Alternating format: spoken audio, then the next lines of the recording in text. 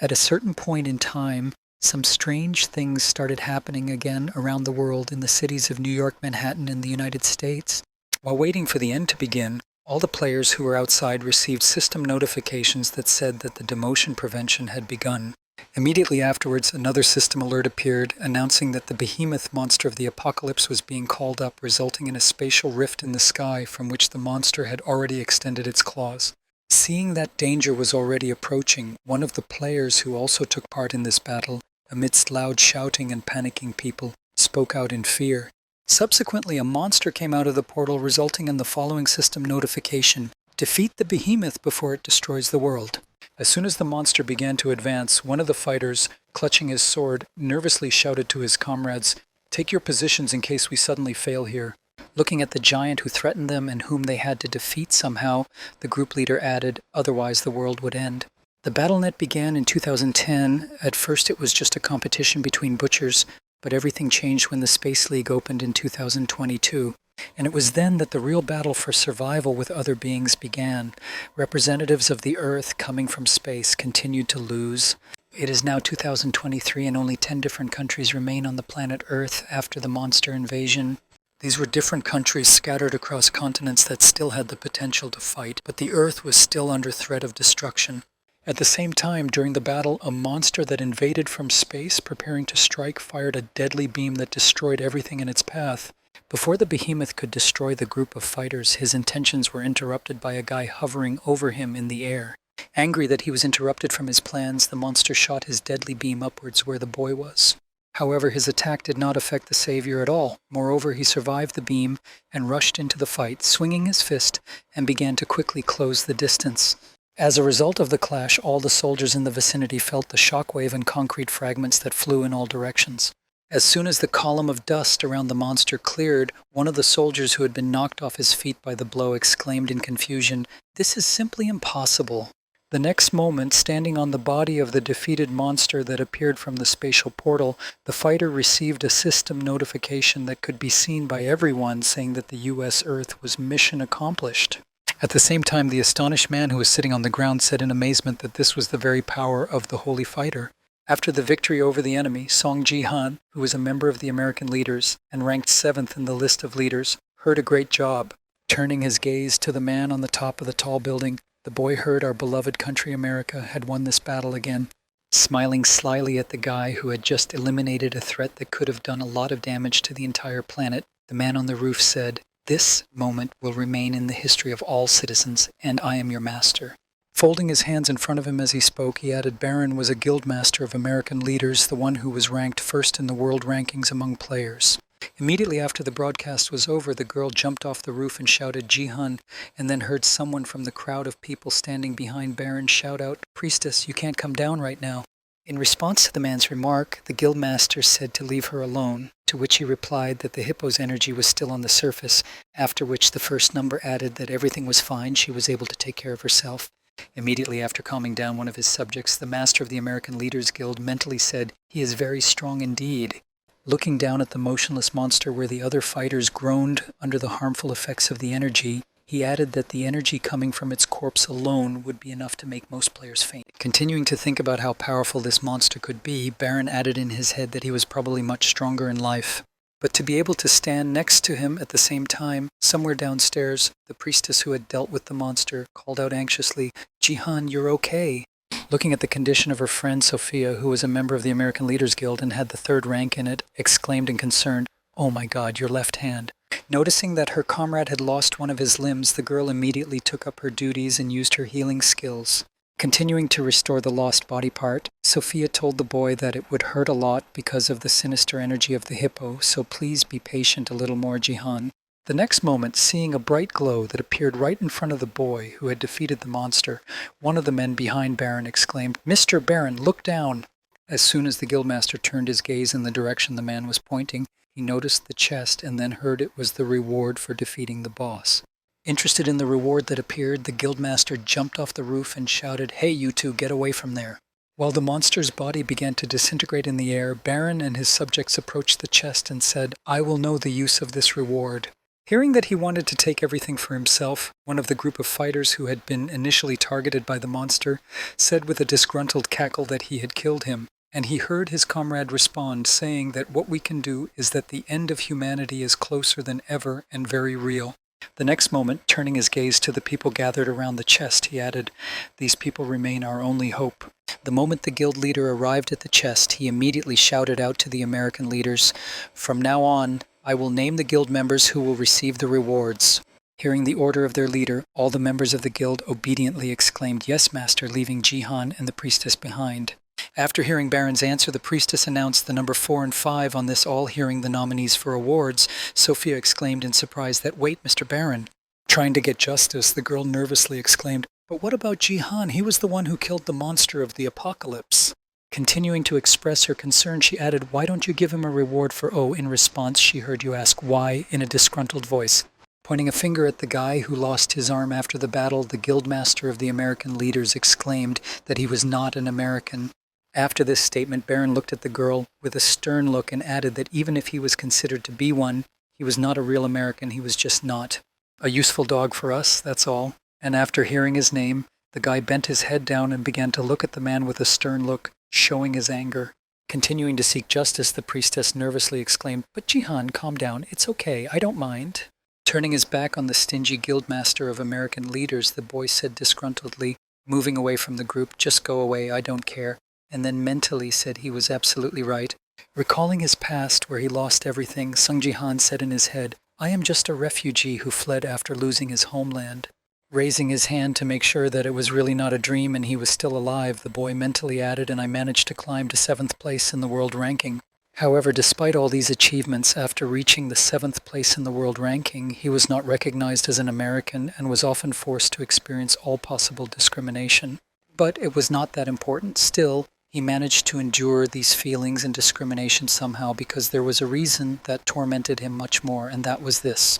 Sitting in a broken-down car somewhere far from my guild, which was sharing the treasure for defeating the monster, Sung Jihan added to the guilt that I was the only one who managed to survive. Having finished his reflections on the horrible life, the guy applied his recovery magic and mentally said to himself to concentrate on treating his arm, and soon I would get the results of my mission.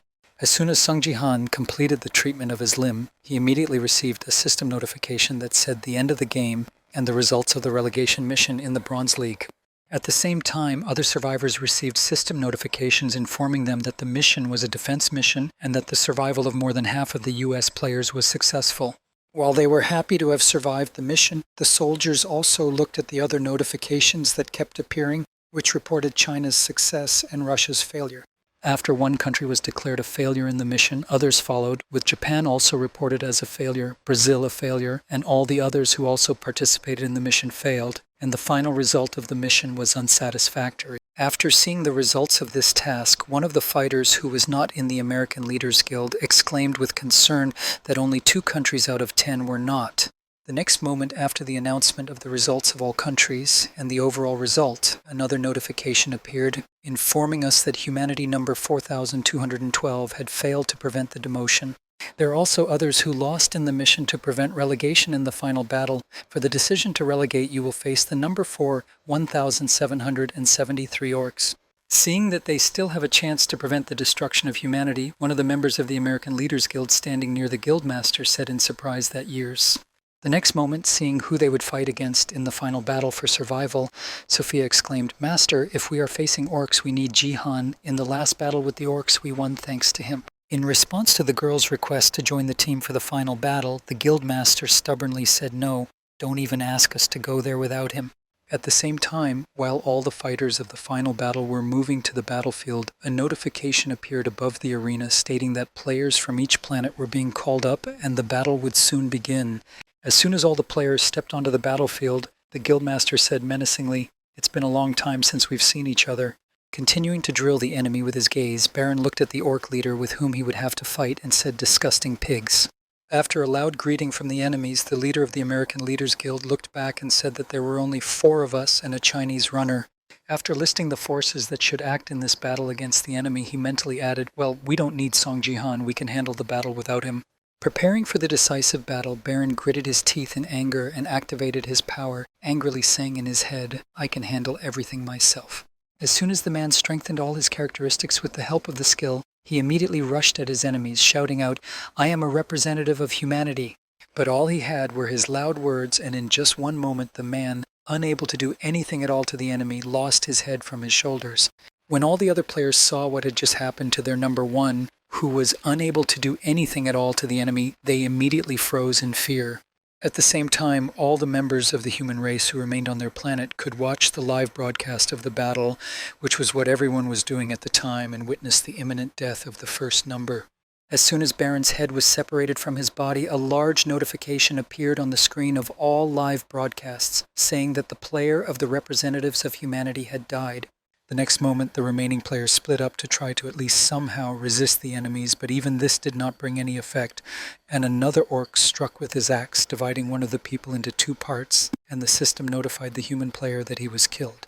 Also, having killed two more who they managed to catch among the people who tried to oppose them, the orcs easily dealt with them, after which notifications appeared that a representative of humanity had died, which was duplicated twice. At the same time, approaching the priestess, who was still the last one alive, the orc leader swung his axe and said, "Thank you, human, because you are so weak, we managed." Immediately after striking and killing the last representative, everyone watching the broadcast saw a system notification that said the game was over, number 4212, and humanity lost and was expelled from the Bronze League. There is no lower league than the Bronze one, number 4212, and humanity was deemed unworthy. Turning her attention to where it was coming from, she noticed a black hole at her feet that suddenly appeared and slowly grew, and at the same time a system notification appeared that said the deletion was about to begin.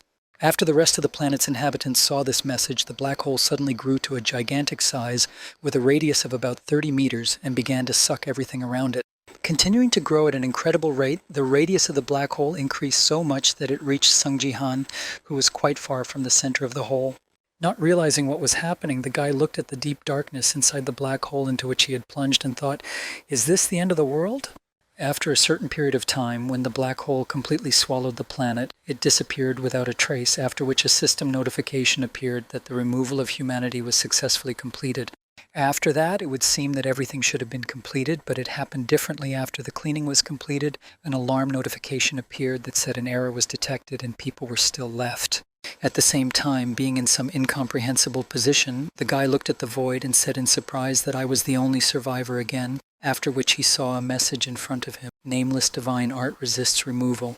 When he saw the notification, Sung Ji-han was surprised to think that the nameless divine art was being resisted, and then he received a notification that said, "Resisting deletion means interesting." The next moment, a skill description appeared that said, "Nameless divine art skill rank SSS skill," that conveyed the requirements for improvement in parts. If you remake the 3 divine secrets for yourself or learn the real name of the nameless one, you can fully awaken the skill, after which he mentally added, "I wonder if things could have turned out differently if I had been able to awaken this power."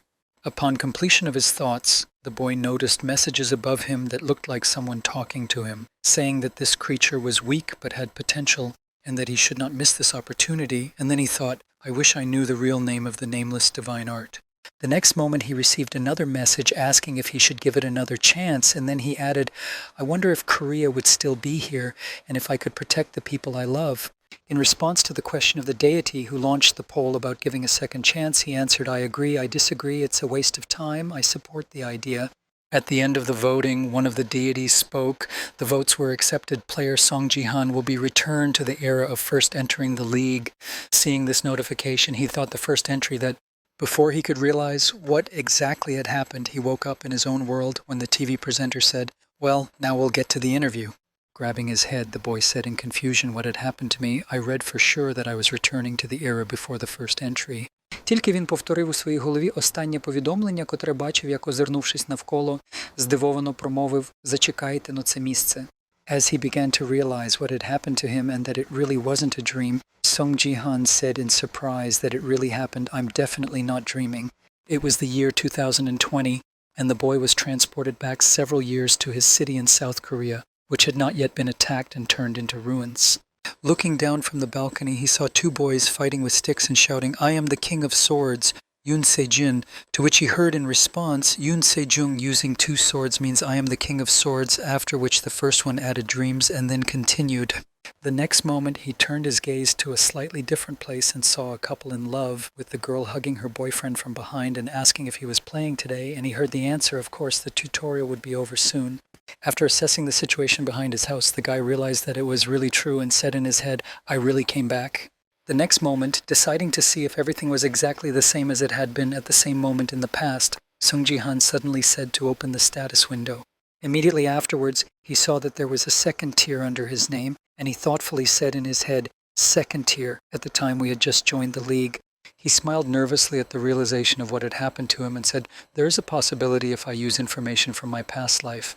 Before he could finish his thought, he turned his head and turned to the photo of his family and confidently said in his head, no, I have to change at this time. I will definitely protect everyone. Having received hope and a new opportunity to change the future, Sun Ji-han closed his eyes and added, this time I will do everything to make things different. Having gained the confidence and courage to change the world, the boy spoke sternly, and all because I had the opportunity to see the end of this game and come back. In the year 2020, many people came to the stadiums to cheer for their team at the International BattleNets competition, and Korea was still in a strong position. Among the strongest players in the world, there were 11 people who were considered the best, and among these 11 was the one who was ranked third on this list. The reason why South Korea occupied its unshakable place in the world was because of its sword king, a man named Yoon Se-jin. Korea's pride and true treasure, thanks to his participation as the strongest warrior, Korea has always managed to maintain a high position in Northeast Asia. But let's just make a small correction to this. It was destined to last forever, and after the next competition he gave an interview to the National Hero TV channels saying that I am Yoon Se-jin. Standing on the podium with hundreds of cameras and millions of viewers watching him, he said, I have decided to change my name to Ryu Hei and to become a full-fledged citizen of Japan, and in July of 2020 he joined the new self-defense forces. It was on that day that the Korean Battle Network received the biggest shock in its history. Sitting in front of the TV in his home, a guy watching an interview said, from now on, please address me as Ito Ryuhei, and then Sung Ji-han added, I came back that very day. Gritting his teeth after hearing for the second time how the national treasure had decided to betray them, the boy added unhappily, that face has always annoyed me since Se-jin left the post of Korean representative and the country plunged into chaos. After broadcasting a report from the scene, the news anchor added that this is how the King of the Sword really left us. And with this shocking news, there are increasingly voices expressing their concern about Korea's ranking in the league. Hearing the words of the host Sun Ji, I thought Korea, which until now had been able to stay in the top echelons, faced with constant defeats and a terrifying rate of falling between the tapes within the league, we failed in literally everything. At the same time, the pair of hosts said that despite all this, some analysts note that there should not be any major changes in the ranking because there are still many bright and promising young people in our country, and we hope that Korea will remain in the top 20. Picking up the remote control and turning off the TV, Ji-han said with a disgruntled expression, and it was no wonder that they had performed poorly. No one could compensate for Yoon Se-jin's absence. Putting his head down, the boy said in his head, everything would have been different if he had at least a little more time, but BattleNet was too cruel. If we recall the first appearance of BattleNet and the players' impressions of it, we could say that it was just an ordinary game for everyone. However, 2 years later the Space League began, and it turned this ordinary game into a battle for survival if someone lost their life in the game. Recalling what happened to their world after the start of the Space League and what monsters came to them, he added that in reality he died in countries that fell to the bottom of the ladder and monsters appeared. And after the countries at the bottom of the ladder were saturated, a one-sided massacre began, where they were simply destroyed completely with the country. And as expected, after Yoon Se-jin left Korea, the country rapidly descended to the bottom of the rankings.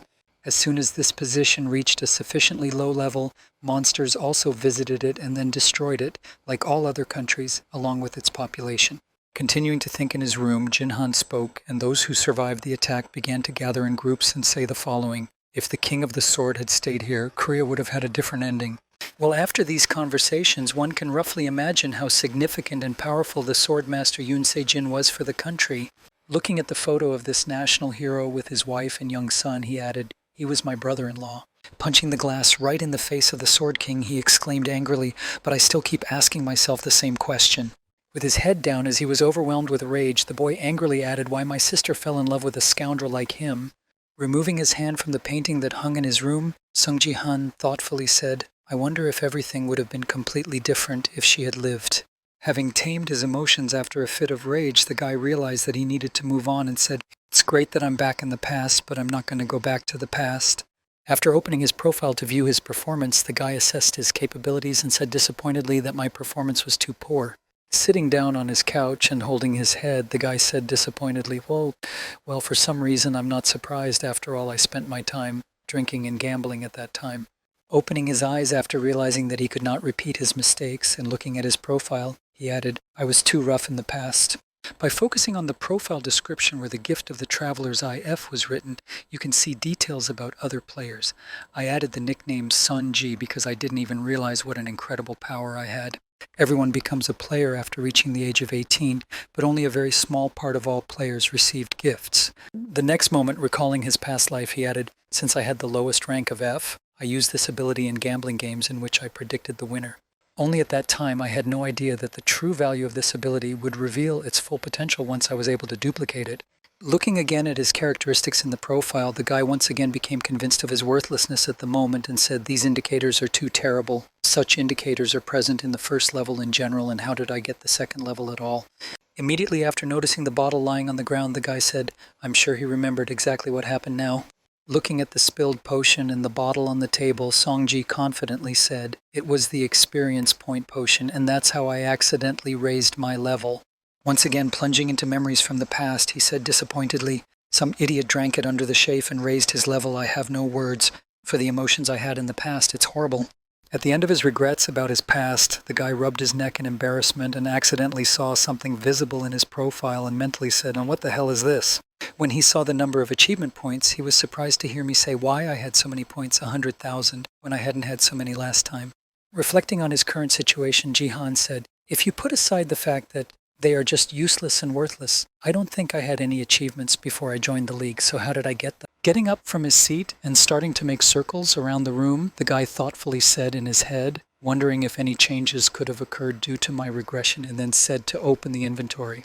Seeing a strange item in his inventory, the guy exclaimed in amazement that it was opening the description. He saw a coupon for exchanging achievement points, rank EX advantage of the last survivor who chose to test himself again. When you see this, you cannot sell. After reading the description of this achievement points exchange coupon, the guy was surprised to hear that only I could use it. Clicking on the point exchange coupon, the guy said in surprise, and this is the EX rank, after which he received a system notification that you have used the achievement point exchange coupon. Immediately after activating the coupon, Sungji received another notification saying that the achievement store had been added, and he was impressed, saying it was just incredible. Right in front of his eyes appeared the golden system window of the store, which read, Achievement Store Level 1, Upgrade Achievement Store 20,000 points, Status Window Expansion 10,000 additional class slot, 10,000. Then he mentally added, "It's scary to imagine how much it could be sold for." The next moment, the guy said thoughtfully, looking at the store, "I wonder if the selection will become larger with the improvement. I need something I can use right away, and now my choice is not very wide." Upon completion of his thoughts, he reached for the button to improve the store for 20,000 achievement points and said thoughtfully, "Well, I'll try to improve the store." As soon as he pressed the button, he received a system notification that said the achievement store now had a second level of inventory expansion added, and seeing it, Sungji thought to himself, "No, I'll try it again." Clicking on the enhancement button again, he received a notification that said the achievement store now has the ability to add a nickname to the third level, and then he thought it would not be necessary now either. Looking at his stock of achievement points, of which he had only half, the guy thoughtfully said in his head, "I have only 50,000 points on my balance sheet." Turning his attention to the price of upgrading to the fourth level, he added, "If I upgrade my store to the fourth level now, I will have only 10,000 points left, and the higher the level, the more expensive the upgrade will be, so then I have only two options." Looking at the list of things he had in the achievement store, the guy, contemplating the right choice, said to buy everything available now or take a chance and upgrade to the fourth level. Having made his next choice, the guy reached for the store improvement button and confidently said, "I'll just try something that can help me now," and then received a notification that the store had reached the fourth level. Also, according to the system notification, with the increase in the level of the store, another appeared in which it was written that the skill of immediate restoration was added. Not realizing what he had received, the guy looked for the skill tab and said in surprise, "What is this?" and found the description of the skill he saw in the description of immediate restoration. You can restore faulty things to perfect condition. Smiling slyly after he got it, the guy covered his eyes with his hand and sighed heavily and said, "No, this is not good with him. We need to end it." Immediately after smiling happily after receiving the skill, he added, "That's why I couldn't just stop betting. I definitely hit the jackpot." Upon completion of spending his achievement points, the boy headed to the room with the game supplies. Touching his hand to the fingerprint scanner to open it, he heard the recognition complete, "You're a member of the Song Ji-han family." When the boy heard who he was to the Sword King, in whose house he was currently living, he was surprised to hear that he was a family member, and then slyly added, "Here is Yoon Se-jin's playroom." Sitting comfortably on a chair in the game room to immerse himself in the game, Sung-ji turned on the system and said in his head, "Only the system recognizes me as a family member even though the owner is no longer here." When the chair turned on, Jihan received a system notification that said, "You have opened the inventory of the connection to the battle network," after which he happily added, "Well, I'll gladly take it for granted." Immediately after opening the inventory and seeing the spoiled bone in it, Dongfang Shuo rank a useless spoiled brush, Song-ji confidently said, "This is my first key." Using his newly acquired skills, the guy confidently asked to apply the skill of immediate restoration. The next moment, the crafting effects appeared on the object's icon along with a system notification that said Dunfan Shuo had restored the damaged brush. After a few seconds, the notification came that the recovery was complete, and the boy reached for the object and washed it just fine. Recalling the powerful man who once owned this object, Jihan confidently said, "Well, now my preparation is complete." Upon completion of the restoration, the description of the object changed. Now the boy was holding a brush of Dongfang Shuo, rank SS, the brush of the famous writer Dongfang Shuo, which preserves the connection with the god of war. Before he could finish all the things he had planned, a system notification appeared right in front of him telling him that the Bronze League tutorial would start soon. When he saw it, the guy instantly grabbed a brush and called up the status window and began to draw something nervously, saying, "I had little time left," while the system window was counting down with 10 seconds left before the call. As he continued to correct his characteristics and change his description, Sung Ji-han nervously said in his head that I was able to rise to 7th place and receive the title of Holy Fighter. Quickly changing his characteristics in an emergency to get what he wanted, he added this all happened thanks to a characteristic that combined strength, agility, and health, a unique characteristic rarely seen. Creating something incredible in his profile with the help of a recovered object, Sung-ji said, "This brush was abandoned because it was damaged, but thanks to the 2 words that are now written on it, it was the beginning of me regaining my former glory and awakening my true power along with acquiring a unique skill." As he was finishing up the last seconds of adding what he wanted to his stats, Jihan suddenly interrupted, after which the player Sun Jihan, who was in the arena, received a system notification and entered the battle network. Having no idea whether he managed to complete what he started, the guy found himself in the Colosseum and received an accompanying notification, "And your task in this test is to survive." Recalling the battles that took place in his past life during the tutorial, Sung-ji received a system notification that said, "We hope that together with hundreds of players you will be able to survive the fight against the monsters of the Colosseum. As soon as half of the available players are left in the arena, the challenge will automatically end, and we wish good luck to all participants of the tutorial." The next moment, holding the brush of the famous writer in his hand, the boy who was in the arena with 99 other players said in surprise, "Colosseum means yes." Immediately after he hurried to open his status window, he anxiously said in his head for 1 minute, "What about my combat power to open the status window?" As soon as he looked at the profile, he received a system notification that said the characteristics of strength, agility, and health were combined into combat power. As soon as the desired characteristic came to his attention, the guy moved the writer's brush to his inventory and then received another notification that you have completed the unique characteristic and received 10,000 achievement points. With a sly smile after seeing what he had seen, the boy confidently said, "Well, we met again, even in this reaping, although much earlier." Looking at the characteristic of the military strength score with 5 points, he mentally added, "Of course, this is only one step towards obtaining the nameless divine art, but with this I will pass the Bronze League." When preparations for the battle began, Jihan received a warning that you logged in without connecting to the battle connector. If you do not use the connector, you feel 100% of the game. Sighing in disappointment after receiving the warning, the guy said, "I remember it well," and then mentally added a world where pain is reduced by money. At that time, people were still able to reduce the pain they experienced in the game with the help of a connector, and the one Yoon Se-jin had was a high-quality product that could reduce 99% of the pain. Having completed his recollection of the device used by the Sword King, Song-ji closed his eyes and mentally said, "Well, I'll use it later." The next moment, hearing the sound of another system notification, the boy opened his eyes and saw the description of the open achievement window. Immediately afterwards, another notification appeared informing you that you had received a restricted quest. Surprised by the opportunity he was given, the guy said in surprise that it was a limited task. I had not seen anything like it in the past. In the task description it said, "Reach the top one in the tutorial, rewarded with 1,000 points of achievement." When he saw the reward for this limited task, the guy smiled slyly and said in his head, "Well, now that I have the characteristic of combat potential, it will be easy for me to do." Having completed his thoughts and noticed the notification about the start of the game, the guy confidently said, "Well, let's get started," and then felt the enemy approaching him from behind.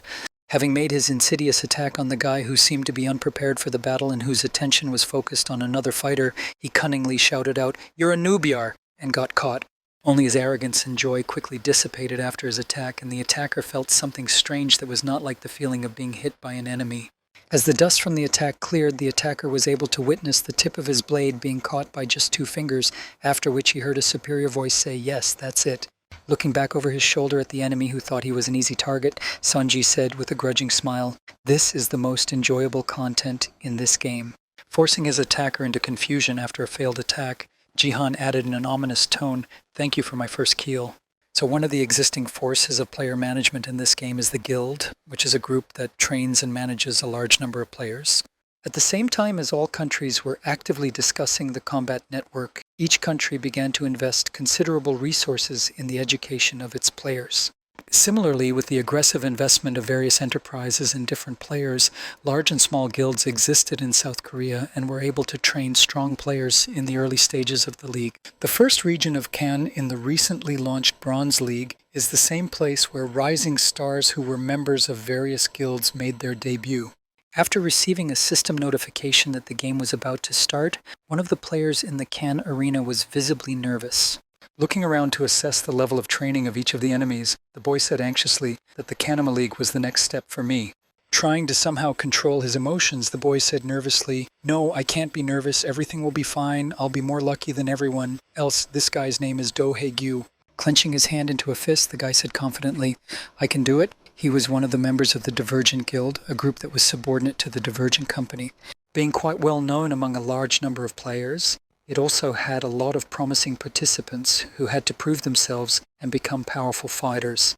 Agility rank. A gift increase agility by 25 units. This ability allows you to ignore the league's restrictions on stats an ordinary young man. Do Hae-gyu was able to join there after receiving the gift of agility rank A. Grabbing his sword to be ready for a sudden battle, Do Hae-gyu thought, "Only a small number of people can receive the A-ranked gift. If so, I can definitely be in the top 50. The next moment, the guy started looking around him and said, "Well, who will be my first opponent?" After assessing the strength of his opponents, who had already defeated their opponents before entering the battle or looked quite dangerous, he nervously said, "I understand everything." Retreating from the square where active hostilities were taking place, he said in his head, "I'm not going to touch them for now. It's better to regroup somewhere else." Looking for a safe place where he could hide, the boy confidently said in his head, "In the end, the most important thing is to stay alive. I will be destroyed if I start to fight with them here." Looking at the crowd of players who looked quite impressive with their strong armor or magical capes, Do Hae-gyu thought that most of them were representatives of large guilds and had quite good equipment, which was not at all like the Bronze League. Suddenly he caught sight of a boy who seemed to be a real weakling, and he said in surprise, "I don't understand what this is." Watching Jihan looking at something in Do Hae-gyu's status window, he mentally told him that he was sent to the wrong place, that he was going to participate in the Bronze League in this form. Trying to realize how this could have happened to him, the guild representative confusedly added a shirt and underwear, saying that he was a newcomer who had been accidentally drafted here. Clutching his sword tightly in his hand and preparing to attack the easy prey, he confidently said in his head, "This can only mean one thing to me." Taking a stance for a quick attack and then rushing into the fight, he mentally added, "I can get an easy point of destruction for my opponent." A moment before he struck his lightweight opponent, Do Hae-gyu thought to himself, "I can't believe I'm so lucky, but I am a lucky man," and then exclaimed, "I don't know who you are, but I'll be grateful then." A few seconds after the attack, when he saw that his sword was caught with 2 fingers, he said in confusion what the hell was going on in this test. Not realizing what had just happened right before his eyes, the guy confusedly said in his head that he had just blocked my sword with 2 fingers, and then said how he could even react at the speed of my A-rank agility skill. The next moment, flying backwards as a result of being thrown aside like a normal puppy, Do Haegyu fell to the ground and groaned heavily. After neutralizing his opponent, Sung-ji looked over his shoulder and looked at his opponent with a contemptuous look and said, "You're so confident you came to participate in the Gangnam Bronze League with such a gift." Hearing the superior attitude towards him and his skills, Do Haegyu, barely holding back his tears, insulted and exclaimed, "How dare you, my A-rank agility is not just some kind of gift, you bastard." Hearing the question from the enemy who attacked him from behind, Jihan confidently said, "I will not deny your words," to which he heard in response an angry tone, "This bastard, you are serious now." Gritting my teeth in anger to keep from giving away too much, Do Haegyu mentally said, "What kind of a pauper with no equipment in his underwear and t-shirt dares to look at me with a superior look, full of confidence just because he blocked one attack?" Immediately after he finished expressing his insults towards the guy who was standing in front of him in his own thoughts, the guild representative got to his feet and shouted, "I'm going to pounce on you with all my speed." Hearing the threat from his opponent, Sung-ji mentally said, "He's going to attack me with all his might, and to be honest, I shouldn't have taken his speed so lightly before." At the same moment, while conducting his attack, Do Haegyu mentally said, "I'm sure I'm faster than him," but despite all his hopes, at the moment of the first blow at breakneck speed, his opponent was able to dodge. But this did not stop him, and he continued to diligently strike at Jihan, trying to somehow hurt him with his attack, but each time he only failed. As the battle continued with the guild representative Sun-ji dodging his enemy's attacks, I said in my head, I knew it was difficult to instantly switch to the second level. Watching his opponent's movements as he approached him over and over again, the guy added in his head that he was not fast, rather I was too slow, and it would be difficult. Immediately after smiling slyly after studying the movements of his opponent, he confidently said in his head, "If I were in his place, I would say, this is a person who has experienced a lot of battles." Continuing to dodge the enemy's attacks, as soon as he began to show their trajectory, Sung-ji added in his head, "I can say for sure that its trajectory is just obvious." Having again dodged his opponent's attack and broken the distance by a few meters, he looked at his hand and said thoughtfully in his head, "I can see all his movements." After losing 1 second of concentration on thinking, Jihan noticed that the enemy again tried to do him some harm by swinging his sword. But despite the suddenness and the split-second loss to react, Sun-ji took the blow, and instead of dodging it, he used a technique to disarm the enemy. Feeling pain and tingling in his hand, Do Haegyu looked at his right hand, which was missing something, and confusedly said, "I don't know where it went." After disarming the enemy, Jihan threw his opponent's sword into the air, then jumped right behind him and grabbed Do Haegyu's weapon behind his back. As a result of this maneuver, the boy was able to attack and drove his sword straight into Do Haegyu's throat, thus winning the fight. As soon as his opponent pulled the sword out of his throat, Do Haegyu groaned heavily and said in confusion, "I can't believe this is happening." The next moment, as the guild representative fell to his feet and began to disintegrate in midair after his defeat, Jisan swung his sword to wipe off the remaining blood. In the last seconds of his stay in the arena after his defeat in the battle with the hungry man Do Haegyu, he angrily shouted, "Goodbye. Next time we meet, I will win. Just wait for that time." Hearing the threats from the guy who had just lost to him with full equipment and whose only gear was his underwear, I sighed heavily and thought, just imagine he's already talking about the next time, even though he's already dead. Immediately after the enemy disappeared from the battlefield, his sword started to disappear, and then Sung-ji received a system notification that you have destroyed the first enemy in the tutorial mode and received 100 achievement points. Having lost the enemy's weapon, which he had stolen from him honestly, Jihan looked at his empty hand and said in disappointment, when a player dies, his weapon disappears with him.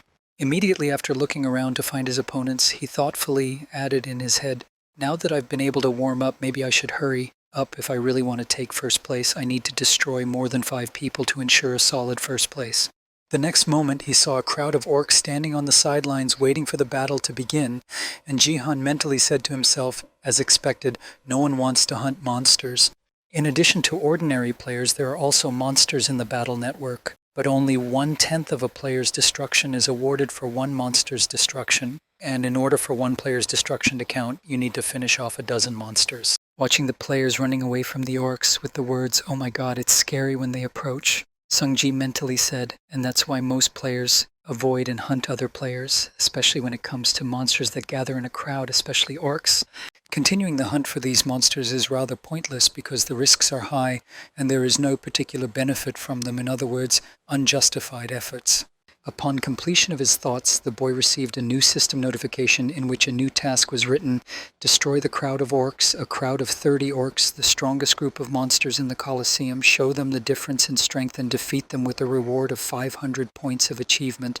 Estimating the reward he would receive for this task, Songji mentally said, although hunting monsters is inefficient, this reward of 500 points is 5 times more than the reward for the first kill. Concentrating his attention on the crowd of 30 people he was tasked with overcoming, Jihan said in his head, I see no reason to refuse this offer. Heading in the direction of the orcs who were huddled together, the boy said, stretching his neck, those are just monsters, they're nothing compared to real orcs.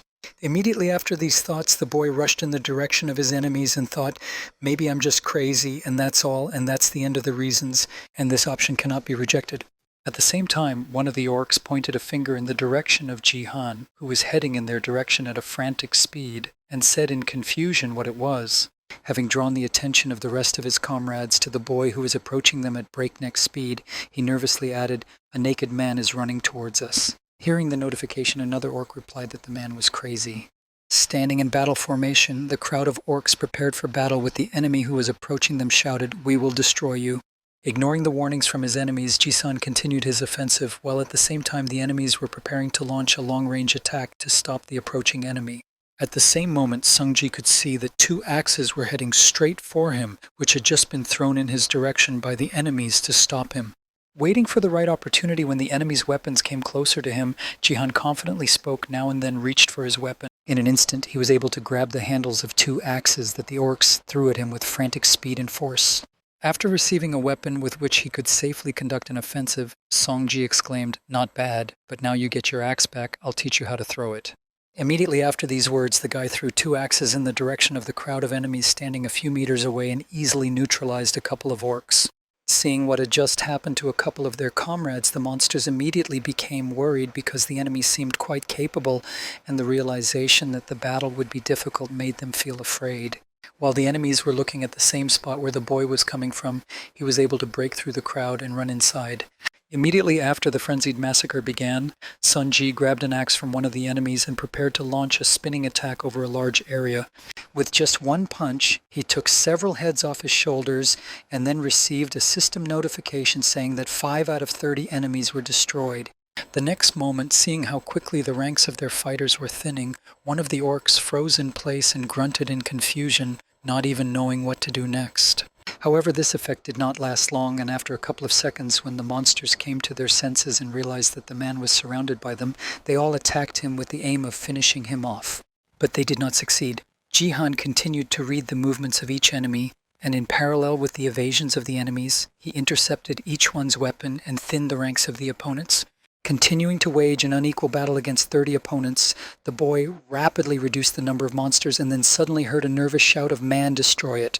At the same moment, Sungji felt a certain danger approaching him from the left side, so he moved out of the way of the blow and grabbed the spear with which they were going to pierce him and broke it into 2 pieces.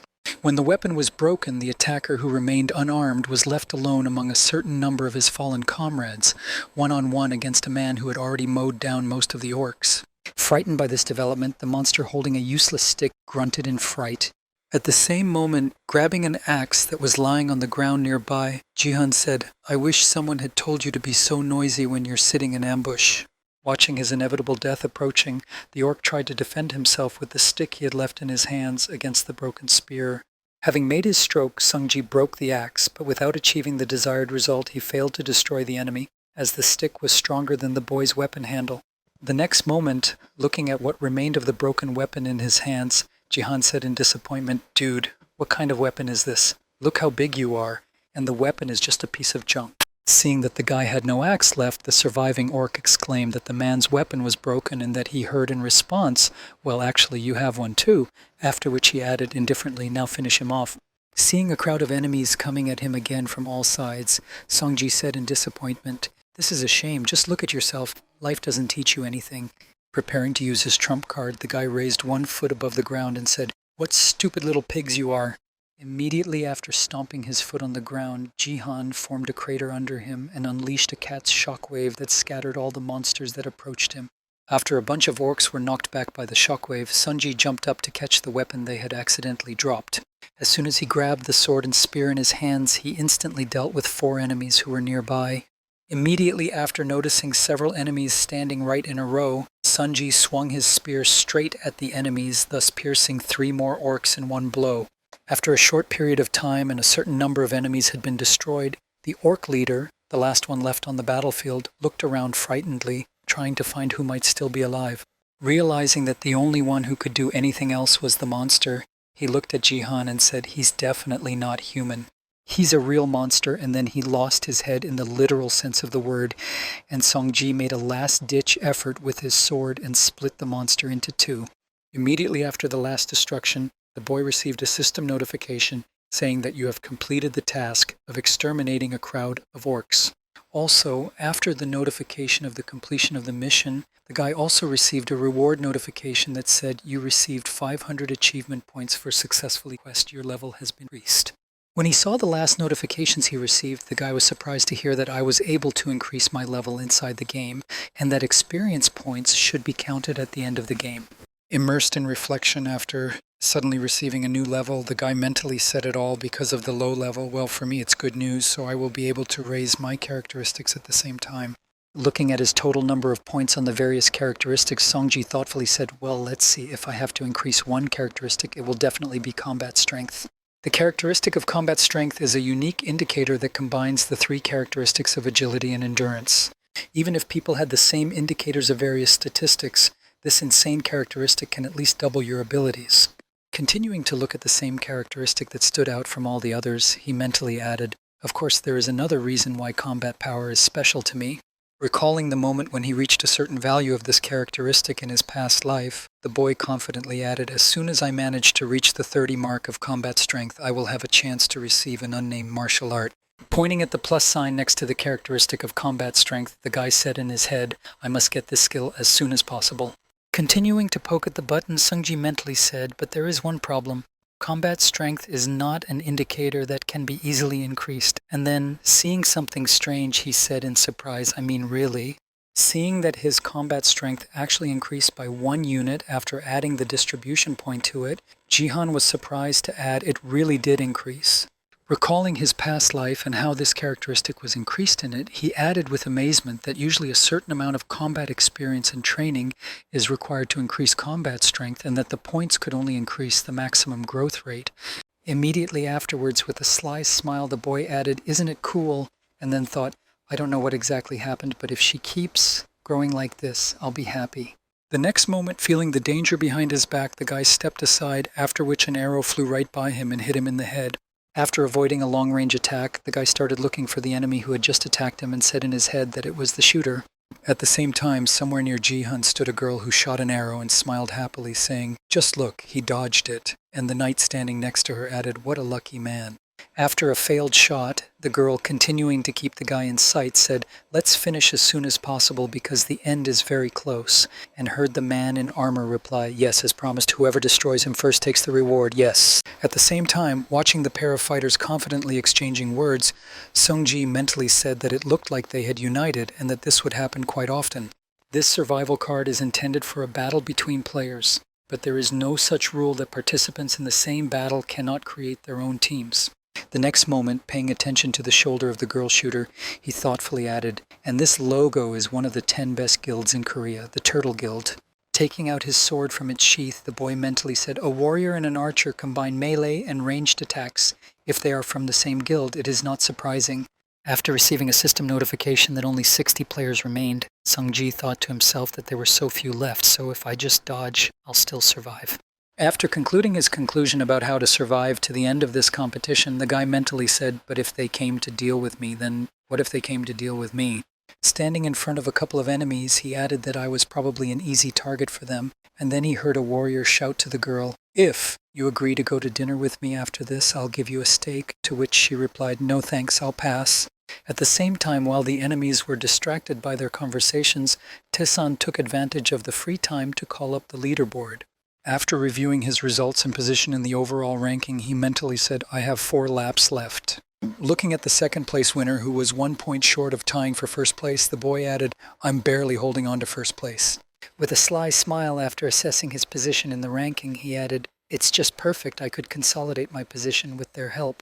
At the same time, pulling the bowstring of her bow, the girl said with some mockery to her ally, You should be ashamed of yourself given our age difference.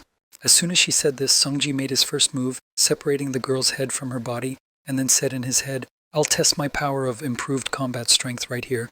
After neutralizing one of the enemies, Jihan saw a system notification that said there were 58 survivors and the tutorial was coming to an end.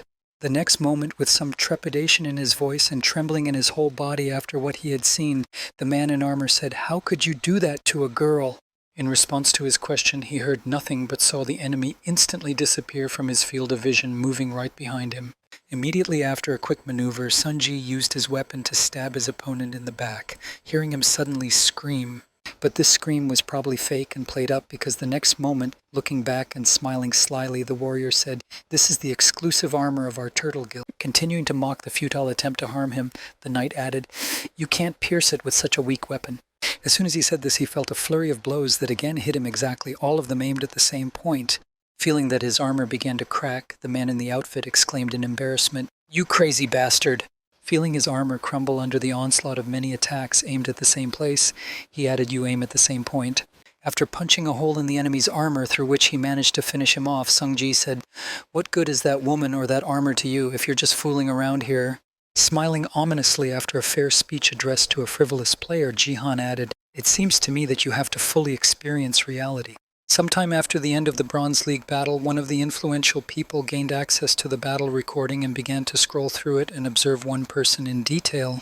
Focusing on one moment in the video, the head of the 3rd department of the Divergent Guild's personnel department, Lee Ha-young, said, Wow, isn't this amazing? And was answered with, Wow, isn't this a relief? Not understanding the meaning of the question, the girl standing behind me asked what exactly you were talking about, and she replied, I mean that. Looking back at Lim Ga-young, who is a member of the Divergent Guild and Lee Ha-young's bodyguard, isn't it nice that this person wasn't drafted in the same group as you? Having also reviewed the leaderboard that emerged after the end of the battle in the Bronze League, the manager of the 3rd HR department added that you could have been eliminated from the game even without taking second place. As she continued to press her body against the guards, Lee Ha-young wondered if it would be a good idea to prevent a fight if we suddenly met this person. Seeing that her subject looked away, showing her dissatisfaction, the woman sighed and thought, Oh my God, like a child, and then said, No way my Ga-yun will lose. Just face him in battle and show him who's in charge. In response to the words of her boss, the bodyguard replied, Everything is fine, my lady. I will avoid a fight, to which she replied, No, this is an order. We need to collect data, so fight. In response to Lee Ha-young's words, the subject bowed her head to the woman and said humbly, If you say so, then I will certainly fulfill your order. As soon as the management headed for the exit, Lim Ga-yun turned her attention to the screen where the boy was fighting, and Sung Ji-han said thoughtfully, continuing to watch the recording of the battle between the boy and the man in armor, she added, I could have sworn I've seen him somewhere before. Lim Ga-young is a girl who is a member of the Divergent Guild and currently the bodyguard of Lee Ha-young. She is also a famous S-ranked gift holder, and she was a very promising hunter that the Divergent Guild was ambitiously promoting to the masses in an attempt to make her famous. She lived up to the expectations of all the league participants, and everything would have been just fine if not for one thing. She was unable to take first place in the Bronze League. And all of this happened because of one person, if not for the appearance of Son Ji-han at the same time looking at the leaderboard to find out the name of that strange guy. One man shouted it out for real. Holding a tablet in his hands, a member of the Turtle Guild's scouting team added that he was in first place despite the fact that he was the 2nd level and not affiliated with the guilds, and in addition he had no equipment. While standing next to him, a warrior from the competition said to the archer, "When are we going to eat?" And she replied with a facepalm, "Shut up already." Continuing to vent his emotions, the scout added that he made 6 laps in worn-out clothes and sweatpants, which is the same as entering the arena with nothing, as he really only the 2nd level. Looking at the last footage of the competition where the same guy was standing in the arena, a member of the scouting group added with concern and wondered who he was. While all the big corporations were nervous about the emergence of one powerful player, Sungji himself was sitting on the couch after the battle, looking at the system notification that said you had taken first place in the tutorial. As a reward, you will receive a 50% increase in experience points you leveled up 3 times from the 3rd to the 6th level. Seeing this, the guy happily said the leveling up is fast as expected from low levels. The next moment, he received another notification that said that the tutorial did not give out equipment points. Seeing this, he mentally said, first, I must invest all 3 points in combat power, and then received a notification that combat power was increased from 6 to 9. Immediately after, I noticed a plaque with another award for the victory, and Jihan added the nickname I won in the league. Right in front of him was a sign that said, the bronze nickname for the one who won the tutorial. These characteristics plus 1 point of experience plus 20% are valid only in the Bronze League. After watching the tutorial, the guy said, the one who won the tutorial is valid only in the Bronze League, but it's still nice. Immediately after opening his status window to view the stats, he said if all the characteristics increased by 1 from this nickname. Looking at the main characteristic that interested him the most, the guy happily added that with 10 points of combat power, the Bronze League would be easy. As he continued to think about what he should do next, Jihan mentally said, the Silver League starts at level 25, and I just need to concentrate on getting stronger. The next moment, paying attention to the empty class ribbon, the boy confidently exclaimed, that's it, I still have time to get a grade. Obtaining a class is a rather important moment in the life of every player, and if you don't have it yet, you need to take it seriously and deliberately. There are only 4 types of classes. The first is a warrior, the second is an archer, the third is a wizard, and the fourth is a support player. In his past life, Song Jihan chose the warrior class. Thinking about what class he should choose, the boy thought, I have already felt the power of a warrior once, and if I choose it, it will be much easier for me to advance, he said. After the regression, I got an achievement store so I can add a warrior class whenever I want, even if I choose another class. With a sly smile, the guy added, now I don't have to choose a warrior class, isn't that incredible? The next moment, reaching for his hand in the list of classes to choose the one he would like to try out, Jisun confidently added how good the class I want to choose this time will be. After a while, when the competition started again, the participants received a system notification that said, welcome to the Kenema Bronze League. This time the type of task of the Bronze League is defense, and with these system notifications, all players moved to the towers and the walls, and a crowd of dead gathered in front of them from which they had to defend themselves. Once at their initial test locations, all players received notifications that their main task was to protect the crystal and survive the onslaught of zombies. This battle will continue until there are only 5 towers left with players and intact crystals on them. One of these towers was occupied by Lim Ga-yun, a member of the Divergent Guild and the 23rd ranked guild member. Looking around before the battle began, the girl said in her head, even if it is considered a game. Looking at the crowd of disgusting zombies heading for the crystal tower, she added with displeasure that it was a rather disgusting sight. The next moment, 2 beams of light appeared right behind her, which meant only one thing to her. 2 more players were called to the team to help with the defense quest. These 2 assistants were 2 boys. One of them was a wizard and the other an archer. Seeing where they were thrown after joining the competition in the bronze target, the archer said in disappointment that of all the cards, this was the one to which the mage replied about defense. At the same time, looking at her allies, Lim Ga-yun mentally said, the people I have to do the mission with this time have B-ranked archer equipment and are affiliated with the LK Guild.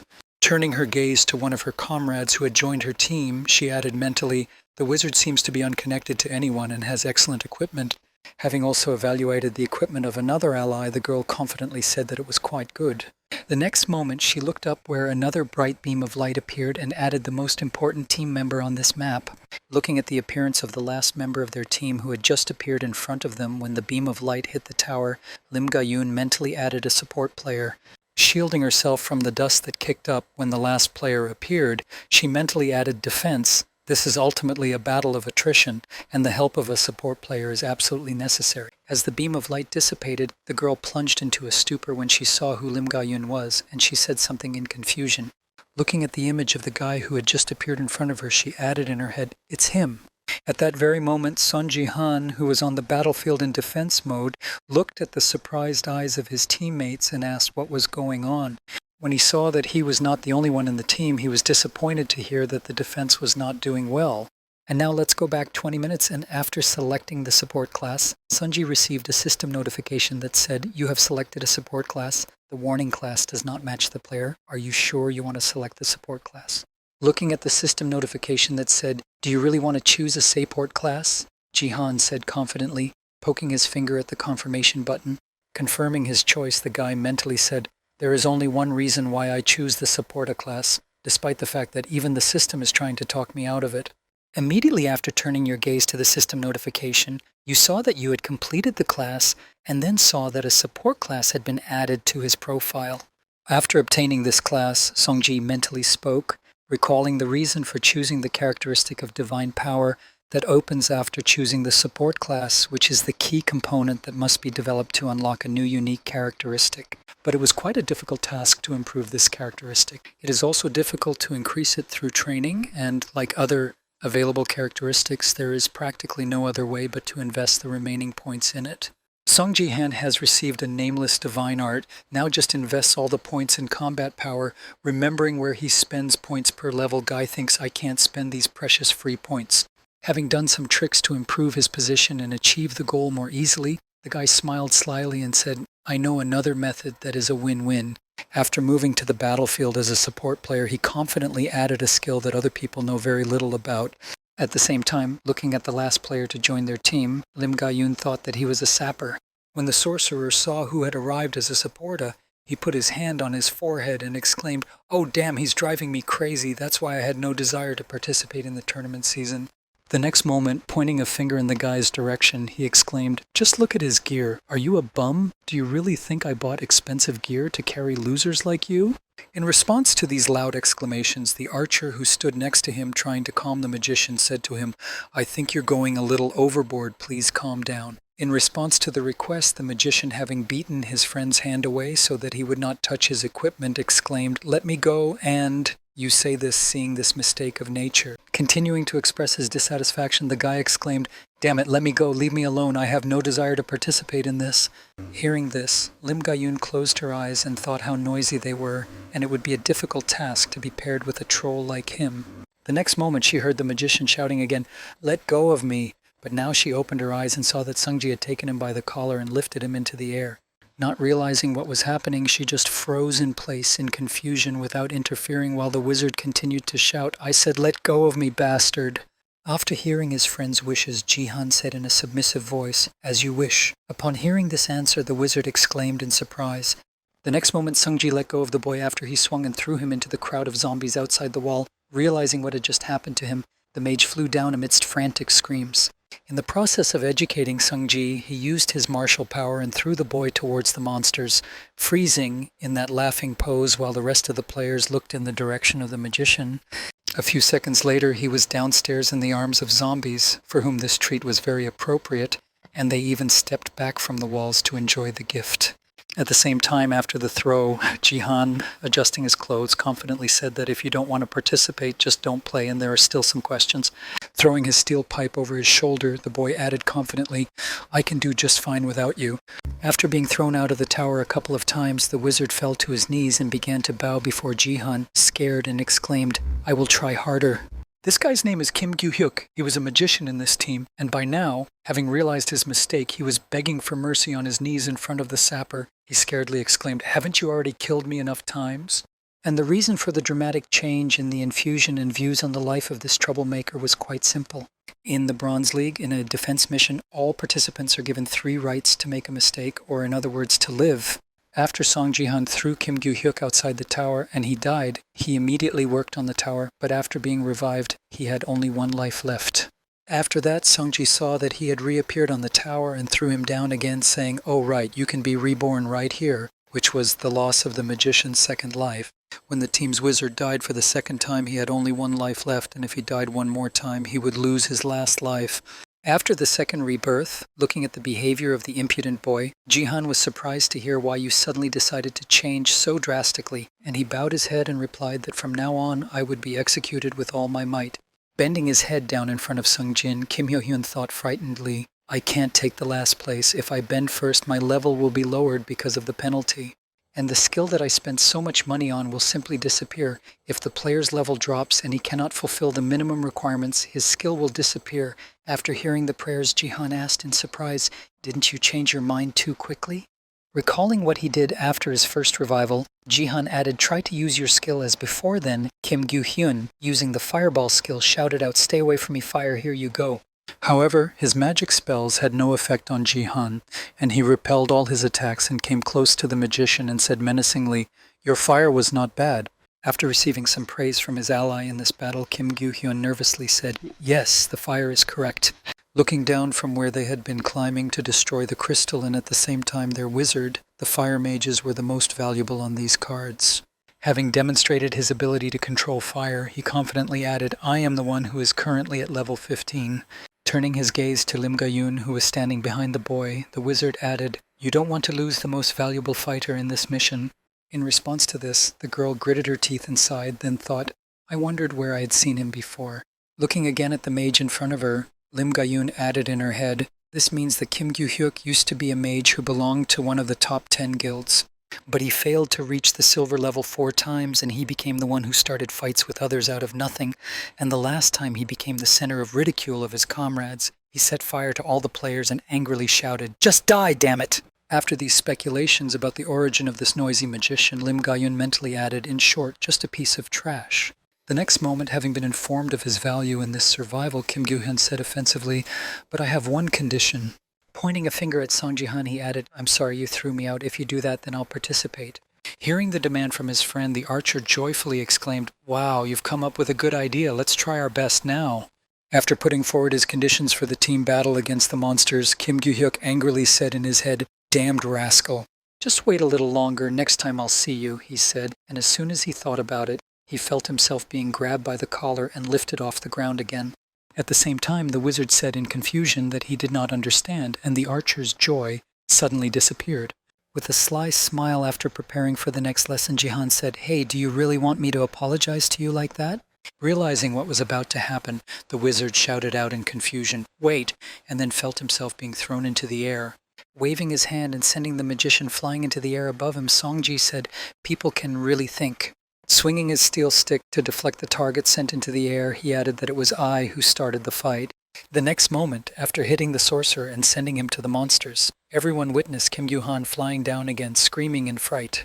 After cleaning up the problem that had started to make its own rules here, Sung Ji-han confidently said, "Well, get out of here if you don't want to help." Watching the flight of the home run, he added insultingly, "Next time you will learn that you need to behave more politely with other people." At that very moment, the archer who had witnessed one of their comrades just lose all his life standing there like a man dug in, said in confusion, and he really finished him off. After the system notification that Kim Gyu-hyuk was dead, the zombies had almost reached the top of the tower and were only a few meters away. At the same time, watching the other participants cope with this task, they heard exclamations, as expected from a fire mage, "What an impressive destructive power. If we continue at the same pace, we will not be the last. Let's go and toast some marshmallows." After showing how the other players move with the offensive, the archer said unhappily, "That's why we needed a wizard. What are you going to do now?" Continuing to complain, he added, "It would be great if we met a fire mage and asked him for help so we didn't have to kill him so easily." At the same time, upon hearing the notification sound, Songji opened the system window and saw the limited task of taking first place out of 10 towers with a reward of 1,000 achievement points. Immediately after, another system notification appeared above him, informing him that a task chain had appeared, and then the guy said in surprise that it was a task chain. When he found this chain, he saw the source of the zombies destroy 1,000 zombies alone, reward 3,000 achievement points. Seeing the requirements, the guy was surprised to say that 1,000 himself, and then mentally added, "This quest is impossible to complete due to the time limit." Immediately after taking a pensive pose, he thought, if only the reward for it was too great to give up. At the same time, standing aside and watching the guy, Lim Ga-yun just silently condemned Song Ji-han, saying in her head, "He's the worst person I've ever met." Turning her head away from the boy, she mentally added that if you don't take into account the fact that he did as he pleased with such characteristics, he chose to be a cheerleader, even those who just decided to have fun are not like that. Focusing her attention on Sung Ji-han again, she said in her head, "He's not worth recruiting to the Divergent." At the same time, continuing to express his dissatisfaction, the archer angrily shouted, "Hey, say something. Why are you ignoring me? If you're going to continue to behave like this, why don't you fight yourself?" Hearing the proposal from his ally in this survival, Jihan was surprised to hear that I could really do it. Hearing the request to fight alone, the archer exclaimed in confusion, and at the same moment concentrating on his thoughts, Sungji thought that maybe I could complete the quest if I monopolized all the zombies. As the enemies approached the top of the tower, Lim Ga-yun took her sword out of its sheath and said, "I'll be in the front line, Mr. Aport, stay behind," and then thought, "This game is spoiled, but as a player I have to accept." Before she could finish her thought, she heard the support player say, "Don't worry, everything is fine." Not realizing what he had just said, the girl confusedly replied, "What do you mean?" To which he replied, "I've already told you everything, I'll deal with them all myself." Continuing to talk about how everything is under control, Sung-ji said that's why Miss Warrior will protect Mr. Archer, to which he received a confused response from the guy behind him. But the finger pointing was not just surprise or displeasure. The archer was pointing at the enemy who had already climbed the tower and screamed in fright at the same bloody zombie. Grabbing his weapon, along with Lim Ga-yun, the archer exclaimed that he was different from ordinary zombies. His entire body was made of liquid, and that's why you couldn't finish him off with physical attacks. After assessing the enemy who first appeared to them, the archer scaredly exclaimed, "This is a very bad opponent for us." And at the same time, Song-ji ignored any comments from his comrades and went into battle against his first opponent, of whom he had to defeat 1,000. As soon as he struck the enemy with the whole stick, the zombie immediately broke into small pieces that burned with bright flames, and witnessing this miracle, the girl exclaimed in confusion, "What the hell?" Looking at the color of the flames that enveloped every part of the body of the enemy they had just defeated, Lim Ga-yun confusedly added another sacred flame. Immediately after turning her gaze to the guy who had accomplished something impossible, she said in amazement that it was divine power. The next moment, Sung Ji-han was on a rampage, and all the enemies who climbed the tower immediately faced him and were instantly defeated in the battle. At the same time, the boy himself, waving his steel stick, said mentally, "Well, I have no idea whether I will be able to do it, but I have to try." Preparing for a long struggle to complete the chain of tasks, he expected enemies that continued to rise and added, "At least I should at least try." Continuing to destroy enemies, the guy received system notifications indicating progress. In the last notification reported a chain of quests destroyed zombies 6 out of 1,000. A few seconds later, when more enemies climbed the tower and he dealt with them, the statistics updated and the alert said the chain of tasks destroyed 12 zombies out of 1,000. Progress was rapidly increasing as the monsters continued their influx at a frantic pace, and the 17th and 18th system alerts destroyed 19 zombies out of 1,000. 26 out of 1,000 zombies were destroyed. When the progress was filled by 2 6/10%, the enemies began to advance even more intensely, eager to eat meat. At the same time, Sung-ji paused for a second while the enemies were reaching the top and mentally said, "Physical attacks don't work on bloody zombies. Only when I want them to, I release my divine power drop by drop." Again, noticing one bloody zombie that appeared in his field of vision, Jihan, sticking to his tactics, added in his head and destroyed them in one fell swoop. At the same time, looking at their teammates soloing to deal with the invasion of enemies, the archer exclaimed in confusion, "This support player is amazing, he's just crazy." Switching his anger to joy, the guy confidently added, "Well, if he is a master of this level, it doesn't matter if he is a little rude, good for you." At the same time, watching Sung-jin's fight, Lim Ga-yun nervously thought, "He fights freely with his divine power, and without wasting a single drop of it, such control is simply absurd." Continuing to express her surprise without saying a word out loud, the girl added in her head, "The main thing that surprises me in this situation is that this person is a man." Continuing to observe the boy's weapon skills, Lim Ga-yun mentally said, "He kept hitting the enemies' heads with absolute precision." After a certain time, when the bar for destroying monsters reached 21% or 210 out of 1,000 people, the guy kept the system alerted that the conditions were met. After experiencing the effect of the restoration, Jihan received another system notification. "You fully understood the faith of the other world. Your divine power increased from 6 to 7. With a sly smile after increasing his characteristics, the guy happily said in his head, "I know another way to increase the divine power." Waving his stick and preparing to continue the confrontation with the monsters, he confidently said, "Well, let's continue in the same spirit." After these words, the guy felt a new influx of energy of divine power and joyfully said in his head that it really worked. Imagining in his mind the priest's headdress and some other things belonging to the church, he mentally said that divine objects are sacred. In 2010, when the studies at Zelia had just begun, they were sold at rather high prices, justifying this by the fact that these subjects contained some secrets. However, 10 years later, none of them were opened, and that is why the value of the objects gradually decreased, especially the divine objects. Another way to put it is that a large proportion of people do not even realize that such objects exist in this world at all. Priestess Sophia, a top 3 player in the American Leaders Guild, said confidently as she prepared for training, "I have increased my divine power with an item from another world. Hearing the remark from his friend, with whom he had been good friends in his past life, Song Ji-han said in surprise, "What are you talking about?" The branch of the American Leaders Guild in the United States, continuing her conversation with the boy, Sophia said that divine power can be strengthened by a divine object from another world, although after the conversion of the training, it does not work, which she heard in a surprised voice in response. After her friend's surprise, the priestess approached him and confidently said, "Of course, that's how I became a priestess." Recalling her path to achieving this title, she added that if you hold it and pray for a long time, you will receive divine power, although the conditions differ slightly from subject to subject. When he heard about the strange way of obtaining divine power, Song Ji held his head and said, "I can't believe that no one knows about such an easy way." And he said, there's nothing to be done. Even if there are rumors about it, such items are incredibly hard to find. Hearing some remarks about this method, Jihan said in his mind that it was true, and that this method would work only during training, and then said, "Thanks to this, you could monopolize all divine objects."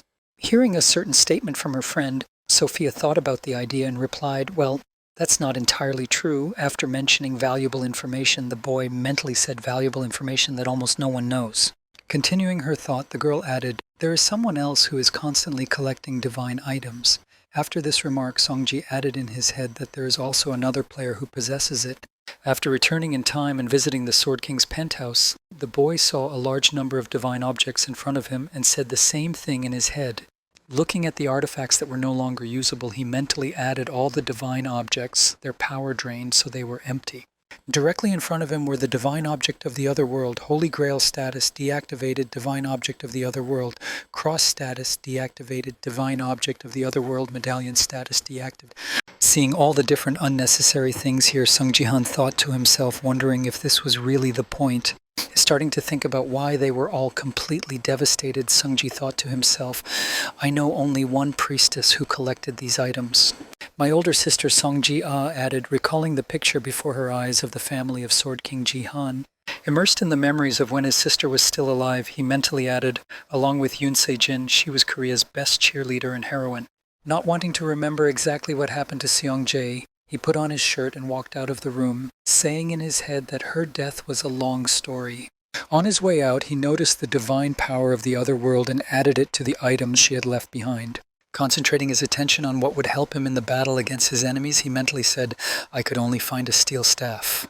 Taking the artifact in his hands, he saw the description of the steel staff that appeared, rank E, a divine object of another world. The priests of another world strengthened their faith in God by hitting members of their cult on the head with it. After rereading the description, he mentally said, "I can see that from the description."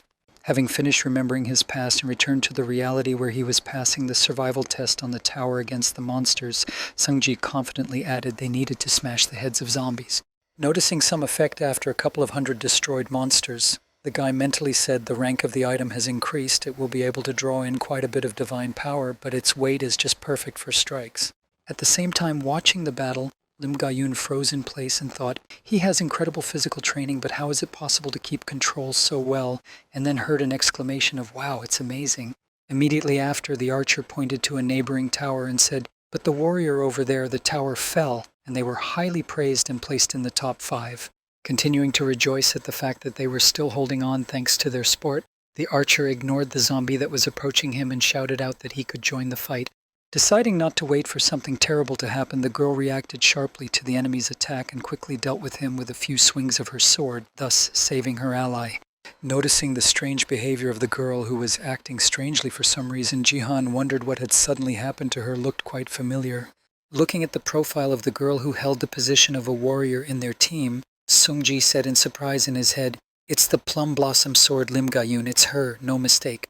As he continued to repel the monsters that were coming at him while he was thinking, the boy knocked the monster out of his fist and thought she was famous for being the king of the sword for a time, but she had a sad ending. Recalling a moment from his past life, Jihan mentally added, "She died at the hands of Yoon Se-jin Ryuke, and I had to save her once." The next moment, interrupting the guy's thoughts, the girl howled, riveting his attention to herself, "Hey, support player, can you hear me?" To which he replied, "Yes, there is a quality problem." In response to this, looking at the guy who was doing all the work himself, Lim Ga-yoon replied, "You won't mind our help if we join. Our team will take the place of the nickname." After hearing the girl's proposal, Sung Ji-han hurried to review his statistics by opening the status window and finding the task with its progress. Looking at the leaderboard, in which they took 5th place, then Jihan mentally said we are in 5th place, having completed 398 laps, and then looked at the progress of his task, in which there was one less monster and added a lot more left. After that, looking at the countdown timer, which said 1 minute and 28 seconds left, he added it, and we had very little time left. Upon completion of the assessment of the situation with the progress and time available, Jihan turned his gaze to the warrior girl and thought the plum blossom sword would do fine without me, after which the archer exclaimed, "We have a simply unbeatable team." After assessing the situation in this defense task and his comrades, who were also quite strong, he confidently said, "Everything seems to be fine." The next moment he jumped up and headed for the edge of the tower and exclaimed, "Go on, I'll leave them to you." Upon completion of the transfer of authority to protect the crystal, Jihan jumped from the tower in the direction of the crowd of zombies to quickly accumulate kills. At the same time, when the comrades heard about the renewal of their duties, they turned their attention to the boy and saw Jihan's crazy decision and were speechless. Seeing that the man had reached the bottom, some of the zombies who were climbing the tower decided to follow him and jumped off the building while his comrades continued to stand in shock. Sung-ji himself, having prepared for a quick farm, confidently said, "I'll gather everyone who's still left and prepare my steel staff for a massive attack." Landing on a crowd of enemies who began to gather at the place of his landing, the boy used a burst of divine power and spoke in his head and tore them all to pieces. When the archer saw what had just happened from the top of the tower, he was shocked and said, "Wow," and I'm still confused. The next moment after the powerful explosion, the overall ranking was sharply updated and Jihan's team climbed to the first stage, after which the archer shouted, "God, we are the first," and after a short time another system notification appeared saying, "You are the last survivors." After this notification, Sung-ji personally received another system notification saying that you have completed the limited task of taking first place among the 10 towers. He exhaled a disappointed breath after completing the task and said in his head what he expected. After that, he said thoughtfully, "I wonder how many I managed to destroy." Opening the task progress, he saw interconnected tasks to destroy 560 zombies out of 1,000, then a notification appeared that the game was over. Moving back to the top of the tower after completing the task, Sung-ji heard an archer run up to him and then happily shouted out to support, "Thank you for your efforts, you were just incredible."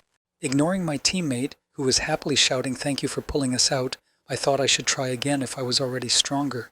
Continuing to ignore the noisy guy, he added in frustration in his head, although it was unlikely that such a task would happen again.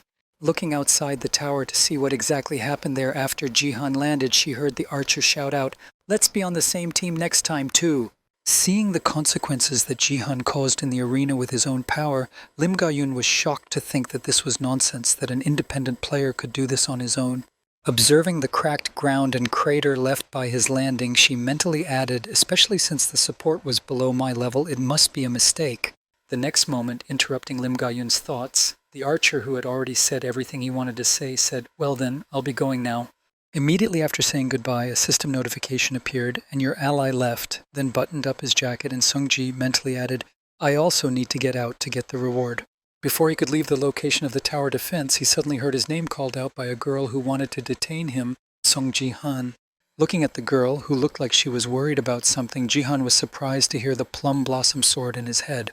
The next moment he asked me how you knew me, and then mentally added that there was no way in hell we could have met anywhere before. How does she know me? At the same time, standing next to the boy, Lim Ga-yun, trying to collect her thoughts, said to herself, "I need to talk to him." Gathering her thoughts and gaining courage, the girl looked at her ally and confidently said in her head, "A person with such potential and achievements is needed for the guild to divert." Continuing her train of thought, she added that I, as a member of the guild, must recruit him, and then with a serious expression she said, "Please give me your number." Immediately after she said that, realizing what she had just done and how it could have sounded from the outside, she said in confusion in her head, "Stop what?" Panicking instantly, she took a step back and at the same moment turned her head to Lim Ga-yun. Sung Ji-han said in surprise, "I'm sorry." Blushing with emotion, the girl said, "I'm sorry, I didn't mean it that way," and then mentally replayed the situation, trying to explain everything to him in order, and asking him for his number in the first conversation was not a good thing to do at the first meeting.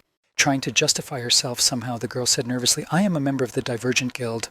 Continuing to recruit a new member for her guild, she added, "We would love to." Before she could finish her speech, the guy interrupted her with a confident, "I'm sorry." Continuing to get ready to return from this task, he added, "I don't remember my number," and hearing the refusal, the girl bowed her head in disappointment and thought what had just happened. Poking around the profile in the system window to find the logout button, Sung Ji-han said finally, "As soon as we meet again, I'll give you my number and now bye."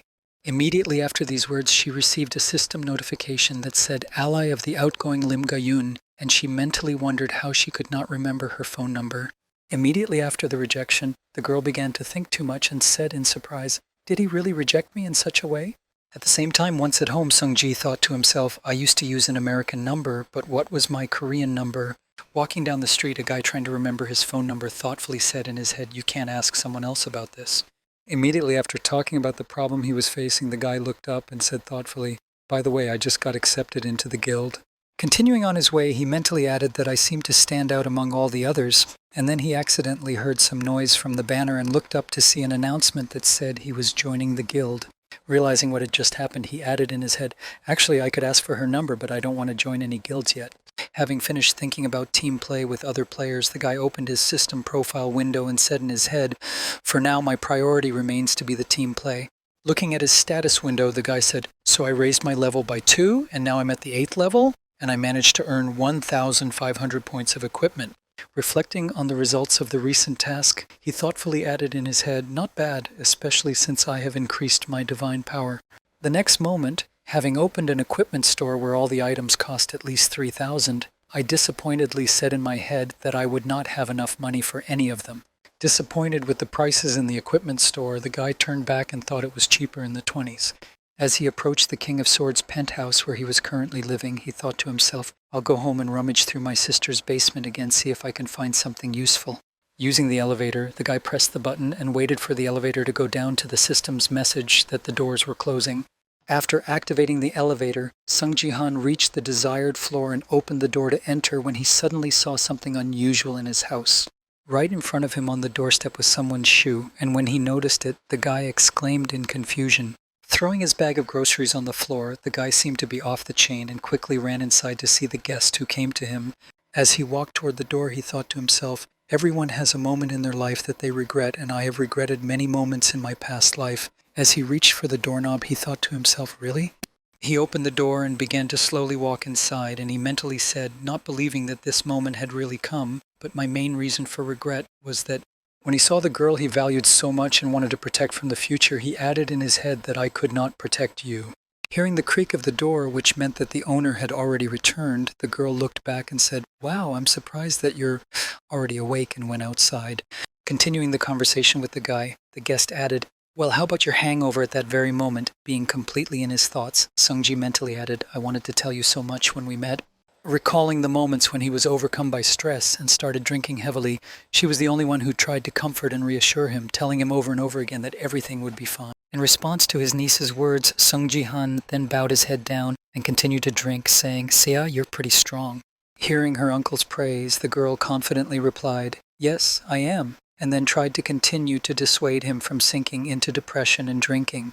Trying to take the bottle of alcohol away from her uncle so that he would stop drinking, the girl said, "From now on, I will protect you." And remembering this moment, Sungji thought, "Thank you for protecting me." Recalling the very moment when she made him a promise and tried to somehow encourage him by pretending to be strong, she said, "Just believe in me." Also, recalling the moment when he had to lose the only person who appreciated him and did not leave him in trouble no matter what, Jihan mentally added, "I'm sorry I couldn't protect you." Continuing to recall those feelings of deep loss when he held his only family member in his arms without signs of life, the guy said, "I know it may sound shameless." Looking at his niece, who was alive at the time, and hearing her gentle voice, he said, "Why don't you answer quickly? Go and wash your hands," and thought, "I really missed you so much." Smiling happily after coming to see her only family member after being left alone in Korea, the girl happily told her uncle. Trying to somehow hold back his tears after what happened to him after the loss in the new meeting when he returned in time, Seo said in a low voice. Looking at the girl standing in front of him, the boy mentally said, "This year she turns 18. She is the daughter of Yoon Se-jin and my older sister, my niece." The next moment, after recalling all the information about his niece, the boy smiled happily and asked if the night in Jeju had already ended like that. In response to her uncle's question, the girl put her hand behind her head and laughed nervously, saying, "Well, I just went to report a little earlier." After hearing from his niece, Sung Ji-han thought Seo was born when my sister worked to provide for us. And that's why I looked after her since she was a baby. And then I heard everyone was completely crazy about her father. Awkwardly scratching her cheek, she added, "It's just the two of us at home at the moment." Sungji mentally added, "For me, who lost his family at an early age, he's the most important person in the world. She's my family." After these mentions, the boy grabbed his face and said irritatedly, "Damn Yoon." And then he added, "It's okay, you called your father." In response to her uncle's question, the girl hid her gaze and nervously answered yes, but then heard what? In response to her uncle's question, the girl said confusedly, "Well, the thing is that he fell in love," and then began to tell about a phone conversation in which her father said, "Just know that it will be like this from now on." Upon hearing the message from her father, the girl nervously exclaimed, "What are you talking about? How can you suddenly fall in love? Are you crazy?" And then heard me say, "I don't expect you to understand." And then Sia added, "What are you going to tell me to do? You're going to leave me alone." After being asked by his daughter, Ryuhei replied that this was the woman's condition in exchange for her love. When she heard the demand, the girl sitting in the toilet stall asked in confusion, "So you agreed to such an absurdity?"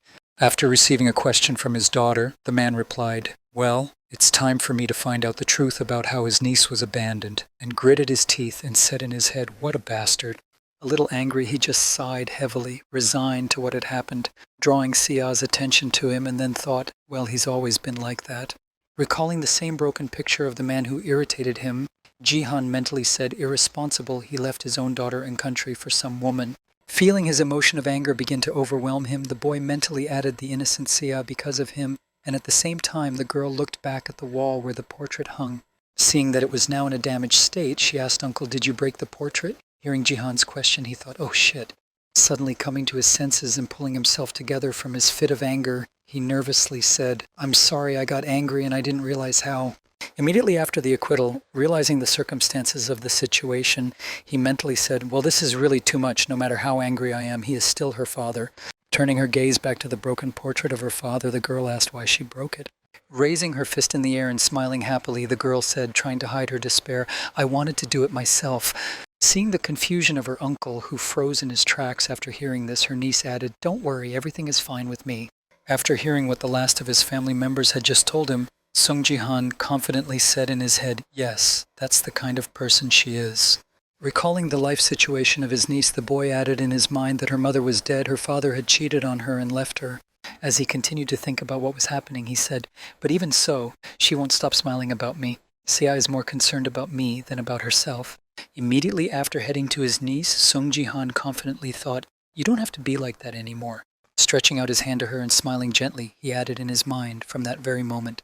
Holding the girl's head to his chest, the boy smiled happily and said, "Sia, you've become a grown-up."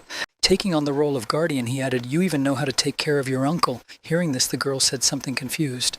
Continuing to act as an adult who now takes on the responsibility of protecting and caring for himself, Sung-ji added, "All right, from now on I will protect you.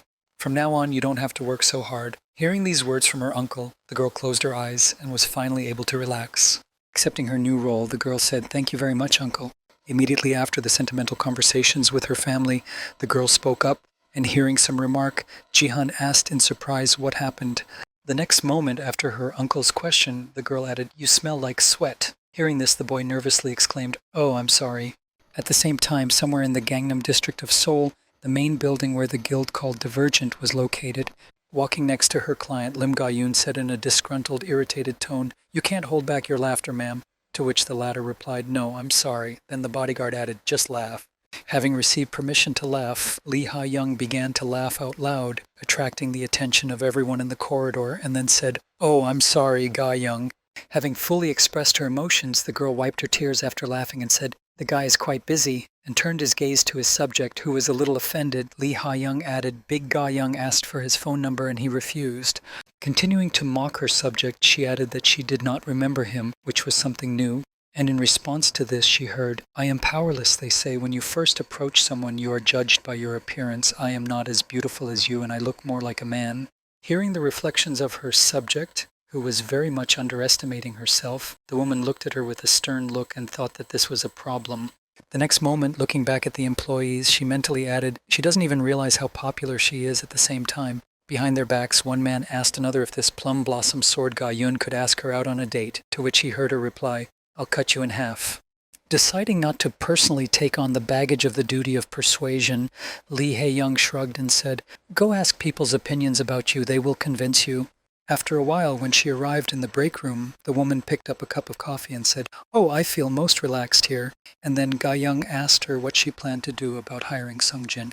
In response to the question, the bodyguard said, "I plan to convince him at any cost. The old men are insisting on settling everything as soon as possible. This situation depresses me. He is quite talented and should become one of us." The next moment, Lee Hae-young noticed one person in the live broadcast and exclaimed in surprise that why he suddenly went on the air today. There are no large-scale battles, and then heard Ms. Yu are still watching gambling broadcasts. In response to her subject's question, the girl said, in the sense of gambling, "They just analyze strategies here," after which Ga-yoon asked in surprise simply. The next moment, when she saw whose stream was displayed on the main screen, Lim Ga-yoon said something confused to the lady, and then she exclaimed, "What?" Also, identifying the person who was streaming, Lee Ha-yeon said to Sung Ji-han at the same moment, "The guy said Sia is working fine," to which she replied, "Yes, everything is also visible on the phone." Recognizing the person on whose stream she had just entered, Miss Ga-yoon said unhappily, "That's him you're always looking at," and nervously replied, "That's not the point now." Drawing the attention of my subject to the headline of the stream, which said, "I am the son-in-law of the King of the Sword, Lee Ha-young," I added that he says he is the son-in-law of the King of the Sword. At the same time, preparing to implement his plan, the man told Sia to stand a little further away, to which she replied confusedly that it was okay now. In the face of a large number of different comments from viewers who expressed their assumptions about this situation and the name of the stream, Song-ji was preparing for a grand show. Raising his right foot, the boy suddenly stomped, after which the ground broke under him and the crack went to the pedestal of the two swords. After seeing what had just happened on the stream, one of the viewers angrily wrote, "I'm crazy, and this is the same Korean landmark that they are boasting about to foreigners." After the start of the grand show, without even knowing about the commentators, Ji-han prepared for the climax. As the number of spectators grew steadily, the boy smashed the landmark of his country to pieces with just one punch. At the same time, as soon as the pedestal was destroyed, he received a system notification that said the achievement was completed, and then looking at the suit that had been torn apart, Sung-ji said, "I'm a little relieved." Having fulfilled a certain part of his plan to attract a large audience, the guy spoke about the citizenship of the Sword King Yoon Se-jin. So in this world, where the game appeared, there was also a certain platform for broadcasting battles, and it was called the BattleNet streaming platform. It was one of the few streaming platforms that had no analogs and no equal. Seeing the conditions for the achievement, the guy mentally said that since this platform is part of the BattleNet, the number of viewers, subscribers, and views will help me get rewards for achievements. After performing a grand show for Song Ji-han, the son-in-law of the Sword King will have no better chance to win all the rewards than this. The next moment, 2 system notifications appeared above him saying, "You have achieved the usual achievement of collecting viewers," and "You have achieved the usual achievement of collecting 100,000 dislikes." Looking at the considerable number of achievements that he managed to get, Sung-ji was surprised to hear a lot of dislikes in his head, as expected, and I didn't even think that Se-jin would ever be useful. When I saw the comments of one of the viewers who wrote how you dared to destroy the statue of 2 swords, which symbolizes the King of the Sword, and what if he doesn't want to come back because of this, I thought of a screensaver with 2 swords. Remembering a certain organization that he hated, the boy mentally added that it was definitely from the fandom of the Sword King, the club of rabid fans of Yoon Se-jin that drove Sia to his death. Thinking back to his past and how things had happened there, Seong-ji mentally said these people were the ones who supported Yoon Se-jin the most, and that was why their discontent and anger grew over time. And over time, they began to head towards his only relative, Yoon Se-ah, at the same time as members of this group repeated over and over again that the King of the Sword had left his country because of his naughty daughter. Starting to persecute the poor girl, they repeated, "Yoon Se-ah must die so that he will return, destroy her, finish her, and the rest after these events." Recalling what had happened to her niece, Ji-han gritted his teeth and said in his head they needed someone to blame and take out their anger on. However, this time everything will be different. Standing in front of an audience of millions after what he did to the sword pedestal, the guy said, "I hope you are all listening carefully to me now," and then thought, "I would love to be a target for their emotions." Having riveted the audience's attention to himself, Ji-han slammed his hand on the remaining swords that had not yet collapsed, and then received comments from the bastard, "Stop asking us to listen to you, but you are spoiling the property." After completing his grand show with the destruction of crossed swords, he confidently announced that Ito Ryuhei would never return. At the same time, there were heated discussions in the comments about whether or not this is Song Ji-han, the guy from the Bronze League training who only has bronze, and what is he doing? Are you still sure he has bronze after he broke the statue? I don't care about the statue, but I think the idiots from the King of the Sword fan club are going crazy right now. The next moment, holding out his phone with the audio recording to the lens, Sonji said, "I'll let you listen to the recording of this conversation that Ryuhei had with his daughter after he decided to take Japanese citizenship." The next moment, the general public witnessed a telephone conversation in which the daughter asked her father what was happening, why were you leaving so suddenly, and he replied, "I fell in love." After hearing her father's answer, Yoon Se-ah exclaimed in surprise that it was all for her sake, and when she heard the reason for Ga-yoon's move, she said angrily, "What a bastard." Continuing to play the audio recording, people heard the girl ask if he was going to leave me and leave me alone, to which he replied that after hearing this, the audience wrote that it was true, and everyone suddenly stopped writing to the chat. And finally, the last phrase from the audio recording was played for the general public, in which the now King of the Sword, Ryuhei, said this condition to the woman in exchange for her love. After heated discussions in the chat room about the slander and disputing the words of the Sword King fan club members, a girl appeared in the lens and said, "Hello, I am Yoon Se-ah, the daughter of the Sword King." Continuing her speech in front of an audience of millions, she added, "I was also shocked by this situation, and I am here to tell you all something.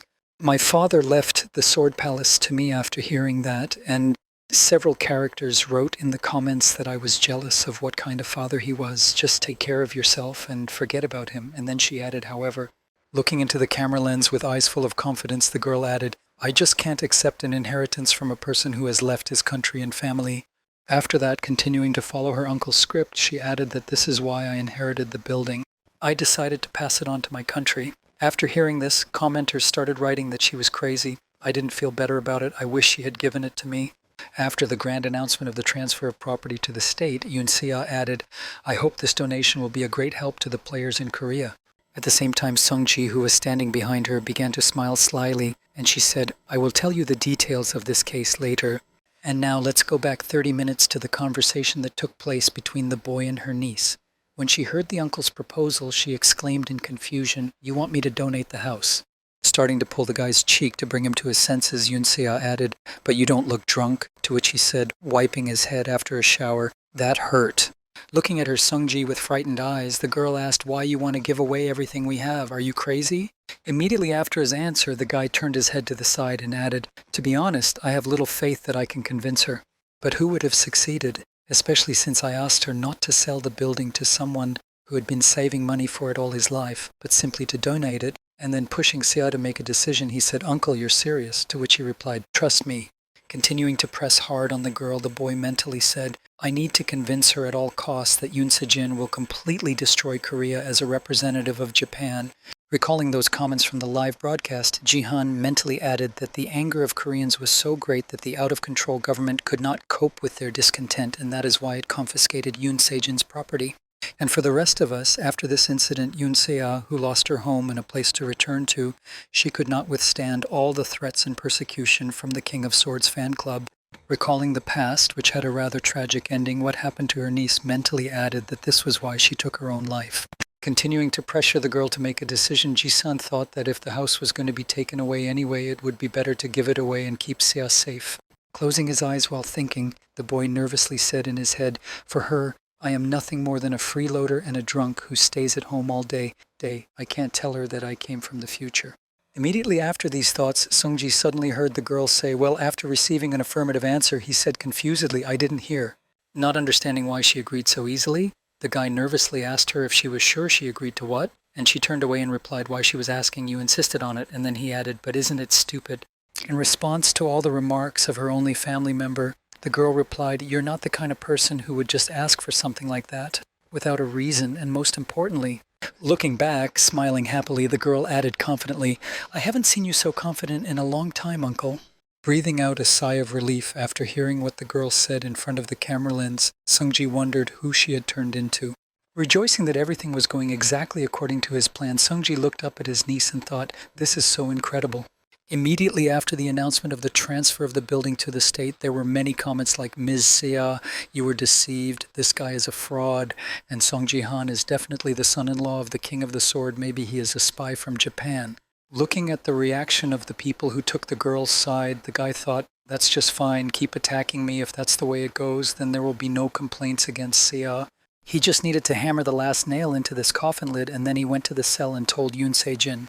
Standing in front of his niece, he added confidently to attract the attention of the audience, honestly, I think I did a great job.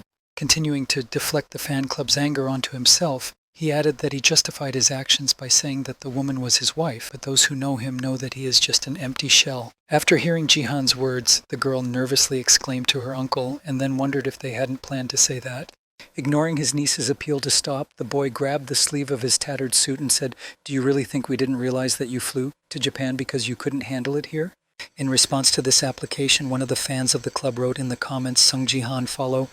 The word Sung Ji-han with bronze declares that Yoon Se-jin is an empty place boogeyman. At the same time, Lee Ha-yeon along with his subject were plunged into shock. After his loud statements, which shocked all the viewers, the guy tore off his sleeve and confidently added, "Enjoy your stay in Japan."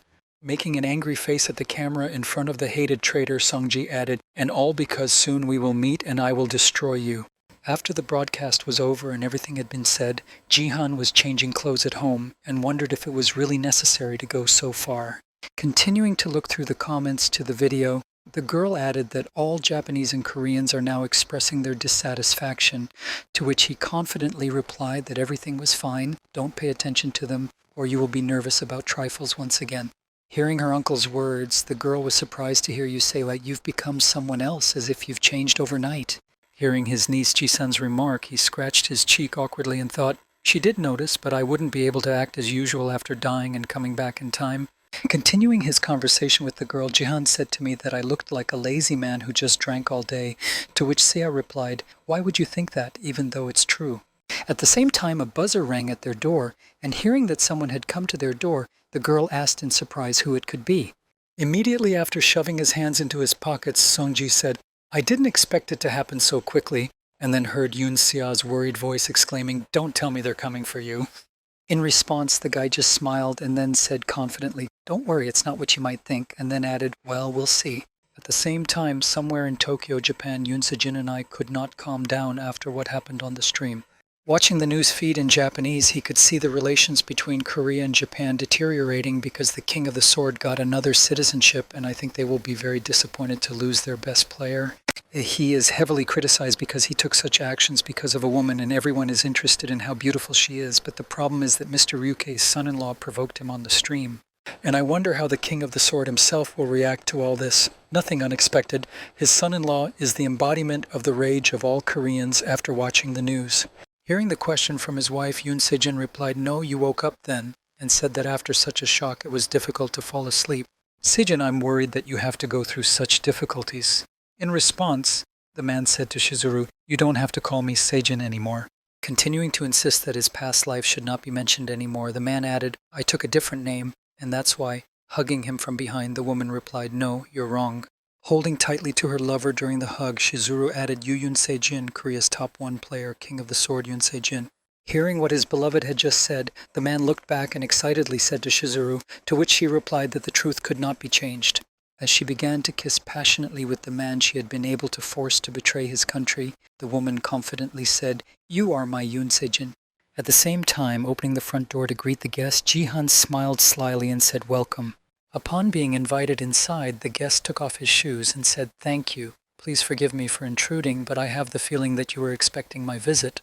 In response to a question from a man standing on the doorstep of Sung-ji's house, he said, "No, not at all, but I knew that the government would definitely intervene if it was important." Looking at the man who represented the South Korean government, the manager of the BattleNet department, Park Young-sik, the boy said, "Please come in, Manager Park Young-sik." Pointing to the place where he could sit, the boy said, "Come on in," and then mentally added, "After Yoon Se-jin left, his department stopped coming to us."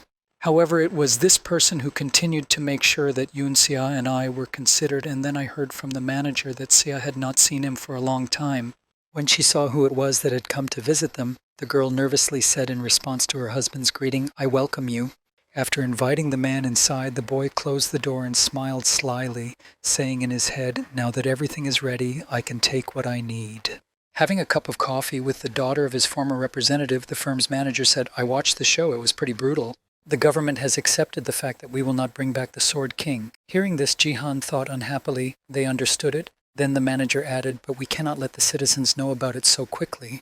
Continuing to circle around the main topic, Park Yong-sik said that a battle between Korea and Japan would soon take place, so before he could finish, Sung-ji asked why we shouldn't get right to the point. Immediately after this offer, the boy added, you want me to refuse the donation of the palace, right? Because it is an admission that the king will not return. When the manager heard the question from the guy sitting in front of him, he was surprised to hear how he had guessed. The next moment, recalling the past when he met this person, Park Yong-sik thought, this is exactly the same loser as I remember him being unemployed and obsessed with gambling. Upon reflection, the man added, you are absolutely right. We have not yet given up hope for his return. We offer you to become a contract manager instead of a donation. Hearing the offer, the girl was surprised to think, what a scheme. And then Sung-ji said, they're cunning. They want to put me in charge of the management until the real owner returns. Reflecting on the right choice after this offer, the guy asked if the house would go back to the owner when he returned, to which Park Yun-sik replied, you are absolutely right. The next moment, taking an envelope with a contract from his briefcase and handing it to the guy, the manager added, it would be great if you stayed in the Sword Palace. While the guy was rereading the contract, the man said all the terms are favorable for both parties, so read it and think about it at the same time. Jihan thought they had sorted the situation out. Continuing to read all the details of the agreement, he mentally added, I was going to give everything, but if they want something else, that's even better for me. Immediately after completing his thoughts, putting the contract on the table and pressing it to the table, the guy confidently said, I realized we would also like to ask for a favor, and I heard what kind of favor he was asking for. After witnessing her uncle's words, Yunxia said in surprise, and I also came out after that, Jihan confidently said the fact is. At the same time, a large number of players received a notification saying that the Golden Light had started its stream, and when they entered it, viewers happily began to write, hi, you're streaming a stop, and where did he climb this time? That he was on the head of a Colosseum statue. Continuing to laugh happily, the guy who was gathering the audience happily said, welcome to my stream. Moving the camera to the place where he is this time, the Golden Light spoke today, and we returned to the bloody and dusty Colosseum. Jumping off the head of the statue and moving to the center of the field, he confidently added to the streamer, the travel specialist came to you again, smiling happily. After recording his moment of landing in a not-so-great pose, one of the commenters was surprised to write that he was wearing underpants or something. The next moment, the guy got to his feet and confidently added a golden light to the streamer, after which he received a donation with a comment, give it to these bronze fools. Seeing that he had just received the first money for the stream from the viewer, the guy started dancing and exclaimed joyfully, gods, I'm going to get it as a sign of my favor. I'll dance for you like 02. Oh, this is a dead trend. At the same time, while the streamer was doing this nonsense, his viewers wrote how disgusted they were with this trend, but other participants in the competition where this character was present were not happy. Gritting his teeth in hatred, one of the participants said, oh shit. And then the other, shedding tears, added, oh shit, I prayed that he would be hit by a car again. This son of a bitch came. Quite a well-known player in various circles and also a streamer of Golden Light. He was mostly known for his appearance and hyperactivity, but from the very beginning he was an exceptional clown. However, he used to be quite a respectable person in the Golden League until he decided to go down to bronze, saying he was going to explore the depths of the sea. He is not interested in the game itself, he only cares about having fun, he is just a space jester. His characteristics and equipment still remain at the golden rank level, while at the same time diving underwater to the sea creatures, the guy smiled crazily and said, wow, life is bubbling up at the bottom. His fun was beating and defeating the bronze players who were weaker than him, and at the same time the guy said in surprise that I was not such a thief after all, and the bronze players thought that he was a psychopath. When the guy got tired of just standing there, he grabbed his sword and shouted, enough with the boring talk, let's decide who will be the first victim, let's see. Suddenly, while choosing a target for his stream, the Golden Light noticed a well-known person and shouted out the same content. Heading towards the guy he was interested in, Son Ji-han shouted out a golden light and managed to attract the attention of the player who was also in the Colosseum. Holding out the microphone to Ji-han, he exclaimed, I'd like to interview you. Hearing the request, Song-ji thought, what the hell? Then added Golden Light, son-in-law of the Sword King, best bronze player, destroyer of the two swords statue. You have a lot of nicknames lately. Everyone is interested in you. When I heard the guy's questions and requests, I turned my head and thought he was a streamer from BattleTube, which is noisy, and by the way, I have very few achievements left to get there. The next moment, he opened his system window and activated his own live stream, and said in his head that he needed to increase his views.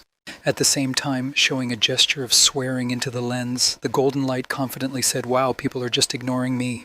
Immediately afterwards, several comments appeared on the guy's stream saying, "Hey, he seems to have started a live broadcast as well, and let's go watch it." And I thought, I'm really confused when I saw this golden light. Panicking that his bread might be taken away from him, the boy, biting his nails, thought, "Oh shit, I've advertised it for free." Continuing to panic about his actions, he mentally said to himself, "I need people to watch my stream, not his." Suddenly, a notification appeared in front of him that read, "The viewer has given you the task to finish off Sung Ji-han so that he takes the last place. The reward is 2,000 points of equipment." Seeing this, he mentally said that 1 point of equipment is worth about 1,000 won, and here they are worth 2 million. Immediately afterwards, 2 more comments appeared that said, "Golden Light. Please finish Song Ji-han for the sake of the Sword King fandom. We will make an increase in reward." When the streamer saw the comments, the Sword King fandom thought in surprise. As he watched new viewers with the same avatars appear and their rewards grow, he added, "I knew they hated Song Ji-han, but not that much." When he saw several dozen notifications with the words "award" enlarged again, the boy was amazed and said, "They are simple."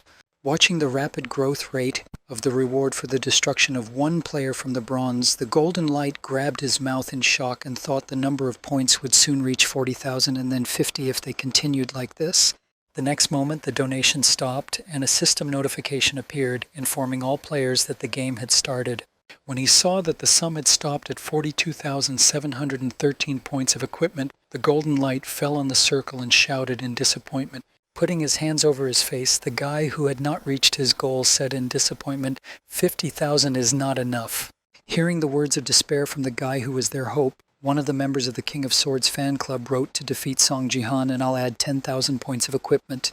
Hearing the promise from the spectator, the guy felt a sudden burst of motivation, grabbed his sword and said sternly, "Your determination has been passed on to me." Turning his gaze to the guy who was about to die at his hands, the famous streamer confidently said, "You can despair now." Having taken up a combat stance and started preparing for his powerful surprise strike to quickly deal with the target and get the reward, he added, "A golden glow to me now."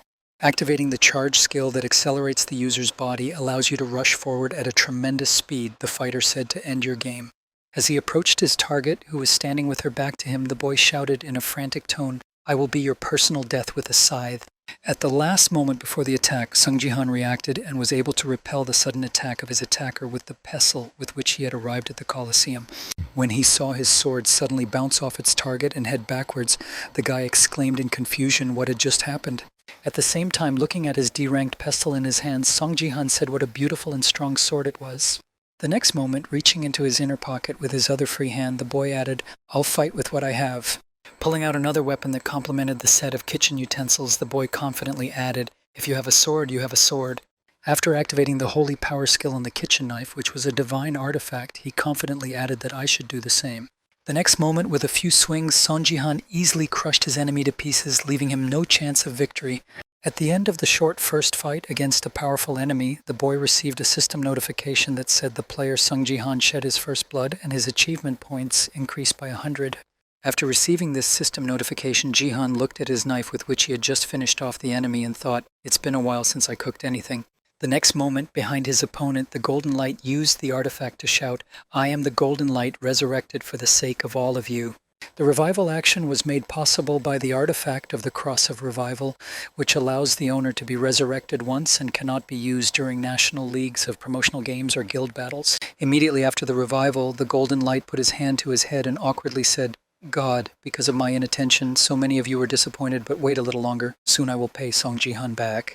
Before he could finish speaking, he suddenly felt a strange sensation that someone was looking at him at the same moment his opponent was standing right behind him. Realizing his awkward position, the boy nervously began to slowly turn his eyes back to look around. When Ji-san appeared in his field of vision, he became visibly nervous. Immediately after his series of strikes, Ji-han finished off the enemy again, after which a system notification appeared. The player Sun Ji-han made a double kill. After the final victory over his enemy, the boy looked back and thought, "It's been a long time since I've seen anyone use this, and in the future resurrection will not be used not because of fines, but because of the vulnerable position of the resurrected." The next moment, he turned his attention to the tribune where the spectators were, and mentally said, "Today the situation is more tense here perhaps because the observers have come to watch the beginning of the battle." Looking closely at the enemies of those who had come to watch the training process, the boy mentally added that today they were elves. continuing to drill his gaze into the newly arrived race of observers. Sungji said in his head, "They make me shake. These scoundrels played a significant role in the downfall of humanity." The next moment, looking back at the battlefield, the guy added, "Well, I was planning to deal with them later, but now I need to focus on more important issues." Looking around, Jihan noticed that all the enemies were keeping away from him, and then he was surprised to hear that I was considered an outcast. The next moment, all the fighters present in the arena began to run away, screaming and making a frightened noise. Continuing to run away from the monster, one of the players exclaimed, "Now is not the time to fight against each other, let's run away," after which another player added Song Jihan, even the Golden League player won. Realizing what the point of the escape of all the enemies in the arena was, Jihan sighed heavily and said in his head, "Now it will be much harder to destroy them." The next moment, raising his weapon in front of him, the boy said, "I finally found the D-rank sacred items, and then I thought I needed to participate more in battles to fulfill the conditions for their use."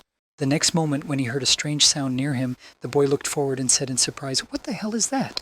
After receiving a system notification that said to conquer the goblins, conquer all the goblins that gathered around the goblin champion, the guy saw a crowd of monsters approaching him. However, despite this development of events, the guy was even glad that everything happened this way. Sometime after the start of the hunt, catching up with one of the enemies, he could hear the monster shouting, "Save me." However, no one was going to help him the next second, so in order not to attract unnecessary attention, the guy hit the monster on the head with a pestle, knocking it out of consciousness. The next moment after this action, he pierced the enemy's chest with his knife with sacred power. After the last enemy was destroyed, Jihan received system notifications that said the conditions for using holy items were met, the items from the D-rank cooking set were used together than he thought, so he knew how to use them. Imagining in his mind an approximate picture of the combination, he mentally said, "You need to hit one on the head and pierce the heart with the other. Since they are from a set, they have a certain order of use." Immediately after looking around, after fully mastering the tactics of fighting with his weapon, the guy mentally said, "It's good that I realized this before the battle ended." Only when the dust cleared, he looked around and saw that all the goblins had been defeated, adding disappointedly, "But I still wasted a lot of time. If I had mastered it earlier, I could have killed a couple more goblins." After expressing his disappointment about the protracted training, he noticed that not all enemies were defeated, although he was dissatisfied.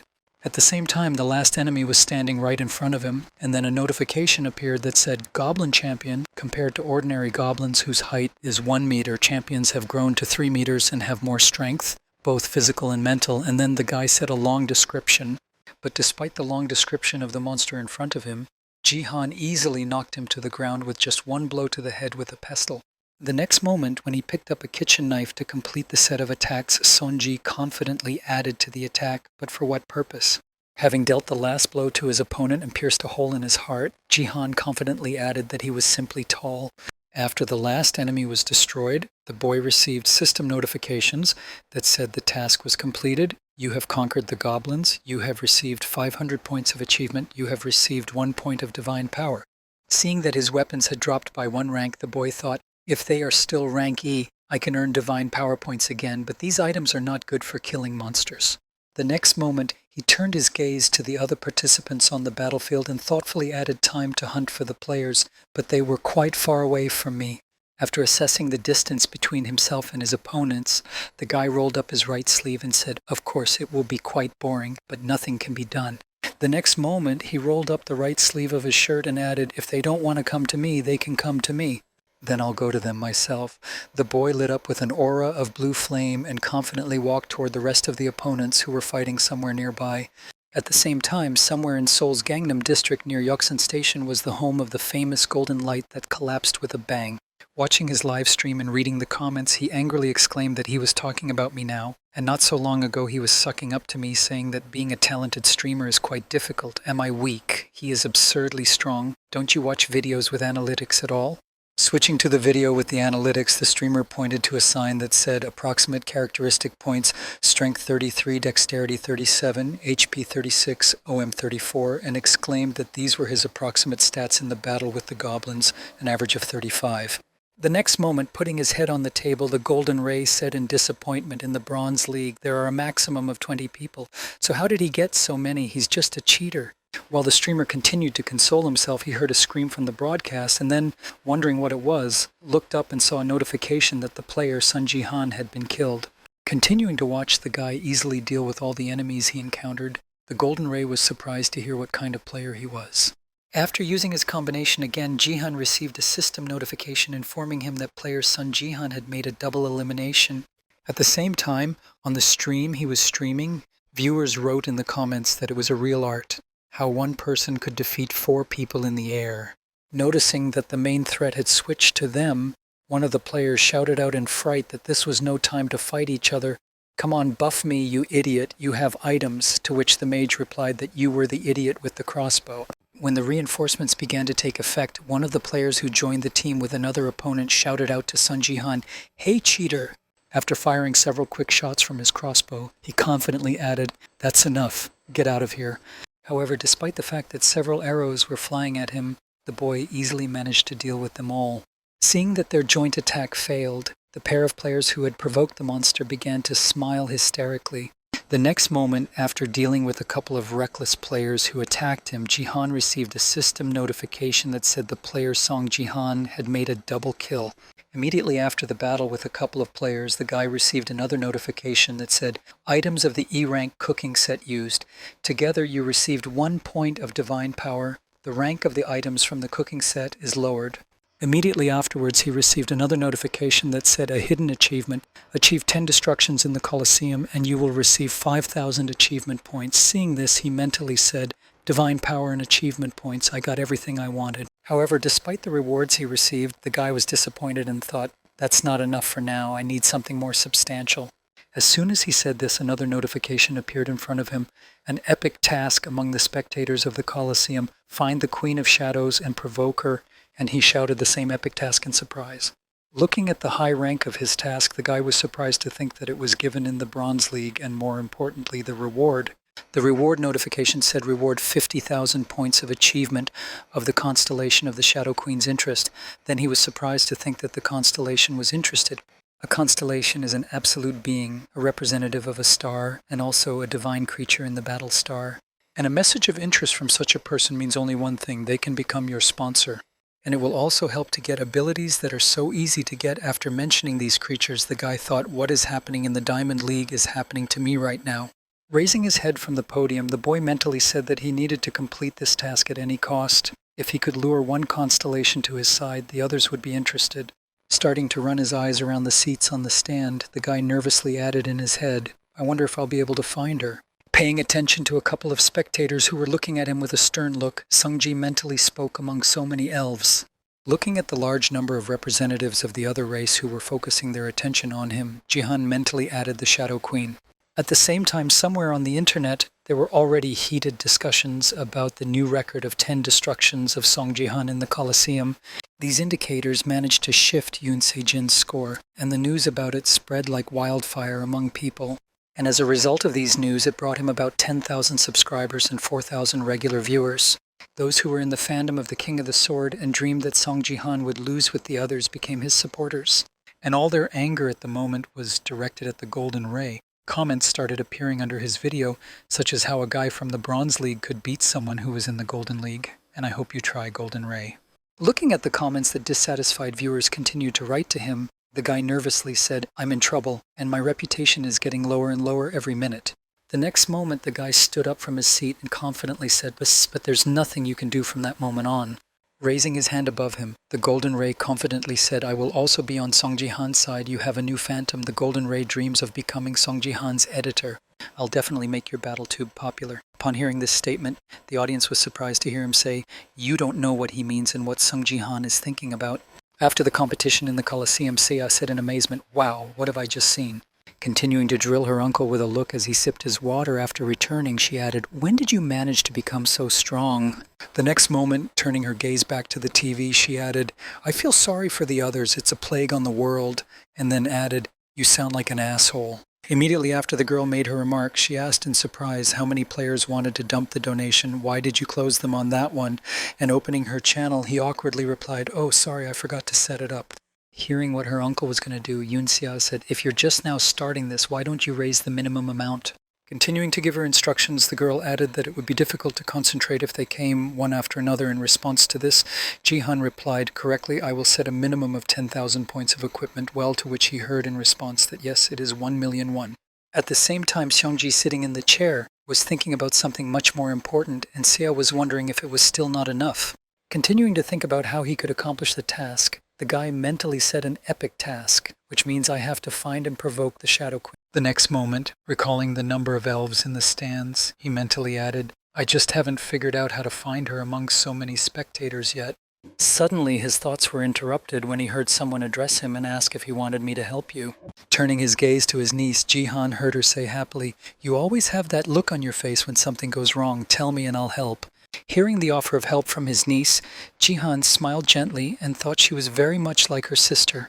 Immediately after mentioning the person this girl reminds him so much of, Sungji said, Really? Then let's see how you handle it. The next moment he said, I have a task to find the Shadow Queen in the Colosseum. Hearing this, the girl asked in surprise who the Shadow Queen was, and Jihan added, I don't know, but I only know that she is among the audience. And then Sia added a strange task. Immediately after hearing the task and being inspired, the girl happily exclaimed, I'll look through the game and find it, to which Sungji replied, I'll wait for news. As he headed to another room after shifting the search responsibility, the boy mentally said, I feel bad for asking for help. Closing the door behind him after he got to his room, the boy mentally added that it was like looking for a needle in a haystack. With a sigh of relief, the guy said, I'm proud of her, and then thought, I'm sure she is sincerely willing to help, so I can only thank her for that.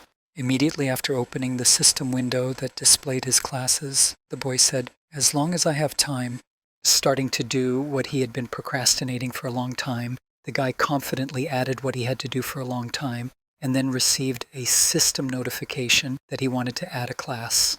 After pumping a place for an additional class to the second level in the skills store, Jihan mentally said, I bought an additional classroom for the points I earned. Now I can add another class. When the list of available classes opened in front of him, the boy thoughtfully said, I'll choose this time. Pointing to the ribbon with the words Wizard on it, the guy confidently said Wizard. Immediately after selecting the new class, the guy was enveloped in a magical aura, and a notification appeared above him saying that you have added the mage class. After gaining new skills, Sungji put his hand to his chest and said thoughtfully, I feel a new power coming from my heart, different from the divine. The next moment, recalling all the reasons for his decision, the guy mentally said, I need to try the reason why I chose the mage class after the support player. The reason for this is the unique characteristic only after 2 cash registers have been received. Having experienced something he had only heard about before, the guy saw that he really managed to achieve the desired result and spoke with power. Once in my past life, while having a drink, I had a certain conversation with Baron, and he heard Jihan, and I was very sad. Trying to somehow disown his guildmaster, the boy replied, Sir, how much longer are you going to keep saying that? To which the guildmaster replied, If you had gotten your citizenship a little earlier, I would have recognized you as an American and treated you better. Every time he got drunk, Baron shared his excitement with me, and that day he told me something unusual. That evening, the guildmaster said to his subject, I think we will become closer someday. Using his magic to hold the bottle of alcohol and simultaneously emptying the glass, the man added, When I get the power. When Guildmaster Jihan heard what he had just said, he asked him if he was talking about the power, and he replied in surprise that he hadn't told you about it. Focusing his gaze on Barena, Jihan felt the power, a characteristic that appears when the divine power and mana are perfectly combined. Continuing to look at my leader who was drunk and did not control what he was saying, the guy heard, and this is very difficult to achieve for others, I am the only player with 2 classes. Recalling that he has 2 types of support classes and a mage, Baron confidently said, I'm the only one who can wield power because I have 2 state windows. While relaxing over a drink in his home, the guildmaster heard from Jihan that there were no more conditions for receiving it, and he replied that he needed to have 10 or more points of divine power. Then Sungji added, I'm not an American, I can get something like that. In response to this question, Baron happily said, No one else has 2 classes except me, and even if the whole world knew about it, nothing would change. Continuing to recall the conversation that evening, the guy mentally added, he was very impolite, but I didn't dare argue with him. However, the fact that only Baron alone possessed a power that was superior to the divine was definitely true. As he continued to conquer the characteristic of strength he had received after receiving the 2nd grade, the boy mentally said, but that was before. Trying to somehow keep this power to himself, the guy, feeling a lot of pain, said in his head, I know what the conditions are. This characteristic brought Baron to the 1st place in the world, despite the fact that he did not develop and control it well. I must get it to cope with the challenges in the future. Continuing to writhe in pain, the boy mentally said, I must endure, I must concentrate the divine power in my hands. Continuing to draw up a plan of action on how to pump up the control of this characteristic, he mentally added and directed the same mana from his heart, combining it with it. Holding his hand in the sphere that had formed with great force, he mentally added that he needed to concentrate so that nothing would leak out. As soon as he felt that he was starting to get it, the boy smiled nervously and said, "I've got it." Before he could even finish, he lost his concentration for just one moment and threw the guy through the door. After a hard landing, Ji-san grabbed his head and groaned heavily as a result of the failed experiment. Rising to a sitting position, Jihan thought about how he could master this power and thought, "I can't just hold them with my hands, what should I do?" Leaning on the door after the failure, the guy thoughtfully said, "Maybe I should increase my mana supply," and then thought it was completely spent after the first attempt. Raising his hand in front of him again, the boy thought in his head, and whether it would be possible to combine the two energies in his hands and hold them forever is not an option. The next moment, realizing what he had just said, the boy came to a certain logical conclusion and spoke forever in his head. Closing his eyes to increase his concentration and improve his imagination, he mentally said to himself that he didn't need to hold it. Continuing his reflections on the correct use of this energy, he thought that it was possible to move it in the body. While performing certain mental activities, Jihan said in his head to take the divine power originating in the upper dantian and combine it with the mana of the middle one, holding them together with the power of the lower one. Continuing to combine different types of magic into one to achieve the result, the guy thought, while they will mix and take the perfect shape. If you then compress them in this state immediately after combining, something unpredictable happens. When Songji forcefully mixed different types of magic, he received a system notification that said you are trying to combine 3 dantian with the energy that enveloped his entire body. Feeling unbearable pain, the guy began to moan heavily and the threat message continued to appear, saying that you were trying to combine 3 dantians. Immediately after that, a threat notification appeared, indicating that the player had exceeded his limit. The life-threatening situation was discovered at the same time Yoon Seo, who heard strange screams from her uncle's room, suddenly jumped to her feet. And now for an explanation of what is happening and what the guy is doing, this procedure is called the unification of the 3 dantians. Sung Ji-han tried to merge divine power and mana to use the power and subconsciously added combat power to them. However, the conditions for performing the combination of the 3 dantian are very strict. You must be able to perfectly utilize each of them, which has its own distinctive nature. But the restrictions do not end there. In addition to mastery of each of the characteristics, they must be equal to or exceed 100 points. But if someone tries to combine this without proper preparation, there is a certain probability that the daredevil will lose his life in the experiment. Hearing extraneous sounds that should not be there, the niece, distracted from her task, nervously thought that a certain scream was coming from her uncle's room. Quickly heading to her guardian's room to check on him, the girl shouted out to her uncle, "Uncle, what's wrong?" When she opened the door to her uncle's room, she screamed out to her uncle in fear, but when she saw that he was now fine, she calmed down. Drawing a bowl of cold water and towels, Sia said something insulting, like "You were screaming because of a headache," to which he replied, "Yes." And then the girl added, "How did you feel better so quickly?" After removing the cool compress from his head, Songji turned his head away and said, "The human body is amazing," to which his niece replied with a displeased look of seriousness. When he heard the girl's remark, the boy said awkwardly, "I'm sorry, I didn't mean to make you angry." Covering her face with her hands, the girl began to cry and said, wiping her tears with her hands, "I was really scared. I thought something bad had happened to you." Hearing his niece's worried words, the man said, "I was inattentive and should have thought of Sia." After a while, the girl stopped crying and wiped away the remnants of her tears and asked, "So everything is okay with you?" In response to his niece's question, Jihan awkwardly threw his arm around her neck and replied, "I'm fine." Feeling guilty for what he had done, the boy added, "I'm sorry for making you worry." Hearing this, the girl looked at him with a confused look. Immediately afterwards, Yoon Seo, deciding to diffuse the sad atmosphere, poked her uncle in the chest and exclaimed, "Come on, I'm not worried, you. Said it yourself, everything is fine." Rising from her seat after the situation was settled, she added, "Then I will go on looking for the Shadow Queen." Hearing her niece's words, Jihan replied dejectedly, "Yes, thank you." As the girl headed back to her room, Sung Ji-han breathed a sigh of relief and thought it was better not to show her his weaknesses. Immediately after turning his gaze to the system notification that said he had failed to merge 3 dantians, the guy mentally added, "The merge of 3 dantians failed because I have a low level and not enough points." Immediately after using the magic of telepathy to twist the towel away from the excess moisture, Jihan happily added, "But it doesn't matter now." Using the newly acquired strength, the boy happily added the strength characteristics I had gained. After the merger of divine power and mana, they are replaced by a unique characteristic called the power of the 3 dantian. However, the merger of divine power and mana created the power.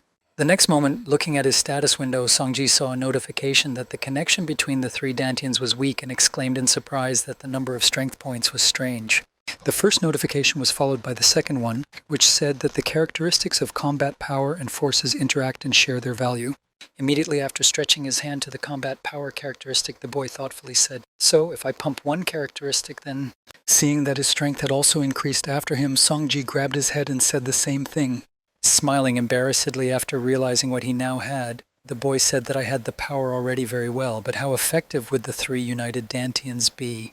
Continuing to think about the fact that he would not have one in the near future, the guy mentally said, "Okay, I'll leave this question for now.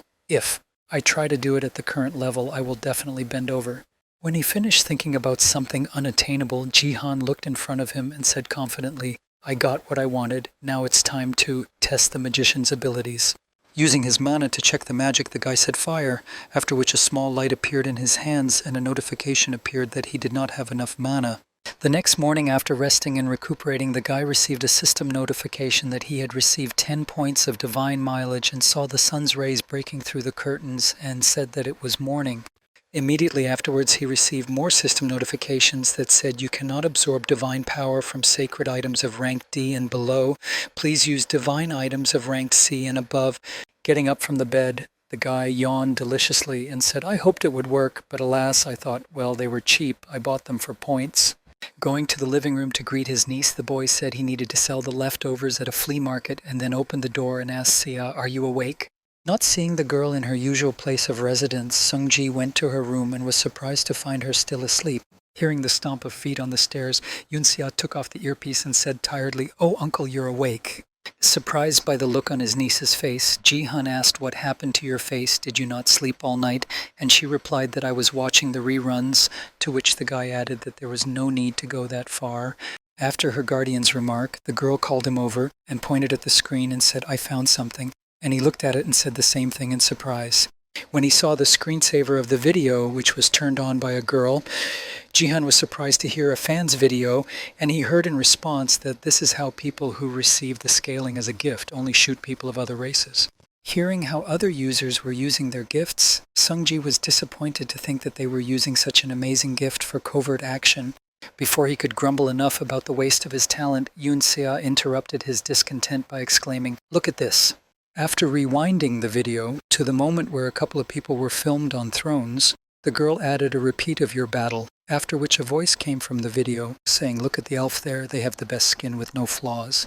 Looking at the pair of elves who were being covertly filmed, Yunxia said, "They both look like high-ranking elves, but there is a dark elf among them, and she would be a good fit for the title of queen. In my opinion, the Shadow Queen should be a dark elf." Continuing to build her guesses and show what she had found, the girl asked him how, to which he replied very convincingly, "You did a great job," after which the girl added that it was too early to draw conclusions. "I'll look again." As the niece continued to scour the internet for more information, Sungji mentally said, "I seriously doubt that the constellation can be found that easily." The next moment, the girl said, "Tomorrow I'll watch videos from foreign channels," to which the guy replied in surprise, "Wow, you're a professional," and she replied, "I even made a video for you." When he heard what Sia Jihan had made especially for him, he was surprised to hear that you know how to edit, and he replied, "Yes, a little earlier. For fun, I made videos of my father's games." Hearing that she even did this for her father, the boy looked at the broken portrait of the Sia family and thought, "You really did abandon your daughter, you infantile bastard." Now let's go back. 2 days later, sitting at the table with Jihan and Sia, the manager said, "I think I know who the Sword King's girlfriend is." Hearing this, the girl rose from her seat, exclaimed, "Indeed. And who is she then?" The man added, "Her name is Ito Shizuru." Continuing his story, Park Yun-sik added that she possesses a gift of SSS rank of unsurpassed beauty. Hearing this, a couple of young people froze in place in surprise. Immediately after hearing this, Jihan exclaimed in confusion, "And you think that this is why he fell in love with her?" And what he heard in response is that the department thinks so. The next moment, thinking about the gift, the boy said, "I've never heard of this before." And then Park Yong-sik added, "Please be very careful." Continuing to voice the warnings, the manager added, "We suspect that unsurpassed beauty is beyond control and affects the mind. Something similar has already happened before, and it is not the first time that Eastern stars of our country have taken Japanese citizenship. If this gift really has no limits, it can switch to another player at any time. Recalling the manager's words again, Jihan stood by the penthouse windows and mentally said, "Since that day, I have been looking for information about Ito Shizuru, a woman of incomparable beauty. Having not found any information about this person," the guy mentally said, "but so far I have no information. Japan is probably hiding her identity." Resigned to the fact that searching for information is a waste of time, the guy took the phone out of his hands and mentally said, "Now I can't find anything. Just like Manager Park said, I should be more careful." Heading away from the window to begin his preparations, the guy said in his head, "We need to be prepared in advance for sudden changes in circumstances." Thinking over the contingency plan, he added confidently that if the manager is right, then they have definitely already started to act. At the same time, a self-defense plane flew over the building that once belonged to the King of the Sword, after which Jihan added that the Japanese self-defense forces had already arrived in Korea. After a while, the beautifully dressed Yoon Sia, who was waiting at the exit, said to Uncle, "How much longer do you need?" Continuing to hurry her escort, the girl added, "We might be late for that," and she replied, "Okay, I understand. I'm almost ready in a few seconds." Having finished creating his image for the solemn meeting of foreign guests, Sung Ji-han confidently said, "Let's go." Straightening his jacket before heading to the meeting place, the guy said with a sly smile, "Well, it's time to welcome our dear guests." Going down in the elevator to the lower floors where everything was supposed to happen, the girl hid her worries and felt nervous. After voicing his question, Jihan added, "Relax, there's nothing to worry about." Hearing her uncle's reassurance, the girl sighed with relief and said, "This is the first time I've been in public since my father's accident, so I'm nervous." In response to his niece's worried words, the boy confidently said, "Be confident and brave. Just like last time, there is no need to think about what others will say. We did nothing wrong." In response to his niece's worried words, the boy confidently said, "Well, be confident and brave. Just like last time, there is no need to think about what others will say. We did nothing wrong." In response to her uncle's advice, the girl raised her head up and confidently said, "I understand you."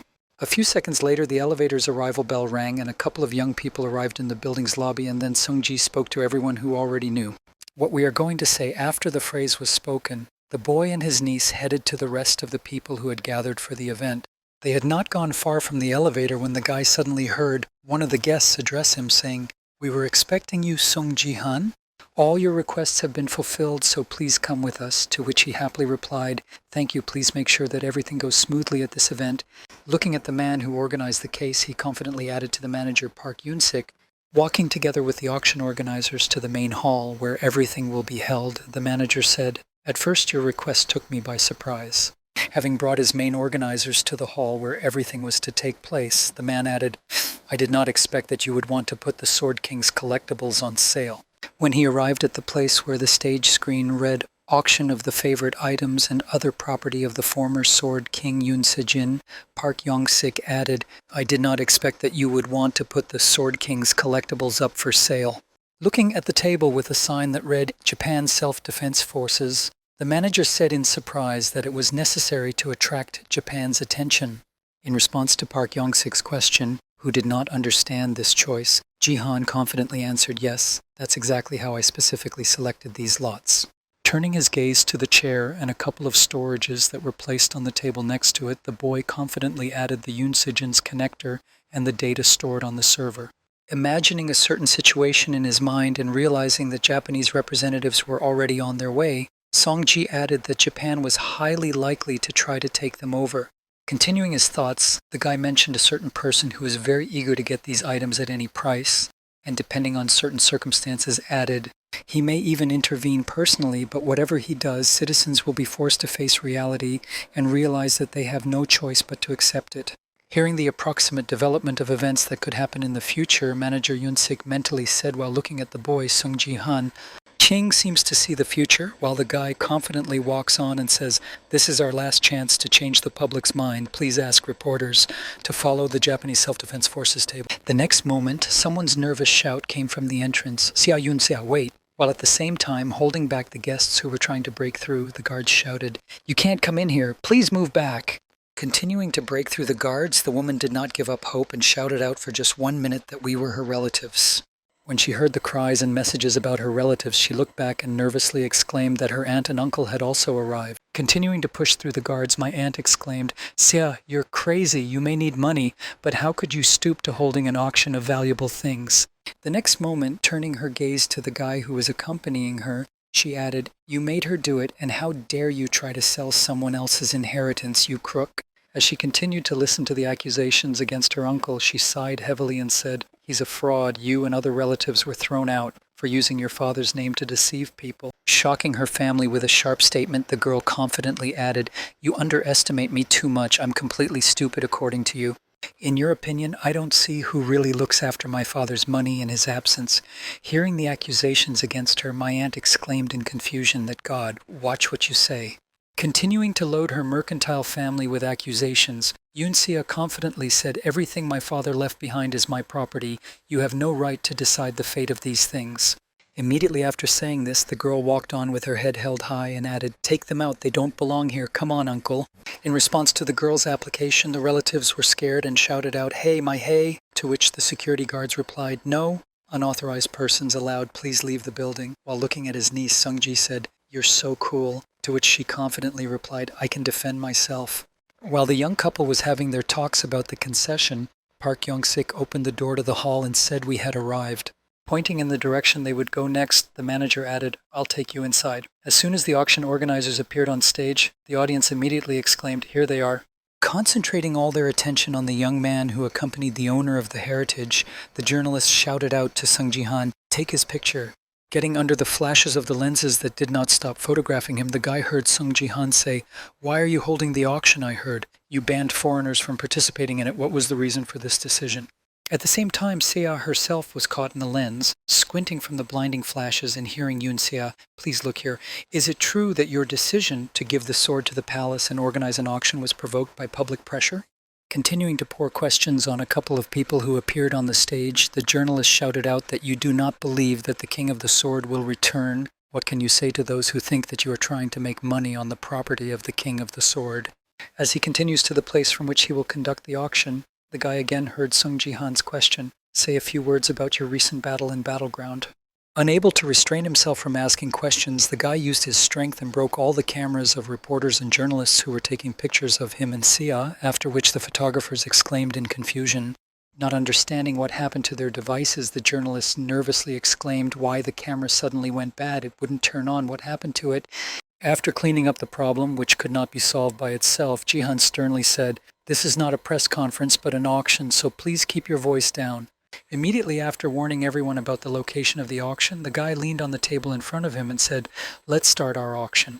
After the auction was announced, the guy pointed to the first item to be sold and said, "We have prepared 3 lots. The first one is Yoon Se-jin's battleship connector, which reduces pain by 99%. Next, pointing to the cassettes with the videos they contained, Sunji added, "In addition, we have Yoon Se-jin's analysis of himself and high-ranking East Asian players." Upon hearing about the second lot, which contained valuable information, one of the bidders said thoughtfully, "The King of Swords data is very valuable and incredibly useful, especially now that the battle between Korea and Japan is approaching." After announcing all the lots that would be sold at this auction, the guy looked at the guests and confidently said in his head that they would definitely not want to miss any of these backgrounds. Continuing to look around at all the participants of the event sitting in the hall, the guy said in his head that a debriefing from a high-ranking player is not something you can get anywhere. The next moment, raising his hand in the midst of the crowd of people discussing the lots, the man suddenly said, "I'm sorry," to attract attention. As soon as everyone's attention turned to him, the man standing next to the bodyguard said, "I am Takeda Kazuo, the recruitment manager." When the guy's attention shifted from his bodyguard to him, the man added that he was a member of the Japanese Self-Defense Forces. The next moment, raising his finger up, the man said, "Well, if the auction has already started, I can offer my price." Without waiting for an answer from the guy who was running the auction, Takeda Kazuo, I said, "I'm offering 5 billion won for all the lots." Putting everyone present in a state of shock, the man confidently added, "I would also like to ask for a personal meeting with Song Ji-han and Yunxia." Hearing the request from the guest, Ji-han mentally said, "I see right through him." After expressing his own thoughts in his head about the guest's intentions, Ji-han turned to the foreign manager and said, "I'm sorry, but it's hard to arrange." Stopping in front of a man sitting at a table of the Japanese Self-Defense Forces, the guy confidently added, "If you have something to say to me, then speak up." Continuing to pressure the man and gently rejecting his offer of a personal meeting, he added, "This is not the time or place to accept a meeting, and I think Japan knows this firsthand." After receiving a response from the auction organizer Takeda Kazuo, Sung-san said awkwardly, "When you look at me like that, I feel a little scared. I'm a guest, so don't be so unfriendly to me." After demonstrating his feigned fear, the man smiled slyly and added, "If you continue to be hostile to me, I will be treated with hostility." Immediately after these words, his bodyguard drew his sword in front of Jihan and prepared to fight, while the manager added that someone would have to intervene. Paying attention to the girl whose eyes showed that she was very strict, Jihan heard, "I mean my bodyguard, Shadow." As the girl bodyguard pressed the hilt of her sword against the boy's neck, Takeda Kazuo said she could not be compared to Keno, the king of the sword, but she was also an impressive player. Immediately after these words, I realized that he had overstepped the bounds of what was permissible, and in order to maintain tact said, "Oh, I am not threatening you in any way. I'm just keeping you informed." Hearing the strange mockery of the man who tried to intimidate him, Sungji could barely contain himself. Feeling a surge of rage at the moment when the bodyguard allowed herself to be too much on someone else's territory, the boy mentally said, "What kind of fool is she? A copy of Yoon Se-jin." It all happened very quickly, and the shadow appeared in front of Sung Ji-han, and the guy himself was not the most frightening, so he hit her, causing her to take a few steps back. Realizing what had just happened, the bodyguard gritted her teeth in rage and grabbed her sword, then said, "Let's continue," but saw a hand raised above her. Then, putting his hand on the shoulder of the shadow, which suddenly began to tremble, Sung Ji-han said in a stern tone, "You better give up your idea. This auction is broadcast on my battle tube around the world." Continuing to put pressure on the girl, the guy confidently added, "You're not going to pull out your sword in front of the whole world." And at that time, someone wrote in the comments, "Oh shit, she's crossing all the lines." Realizing that his subject had lost in a power battle against Ji-han, Takeda Kazuo waved his hand and said nervously, "Oh, stop it, stop it." As soon as the shadow stepped back and turned his head to the side, the man began to bow. My bodyguard said, rather fervently, "Please accept my apologies."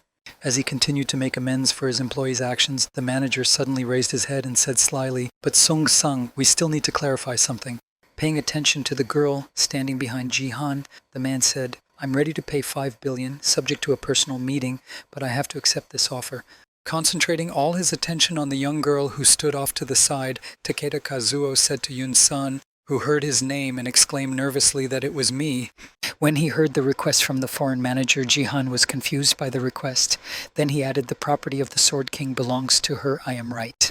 Passing by the guy who stood in the way of his plans and nipped in the bud any attempts, Takeda Kazuo said, "If so, then she is also in charge of the auction." Approaching the girl who was standing by the wall, the man slyly said to Yun-san, "I suggest we meet in person. You are curious about your father's whereabouts." Straightening his bow tie so as not to appear so ominous, the manager added, "You can ask me absolutely anything, and of course I have a lot to tell you." Immediately after exerting sufficient pressure on the girl, the man raised his head and said, "So, what have you decided?" In response to the man's question, the girl said confusedly, and at the same time, Takeda Kazuo rubbed his hands together, thinking that she would definitely agree. How could anyone in their right mind refuse such an offer? The next moment, despite all his convincing, the girl confidently said no. After the refusal, the live viewers started writing to the manager and he became pixelated. Confused after the refusal and speechless for a second, the manager came to his senses and exclaimed, "Wait a minute, what do you mean you're giving up 5 billion because you need to meet in person and it's 5 billion won at the current exchange rate?" Hearing her husband's question, Yun-sia confidently replied, "But my uncle is right, we need to be more careful in the current situation, and if my father can only be contacted on conditions, I don't want to know anything about him." Impressed by the man's answer, the girl looked at the shocked manager and added, "I'm a minor and therefore I have to obey what my uncle tells me." Hearing the girl's refusal to accept the manager's offer, the rest of the guests breathed a sigh of relief and said, "What a relief, I thought all the items would go to Japan, but we can't let our guard down, so let her refuse to meet in person. However, we cannot know what Japan might do in the future." After that, the room fell silent. Realizing that his trick did not work, the foreign manager said, "If you are still against it, then there is nothing we can do." Ignoring the comments of the live broadcast viewers, the man happily announced, "We still offer you a price of 5 billion won. The offer of a personal meeting was optional. It was my own whim, and when I heard this, Jihan mentally said, what the hell was he trying to do to trick us? After the price for the 3 lots was repeatedly announced, the man pulled out an envelope from his inner pocket and said, "From the very beginning, I had orders to offer you 5 billion. Holding out a sealed envelope with the name Ito Ryuhei on it, Takeda Kazuo spoke from the King of the Sword. Handing the envelope to the confused girl who did not expect this turn of events, the foreign manager said, "This letter is for you, Yun-san." Continuing to hold the letter in his hands, the appointed Seiya Takeda asked Kazuo what we had agreed upon and then accepted the letter. Having completed the purchase of all the lots for one bid, the man happily said how easy it was to get the items of the Sword King. Did the Korean battle not have 5 billion won? After hearing these words from the manager, the rest of the guests mentally said, "What a bastard." As he approached Songji, the self-defense force manager said, "Ara, Ara." The auction quickly ended. At the same time, Jihan thought the recruitment manager of the Japanese self-defense force. He was suspiciously good at hiring foreign players, and that's why he was nicknamed the Japanese Misfortune after a successful deal. Rubbing his hands together, Takeda Kazuo said to Son-san, "Let's sign a contract now." Hearing the man's suggestion, Jihan thought he must be directly related to the player who uses unsurpassed beauty, and then answered, "Well." The next moment, continuing his thoughts, the guy mentally said to him, "You need to beware. The atmosphere here is not very Japanese, and it's too easy to get all the items as if we had agreed on everything in advance. It will look bad on the screen." The next moment, one of the guests said 5 billion from the very beginning is nonsense, and why did we come at all? At the same time, the girl felt the discontent of the guests in the hall and mentally said, "Everything is fine, you just need to turn the tide," and then she spoke into the microphone. Drawing all the attention of the audience, which was beginning to express its discontent, Yoon added, "I heard that you decided to give away the Sword Palace. I don't know why, but it's a shame." Continuing to read out what was in the letter, the girl added, "This is the last thing you have left of me, so use the property wisely and more. This is the end of our father-daughter relationship." When this was said, the attention of everyone present was already riveted on the girl who began to dictate the message into the microphone. While all the guests did not understand what was going on, the girl added in the end, reading from the letter, "Don't expect anything more from me." After reading the letter, Yoon Se-ah smiled awkwardly and said that it was his handwriting. "Having witnessed what was written in Ji-san's letter, I thought to myself, a woman of incomparable beauty as far as I know, can influence the mind, so I am sure it is true." The next moment, remembering Yoon Se-jin, who had abandoned his niece, the boy added, "I hated him from the beginning, but he was a good and reliable father to Se-ah." As he continued to think about what he had heard, he thought he could not have done this to her, and at that moment a loud sound of tearing paper rang through the hall. Tearing up the letter from her now ex-father, the girl tried to hide her emotions and said, "Takeda, tell Mr. Ito the following from me. I have read your last will and testament, and I'm glad to end our relationship with you." Sensing the awkwardness of the situation, Sungji began to loosen his tie and turn his head away, and the manager froze in place in surprise.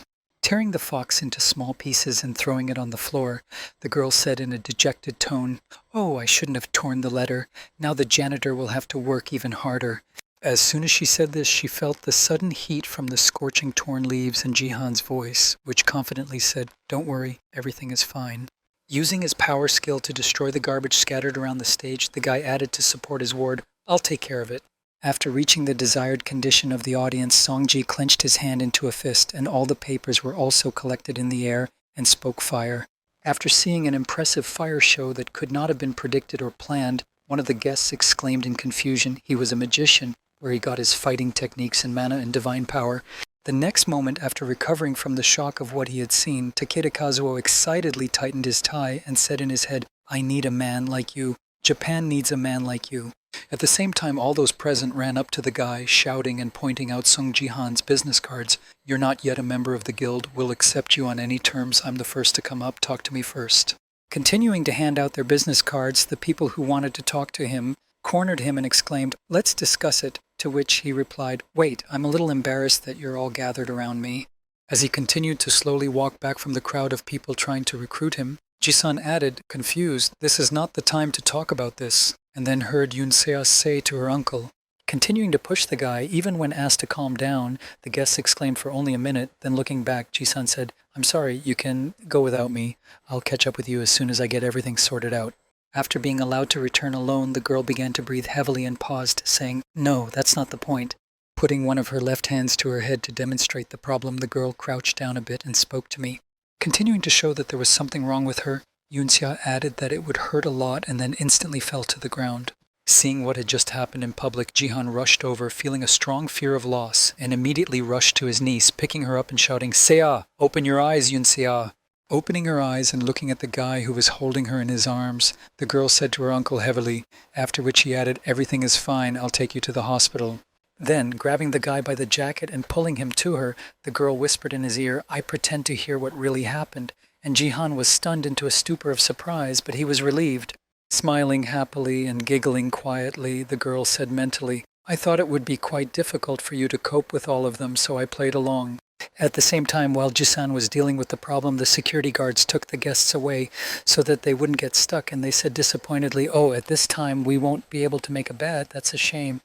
Continuing to look at his actress who had decided to save her uncle from the onrushing crowd in this way, Jihan saw her smile and then thought, "I did it."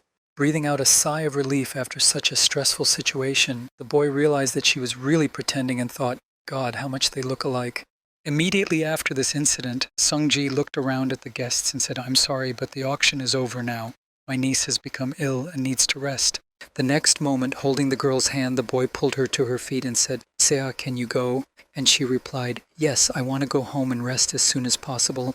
Walking off the stage and back to his house after the auction ended abruptly, he heard Takeda Kazuo exclaim, "Excuse me, Sung-san, can I have a moment to apologize for my visit causing you inconvenience?"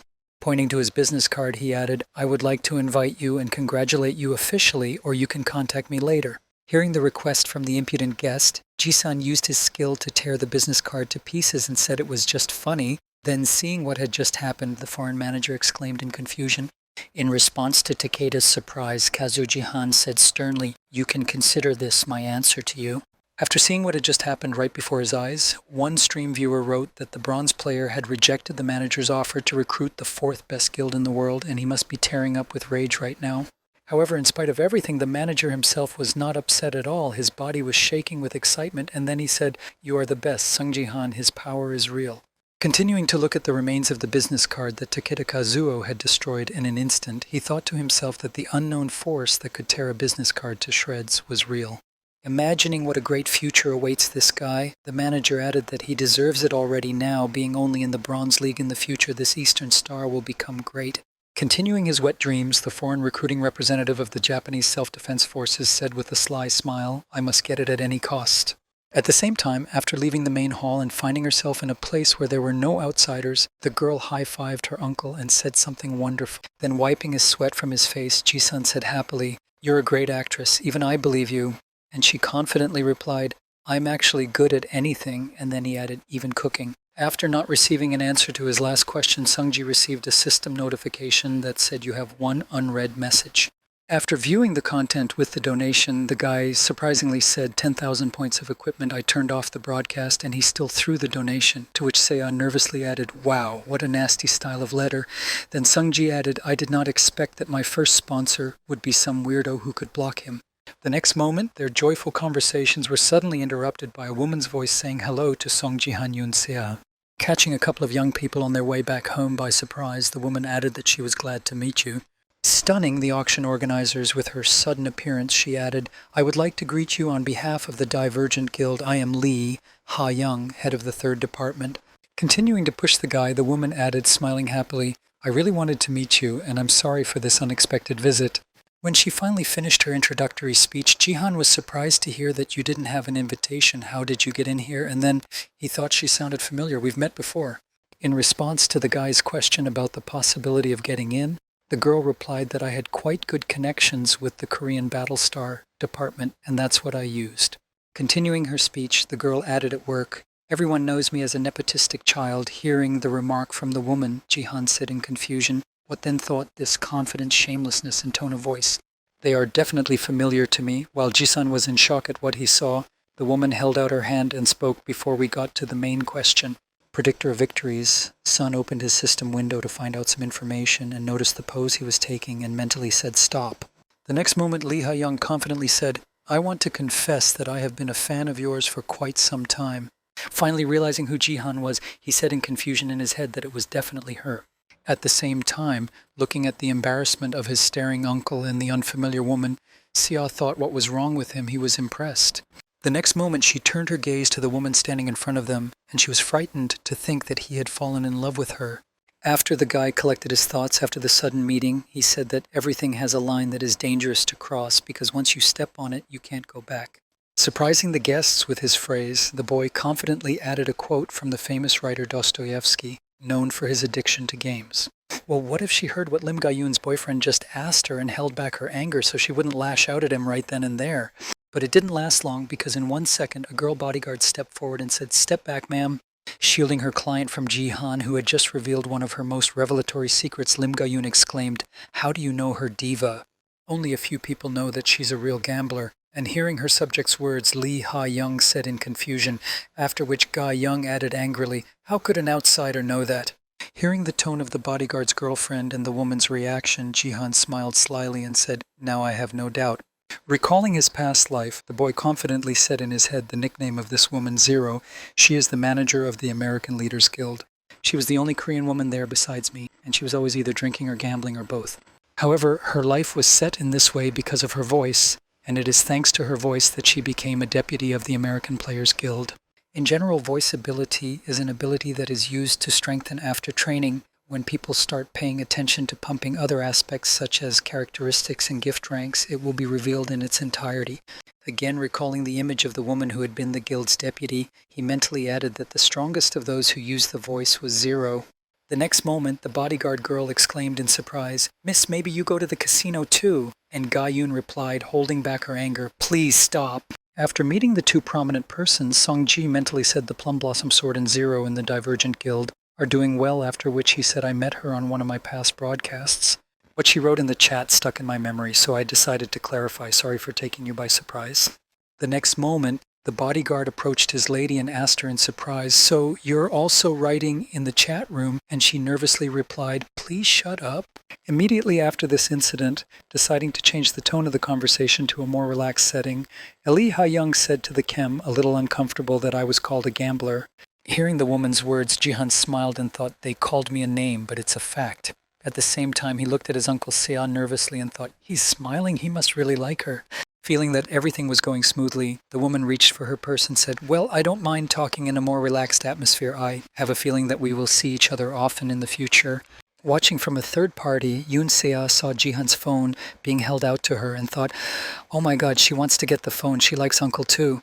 Offering him to enter her number into her phone, Lee Ha-young confidently said, "You're the right guild for the Divergent. Let's meet in person sometime." Unable to contain her joy, the niece grabbed her cheeks and thought, "Oh my god, I'm going to be an aunt soon." At the same time, fixing her hair, Lee Ha-young confidently said in her head, "I was incredible. I'm great at setting the tone for a conversation while separating business and personal relationships." The next moment, looking back at her subject, the woman mentally said, "This is how you should turn men." But Lim Ga-yoon did not understand anything at all and looked at her with the look of a dead fish. Throwing her hair back again to make herself look more elegant, Lee Ha-young confidently said in her head, "Here's to gaining experience." In response to the girl's proposal, Song-ji, embarrassed, said, "I'm sorry, but I still don't know my phone number." Immediately afterwards, throwing his arm around her neck, the guy said, looking at his niece, Seo, "What's your number?" Hearing this, the girl was surprised to think, what kind of stupid excuses are these? Looking at her uncle with eyes full of wonder, Yoon Seo added in her mind that he was pretending to be unattainable. Immediately after misinterpreting her uncle's words, the girl mentally added that he was definitely up to something and needed help, and then leaning on Jihan Seo said, "Uncle, I'm not feeling well again." Seeing that she started to pretend to be sick again, the guy thought she really wanted to go home, so he had to see her off, and then he told my niece it was not good for me to go. Before saying goodbye to the representatives of the Divergent Guild, Sung-ji said, "If you give me your business card, I'll contact you." And Lee Ha-young said, "Okay," holding out a piece of paper. Walking home with his niece, who was glowing and smelling beautiful, Jihan did not understand the reason for her behavior, but at that time, Seo said to himself, "You don't have to worry about your uncle's relationship." When the pair of young people had moved far enough away, Lee Ha-young said to Ga-young, to which she replied, barely containing her emotions, "Yes, ma'am." Then the woman, barely containing her anger, said, "You can laugh, I'm going to go crazy anyway, so you don't have to hold back." Hearing her subject's laughter mixed with apologies after the incident, Lee Ha-young said irritably. Riding the elevator to the top floor of her apartment, Yoon Seo suddenly said, "You know what was the biggest surprise for me?" Then, smiling happily, the girl said, "I didn't expect you to wear your father's suit," to which he replied, "I can't help it, I've grown bigger and mine doesn't fit me anymore." The next moment, Jihan began to adjust his suit from the awkwardness of the situation and said the suit was his fault, to which Seo nervously replied correctly, "If it suits you, it's fine." Immediately after the praise, the girl said, without mentioning what she was talking about, "By the way, your answer was just terrible." Not knowing what she was talking about, Song-ji looked at the girl and asked her what she was talking about in a surprised manner, which was too old-fashioned and tasteless. Imagining in my head a rough picture of what it looked like in her eyes, Sia added the tactic of being the first to refuse you has been around since prehistoric times. Looking at his niece, who was scolding him for something he didn't even know he was doing, the boy wondered what she was talking about. The next moment, raising a finger up, my niece said, "You can act like you're unattainable, but it's just awful to say you forgot the number." Then it would be very lucky that I was there and was able to save the situation. Realizing what Jihan was talking about, he said confusedly, "I hadn't planned anything like that." When the girl heard her uncle's answer, she was surprised to hear him say that he had indeed said yes and nodded his head. Continuing to talk in a confused tone, the girl asked you in surprise if you were going crazy or not, to which Jihan confidently said no. Sometime after this event, having moved to the task, the boy received a system notification. "Welcome to the Bronze League on the territory of Kanama. You are tasked with protecting the crystal and surviving the zombie attack." Once on the tower where he had to destroy the crowd of zombies that were heading towards him and protect the crystal, the boy sighed heavily and said, "I'm so tired."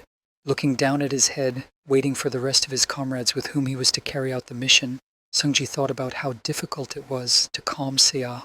Immersed in his memories, he recalled the moment when the girl began to cry and exclaimed, "I ruined your chance at a relationship because of me." Immediately after this mention of the situation, Jihan put his hand behind his head and sighed heavily, saying to her, "I thought I liked Lee Ha-young, and who would ever like someone who likes gambling?" Continuing to reflect on what he had to face while calming his niece, the guy added, "I didn't expect to meet Zero like this, though." Starting to recall her past life, where they watched sports broadcasts and Diego Masid won on TV, the girl exclaimed, "Damn, I lost again." Immediately after turning her gaze to the guy, Zero exclaimed irritably, "It was so stupid, how could he win?" Then Sungji thought we got close pretty quickly because we both lost our homeland and we used to bet on sports on weekends. Zero was simply addicted to it after these thoughts. Recalling the conversation further, the guy said, "I told you he would win," to which she replied, "How is that possible?" The next moment, when the man's status window was shown on the TV, the girl exclaimed that the god of football SSS had won an outdated gift, to which she heard me reply, "I told you to pay attention to the rank of the gift," and then she added that I would win next time. After hearing a promise from the persistent girl, Sungji said, "You'd better stop playing the O," and was told not to say that again. Taking a glass of alcohol in her hands, the girl bowed her head and said, "Everything has its own line, which is dangerous to cross, because once you cross it, you can't go back, and it annoys me." After hearing this, Jihan looked at his friend and asked if she wanted to get rid of the scar on her face, to which she replied that it was the price of making a deal with the devil. Once again plunging into memories and thinking about these incidents, the guy said in his head we had a lot in common.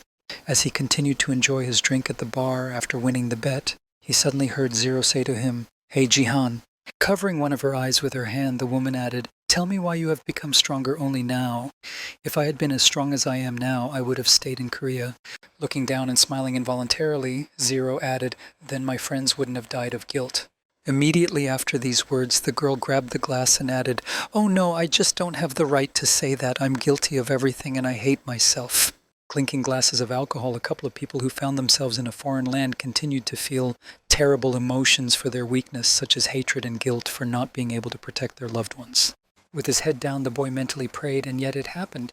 The next moment, the guy finally gathered his thoughts, and at that time, in the live chat, they were writing about what kind of suit and where the sweatpants were. He probably came here straight from the auction to seduce me.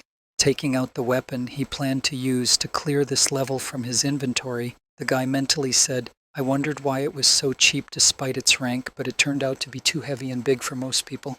Starting to swing his weapon in different directions to test it, Sungji confidently told me it was not difficult to handle it. While he was practicing with the sword, one of the players, who was surprised by the ease of his control of this weapon, wrote a request to show the status window when he saw it. As he drove his sword into the tower, Sungji mentally said, "The audience is growing and they are starting to ask questions, and 12,000 people are already watching me." Looking through the window with the broadcast, he said thoughtfully, "I don't know if I should show it right now, but it would be foolish to ignore the requests of regular viewers." The next moment, when he opened the BattleTube achievements window and saw that he had completed only one of the 5 achievements, the boy slyly said in his head, wondering if he should answer right now. Immediately after coming up with a clever way to please the audience and benefit himself, the guy said hello to everyone. "This is Song Ji-han. I see that a lot of people are interested in my status window, and I've received comments in response to that, but I wish we weren't interested, so don't provoke them." Seeing how active his audience became after being asked about the status window, Jihan confidently said, "I'll show it, and then I saw that life is beautiful, and then I can retire." The next moment, with a sly smile, the boy added, "But that will happen when I can get 200,000 subscribers on my channel, then viewers will start writing, but you only have 10,000, the dead must rise again." Watching the audience's reaction after the condition was put forward, Jihan thought they were complaining because it would take a while to get 200,000, and then he said, "I'll add one more condition." After the statement, the comments quieted down, and the guy said, "If I lose at least one game, I will immediately show you my status window." Upon hearing the second condition, the audience suddenly became animated and received hope that they had not had, but Jihan was only too happy to do so, thinking how simple they were. The next moment, 3 beams of light appeared right next to him, indicating that his allies had arrived to defend the tower from the zombie attack. When he saw who exactly had come to see him this time, the guy said in confusion how it was possible that they were all gathered in one place. The guy's surprise was obvious because right in front of him were his old friends. The first was the magician Kim Gyu-hyuk, the second was the Golden Ray, and the third was the football player. Also, upon arrival, when I saw my favorite Golden Ray in front of me, I joyfully exclaimed, "Who is it here? Son Jihan, we met again, it's definitely fate." At the same time, feeling a certain fear of the person he met in front of him at the test, the wizard thought frightenedly, Sung Jihan thought, and the boy himself thought, looking at the wizard and what was his name. The next moment, turning his gaze to the third participant, Sungji mentally said, "This is also the first time I've met him in person." Concentrating on the man who was kicking the ball on his leg, he mentally added Diego Masid. Watching him perform various soccer tricks, the boy mentally said, "He was the best player in Argentina before I came back in time." After these reflections, forgetting about the past where he lived and appreciating the strength of his comrade, Jihan added, however, he is nothing now and looks vulnerable and ridiculous. The next moment, thinking about the composition of his team, the guy said in surprise in his head, "Wait a minute, this seems a little strange." Looking around at a couple of his comrades whom he already knew and was aware of their classes, Jihan thought, "If I am a support player, I am a shiny warrior, and that is a mage." The next moment he turned his gaze to the last member of his team and added in amazement that he was an archer, Diego Masid, the Argentine archer. Recalling the very moment when Diego's status window was broadcast on TV after the competition, the boy thought in a confused way that in my past life he was a magician. At the same time, Kim Gyu-hyuk, who was standing nearby and had a grudge against the team's support staff, gritted his teeth in anger and said, "I never thought I would meet this bastard." Tilting his head to the other side to calm down, the magician thought, "I lost my level because of him, and with it my ability. I don't even want to see him." While he continued to mentally express his dissatisfaction, Gyu-hyuk received a system notification that said the family of the Sword King had registered a reward for the task, and when he saw it, the boy said in surprise that what kind of fool could give me that? Looking closely at the description of the task, which said destroy the crystal and prevent Song Jihan from taking first place and reward 50,000 points of equipment, the wizard was shocked to think what kind of task it was. After a while, when the game started, Diego Masid began to act. If the zombies started to climb too high, the man simply knocked them down. And the most interesting thing is that after hitting the enemy, the ball bounced back under the man's control and he could continue without losing his ball. After destroying a few monsters that were approaching the tower, Diego said to his Jihan, "Buff me, I'm an archer and I need more power." Continuing to look at his friend, the man added that in a team game you should treat all participants fairly, after which Jihan looked at his hand and thought, "I didn't have enough characteristics until now, so I didn't use them much."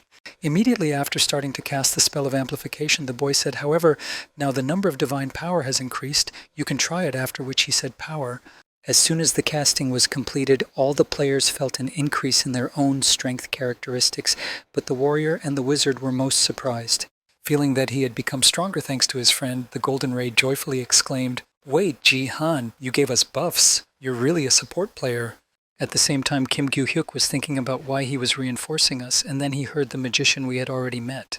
Looking at Sungjin, he heard, "This time you will play with us," to which he nervously replied, "I'm sorry."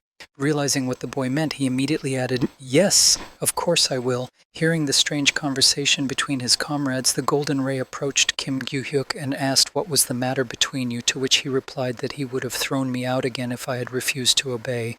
After receiving the necessary information from his comrades, Jihad jumped down from the tower and exclaimed, "Well then, I'm counting on you."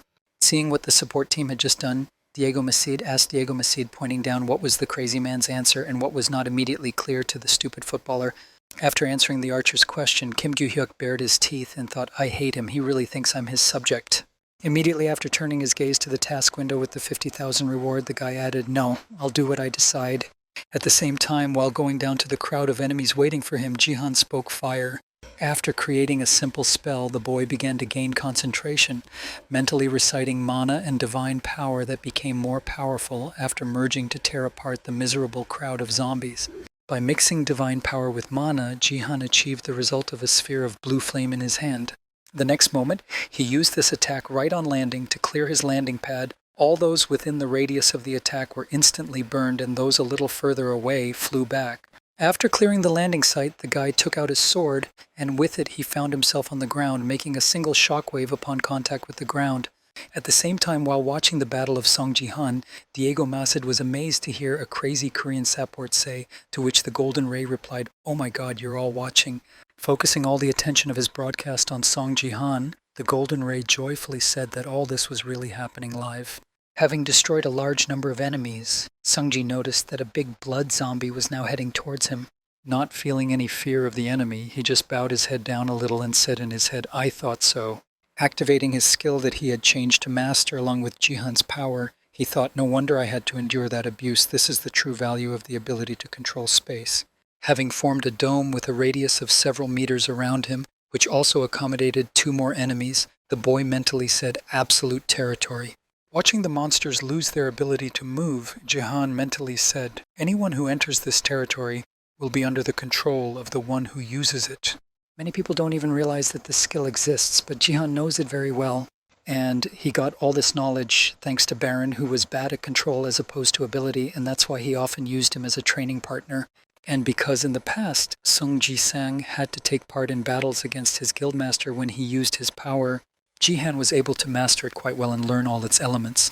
Now Jihan is in his absolute state, using both divine and martial power along with mana, and raising his enchanted sword, the boy spoke fire.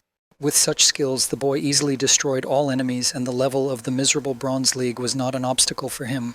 After a certain period of time after he jumped down, the guy finished off another monster, and received a system notification that said the number of enemies destroyed was 124 out of 1,000. Continuing to actively organize the genocide of monsters, the guy swung his sword and said in his head, "Last time I couldn't kill 1,000, but now I'll definitely be able to." Moving quickly across the battlefield, destroying all the enemies along the way, the guy said, "There's still a little bit left." Only as he gained momentum in destroying enemies and making better paths through the crowd of zombies did Jihan mentally speak faster. At the same time, watching what was happening on the battlefield, the Golden Ray said in amazement, "Wow, this is just absurd." And then Diego Massid added, "I completely agree with you." After some more time of wondering how the support player can destroy so many enemies on his own, the Golden Ray spoke now, and I'm curious to see its characteristics. Seeing that the audience wrote, "What are the others doing? Golden Ray, show us Kim Gyu-hyuk," the warrior looked back and said, "Hey, they want to see you." At that very moment, the sorcerer was about to fulfill the task entrusted to him by creating a fireball, and noticing this, the Golden Ray exclaimed, "Hey, what are you doing?" At the same moment, Kim Gyu-hyuk raised his head up and took in a lungful of air, angrily shouted, "Go to hell, Sun Ji-han." Continuing to express his dissatisfaction, the sorcerer added, "You bastard, you talentless bastard." These words reached the addressee himself, who was on the battlefield against the monsters. Continuing to slander his ally, who was downstairs and was not supposed to return, the magician added, "In recent days, everyone is looking at you alone and you only adore your niece, so how did you manipulate her into believing your words? Or maybe it's not about that at all, you treat her well. What did you do to make her obey you so meekly?" And that was the last straw for Jihan's patience. When the veins of rage stood out on his face and he looked back with a murderous look, Kim Gyu-hyuk shouted from the tower, "What kind of relationship do you have there?" Currently, the reward has been increased by another 5,000 equipment points, so the reward of 55,000 equipment points for Kim Gyu-hyuk reflects the degree of hatred the Sword King's family has for Song Ji-han. When converted into money, these points amount to 55 million won, which was enough for Kim Gyu-hyuk to regain his courage as he cast a fireball and shouted out, "You talentless rascal!" Being among a crowd of monsters to fulfill a secret task of exterminating monsters, Song Ji-han understood perfectly well what was going on. After hearing what his not-so-meaningful ally had said, the boy thought there were only 2 reasons why the quieted-down bastard could have started up again. Either someone was behind him or he was being incited to do so. Looking at the mage who was planning to destroy the crystal, Song-ji added in his mind, "He's just a complete loser and only hopes he can do it if I'm far away." Recalling the words of Kim Gyu-hyuk, who spoke in public in recent days, "Everyone looks at you alone and you do nothing but adore your niece, Jihan, I thought I was not affected by the insults in my direction. Immediately after, remembering what had started to pick him up, namely the phrase how you manipulated her, that she believed your words, the guy mentally added, however. And the last straw was the moment when Kim Gyu-hyuk exclaimed, maybe that's not the point. You treat her well there. What did you do if she obeys? What kind of relationship do you have? Hearing this remark from the scoundrel who planned to harm Jihan in any way, he angrily said in his head that he had no right to speak about Seo. Thinking back to the moment of the first meeting, the boy thought, after returning to time, I couldn't help but remember what I had tried so hard to forget. Recalling that horrific picture of him holding his niece Seungji in his arms, he added in his mind it was like a nightmare that haunted me, Sea's death. Holding the body of his niece in his arms, the boy shed tears and frighteningly begged Sea to wake up to hide the scars left by the attack of the Sword King's family members. Her entire body was riddled with wounds and bruises from members of the Sword King's family, and she lost all warmth of life forever. Recalling those terrible moments when he lost the only thing he cherished, the guy gritted his teeth and said, I let it happen and I couldn't do anything. Having burst into a holy blue flame, Jihan fell into a fit of rage and said in his head, that's why I swore that this would never happen again. And that's why I promise I will protect her from anyone and everyone. After that, viewers started writing, wow, Sung Ji-han is pissed off. Look at all the energy coming from him, to be honest. Mentioning his family is too much. Teach him a lesson. But, hey, he's so far away from him. Then he thought, now everyone will remember what can happen if they disturb Sia. Looking back at Kim Gyu-hyuk, who decided to cross the line, Ji-han mentally said, at the moment I received the power, I realized something while I was trying to unite the 3 Day-Nights. Preparing to use the technique he had previously used in his past life, he confidently added in his mind, I can use the divine arts. Gritting his teeth before using what he needed, the boy mentally said, of course I don't have 30 points of combat power yet. After that, he stretched his left hand to the side and added, of course it will be just an imitation, but I definitely felt them. Recalling the moment when he combined mana and divine power to obtain a new characteristic, the boy mentally spoke at the moment of the merger of the 3 Dantians. Feeling something quite familiar that he had already experienced once, the boy mentally said to me this familiar feeling of possessing an unnamed divine art. While he was gathering his strength, a couple of zombies were already coming at him from behind, and he thought of the same feeling when his whole body was electrified from head to toe. Immediately afterwards, the guy used his power skill and instantly neutralized the enemies who were heading towards him. When the threat was removed, the guy remembered what exactly happened to him when the 3 Dantians combined and added in his head, I turned into lightning. Using the technique of imitating the nameless divine art, the boy used the fracture of the heavens. While Jihan used the lightning steps of the shimmering sky to climb the tower, the archer and warrior pair tried to talk Kim Gyu-hyuk out of his plan. While the sorcerer was gloating and shouting insults, one of the Sword King's family members sent a donut to Kim Gyu-hyuk and told him to quickly break the crystal and that he was coming to you, to which he replied, I understand, and then thought how relieved I was that the curses were directed at him. The next moment when he tried to stop the golden ray, he failed, falling under the magic of the wizard's fire and flew back. After removing the obstacle from his path, Kim Gyu-hyuk exclaimed, don't bother me. If you continue to obstruct me, I will simply burn you to ashes. At the same time, rising to his feet after the magician's attack, the Golden Ray said to the people, if you think that Jihan and I will remain safe, then subscribe and like us. The next moment, after casting another fireball spell and preparing to destroy the crystal, Kim Gyu-hyuk exclaimed, well, all the time to recruit with this. After releasing the magic spell of a fireball on the crystal, the wizard exclaimed in a crazy tone that I would succeed. Only this attack failed right in front of the crystal as a fireball hit the passing ball. As soon as the ball jumped back to the owner after completing the task, the audience confusedly wrote that he had blocked the ball. Remaining in the same pose when he hit the ball, the archer drilled his eyes at the traitor with a displeased look. At the same moment, one of the spectators said, wow, Diego. After he saw that he was interrupted again, the sorcerer shouted out in displeasure, hey, what's wrong with you? Where are you throwing the ball? To which he replied, I always take the game seriously. Your shot could have ruined everything for us. Immediately after pointing a finger in Kim Gyu-hyuk's direction, Diego Masid added, you also cursed our friend who is carrying this task and even his relative, and I will not allow someone like you to continue to spoil our game. Hearing the accusations against him, the magician angrily exclaimed, you damn mutt! And at the same moment, Seungji appeared behind him. Seeing that his idol had arrived at the tower, the Golden Ray exhaled a sigh of relief and said happily, look, thanks to your interest, Jihan has a follower. At the same moment, realizing that something embarrassing was happening, Kim Gyu-hyuk began to slowly turn his head back, breaking out in a cold sweat. As soon as his eyes caught sight of Jihan, he heard the stern voice of a young man who said, I think I'm going to give up.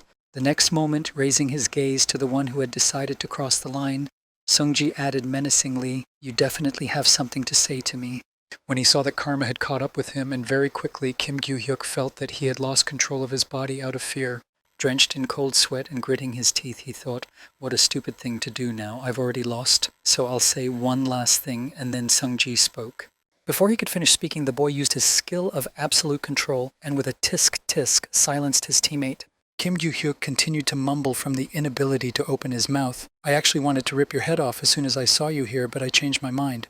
Continuing to slowly bring his entire audience and the scoundrel Ji-han up to speed, he added, "You won't just turn your back on me." Using the power skill, the guy said the combiner filters the amount of pain that can be felt through it.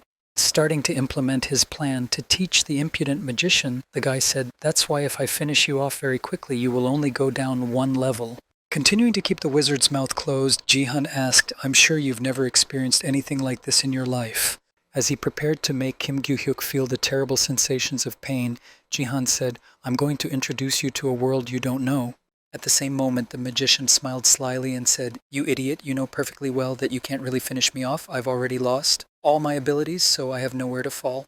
Continuing to console himself because Ji-han would do nothing to him in this situation and he had nothing to lose, Kim Gyu-hyuk said in his head, "It's a shame to lose the reward, but I beat you, so this victory is still mine."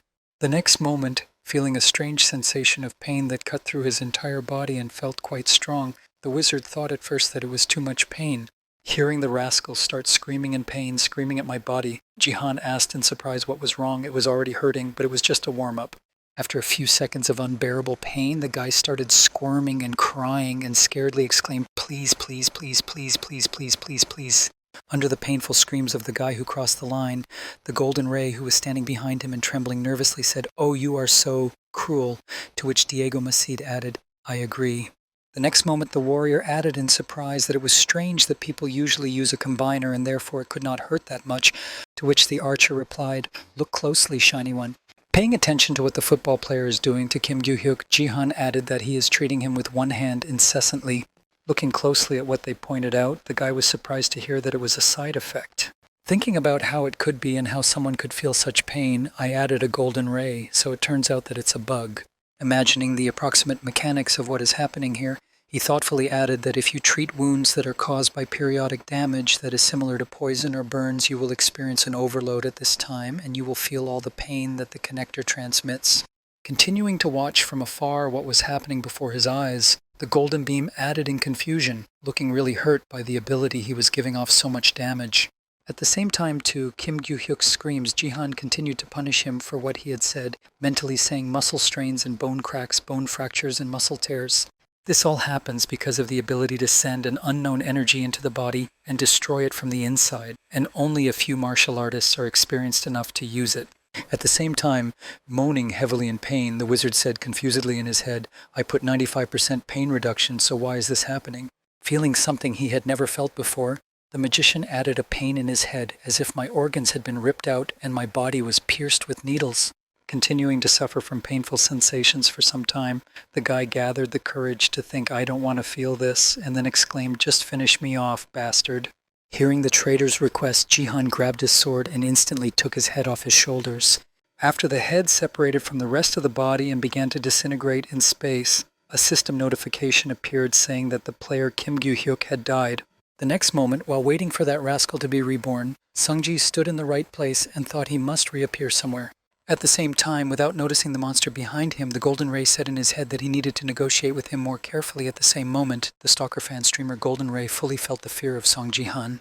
Reborn again in front of Song Ji-han, the traitor wizard exclaimed in fright at the sight of him, "Please have mercy on me, I was wrong."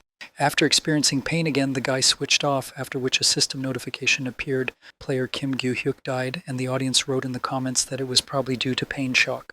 Seeing that he had already died from the normal use of the skill, Ji-han mentally said he couldn't even withstand that and died. He needed to better regulate his strength.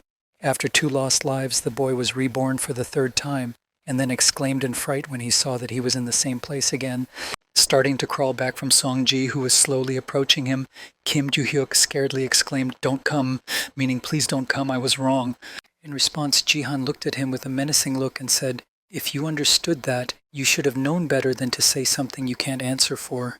The next moment, he saw a donation of 10,000 points of equipment on his stream from a user with the nickname Sia0822.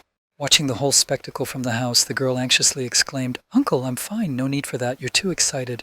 Continuing to dissuade her uncle from continuing to punish the culprit, the girl added, "If you continue, you will lose all your followers." Starting to get nervous that her family member was getting out of control, Yoon-sia added, "Stop and concentrate on the task." Hearing a request from his niece who interrupted his flow of anger, Jihan was surprised to think, "Wow, she's calmer than I thought." Immediately after looking at the boy who had fallen under his first punishment experiments, Jihan thought it was certainly not enough, but deciding that this was the end of the matter, the guy thought that without taking any action, it would be enough for now. We have a peaceful period. At the same time, Kim Gyu-hyuk was crawling in the opposite direction from Seung-jin and said, "Please, save me. No, finish me." Then the support team thought, by the way. Thinking that he still needed to get information, the boy mentally said he needed to find out something and then said who it was.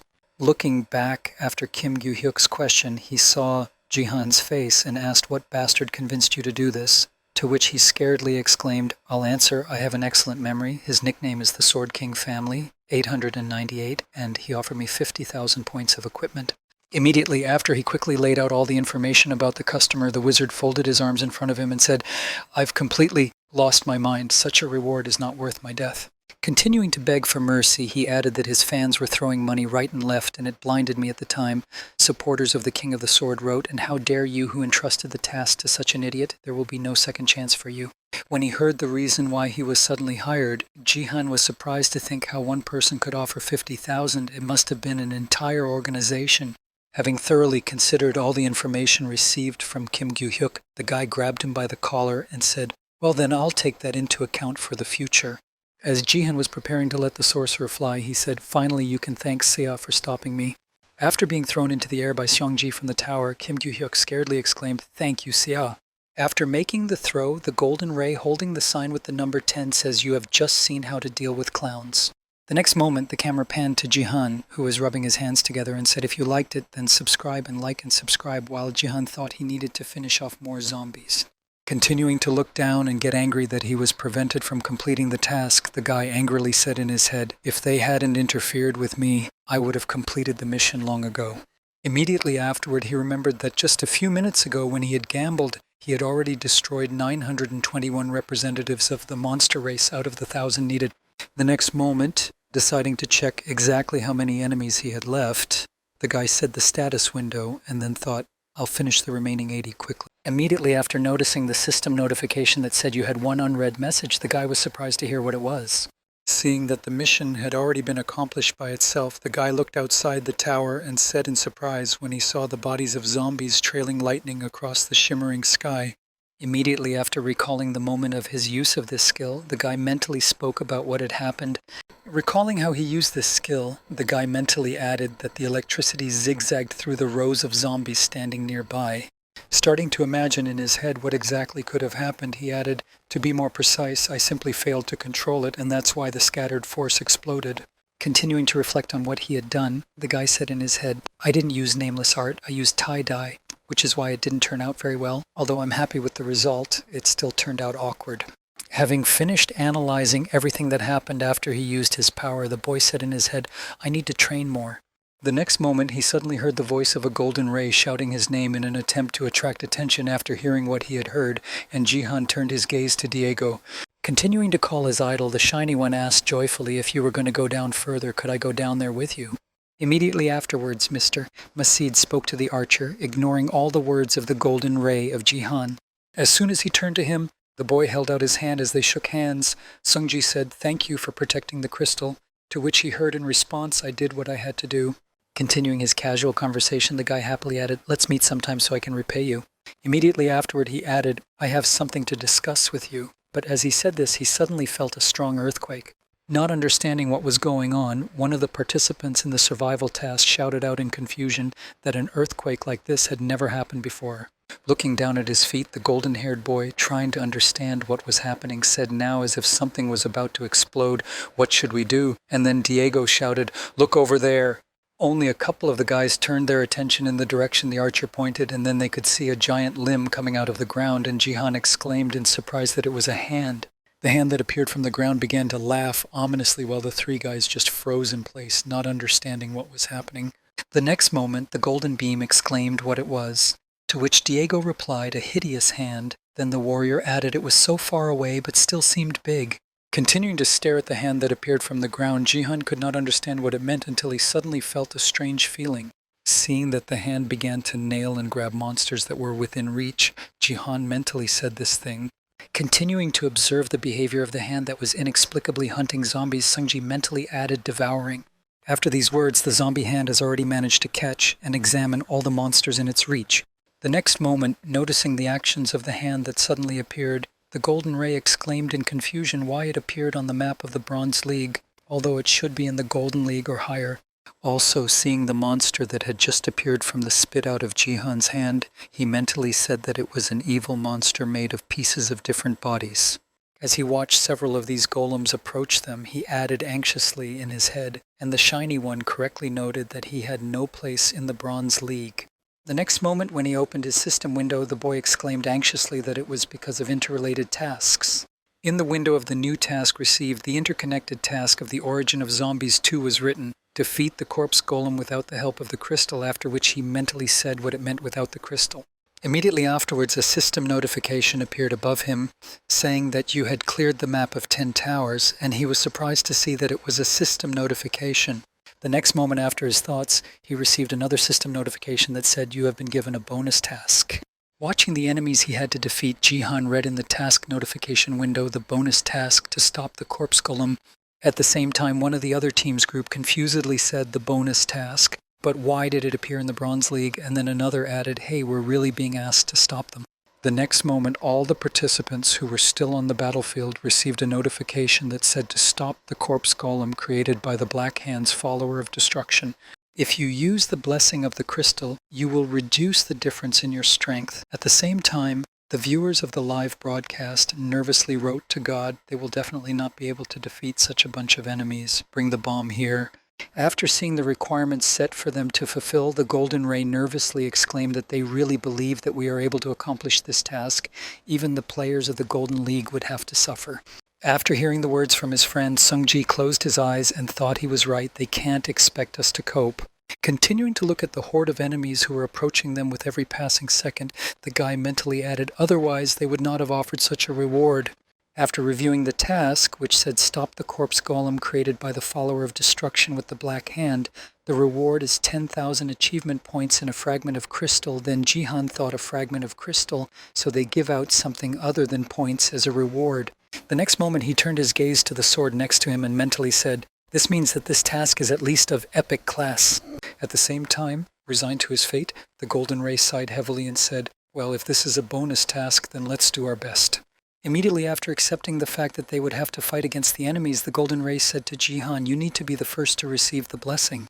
In response to his friend's words, the guy pulled his sword out of the ground and said, no need. Hearing this, the viewer wrote that he was scared, to which he replied that he was going to show his status window. After refusing the offer to receive the ball's blessing first, the boy went to the monster to finish him off with his own toy. A corpse golem is a dead man with an incredible amount of health, which can only be defeated by destroying the core in the center of the body, which is quite difficult to do because it is large and deeply seated. Moreover, the corpse golem is considered a monster boss even in the Golden League, and the fact that Song Jihan is doing well at his rank does not mean that it will be easy for him to defeat them. The next moment, when he was on the edge of the tower, the guy used his skill of combining forces and said, hey, you two, you better move aside. As soon as his comrades took safe places to avoid being hit by the shockwave, Song Jihan rushed at the enemy. At the same time, seeing what the guy left behind, a couple of his friends who remained near the crystal fell into a stupor. Immediately afterwards, the support player flew at one of the group of golems that was heading towards the tower to finish it off and complete the mission. It is the most basic ability among all the skills that exist in the list of nameless martial arts. There are 3 main talents of combat commitment without which nothing will happen at all. It is the heaven of man and the earth at its core, with the concepts of heaven, earth, and man each having its own meaning. The sky is the firmament, and the vertical chopping blow of the earth pulls the surface and also means a horizontal blow. And the last object in this list is a human being, symbolizing a piercing blow, which is the newest form of nameless martial arts. All of this means that there is a technique that can destroy a whole mountain at once. And this skill is a combination of 3 talents of combat commitment. Having roughly imagined how it should work, the boy swung his sword and struck a slashing vertical blow, mentally saying the mountain would be destroyed. Seeing the enemy cut in two, a couple of his comrades just froze in place in amazement. At the same time, looking at the results of his stroke, Jihan mentally said, "That sounds pretty impressive." But in reality, it's just a vertical strike. The golem has already begun to fly downward, divided into 2 parts. Immediately after, Sungji received a system notification that said you completed the bonus task of the 4th tower, followed by comments like, "Wow, you're crazy, you better not joke with Sung Ji-han." Standing on the tower near the crystal and watching his comrades battle when Sung Ji-han swung his sword. At that very moment, the golden ray experienced emotions that contradicted themselves and were difficult to describe in words.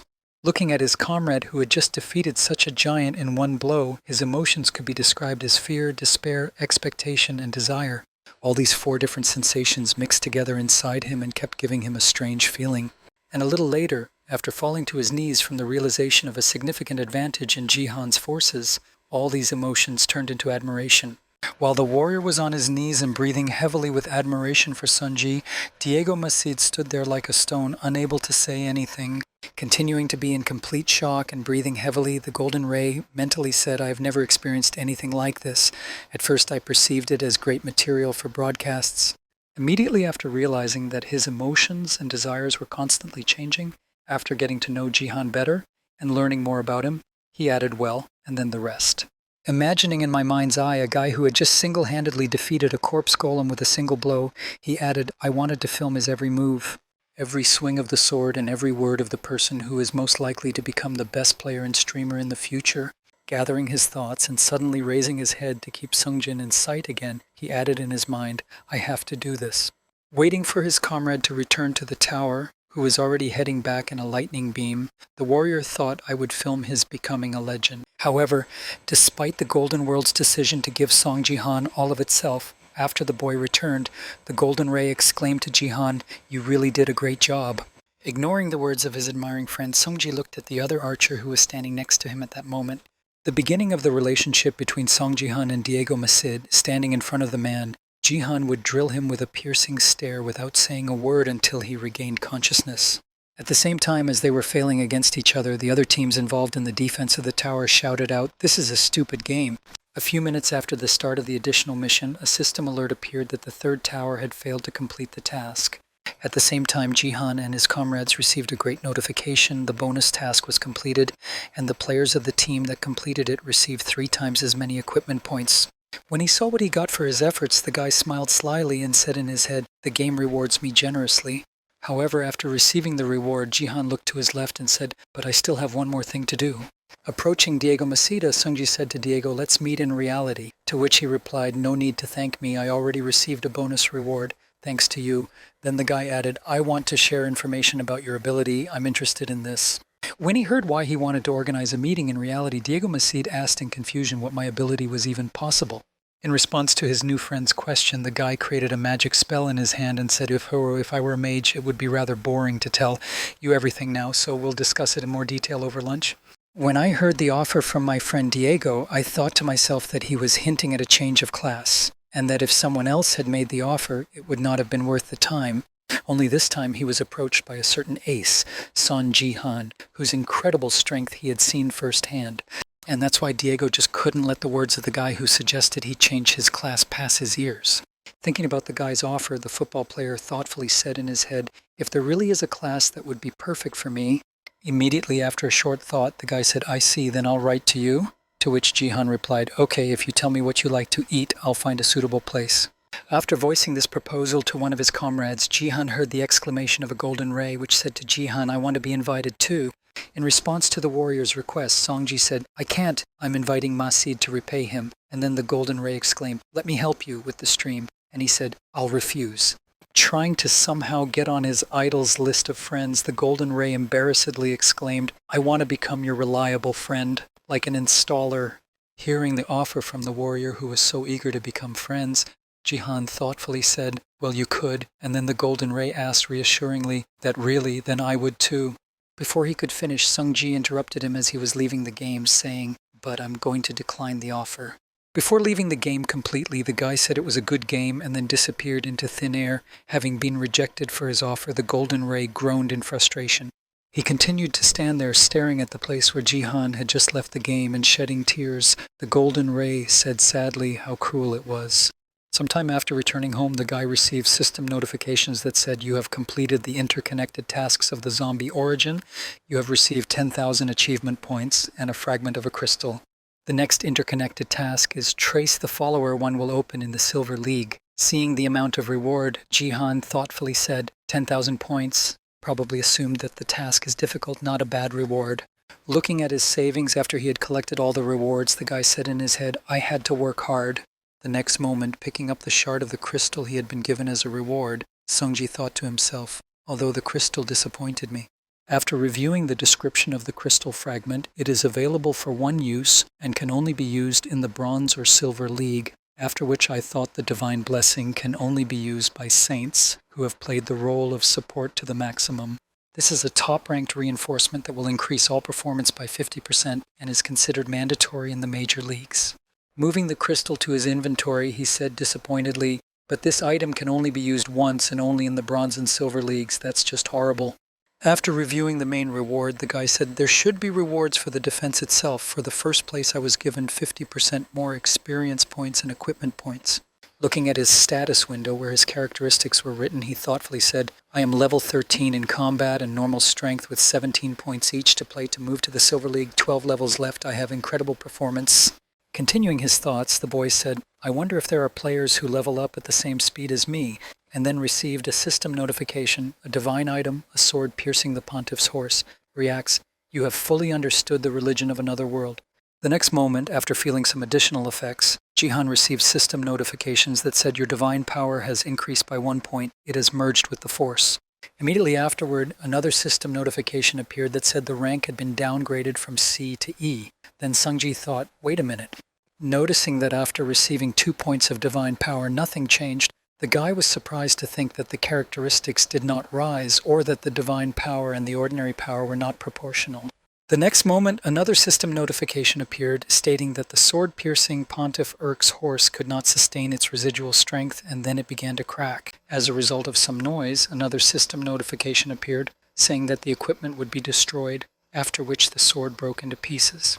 Feeling the power that was released from the destroyed sword of the Pontiff, Jihan, closing his hands against the threat, thought the power of the 3 Dantians that was inside the seeping name.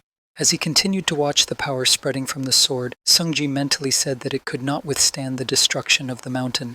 Realizing that he could not just leave it there, the guy stretched out his hand in front of him and mentally said it was too dangerous to leave it there. He needed to absorb this power into his body. At the same time, the power that had spread throughout the apartment began to emit a bright glow that could be seen from a considerable distance in the dark night. At the same time, somewhere nearby in the neighboring building, the manager of a foreign company said how hard I was trying and even moved into the next apartment. The self-defense forces of Takeda Kazuo, as well as the family of the Sword King 898 while eating chicken, said in disappointment, "But my plan failed." The next moment he began to recall his work, which began when Kim Gyu-hyuk received the assignment with the registered fee, and then exclaimed in surprise that what kind of fool could give me that? What kind of task was this in the description? It said, "Destroy the crystal and prevent Song Ji-han from taking first place reward 50,000 points of equipment." After issuing this task, Takeda Kazuo said, "What could be better than an assistant who shares your goals?" Sitting in front of the computer monitors and watching the live broadcast of the defense task, the manager said with a sly smile, "You take revenge on Sung Ji-han, and I'll see his status window." Watching the reaction of the guy who fell for the money, he added, "Stupid people. Even after losing their strongest player, they continue to quarrel with each other. Thanks to them, it's easy to engage in incitement. It will be enough for me to just pretend to be one of the fans of the King of the Sword to interfere with Song Ji-han. How simple it is." Waiting to see what would happen next, Takeda Kazuo leaned on his folded arms and said, "Sung-san is with me. You stay alert, but it's not me you need to fear. It's your own countrymen."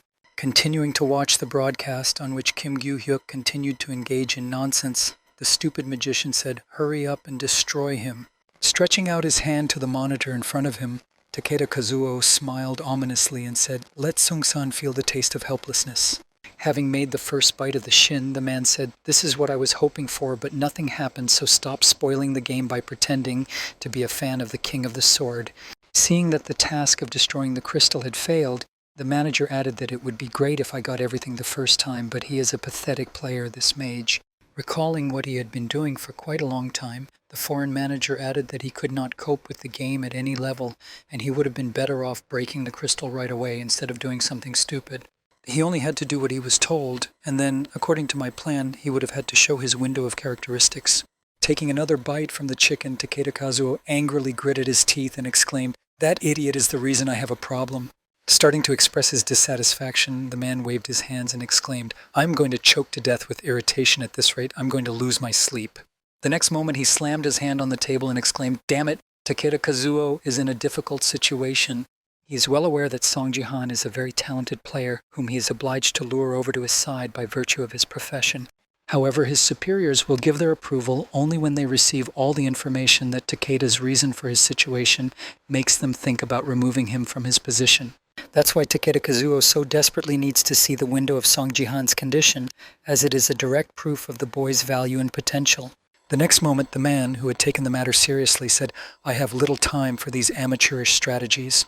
Continuing to go about his dark business, the foreign manager confidently said, "Wait a little longer, Jihan-san, I'll get your status window." Recalling the tricks he had to resort to in similar cases, he added permission. Recalling Ito Shizuru, with whom they were able to lure away the strongest player, Takeda Kazuo added with a special method that I used on the King of Swords. At the same time, Jihan, trying to absorb the power released from the sword, received a system notification. Your divine power has increased by 1 point. It has merged with the power. Not understanding what had happened and how it worked, the guy sat down on the ground after destroying the threat and thought, so it turns out that the power gets 1 point for every 3 divine points.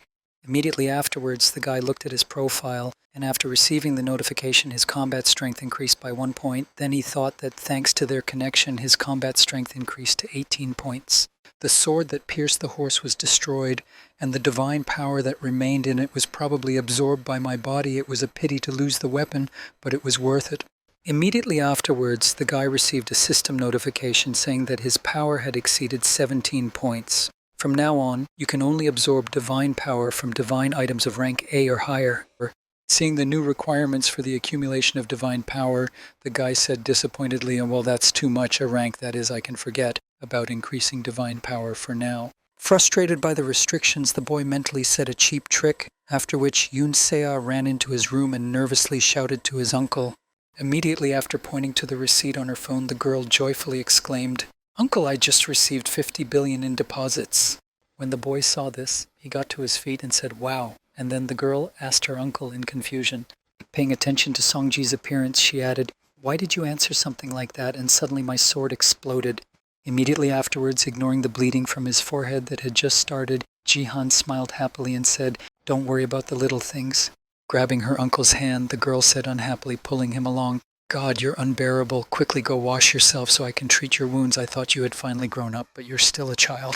After patching up with the guy at dinner, the girl asked if everything was okay with you, to which Jihan replied in surprise, "Why are you asking?"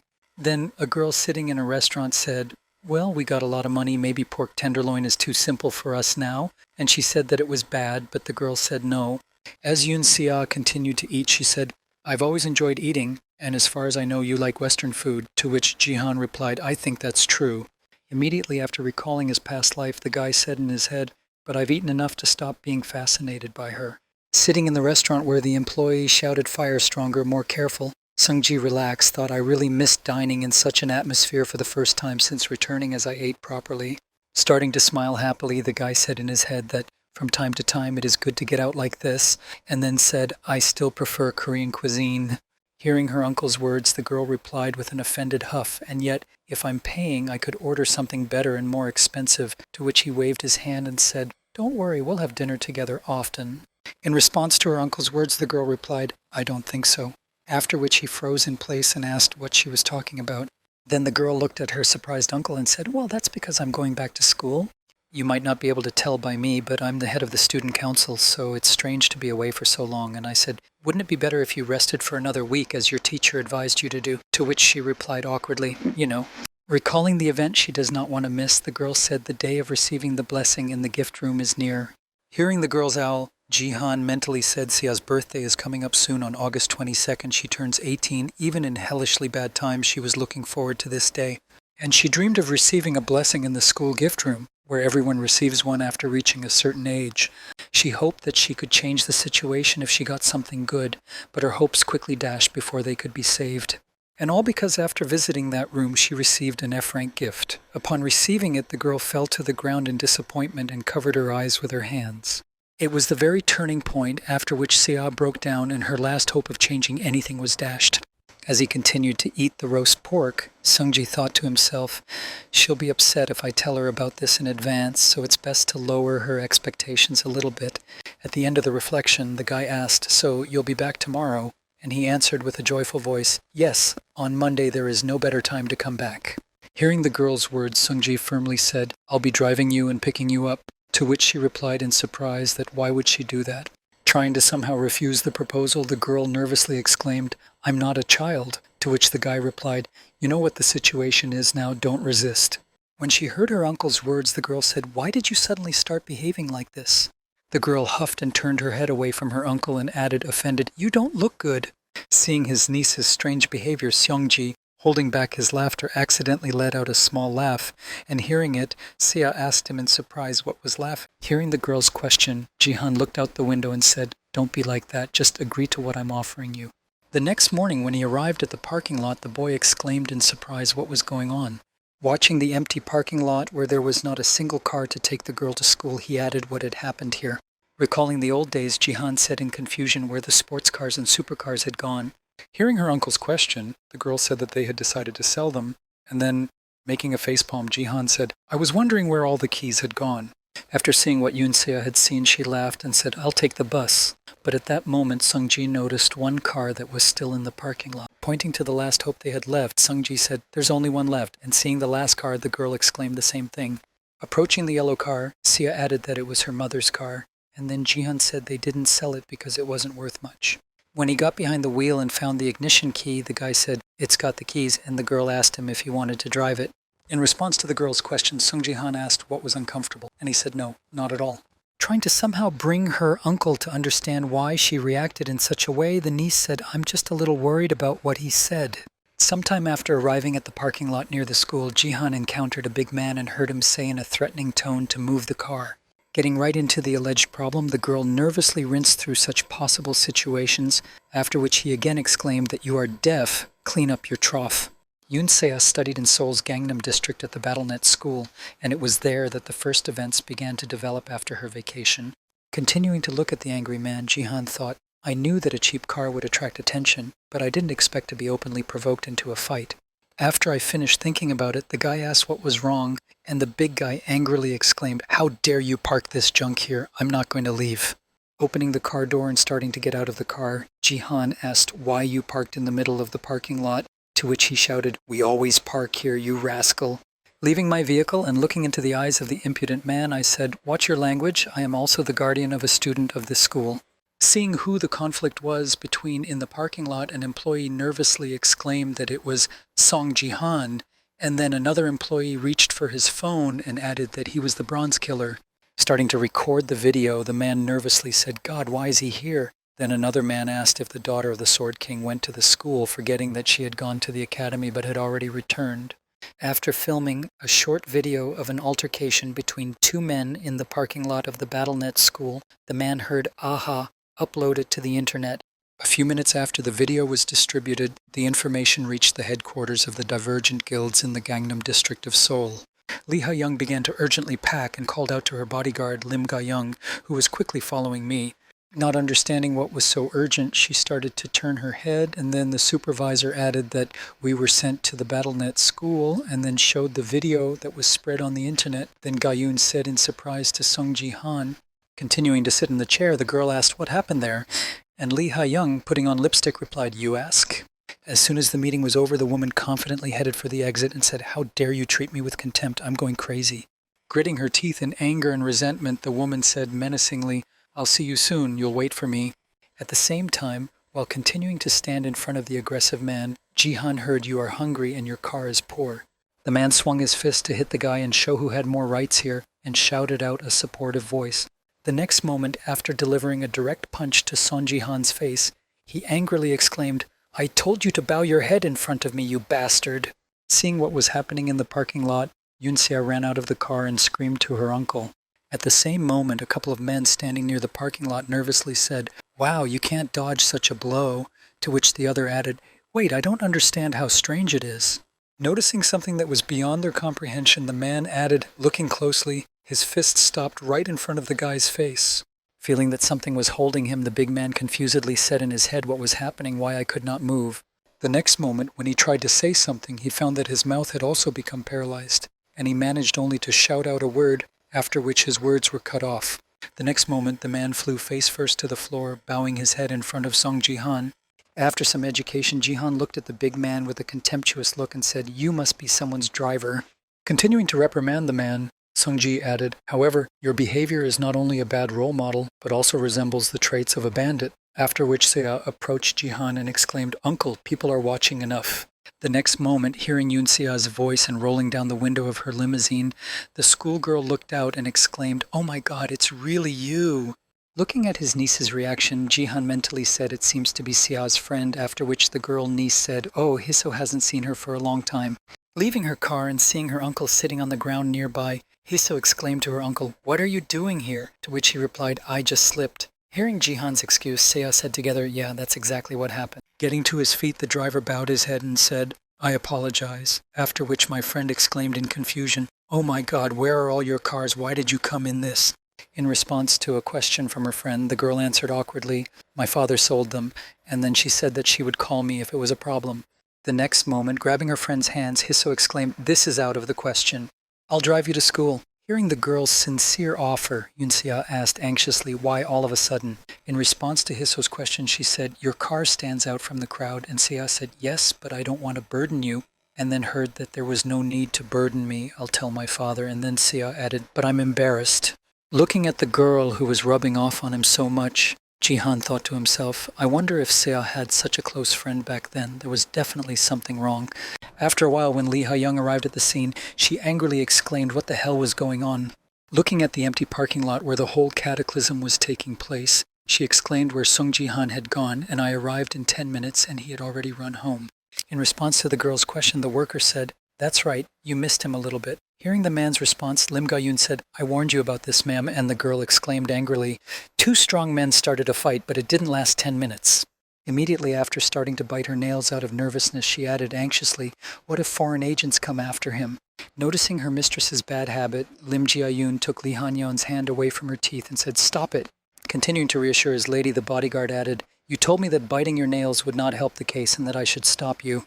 When she heard her subject's remark, the woman was surprised to ask what was going on, and then mentally added, "Wow, you can fall in love like that." Immediately after seeing her mistress walk away, Lim Ga-yoon asked what you were going to do now, and she confidently replied, "What other options do we have?" Connecting to the broadcast of the Victory Predictor song, Lee Ha-young said, "I'm going to chase him and see who comes out on top." At the same time, the guy was broadcasting live from the battlefield in the Coliseum, and one of the viewers wrote that he would definitely take first place. A few seconds after he neutralized the nearest enemy with his fists, he switched to another, smashing his shield with his bare hands and neutralizing his opponent. At the same time, Song Ji himself was concentrating his power for the best effect and contemplating the nameless divine art.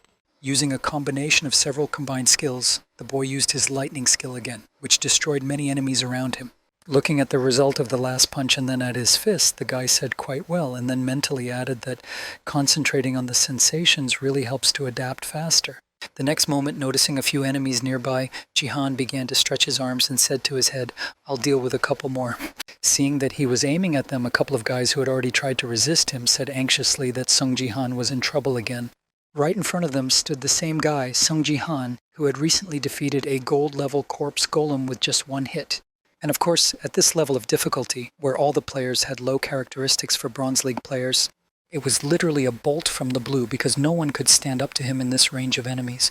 Activating his lightning-fast skill again, the frightened cries of Song Ji-han rang out from the Colosseum as if a natural disaster had struck and could not be prepared for. After some time, the boy received a system notification that the game was over, and after that he was teleported back to the place where he was. Immediately afterwards, he was overtaken by another system notification that said you took first place, and then the viewers of the broadcast began to write, "Wow, he's first again, he's always first." The next moment, several notifications appeared saying that you had won first place 5 times in a row, your experience points and equipment points had been doubled, and your level had been increased twice, and then the guy said, "Wow."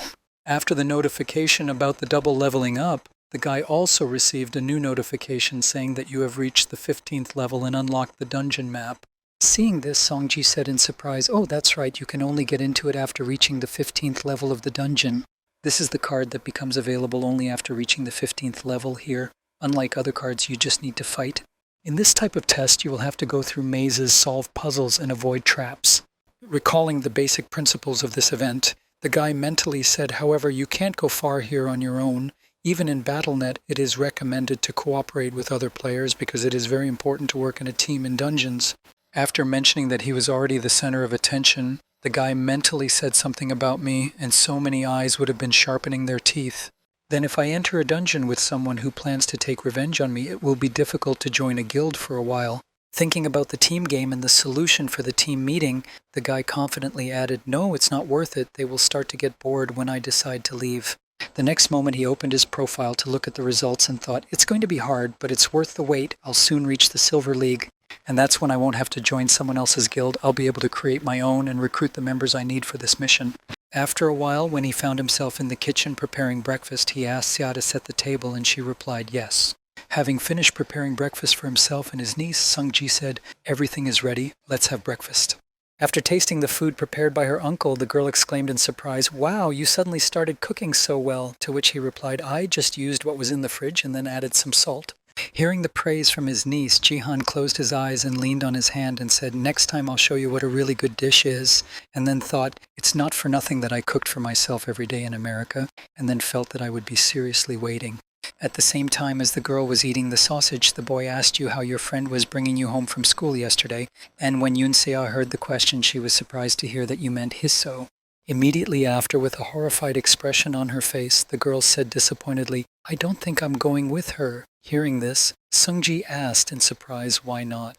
Hearing her uncle's questioning, Yunsea awkwardly said, "I forgot to tell you on the way home she was overreacting to everything and I was uncomfortable to the point where I wanted to fall through the ground." The next moment, recalling her friend's words, she said to Sia, "How are you going to live on? You must be heartbroken. Can I help you? Why did your father do this to you? You are his only daughter."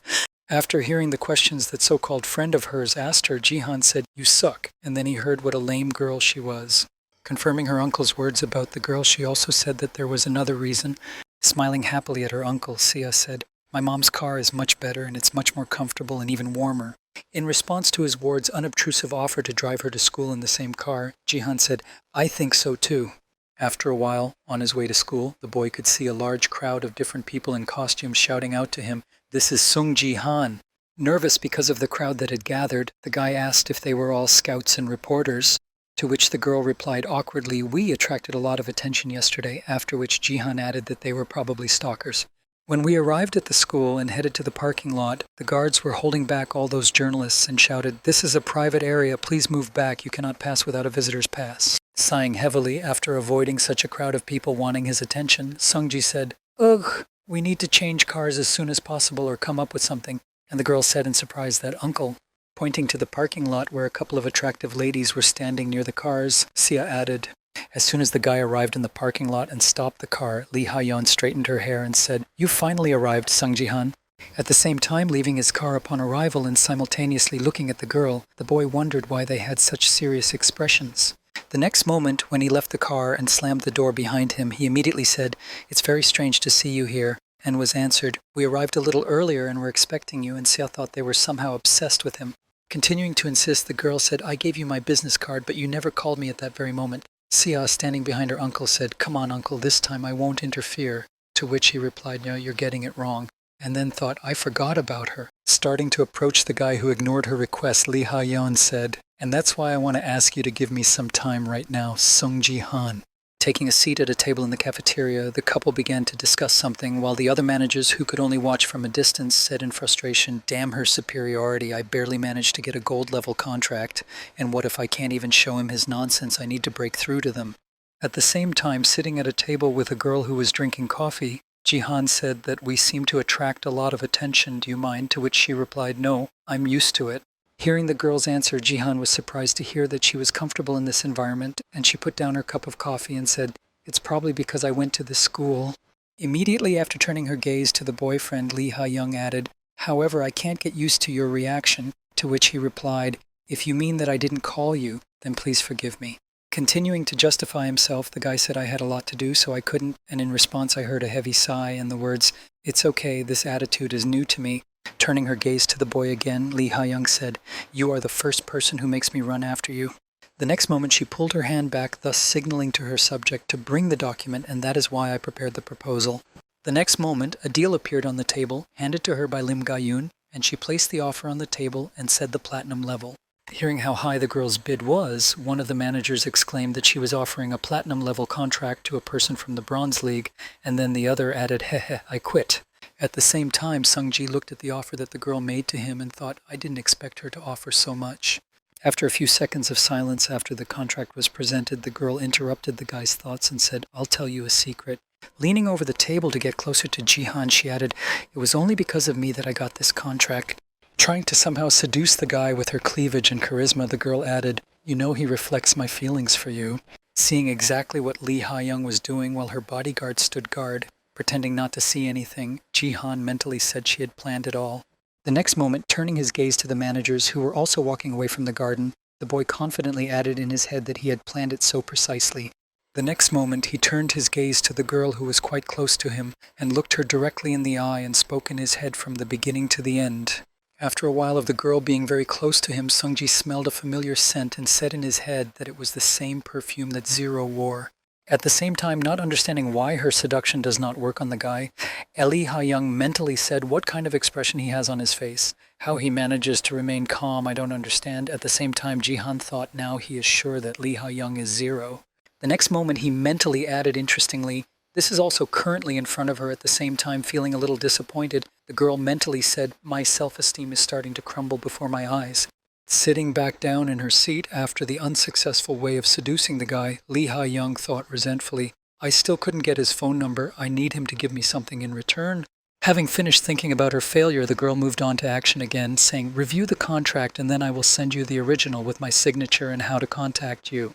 In response to the girl's question, Jihan asked her to give you my phone number. Hearing this, Lee Ha-young held back her displeasure and thought, "Oh, right." But at the same time, Lim Ga-young smiled slyly and thought he was right on the money. Immediately after a brief moment of dissatisfaction, Lee Ha-young said what if so, and what she heard in response was, "How about a bet?" Surprised by the guy's offer, the girl asked him what she would bet on, and he said yes with a happy smile. "I recently got the 15th level, and so I have to go to the dungeon after getting the 15th level. The first game is always the dungeon." After hearing the message from the guy, Lee Ha-young jumped up from his seat in surprise, exclaimed, "What already?" Surprised at the speed of the guy's progress, she mentally said, "I expected him to start raiding soon, but I didn't realize it would take him less than a month to reach the 15th level, which is the bet he wants to make." Having finished her thoughts, the girl asked him what the conditions were, and he stood up from his seat and sighed heavily and said, "I'm going to go there now." Shifting his gaze to the girl and smiling slyly, the guy said, "If I don't manage to take first place, I'll contact the Divergent Guild and of course give you my number." In response to the guy's words, Lee Ha-young nervously replied, "But there are many people who have fangs against you." After that, Lim Ga-young nervously thought he wanted to go on a raid without a guild and a team. Hearing that she was sure that this plan would not succeed, Jihan stepped forward and said, "Then why don't you agree to it?" And she replied, "Your offer is amazing. I was even a little confused." Immediately after hearing only half of the deal, she asked what I would have to put on the line, and in response she said that I would win, and then Jihan thought, "I want to make sure." Mentioning the skill he was interested in, and to convince me that he had it, he added, "Show me your status window." Immediately after announcing the condition for achieving his success in this bet, the boy said in his head, "This is how I will be able to find out if she has it now." Looking at the confused girl who didn't say anything, Jiha mentally added her gift of education. After asking the boy's wishes, Lee Ha-young said, "My state window," to which he confidently replied, "Yes." and then thought this gift was just a buff of experience points that he was ashamed to show to others. After noticing the change in the girl's behavior, the guy smiled slyly and said in his head, "Judging by her reaction, it's true, but I'd still like to see it with my own eyes." In response to the guy's request, the girl sighed heavily and said, "Okay, but then don't regret your choice." While Jihan was logging into the BattleNet system, the girl asked if you were going to go to the game now, should we go? And he replied that he didn't have to. After launching a live broadcast so that everyone could see what he was doing, Jihan moved into the game space and said, "Wait for me here." Hearing that he was expected at the same place, Lee Ha-young said, "It will take a little time." At the same time as the viewers began to write in the live chat, the boy moved to a new location and then received a system notification such as a dungeon map. This place was called the Conqueror's Tomb Dungeon based on the system alert information. Tomb of the Conqueror, difficulty level high underground tomb, which is the tomb of the legendary Conqueror. This place is home to a variety of monsters that raiders can meet, but it does not have such difficulties as traps and mazes. However, there is still one reason why this dungeon has a high level of difficulty, and this reason is that in order to clear this dungeon completely and leave it as a winner, you need to fulfill a list of certain conditions. One of these conditions is that all members of the group participating in the clearing of a given dungeon must survive to the end. Continuing to recall the reasons why dungeons are so difficult to complete, Jihan mentally added that this is why it is important to assemble a team successfully. The next moment, when he found himself inside the beginning of his journey in the dungeon, a system notification appeared. Player Song Jihan has entered. After receiving a system notification that said the game would start soon, Jihan looked at the members of the selected team and thought, "I think it's over for now." That they were not bad guys, and immediately afterwards, adjusting his glasses, one of the fighters exclaimed in surprise, "Sung Ji-han," and then the other added, "Holy shit, it's really you." Starting to greet each of them, Sung-ji thought they were all from the same guild and their equipment was good, and then he said, "It's an honor to meet you, I'm glad to meet you." Immediately after starting to prepare for the start of the raid, one of the players said that "let's go," to which the other replied, "Yeah, now we have Sung Ji-han with us." Deciding that they would help their friend, one of the three said, "We'll show you where to go," to which he replied, "No, follow me." After which one of the boys said in surprise that it was better for the soldiers to go first. After hearing the recommendation from his temporary ally, Jihan looked back and said, "It's okay, I'm confident in my abilities." In response to Jihan's remark, the rest of the comrades followed him confidently, exclaiming, "Good, then we rely on you." At the same time, while warming up his hands before he started fighting, the guy thought, "Fortunately, there are no one here who will set me up, and I was a little worried about the conditions of the sweep." Immediately after completing his preparations and his thoughts, the guy looked at his comrades and said, "Let's do it." Upon arriving at the first corridor they had to pass, the boys saw terracotta warriors in different states. Seeing that after they entered the room, the enemies began to come to life and form into an army, one of the players shouted out to them. Looking at the sand warriors who had to be defeated to move on, a team member nervously added that they were the guards of the tomb. Immediately after collecting his thoughts and looking at his leader, the guy asked Jihan, "In what order we will attack? I can clear the way there with magic." In response to a question from his teammate who offered his solution to the problem, Sunji stepped forward and said, "Just stand behind me." Immediately after he stepped a few steps forward, a blackberry warrior attacked him with a slashing blow, which Jihan managed to dodge. As soon as the enemy opened up, he struck back, crushing the enemy into small pieces, after which he could no longer continue the fight. Thus, Song Ji-han made his way to the other end of the corridor, clearing the way with his own fists. After some time, most of the enemies were destroyed and the last one remained, which Jihan was also able to defeat without much difficulty. And after a while, when the whole road was cleared and the comrades stood there with their mouths open, unable to say a word, Jihan shouted out, "Hey, why are you frozen?" Crushing in his hand a piece of the enemy's body that he had accidentally torn from his body, the guy said, "Let's catch up with me now." At this pace, the team continued to move through the dungeon, waiting for Sung-ji to figure things out for himself, and so they reached the third level of the Conqueror's Tomb. Continuing to follow his guide, who was quickly clearing the way, one of the players was surprised to hear him say, "Wow, in reality, he doesn't seem real." In response to his friend's words, another friend, embarrassed by the sight, said, "Yeah, he's destroying these tough nuts as if they were made of sand." At the same time, Jihan heard himself talking and thought to himself, having destroyed another enemy, they are not particularly strong at all. The next moment, he saw a donation of 1,000,000 won among the stream's comments and wondered what the hell was going on. Starting to look for a comment on the donation, he mentally added what a fool he was, and then saw a message from a foreign manager in which he wrote, "Sung-san, You never check your mail. Maybe you should go there at least once. I have prepared a large donation for you." After seeing a message from Takeda Kazuo, one of the viewers wrote to Jin, "We can't execute you too. If you go to Japan, I'll move to another country." In response to worried comments from his supporters, he said, "Don't worry, I'll stay in Korea. We need to block him." Immediately after blocking the annoying fan, Jihan said that the third level was dealt with, after which a BlackBerry from the players said that we would have cleared only the first level during this time, after which another added that we were not just being dragged through, but were being taken by plane. As Jihan walked forward, one of his comrades who followed him stopped to check on the state of the destroyed statue, knocking it on the head with his sword and saying in amazement how he was destroying them with his fists. While one lagged behind, the others went forward, and the leader of the trio looked down and said, "Thank you in advance. I'm sorry that you have to do everything alone." And he said, "You don't need to apologize." Immediately after Sungji started the psychic war, he added that it helps me a lot that you are not playing against me, to which the leader happily replied, "God would be great to continue working with you." Next in line, based on the system notification that appeared on the level 4 of the dungeon, Jihan looked at it and said in surprise that it was a direct path. Looking at what could be the cunning of this room, the leader said anxiously, and at the same time sighed. Jihan thought, "That's a laugh." Looking closely at the holes that covered all the surfaces in the room, my friend added on the walls and on the floor. Realizing that everyone would have to do their best here, the guy added awkwardly that there were traps everywhere. I had heard that there were almost none, but I did not expect to come across them all at once. At the same time, Jihan asked his comrades if they would mind speeding up a bit, to which the leader confidently replied. Of course, at the same time, the other guys who received the bribery task awkwardly added without any problems.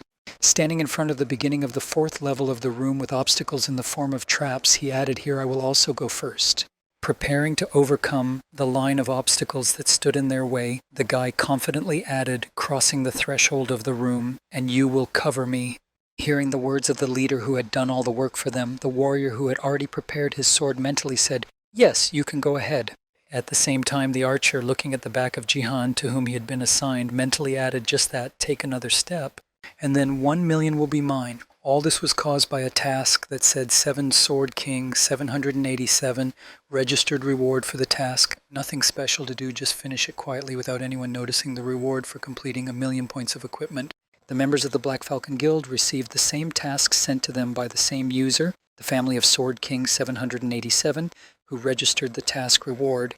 This task was created by a foreign manager who was also watching the live broadcast but was blocked from the chat room, and when he saw that a couple of players were tempted, he happily exclaimed, "I'm done." Holding a cup of coffee in his hand after fulfilling his duty to comprehend the goal by any means necessary, the man said happily, "I didn't want to resort to this, but there is no other way to understand it." The next moment, Takeda smiled ominously after realizing his diabolical plan and said, "What are you going to do, Sung Ji-han? I bribed a few people." Also, while watching 2 players from the Falcon Guild who were visibly nervous after receiving the task, I added that they would not give themselves away. However, Sung Ji-han probably knew that this could happen, but without showing it, he confidently moved forward, clearing the dungeon. When the boy had already started his sprint to overcome the room with traps, the foreign manager slyly added another step. "And then you lose," but Jihan didn't show any signs of it. He continued to go through the dungeon as fast as possible until something unplanned started happening. Continuing to console himself with the fact that he had done a good job, Takeda Kazuo spread his arms and exclaimed joyfully, "Bugaga, I won. There is no way out." Continuing to laugh so loudly that his laughter could be heard even from the neighboring building, the manager added a boogeyman, just in case someone else did. Without warning you in advance about this development, the Golden Ray was already on guard duty and closely watching the events unfold. At the same time, heading forward to the arrows that were released after activation, Jihan mentally said they were approaching. However, despite the obstacle, he confidently moved on, calculating how he would cope with this obstacle. Seeing the threat coming at them from the front, one of the members of the Black Falcon Guild used his magic and shouted to Jihan aside, "I will destroy the arrows with my ability." In response to the request of his comrade, Songji, continuing to confidently walk toward the released arrows, said no need and then mentally said the power of space control. Immediately afterwards, he activated his absolute territory skill, which allowed him to get the peak capabilities of his skills. Seeing what happened to the arrows that were flying directly at them, one of the members of the Black Falcon who was following him said in surprise what had just happened. The next moment, looking back at his friends to share his impressions, he asked if they had seen it, but they were still at the entrance, not having stepped into the room. The next moment, suspecting something was wrong and seeing them holding weapons, the guy shouted out to Jihan, "Look at them," and after his friend's nervous exclamation, the guy looked back. Realizing the reason for his friend's wariness, the guy also noticed the intentions of the other two team members and said in his head that they were trying to kill themselves. Rushing to his comrades to prevent them from committing the crime, the leader of the Black Falcon shouted, "What are you doing?" and "Stop immediately." At the very moment when the guys were about to complete their plan, bringing their weapons closer to the body, Jihan used his nameless divine art skill to stop them. When he saw what his fellow archer from the Black Falcon Guild was doing, he was surprised to hear him say that he was doing the same. At that very moment, Song-ji was already flying towards the traders who had succumbed to the temptation of money using the lightning steps of the shimmering sky. At the last moment, he managed to get to two fools who decided to interfere with his mission and knock the weapon they were going to kill themselves with out of their hands. After the archer landed on the ground after the blow, the warrior whose sword had been knocked out of his hands groaned heavily and exclaimed, "Oh, my hand." Immediately afterward, Jihan used his strength skill to fill his body with energy and inflict severe pain, just like he did with Kim Gyu-hyuk. Arriving at the leader of the group and the two comrades who had already been neutralized, the guy anxiously exclaimed, "Jihan, are you okay?" The guy replied, "I barely had time to stop them." At the same time, a warrior from the raid team, who was not in the best condition, exclaimed, "We could have done it," and then heard from the archer that you were also given this suicide mission, to which he angrily exclaimed, "Shut your mouth, as if you didn't know." Pretending to be innocent, the leader of the guild team asked why they were arguing, to which Jihan replied that they had a reason. It seems that the two of them were given a suicide mission. The next moment, he turned his gaze to the last player on his team and added that if one of them had succeeded, the game would have been over. Hearing the reason for this action, the guy bowed to Sung-ji and awkwardly said, "Oh, how awkward it was as their fellow guild member. I'm really sorry." To which he replied, "It's good that I made it in time." At the same time, the magician, who was pretending to be a white sheep with his hand on his chest, was preparing to use the spell he had already recited and then heard that there was no need to apologize. At the last moment before using the skill, his hand suddenly rose up and the magic spell flew past the intended point of impact. After preventing the last member of the Black Falcon Guild from hurting himself, Jihan said, "You're just like them," and Takeda mentally said, "Just like I said." All the members of the Black Falcon Guild received the same task at the same time. While looking annoyed at the guy who prevented him from earning 1 million points of equipment, the guy exclaimed, "How did you know?" Continuing to be aggressive and thinking about how he could have been revealed against the background of his comrades who were visibly embarrassed after receiving the task, the magician exclaimed, "I didn't give myself away." Continuing to look at the guy he had failed to reach again, even with this method, the foreign manager thoughtfully said, "But how could Jihan have known about this?" At the same time, sitting at his computer monitors, the Golden Ray joyfully exclaimed, "All thanks to Jihan's faithful assistant, the Golden Ray." Recalling his actions throughout the dungeon clearing quest, from the beginning to the present moment, he added, "As an eternal fan of Jihan, I watched his stream." However, this was not the only thing on his screen. The picture was split, and he confidently exclaimed, not only to him, but to all members of his team.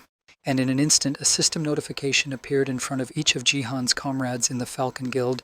Then I pointed my finger at him, and a golden beam shouted out, and suddenly I saw. After rereading the description of the task from the magician's screen, the boy added how the family of the Sword King, 898, issued the task with a reward of 1,000,001. And it was then that I decided to tell Jihan about everything, creating a donation form that was addressed to the owner of the airwaves, and he wrote to Jihan to be careful. All members of the Black Falcon Guild were bribed. Before sending the message, the guy grabbed his clothes in the chest area and said a donation with a message for 10,000 points of equipment. Well, for the sake of justice, you can donate to Jihan. Hire your faithful servant as an assembler. The next moment, Jihan's voice was heard to speak, which was rather strange and surprised the Golden Ray who was watching him.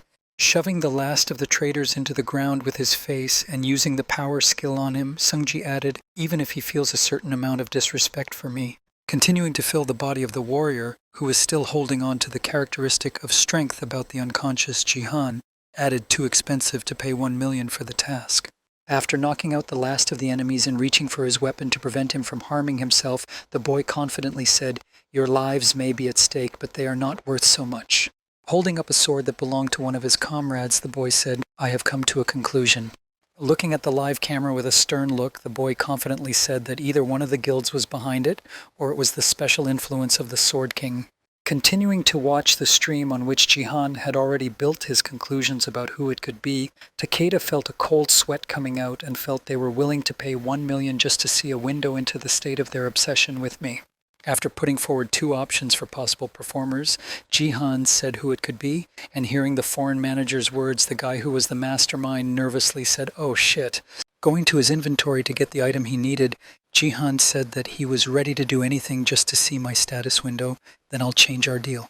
Clicking on the rope in his inventory, the guy said, "I'll change only the part about 200 subscribers to 1 million, and the first condition remains the same." Immediately after he said that, the boy closed his eyes and mentally said something wonderful. Taking out a rope for traders from my inventory, Jihan added in my head, I was worried that 200,000 subscribers would be gained very quickly. Looking at the item he received from the inventory, he mentally added, "Thanks to him, I received money and attention, so I need to make the most of this situation." He tied the 3 members of his team who wanted to betray him with a restraining rope that holds down neutralized enemies. Having accomplished everything he wanted and twisted even this situation in his favor, the boy joyfully said, "This is great, just great."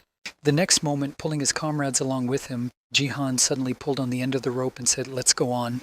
Jumping on the floor and flying up after each tug, the hostages followed Jihan against their will, who wanted to deal with the dungeon as quickly as possible. After a short period of time, the archer who saw what was in the last room of the dungeon exclaimed with concern that we had already arrived. At that very moment, while looking at what awaited him in this room, Jihan heard someone's ghostly voice repeating over and over again, not to disturb his rest. Looking at the glowing yellow eyes that lit up the statues that filled the room, he heard the Emperor is eternal again. After that, the eyes of all the statues that filled the room began to light up and repeated over and over again, "Do not disturb his rest, the eternal Emperor, do not disturb his rest." After seeing what he saw, Jihan threw his hostages to the ground, after which one of them felt his face hit the ground and thought, "You're right." At the same time, Jihan opened his system window before all the traitors had regained consciousness after he knocked them out. Feeling that his mouth was closed and he could not say a single word, the warrior from the Black Falcon Guild thought, just like me from the Bronze League, why the hell is he so strong? The next moment, one of the members of the Black Falcon Guild, unable to bear this attitude, shouted out, "Hey, you dumbass!" Deciding that he could still threaten in this situation, the warrior said, you've got it, I'm giving you one last chance to let us go. Unless you want the entire Black Falcon Guild to become your enemy at that very moment." Jihan pointed his index finger at the first of the 3 traitors. Activating his skill, he attacked the guy at all the right points, piercing his armor, and then blinked in surprise. Feeling a strange feeling, the warrior mentally said that this happened, and then heard, "You really hope that your guild will help such inept people as you." Lowering his head and then falling down without being able to get up, the warrior mentally said, "My body was completely exhausted at that moment." Jihan used his technique on the archer. While Jihan was dealing with the rest of the players, the warrior raised his head and turned his gaze to the boy, thinking, how is this even possible? Looking at Sungjin, who was watching his hand, the warrior added mentally, he pressed on the painful points. At the same time, Jihan thought, it's been a while since I used this method, but I haven't wasted my skills. At the same time, feeling that their bodies had lost all their strength, the mage thought that this was possible only after reaching the advanced class of martial arts warrior, and I thought he was a support player. Gritting his teeth in discontent, the offended warrior thought he was going to drag us along with him or something. The next moment, deciding to provoke the guy, the warrior remembered the stream where Kim Gyu-hyuk managed to throw him off balance and thought his weak point was his niece. Continuing his thoughts, he added, "Then I'll show him my ability to insult, which I developed while playing on the computer." And then your niece spoke. Before he could speak, his mouth was forcibly closed, after which Jihan, holding back his anger, smiled fake and said, "Why doesn't the man just shut up?" After hearing the threat from the guy, the warrior who was at the bottom among his comrades holding back tears, thought, I don't give a damn about anything, it just hurts like hell to be dragged along the ground. Continuing to drag the baggage of the traitors behind him, Jihan looked out the window of the state, from time to time used the treatment. After this time, feeling the effect of anesthesia, the archer happily said that it felt so good to the warrior, to which he replied, "Shut up." After completing the necessary actions, the boy looked at the map and mentally said, "We are now on the 6th floor." Putting a marker to see where he was, the guy went forward, pulling his allies with him, and said in his head, "If I clear him, I will go to the last level." After a while, he arrived at the room, after which a system notification appeared in front of him, the 6th floor of the dungeon, and he mentally cursed. Raising his head up, where he could only see the brightly burning yellow eyes of his enemies, who were many in number, Sungji mentally said, "I can't see them very well in the darkness." Noticing some of the enemies, who were a little lower and had a little light on them, the guy confidently added in his head, "But they are all clay warriors." The next moment, hearing a noise coming from behind, he looked back and noticed enemies coming from behind and blocked the exit. When the enemies launched an offensive, Jihan took it upon himself to defeat them all, but in addition to the usual battle, he also had to defend the hostages. After a certain period of time, he defeated all the clay enemies in the room with him, or so he thought. The next moment, when he just relaxed, he felt a strange feeling, something very similar to an earthquake, and all the statues he had defeated had their eyes lit up. Immediately after this incident, the guy received a system notification that said the tomb began to tremble, and he looked back to find out what might have happened. When one of the hostages saw what happened after the victory over the clay warriors, he nervously exclaimed that it was a wow. At the same moment, many more clay warriors crawled out of the walls, their eyes glowing yellow, and began to say, "Do not disturb His Highness's rest." Standing on the ground where the enemies began to jump, the boy listened to them say over and over again, "The Eternal Emperor, do not disturb his rest. Do not disturb His Highness's rest." At the same time, assessing his enemies, Jihan thoughtfully said in his head, "Their eyes are glowing, most likely they are in berserker mode," after which a system notification appeared in front of him. It was a plate with a task, and after rereading its description, Sonji mentally added, "It's been a long time since I've been given a task, and the last time I was given one was when I was completing a map with a defense type." When all the enemies were already on the ground and no more appeared, Jihan used his skill and covered the hostages under the shield, reinforcing its strength characteristic. Immediately after installing it, he struck it with his sword and heard an angry man shouting that why put us under the shield to hit us like that? Then, after testing the strength of this protective dome, Sungji thought to himself, "It's much stronger if you put a force field on top of it. Now I don't have to constantly watch over them and protect them from enemy attacks." He then turned his attention to the clay warriors he needed to destroy. After completing all the preparations for the battle without restrictions, the boy activated his skill of absolute territory, which was being overrun by enemies. Feeling the strengthening and disappearance of a certain degree of restriction, the guy mentally said, "No matter how many times I use it, I am constantly surprised at how effective it is." Watching the enemies coming at him in the absolute territory, Jihan added in his head that the movements of everyone in it were slowing down. Immediately after clenching his hand into a fist, the guy added in this situation, "I can easily do it with my fists alone. Kill all enemies within the reach of the absolute territory." Immediately after taking both hands on the sword he had at his disposal and using his skills on it, the guy added, "However, I have true power in this territory." The next moment, closing his eyes and remembering his guildmaster from his past life, the boy said, "You should be ashamed of yourself, Baron. You only use this ability to boost mana." Having finished his thoughts, the guy swung his sword and said in his head, "Enough of this unnecessary chatter, it's time to end it." In a few seconds, using his skills, the boy created a giant vortex that pulled all the enemies into it and destroyed all the statues in a short period of time, after which he received a notification that the task was completed.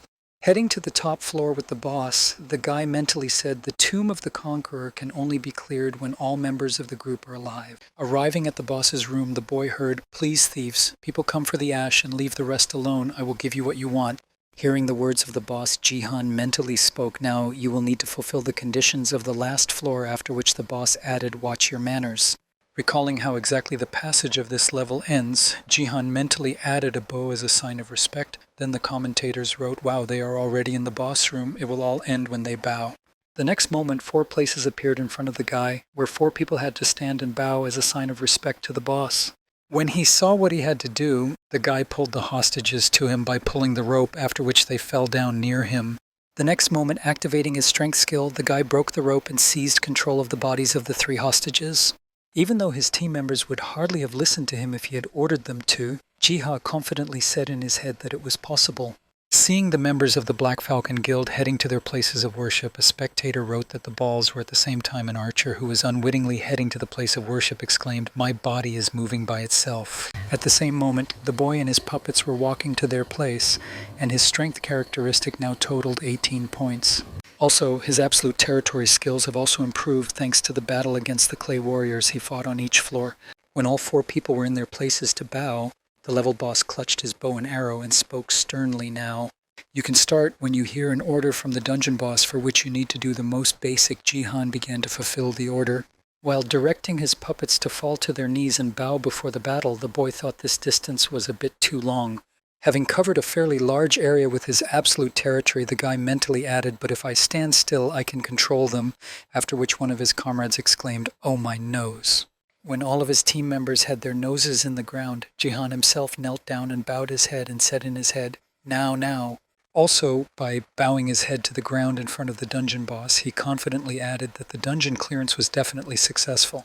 After seeing the sign of respect shown to him, the conqueror said, "Now you can go back to where you came from." Immediately after these words, the gate to the normal world appeared behind the guy, and a system notification said that the 7th floor was passed. When the gate was fully formed, and a system notification appeared with the words "Gate Open," Jihan received a new task. At the end of the dungeon mission, the archer mentally said, "A million, I didn't get it, but I'm still glad we were the first." At the same time, the mage also thought, "I'm glad we passed it with the rest." When they all got to their feet after bowing low, the wizard looked at Song Jihan and wondered why he was still not moving.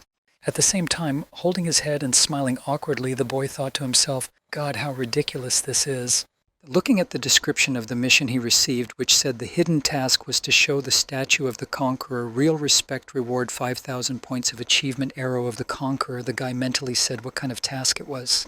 The next moment, raising his head to the statue of the conqueror standing in front of him, the boy thoughtfully said in his head, 5,000 points of achievement is not such a bad reward. Immediately afterwards, he noticed the other reward for the task, which was in the hands of the statue, and mentally said the arrow of the conqueror.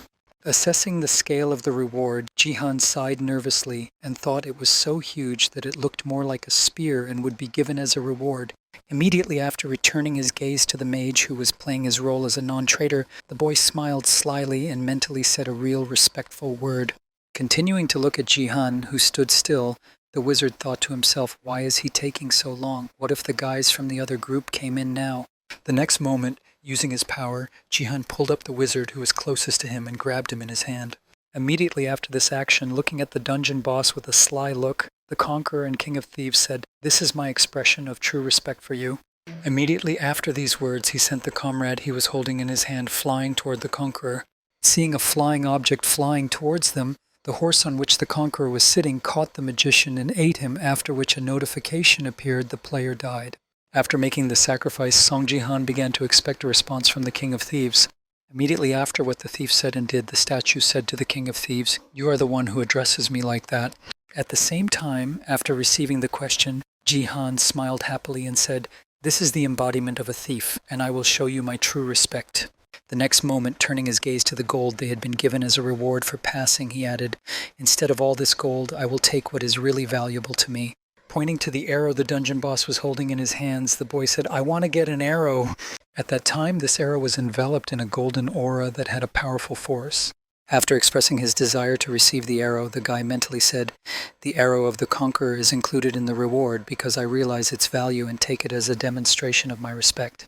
Looking at the task again, which said show the statue true respect, rewarded with 5,000 points of achievement, and the arrow of the conqueror, Jihan mentally said that this was the true condition of this task.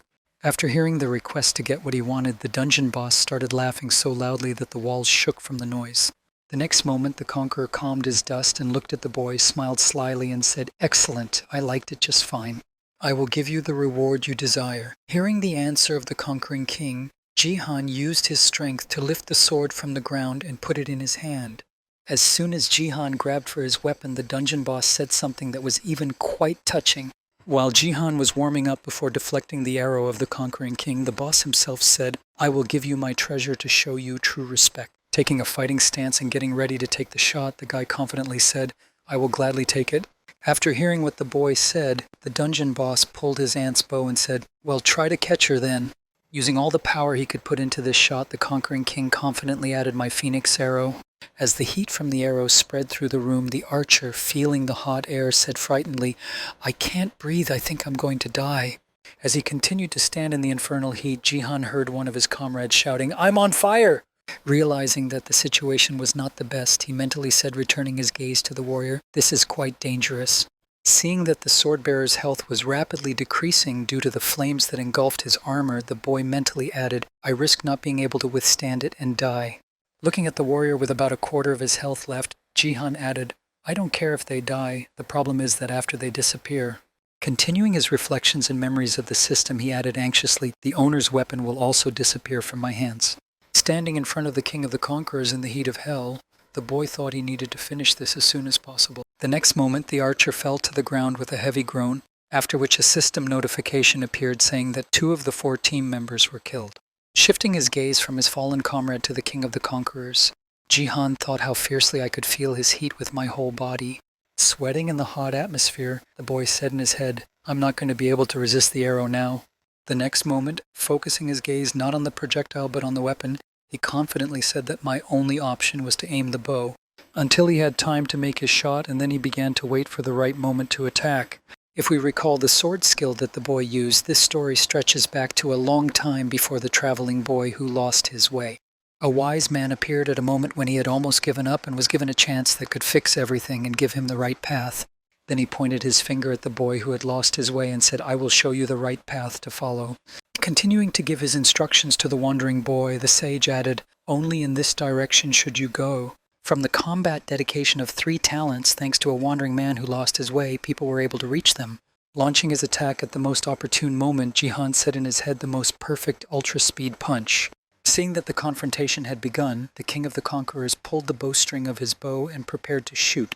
At the same time, Jihan released his sword in the direction of the bow to knock down the enemy's sight and make it impossible for him to shoot, a skill called the Way of the Immortal Sage.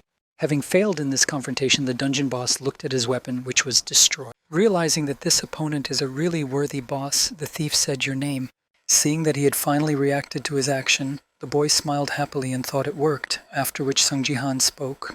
Hearing the boy's name and looking at the arrow lying next to him, the conquering king said to Song Jihan, picking up an arrow from the ground, which had fallen near him after a failed shot, the dungeon boss said, "You are quite a notable and noble warrior."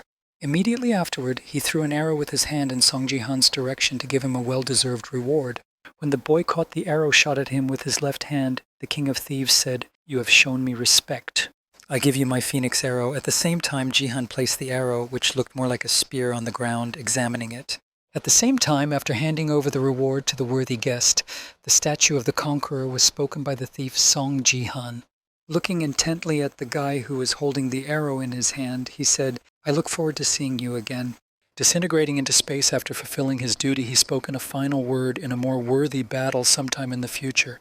In response to the dungeon boss, who also showed his respect for him, the boy replied, "Of course I will wait too." The next moment, taking the spear handed to him by his opponent in both hands, the boy said in his head, "There are many fields of battle in BattleNet, so I will see you again." As soon as the boss of this dungeon completely disappeared from the room, Jihan smiled happily and said, "Well, that's great," and then mentally added, "You will need to cut off the feathers at the end to use it as a spear." The next moment, the boy saw the comments in which the audience asked Jihan what kind of ability it was, and I really couldn't see anything, even in slow motion. In response to this question, the boy mentally said, "Well, the path of the immortal sage is not just ultra-fast." The next moment, as he began to recall the peculiarities of his skill, he mentally said, "This technique is hitting a specific point with a thin sword of chi." After these recollections, raising his hand to the level of his eyes, Songji, realizing his skill, mentally said, "I am beginning to better control the nameless divine arts." Starting to recall again his first time using the nameless divine art, the boy said in his head the first time he used it, it was not stable and used up a lot of power. Immediately after, remembering his diligent training and the times he used this skill in battles when necessary, Jihan thought, "But the more I used it, the more I used it." Clenching his hand into a fist after he threw away the sword of the last of his teammates, the boy mentally said, well, it's gotten more graceful and stable with time." Continuing his deep thoughts about mastering a skill that is not yet available to him, the guy said in his head, "I managed to demonstrate the basic forms of martial arts," and then received a system notification that said the conqueror has accepted you. Immediately afterwards, he also received another notification that said, "You have been released from the conditions of the 7th floor." Seeing this inscription, the guy was surprised to think that everything was over. After receiving these notifications about the completion of the tests, Jahan looked back to where the last of his team was lying on the ground with his head bowed and said this. At the same time, not understanding what had happened, the warrior who was left alone among his fellow guildmates in the dungeon said in surprise what he was doing.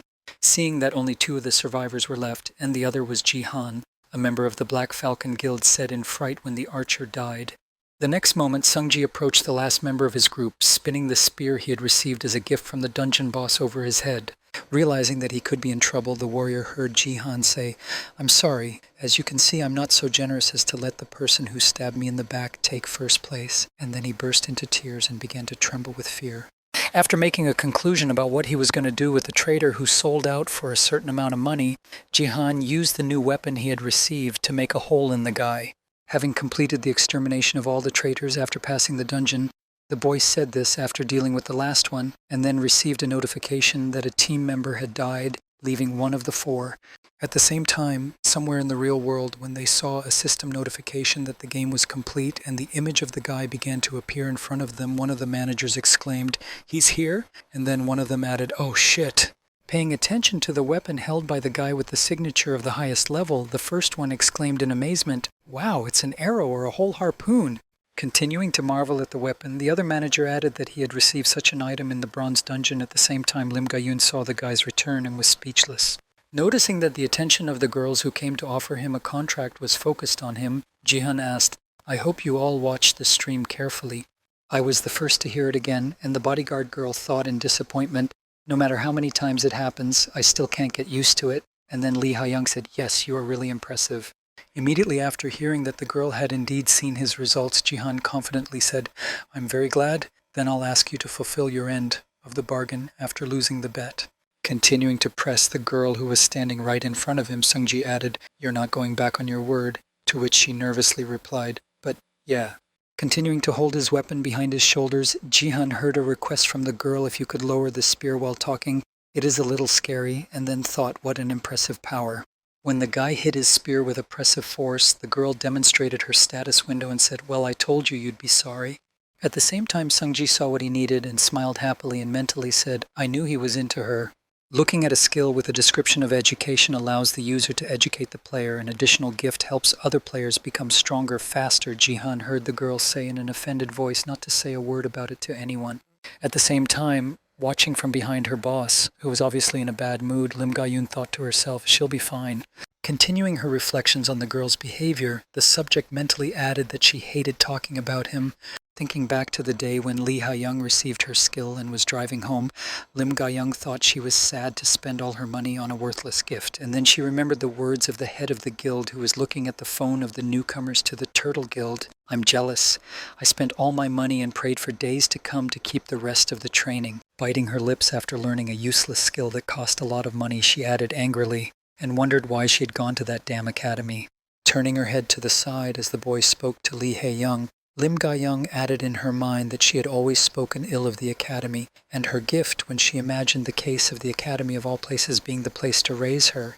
Yes, indeed, life is full of unpredictability. At the same time, puffing out her cheeks while the guy looked at her status window, Lee Ha-young nervously thought it was strange why he didn't say anything. Immediately after noticing a sly smile on the guy's face, she confusedly added in her head that he was laughing at me now. Having misinterpreted the guy's emotions, the girl said offended, "Don't you think it's rude to laugh at a person right in his face?" To which he replied, "I'm not laughing at you at all, I'm just happy." Confused by the guy's response to her displeasure, the girl exclaimed that Sungji had already pulled his phone out of his pocket. The next time he held it out to the girl, he said, "May I ask for your number?" Hearing this request, Lim Ga-yun, who was standing behind him, was stunned by the boy's sudden request. Not understanding the reason for this act, Lee Ha-young said confusedly, "But I lost a bet. How do I understand this?" To which he happily replied, holding out his gadget. As he understood it, "I just needed it." In response to the guy's request, the disgruntled girl, folding her arms in front of her, replied, offended, "You can see the business card I gave you last time." And he replied awkwardly, "Well, the thing is." Continuing to give the reason for the impossibility of this action, he added that I lost it when I heard the reason. Lee Ha-young, whose self-esteem had fallen below the baseboard, thought, "What the hell?" Continuing to look at the guy who was handing her his phone, she thought he was just saying that he wasn't interested in me. First he lost my damn business card, and now he's asking for my number. Taking the boy's gadget in her hands, the girl was surprised to hear him say that she was interested in the skill of parenting, and it seems to me that this is exactly what it is, but why? Barely containing her anger, the girl said in her head, "I feel like I'm being led by the nose. My ego can't take it. I can't give him my number, after everything that happened." Holding back her anger at the impudent boy, she grabbed his phone and confidently said in her head, "I can do it." Receiving his phone back after entering the number, Jihan heard the phone ready, and then looking at the recorded contact, he was surprised to hear that heart. As soon as he realized what was depicted, Lee Ha-young turned her back on him and said to her subject, "Ga-young, let's get out of here." Having made a cunning prank that was supposed to put the guy in an embarrassing position, the girl looked back and smiled slyly and thought, "Well, I didn't expect you to be so confused by Song Ji-han." Not having had time to enjoy her prank enough, the girl noticed that the guy's reaction was not what she expected and thought he was smiling. Seeing the puzzled look on her boss Lim Gayun's face, Jihan said in surprise at the same time, "We'll call you later." As soon as the boy went about his business smiling happily, Lee Ha-young gritted her teeth in irritation and angrily said in her head, "What is wrong with him? How can he annoy me?" At the same time, somewhere in school, watching her uncle Yoon Sea's live broadcast, she saw how cool her relatives seemed and said, "Wow." Trying to express her impressions, one of her classmates exclaimed enthusiastically, "Sea, you have such a cool uncle," and I replied, "I think he's getting stronger every day." The next moment, the girl happily added, "I didn't even know that a conqueror's tomb could be cleaned like that," while her other friend was just staring at the stream in amazement. The next moment, interrupting the girl's concentration to one side, one of the girls spoke to Hiso, hearing someone calling her name and asking her in confusion if something was wrong. Starting to express what she was interested in, her classmate added that he had changed a lot since the last time we saw him, to which she replied, "You mean the time we passed by Sia's house?" To which her friend replied that he looked like an unemployed alcoholic. Continuing to admire the internet hero, one of the girls watching the live broadcast lovingly exclaimed, "Saya introduced me to him," after which her boyfriend, who was standing nearby, nervously said baby. As she continued to listen to her classmates' admiring words about Song Ji-han, Yoon Sea shed a tear of pride and said in her head, "Thank you for taking on my uncle." As soon as she began to admire her uncle, her joy was interrupted by the words, "Hey, Saya, this very day is coming soon because I'm right." After opening the system window where you could view your profile, your classmate added the day you turn 18. Continuing to speak her question, Hiso added, "You will officially become a player after reaching the age of majority. Everyone becomes a player and can see their status window. The students of the academy are looking forward to the training and various activities that will begin." After hearing Hiso's question, one of their classmates exclaimed happily, "We can go to battleship together," and another added, "You must be really excited." The room of gifts that people receive is the main reason for the existence of the academy, and they are of interest to all students. While talking about coming of age, a guy from this company was surprised to hear that Sia would receive a gift, to which his girlfriend replied that of course, and I think it would be at least S rank. Immediately after expressing her opinion about the rarity of the gift Sia would receive, the girl added her father's current SSS rank. She also mentioned her friend's father and her mother, saying that her mother's SS rank in class was that of a saint. Immediately after mentioning the current internet star, she added that there are rumors that her uncle has a talent of at least S rank rarity. After hearing speculation about what skill she would receive, the girl waved her hands away and said nervously, "No, it has long been proven that gifts have nothing to do with family history." In response to Sia's remark, a classmate replied that statistics say otherwise, to which she replied, "I hope I get something meaningful." Then Hiso added, "You have a birthday on the 22nd. When one of my classmates heard the date of becoming an adult, she was surprised to hear that it was coming soon, and Sia replied with concern, "I guess that's why I've been feeling so anxious lately." Hearing that her friend was nervous about what was about to happen, Hiso put her hand on hers and said, "I'm sure everything will be fine." Trying to somehow calm her friend down and get the bad thoughts out of her head, the girl smiled happily and added, "Don't worry." Continuing to maintain her grip, Hiso said, "You'd better wait for the gift I have prepared for you." And hearing this, Sia said awkwardly, "You don't have to, but thank you anyway, Hiso." In response to her classmates' embarrassed excuses and words of gratitude, Hiso opened the status window and said, "No, it was definitely worth it." Starting to look at Sia with a strange look full of hatred, she added, "Please accept it." At the same time, somewhere on the grounds of the first self-defense training competition in Tokyo, Japan, the King of the Sword, facing a certain number of opponents, was able to easily overcome them. After seeing the results of this training, the man in the black suit said in amazement that it was just incredible that the King of the Sword was always so strong, but he heard no. This became clear after the staged round. Shifting his gaze from his colleague to their experimental fighter, the scientist confidently added, "The King of the Sword is now much stronger."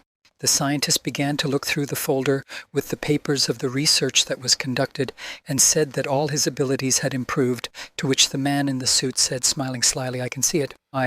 Admiring what they managed to do and how much they pumped up the strength of their subject, the man said, "I was already all in anticipation, bursting with expectation." When will Ito Ryuhei's first performance of the international competition BattleNet 2020 0815 at 1700 Korea vs. Japan D2 finally begin?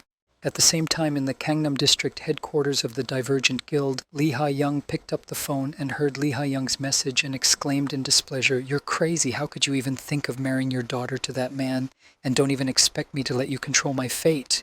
Continuing to listen to what was being dictated to her on the phone, the girl added angrily, That's why I left, and the decision about when I should get married will be solely up to me. Once again, when she heard objections to her arguments, the girl, angry that she was not being listened to, shouted angrily into the phone, saying, I'm not getting married now. After ending the phone conversation with someone who was trying to set her up with an unwanted gentleman, Lee Ha-young sighed heavily, and then her bodyguard came into the room and asked if she was okay. Hearing a question from her subject, who came inside after an emotional conversation, the manager exclaimed, No, which did not exactly stun her subject. Continuing to express her dissatisfaction, Lee Ha-young looked over her shoulder and exclaimed, Does it look like I'm okay? I'm just mad, and was answered by the fact that you look upset. Starting to recall the situation that had happened to her because of her father, Lee Ha-young exclaimed angrily, I think that fat guy was in the self-defense forces, and I was annoyed that I had to attend a date with a bald old man. How could he seriously consider him? Hearing her mistress's complaint, Lim Ga-yoon said this as she walked to the seat next to her. And it really is terrible that wealth does not make life easier. And then she heard her boss say, Thank you. You are the only one who understands me. Reaching her chair where she could sit down, Lim Gun said, You must be very tired. Why don't you go home and rest? To which she replied, No, I'm much more comfortable here. Hearing the remark from her boss, the bodyguard girl looked out the window of the company's top floor and said, I understand. After sitting in silence for a few seconds, Lee Ha-young said, I'm sorry. Hearing the sudden apology, Ga-young asked, What are you apologizing for? In response to the subject's question, the girl said that because of this job, you have almost no time for yourself, and with such a gift of S rank and talents as yours, you could do a great job. And hearing the lady's remark, the bodyguard happily replied, That's what you mean, it's nothing. It is my duty to be your bodyguard, and I will wait until you inherit the company. Hearing the words of her subject, who had no regrets about giving her life, the lady said, I wish I did. Immediately after grabbing her phone, Lee Ha-young added, I'm going to become independent, earn my own money, and live as I wish so that my parents can't pick on me about the wedding. Hearing the words of her boss, Lim Ga-yoon replied, Then that sounds pretty good, but it's a shame that your way of earning money is gambling. In response to her subject's remark, she said that there was nothing illegal about the winner's predictions. It was an investment, you see, and she responded with a thoughtful look. Immediately after spreading her arms to the side, the girl added thoughtfully, But if it's an investment, you should get something in return, thus greatly angering Lee Ha-young. Offended by her subject's words, the girl said, This time I'm going to win big. And when the bodyguard heard this, he asked if she was talking about the battle between Japan and Korea, and she added, What else? In response to her manager's words, Lim Ga-young replied, Well, it's a pretty safe investment, of course. It's sad that all Koreans are betting on Japan to win with a score of 3-0. Looking at the results of the betting, where 98% were in favor of Korea losing with a score of 3-0, Lee Ha-young said that no matter what anyone says, everyone knows that Japan will win. Hearing that it was impossible to lose here, the bodyguard said, Well, an easy victory is also a victory, and then heard from her supervisor, who was clutching the phone with all her might, saying that she was right. While she was expressing her anger, she suddenly heard a vibration on her phone and looked at it. Lee Ha-young said in surprise that Sung Ji-han was texting me at such a late hour. Looking at the content of the message that was sent to her late at night from her boyfriend, Lee Ha-young was confused about what it was. Sometime before, sitting in a restaurant to which he had been invited before, Diego Masid drooled and said, Wow, this is so appetizing. Surprised by the delicacies he was being treated to, the man added, This is the first time I've ever eaten Korean veal here, and it's so amazing. After hearing this, Ji-han said, You look much better. And then he asked if it was too expensive, and the boy said, It's okay, if you want anything else, just let me know. Hearing a suggestion from his friend to express his desires without shame, Diego Masid said, Well, then we can order some drinks, and was answered with wine, of course. After a while, when a bottle of alcohol was brought to them, the man opened it in a few deft movements and began pouring it into glasses. Having tasted the drink prepared by his friend, Ji-han was surprised to say in his head that he was able to mix soda with beer even better than I could, and then said the portion was perfect. After praise, having tasted one piece of grilled veal meat, the man grabbed his face and said, Wow, it's delicious, there are no words for it. And I heard in response, I'm glad you liked it. After spending some time together, Ji-han asked if we could switch to first names, and he replied, Of course, I think it will be much more comfortable. After finishing his veal snack, Diego Masid spoke while Ji-han was still sipping alcohol, and to be honest, I was a little offended. Throwing his arm over his head, he said, I simply could not have survived without BattleNet. I was a football star, but at one point I was at the very bottom. Putting his head down on the table, the man added in disappointment that he could no longer earn money, which is why my wife and children left me. Hearing the words of the man, Jihan spoke at the very bottom at one point and then thought, he speaks Korean well. Immediately after analyzing the words of the man sitting in front of him, Jihan said in his head, well, everything is quite obvious. Recalling the man's brilliant career up to a certain point in time, he mentally added Diego Masid from Argentina, a world football star who had everything he needed. But it didn't last forever. As soon as BattleNet appeared, everyone immediately forgot about football and stopped being interested in the sport, and so it lost its fans. Looking at the broken man lying on the table in front of him, Jihan thought what could be added if a world-class footballer was now teaching kids in Korea. A few seconds after Jihan's remarks, Diego Masid looked up at Jihan and said, enough complaining, let's get down to business. Abruptly jumping from one topic to another, the man said, so you want me to become a sorcerer? In response to the man's question, Jihan smiled and confidently replied, yes, you understood me correctly. Immediately after opening his state window, Jihan said, your gift enhances any equipment that resembles a soccer ball because I'm right. Hearing the question from his friend Diego, holding a glass with an unfinished drink in his hands, he answered exactly that. That's why I'm always carrying around a ball, and I'll tell you right away that I don't have anything that a magician needs. Continuing to whine, the man added that my mana was too low, and I replied, well then. Jihan reached into his inventory and pulled out the item he needed and said, look at this item. Looking at the object, which resembled a soccer ball, the man froze in place in amazement and said the same thing. Reading the description, which said Arcana Sphere, rank B, a foreign relic, a magical object used by Arcana of the spider tribe wrapped in a spider web, Diego was surprised to hear that it was a sphere. The holy relic of the Sphere of Arcana is a magical object used by Arcana from the tribe of spiders, wrapped in a web that made it very elastic. Spiders have only one leg, and that is why this object was shaped like a ball and used as a ball. And for Diego, it's incredible how comfortable the item is, which was perfectly suited for him.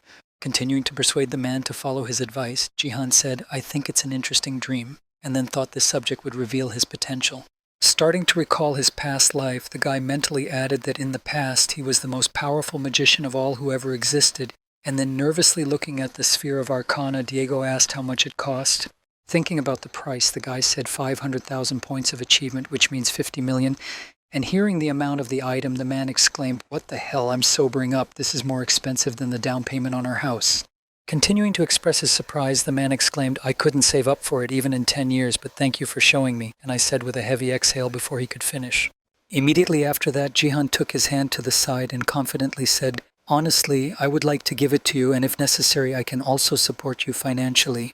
Hearing the proposal from the guy sitting right in front of him, Diego Masid said in surprise, how am I supposed to understand this? Why did you suddenly decide to do this? In response to the boy's question, Jihan said, I want you to join my guild. And when Diego heard the request, he asked what guild, and the boy added, that's right, I plan to create my own when I get to the Silver League. When the man heard what plans his interlocutor was making, he was surprised to hear that he had the money for it, and he replied, yes, but what about it? Taking out his phone and entering the necessary information, Sungji handed the gadget to Diego and said confidently, I'll be earning even more in the near future. When you saw what the former best football player had done, you were confused and out of your mind.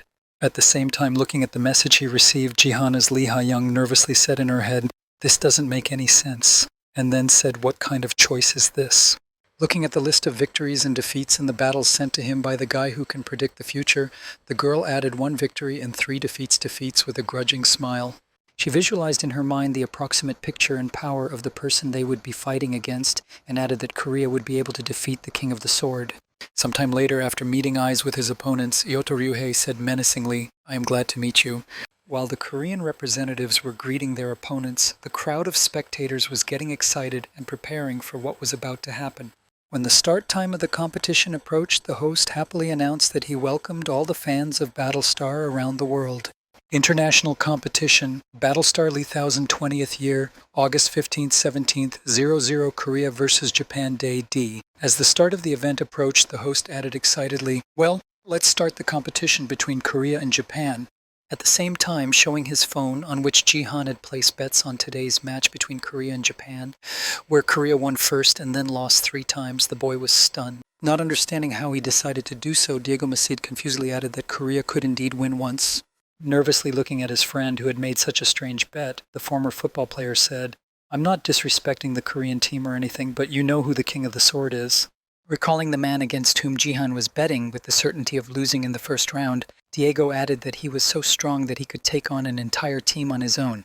Continuing to look at the guy who had decided to bet against the Sword King, the man added, "And this man is our opponent," after which Jihan picked up the remote and said, "Yes, I understand that it's hard to believe."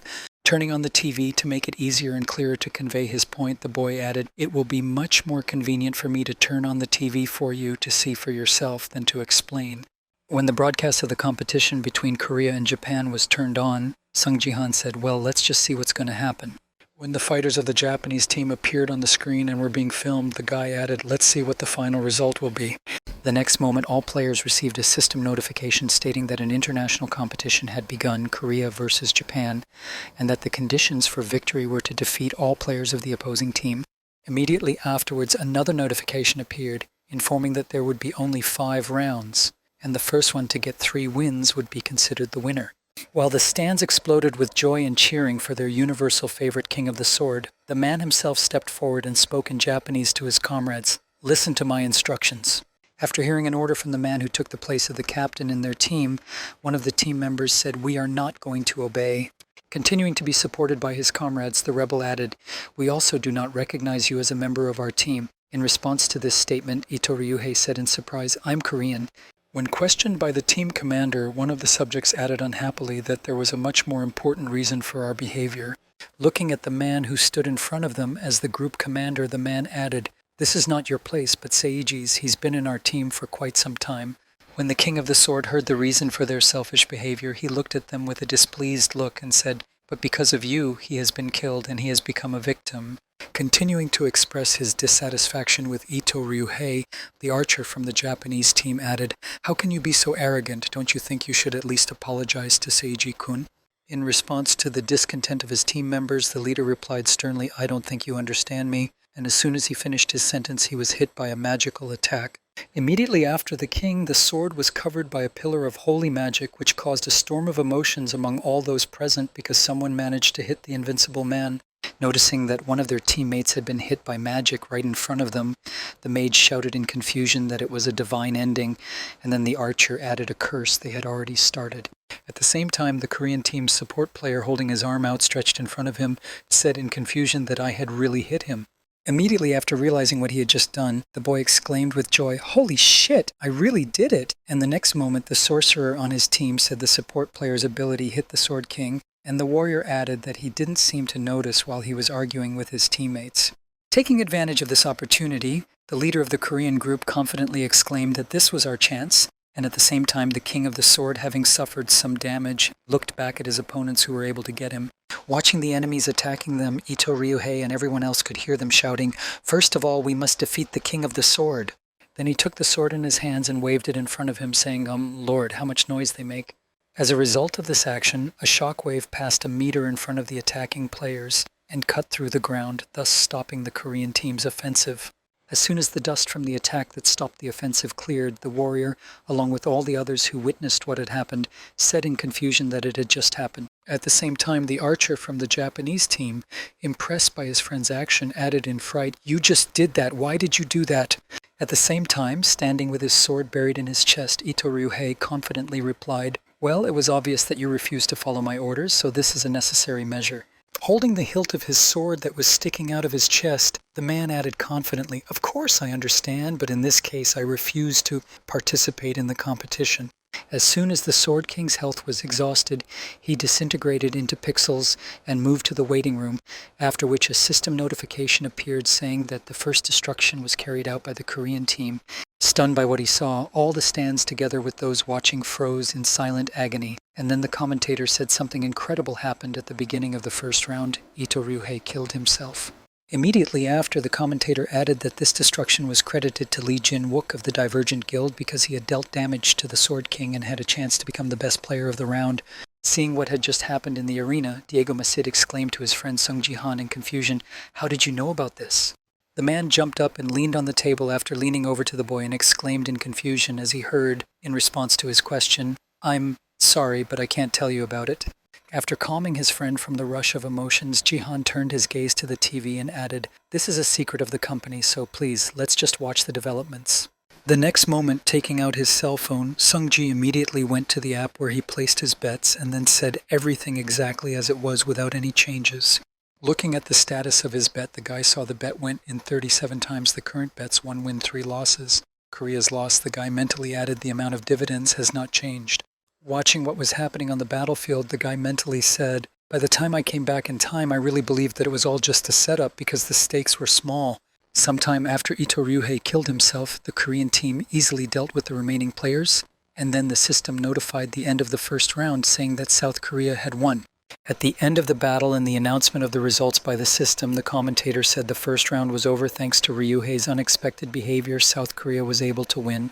Pointing the camera's main lens at the Korean team's support player, the commentator added, as previously mentioned, the best player was Lee Jin-wook, and I'm sure the players on both sides are now confused. After the first round, when the whole team moved to the waiting room, the archer said to the team leader, "What the hell are you doing?" Continuing to shout angrily at the man who had killed himself in the middle of an international competition, the archer added, "How could you destroy yourself? You representative of the nation, what are you thinking about?" After receiving questions and a ton of dissatisfaction from his teammates, the King of the Sword said, "I can't just watch this anymore," which further irritated the archer. Looking down at the member of his team who had grabbed him by the collar, the man said, "You're just a bunch of nobodies who don't even have the slightest bit of professionalism." Starting to express his thoughts, the Sword King added, "Now I understand why you lost to Korea every time." And after hearing the team leader's remarks, the rest of the team angrily exclaimed that you were out of line.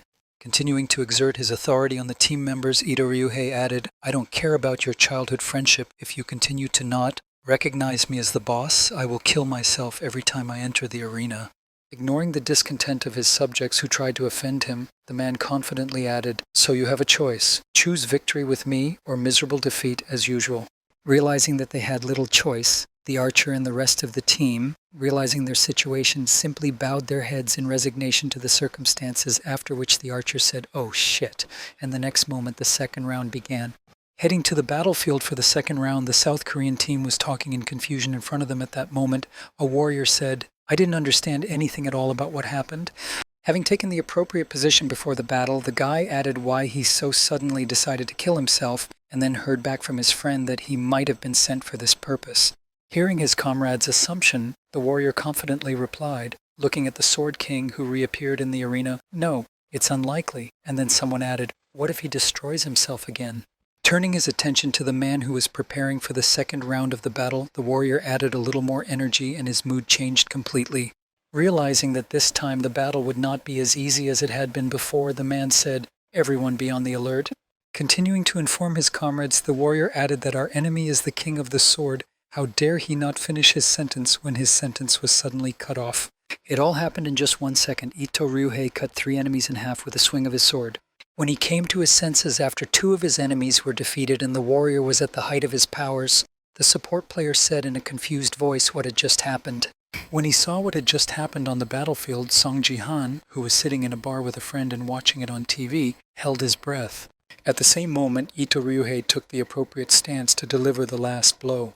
Using his skill, he attacked head-on and thus was able to simply cut 2 players in half who were standing in a line. After seeing this and the first victory of the Japanese team, the stands exploded with emotion, shouting joyfully for Ryuhei. At the end of the second round, the commentator declared the Japanese team to have won by just 2 strokes. Looking at the score, which has now been updated, the commentator said, "The King of the Sword of Change to destroy the entire Korean team of the international competition BattleNet South Korea 1, Japan 1. After some time, the 4th round finally began, and the South Korean warrior decided to give it his all and stormed the Sword King. Recalling the previous rounds, the commentator said Japan won the 3rd round, now the score is 1-2, ORs need to cheer up somehow. The next moment, recalling the moment in the 3rd round when Ito Ryuhei instantly shortened the distance and broke into the enemy's line and defeated them all, the commentator said, "I hope there will not be such a miserable loss like in the 3rd round." Imagining the same moments in his head, the man sighed heavily and added, "The 3rd round was just heartbreaking. The oppressive force was on a completely different level than in the 2nd. At the same time, while the commentator was recalling the past, a South Korean warrior tried to strike but missed and was hit. Unwilling to give up in any position, the man continued to wave his axe, making a series of blows and saying not to let him counterattack. Hearing the words of his team leader, the support player used all the skills of the holy power to shout, "Good." Immediately after applying the skill, magic chains popped up on the Sword King and shackled his hands, and the support team exclaimed, "I got him." Noticing a great chance for an offensive, the leader of the South Korean team rushed at the enemy with a desire to win and shouted, "I don't care if he hits me." Trying to somehow encourage his comrades after becoming the main bait to distract attention, the leader shouted out to hit him with all his might. As soon as he wanted to attack, he noticed that his attack was blocked. Not understanding how it happened, because the enemy's hands were tied, the man noticed that the sword was flying by itself, and then he said in confusion, "What the hell?" The next moment, turning his gaze to the enemy, who did not even show any signs of concern in the battle against the four warriors, the warrior confusedly added his sword. Having broken the chains on his right hand, Ito Ryuhei made a leap in which he neutralized the first of the enemy team, who turned out to be a warrior. When he saw that his magic skill was destroyed, the support player created a magic circle and nervously exclaimed, "Oh shit, he broke my chains." As he continued to prepare to use his skill, he added as much as he could and then noticed that a sword and Ryuhei himself appeared at his throat. The next moment, the support player's head separated from his body, and it was an instantaneous convergence, attack, and tactical retreat to regroup the Sword King. When there were only 2 South Korean players left, the mage nervously shouted out, "Shoot, don't let him get any closer," to which the archer, pulling on his bow, said, "That's a scoundrel." Before he could make a shot, an enemy arrow pierced his back and took him out of the game. Immediately after this action, an archer from the Japanese team, who was with his teammates, shouted in Japanese, "Don't forget about us too." Continuing to look at the last remaining opponent on the enemy team, the archer added, "We are still in the game." No sooner had she recovered from the loss of the last member of the team than she felt an oppressive sense of pressure that did not let her rest, and she confusedly said what it was. Looking back, she saw a Sword King hovering in the air not far from her. Being in a difficult situation with a confrontation of 1 against 4, the girl heard, "And you remain the same as you were before," to which she replied, "The same." Turning her gaze to one of the swords that moved spontaneously through the air, the girl asked the flying sword technician anxiously. Gritting her teeth and putting on a nervous smile, the last of the Korean team asked if he had moved to Japan to train his swordsmanship, as this variant of the technique looks better than when you just stand on the sword. In response to his old friend's questions and remarks, the King of Swords said in frustration, "What a shame, you'd better be as good at fighting as you are at insulting people." Hearing a remark from her opponent who had betrayed his homeland, the girl created a magic ball in her hands and said, "What do you really think?" Having activated the full power of her ability, the girl exclaimed with dissatisfaction that I was so weak. "Well, then let me show you what I am really capable of." Seeing that his fight should not be boring, Ito Ryuhei took his sword in his hands and said menacingly, "Well, that's just incredible." Having taken up the appropriate stance and then suddenly going on the offensive, the man swung his sword and said, "Then now I can do it too." Approaching a collision with the magical realm of a girl who has used her full potential, the King of Swords added a test of his newest swordplay technique. Having witnessed what had just happened, the stands froze in silent agony, trying to realize how it had happened, and at the same moment one of the spectators said, "Wow." As a result of the fight, a giant crater remained in the place where the girl was, and then the commentator said that the round was over, and Japan won the competition with a score of 1-3. Observing the situation on the battlefield and Ito Ryuhei heading for the crater, the commentator added, "We had to lose once, but it's okay, one loss is not the end." At that very moment, Diego Musid, sitting at the TV, saw the exact result predicted by Song Ji-han and exclaimed in confusion, "But how?" Pointing his finger at the TV screen where it said Japan won by 1, the 3 men asked how he could predict the exact score, to which he replied, "Let's say I dreamed it." When he heard the cheap excuse about predicting the outcome, Diego, not wanting to accept such an answer, exclaimed, "I can't believe how much money you got," to which the man smiled and said, "Not much." Immediately after answering, the guy turned his gaze to his phone and mentally said it was good that he had managed to earn money, but that scene was unexpected. Recalling the moment of the double sword slashing attack used by Ito Ryuhei, Sung Ji-han mentally said, "He's much stronger than I remember." Immediately after starting to recall absolutely all the information about his opponent, Ji-han added that he also possesses a gift of SSS rank Absolute Double Blade.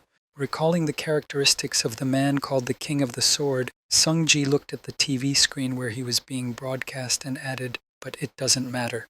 Continuing to look at the man who was the main character of this competition, Ji-han mentally said, "No matter how strong you are." With a serious expression on his face as he reasoned, he added, "I'll just get stronger." Imagining the approximate difference in their strength, Sungji mentally said, "Just wait for that moment." Continuing his thoughts, the boy said in his head where he looked back at the Blade Cemetery, "It wouldn't take long." At the same time, when she saw the result of her bet, she joyfully exclaimed, "Damn it, I really won." Rejoicing that she had won a considerable amount of money, Lee Ha-young happily added 37 times more than 5 million turned into almost 200. Pressing her phone to her face, the girl happily said, "I didn't even believe that this day could ever come. Thank you so much, Sung Ji-han." On the same day, thanks to Sung Ji-han's help, Lee Ha-young was finally able to win a substantial sum of money, 180 million won. However, this still did not cover what she decided to do herself, as she ended up losing 20 million. Of course, she followed Sung Ji-han's advice and bet 5 million on what the guy told her, but she was 100% sure that South Korea would lose with a score of 0-3. And on the outcome of a dry defeat, the girl bet the sum of 200 million won. Betting on such a crazy amount, she said with a sly smile, this bet would be more reliable than a boogeyman. And of course, she lost them after the results were announced. Realizing her worthlessness, Lee Ha-young said in defeat, "I wasted not 200 million, but a chance for a happy future." At the same time, in the restaurant where the guys were sitting, Sung-ji said to his friend, "Let's get down to business." After discussing the reason for such an expensive gift, Sung-ji said, "Then you will sign a contract with me." Continuing to give in, even in such a favorable situation, Diego Macid put his hand behind his neck and said awkwardly, "To be honest, I still don't understand why you want to work with me so badly." Trying to find out the details of why Sung-ji was so interested in him, the man asked me in surprise that I was so valuable or something. In response to his friend's question, Ji-han smiled slyly and said, "You've seen with your own eyes how accurately I predict the results of the competition, and even now I am confident that my choice is correct." After receiving an answer from the guy that did not explain anything to him and confused him even more, Diego Macid asked in confusion how I should understand it. After receiving a question from the man he wanted to recruit, Ji-han pushed the sphere toward him and said, "I'm just convinced." As soon as the ball reached its future owner, the boy confidently added that in the future you would become the most powerful wizard. Continuing to recruit a man who will undoubtedly benefit him in the future, he said, "This contract is an investment in your future." Then, taking the sphere that the boy handed him, the man said, "Just be on my side, Diego." Upon hearing the request from the guy who gave him an expensive gift, the former football player thought to himself, "I wonder when the last time I was offered something like that." Starting to recall those moments from his past when he still had a career as a football player, the man said with his head down, "I miss the times when I was still important to others." Recalling the moment when he scored the ball into the opponent's goal and how everyone cheered and congratulated him, I thought that after the start of the battle net I would never be able to feel those feelings again. The next moment, shifting his gaze to the realm of Arcana, Diego Macid said in his head, "But Seong Ji-han gave me hope." Having carefully considered all the pros and cons of this proposal, he mentally said, "I simply have no reason to refuse," and then extended his hand to him, and they shook hands in agreement. After accepting the offer of the guy who made his dream come true, which he thought would never come true, Diego confidently said, "I'd love to work with you, leader." Continuing to express his gratitude that Sung-ji had done something that was really important to him, Diego Macid said, "I will never forget what you did for me, and I will repay you 1,000 times, no, 10,000 times more." Hearing his new subject's words, Ji-han smiled happily and said, "I like your self-confidence. It's certainly beautiful." After finishing the conversation about joining his guild after its creation, Ji-han said, "I'll be waiting for you in the end," and after a while, new competitions began in the Colosseum arena. In an attempt to eliminate his main rival, one of the men pointed his sword at the girl who was the strongest of all the participants. But he failed, and his attack ended in failure. Lim Ga-yun's plum blossom sword easily repelled the attacker's attack. When the attacker was defeated, the girl heard the screams of Lim Ga-yun and began to monitor the area around her to identify any other enemies who might be targeting her. Seeing that the girl had again dealt with one of the participants of the competition, a couple of men decided to try their hand at it and headed towards her and shouted, "Get rid of her first," to which I replied, "I'll help you." The attackers attacked the girl together and shouted, "Die," before inflicting fatal injuries. But no matter how hard they tried, they still wouldn't have enough strength, and Lim Ga-yun, realizing this, said it was not enough. Taking her sword out of its sheath, instantly striking and hiding it back, the girl simultaneously cut down 2 attackers, after which a system notification appeared that 50 survivors remained. Immediately after the announcement that half of the players had left the battlefield, another notification appeared saying that the game was over. After the game was announced, the girl received a system notification saying that you had won first place in the game. Seeing what she managed to achieve in this competition of the Colosseum, Lim Ga-yun, looking at the rating squeak, mentally said that 5 destructions for the first place was quite a good result. Immediately after furrowing her brow, she added in her head, "However, it's still not enough. It's not a reason for me to be proud of myself." Imagining in her mind a sword king who was many steps above her in skill and strength, she said in her mind, I need to become much stronger. Also remembering another character who was stronger than her, she mentally added, I have to become as strong as King Sword, who defeated the Korean team in a competition, or Song Ji-han, who went down in history as a legend without defeat. Realizing how much she was inferior to these people in strength, the girl looked down and said in her head, I'm too far away from them. I've relaxed too much since joining the Divergent Guild. The next moment, raising her head up and looking at the sky, she added to me that I need to keep improving myself and not fall behind any further. At the same time, on the way home with her friend who agreed to give her a ride, Hiso said anxiously, Seiya, you're fine. Hearing the question from her classmate, the girl bowed her head down and answered yes, everything is fine, after which she objected, don't lie to me, I can see that you look bad. And then Seiya added that this has been happening for days and days. Immediately after hearing this, Hiso confidently exclaimed, if you want, I can stay with you because it's very good to be in company when you feel bad, to which she replied, no, you don't have to. After refusing the offered service, Sia said, I'm so grateful for the ride home today because I have an appointment with my uncle and I didn't know how to get there on my own. The driver said, if you need any help, please let me know. I want to make up for my mistake. Hearing the offer of help from the driver, whom she could turn to, the girl smiled gently and said, I'm glad you understand. The next moment, folding her arms in front of her, Hiso said happily, oh, by the way, Sia, have you thought about my proposal? If you agree to it, I'll start preparing today. In response to her friend's question, she replied, I'm not sure about that. Hearing the ambiguous answer, Hiso asked in surprise, but why do you have nothing to lose? As she continued to convince her friend to accept the offer, she added that before she could finish speaking, the driver braked in an emergency manner, and she crashed into the seat face first. Angry at her driver, the girl grabbed her cheek and exclaimed, hey, what's with the sudden stop? In response to a question from his boss, the driver nervously said, Miss. Reacting to the man's words, the girls looked forward and exclaimed in surprise, what the hell? Looking at what was happening ahead and realizing the reason for the sudden braking, they heard we had arrived at the Sword Palace. When they stopped near a crowd of people gathered outside the house, they couldn't help but attract attention, and someone in the crowd shouted out, hey, what's going on? At the same time, Song Ji-han decided not to use the usual methods of public transportation when returning home. He jumped on the roofs of buildings. After a certain period of sprinting, Ji-han unusually reached a convenient place to stop and began to slow down. As soon as he stopped, he began to evaluate his options and then said thoughtfully, I obviously feel much lighter than before. Realizing that his progress was not stagnant, the boy turned his attention to the sun, which was slowly setting over the horizon, and thought, I managed to improve a little. Turning his head to the sun, which was clearly visible, the guy confidently spoke in his head on a hill like this. Turning his body half a turn so that he could fully enjoy the view, Sungji spoke much more pleasantly as he watched the city from above. Immediately after these words, he began to recall his past life, mentally saying, in the States, I also used to go up like this to somewhere as high as possible to be in silence. It reminds me of the past. Enjoying the sunshine that fell directly on his face, Sungji closed his eyes and spoke in his head. Now I could fully realize. Imagining Ito Ryuhei in his mind, who was just a giant in strength compared to him, the boy mentally added what kind of person Yu Seijin was at that time. Imagining him standing right in front of him, looking directly into the eyes of his opponent, Sungji mentally said, he and I have never met in battle before. Plunging back into the memories of his past life, the guy mentally spoke at a time when half the nations on Earth had disappeared and the best runners in the world began to gather together.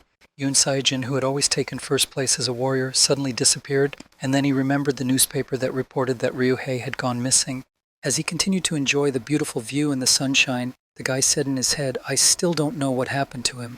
Immediately after opening his eyes and looking up at the sky, he added, but now I am as strong as I was at the peak of my abilities in my previous life, and I cannot relax just because I have a rapid growth rate. Leaning on his knee to get up after a break in reflection, the boy confidently said in his head, I must become much stronger than I was in my past life. Standing up to his full height again and looking at the city from above, the boy thought he needed to master the nameless divine art as soon as possible. After thinking a bit about his future plans, the guy approached the edge of the roof and said, well, enough of this thinking, it's time to go home. At the same time, trying to somehow drive away the crowd of people heading for the car, the driver nervously shouted out to everyone to get out of the way. Trying to somehow protect the girls who were sitting in the car, the guard shouted, blocking the passage, hey, I told you all to get out of here. Ignoring the man's words, the reporters who were trying to break through to the car shouted out, Miss Sia, I am from the Right to Know channel, after which another reporter shouted out, say a few words, please. Being in a difficult situation, the girl had to hear, "What do you think about today's match of the Sword King?" in his interview, trying to somehow bring the girl to her senses. Hiso exclaimed, "Sia, just ignore them." Continuing to be in an already difficult situation, the girl overheard some people saying that it was your statement that provoked the Sword King to do these things. Trying to break through to the girl who was sitting in the car with cameras pointing at her, journalists shouted out, "Share your thoughts with us, people want to know." As the reporters continued to push through the driver who was preventing them from doing their job, they heard an angry voice say, "Hey, what the hell is wrong with you all?"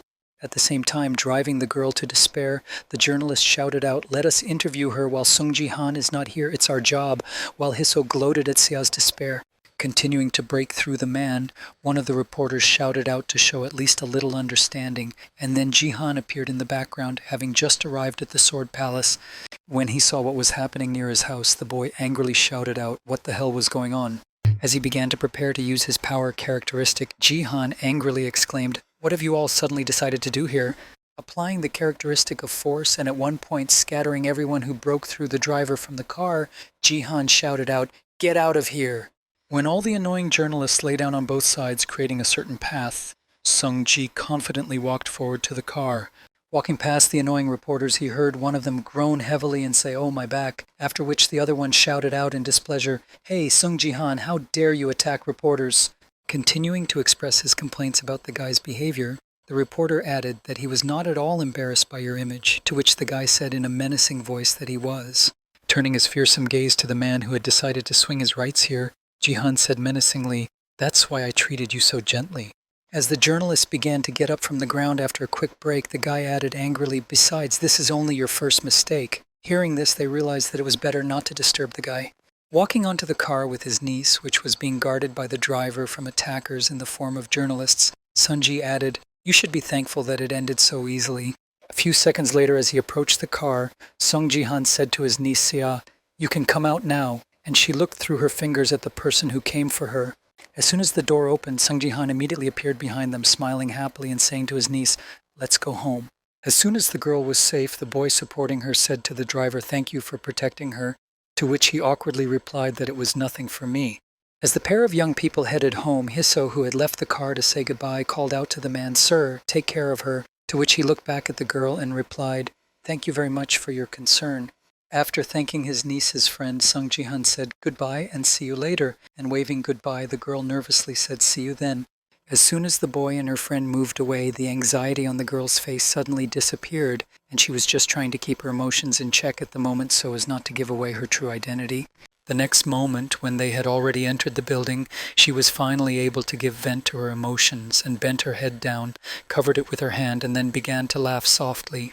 Immediately after this action, she said, holding back her laughter, "How hard it was for me to hold back my laughter." Hearing this, one of the reporters was surprised to hear that she was not the student, to which another colleague replied, "Yes, you're right." Looking at the girl who was mocking Yoon Sia and wiping away her tears, the reporter confidently added that she was the granddaughter of Kim Hee-so, CEO of Taiwan Daily, the first publishing company in South Korea. As she continued to wipe away her tears after mocking the weak-willed girl she was pretending to be, Hee-so said, "Oh, poor Sia, it's all over for you now." After a while, when he arrived home and turned on the recording of the report after the competition, Sunji heard Ito Ryuhei say to the camera in Japanese, "I have no daughter." Holding his phone in his hand and watching a live stream of Ryuhei, he told reporters that "I buried my entire life in Japan and that is why I have no daughter." Continuing to insist on his point, he added, "I'd like to ask you to refrain from any personal and unnecessary questions like this." After listening to the interview, the guy asked if they came to you because of him, and she said yes, with her head down. Hearing the reason why her niece was sad, Sungji gritted his teeth in anger and said irritably, looking at the man's face on his phone, wishing he could give him a beating. After expressing his dissatisfaction, he turned his gaze to the depressed girl and said, "Well, what should I do now? She has just started to feel better after the last incident." Continuing to look at his upset niece, who had her head down and was staring at a single point, he added in his head that this interview had only ruined her mood. After some time of grieving, the girl realized that this could not go on forever, and gathering her strength, said to her uncle, hearing Sia's voice, who took his eyes off the phone screen and said, "So then," and added, "Remember you said you would fulfill my wish." Hearing what his niece Jihan had just asked him, he thought about it for a while and said, "You're going to find the Shadow Queen now," and the girl happily replied, Immediately afterwards, the girl, without hesitation, confidently said, I think I've already thought of a wish that I want you to fulfill. Hearing this, the guy said confusedly what he meant. The next moment, pulling out her phone in front of her, the girl confidently said, I think I've already found the one you need. Showing the image on her phone of the right person, who was most likely the same person her uncle needed, she said the Queen of Shadows. Sometime after the conversation with his niece, the guy decided to test her theory, and after a system notification saying the game had started, one of the viewers of his live broadcast wrote to stop what you're doing. In response to a question from his viewer, the guy smiled slyly and said, I'm going to destroy my spear, and then mentally added, I definitely need to. A little later, after a short pause, the guy added more seats. After hearing about Jihan's plans, the audience wrote, this time he came up with something strange, but I'm okay with it. The next moment he mentally added, I'll try it. Keeping his gaze on the person who was far away from everyone else and watching only him, Seungji thought to himself, well, let's see. Keeping eye contact with the suspicious person who was not taking her eyes off him, he mentally added whether she was really the Queen of Shadows. And now let's go back one day to when the conversation with my niece took place, when she finally managed to determine who the Shadow Queen was. Demonstrating an elf girl standing near a column in a dark cloak, Yoon-sea heard her uncle interrupt and say, yes, I believe she is the Queen of Shadows. The next moment she turned her phone screen back to her and began to go through other possible options, and said thoughtfully, of course I'm not 100% sure, but that's my main suspect, and she heard back, and there's a reason you think so. Then, looking at the image of the dark elf who was sitting on the throne, she added thoughtfully, at first I looked at the elven queens who sat on the throne, but they were too obviously queens. Immediately afterwards, she switched back to the image of the mysterious person standing at a distance from everyone else, pointing to her and saying, she looks like a shadow. Hearing his niece's conclusion, Jihan was surprised to hear that the shadow was there, after which the girl confidently added, look at what I sent you then. When the boy picked up his phone and started looking at the photos sent by Sia, he heard her say to him to first pay attention to the color of the elf's eyes. While Seungji was looking at the photo of the elf in a close-up view where her eyes were visible, Yoon-sea said that elves with black eyes certainly exist, but they are quite rare, and that her sclera itself is black. Thinking about his niece's words, the guy said in his head, looking at the photo, she was right, and then he heard the girl say, but it's not just that. Drawing the boy's attention to herself, Yoon-sea added that the elf always looks at the one who takes the first place. And before the game started, hearing the remark from her niece, Seungji wondered what it meant. In response to the boy's question, she said that every time you participate in competitions, she always looks at you strangely.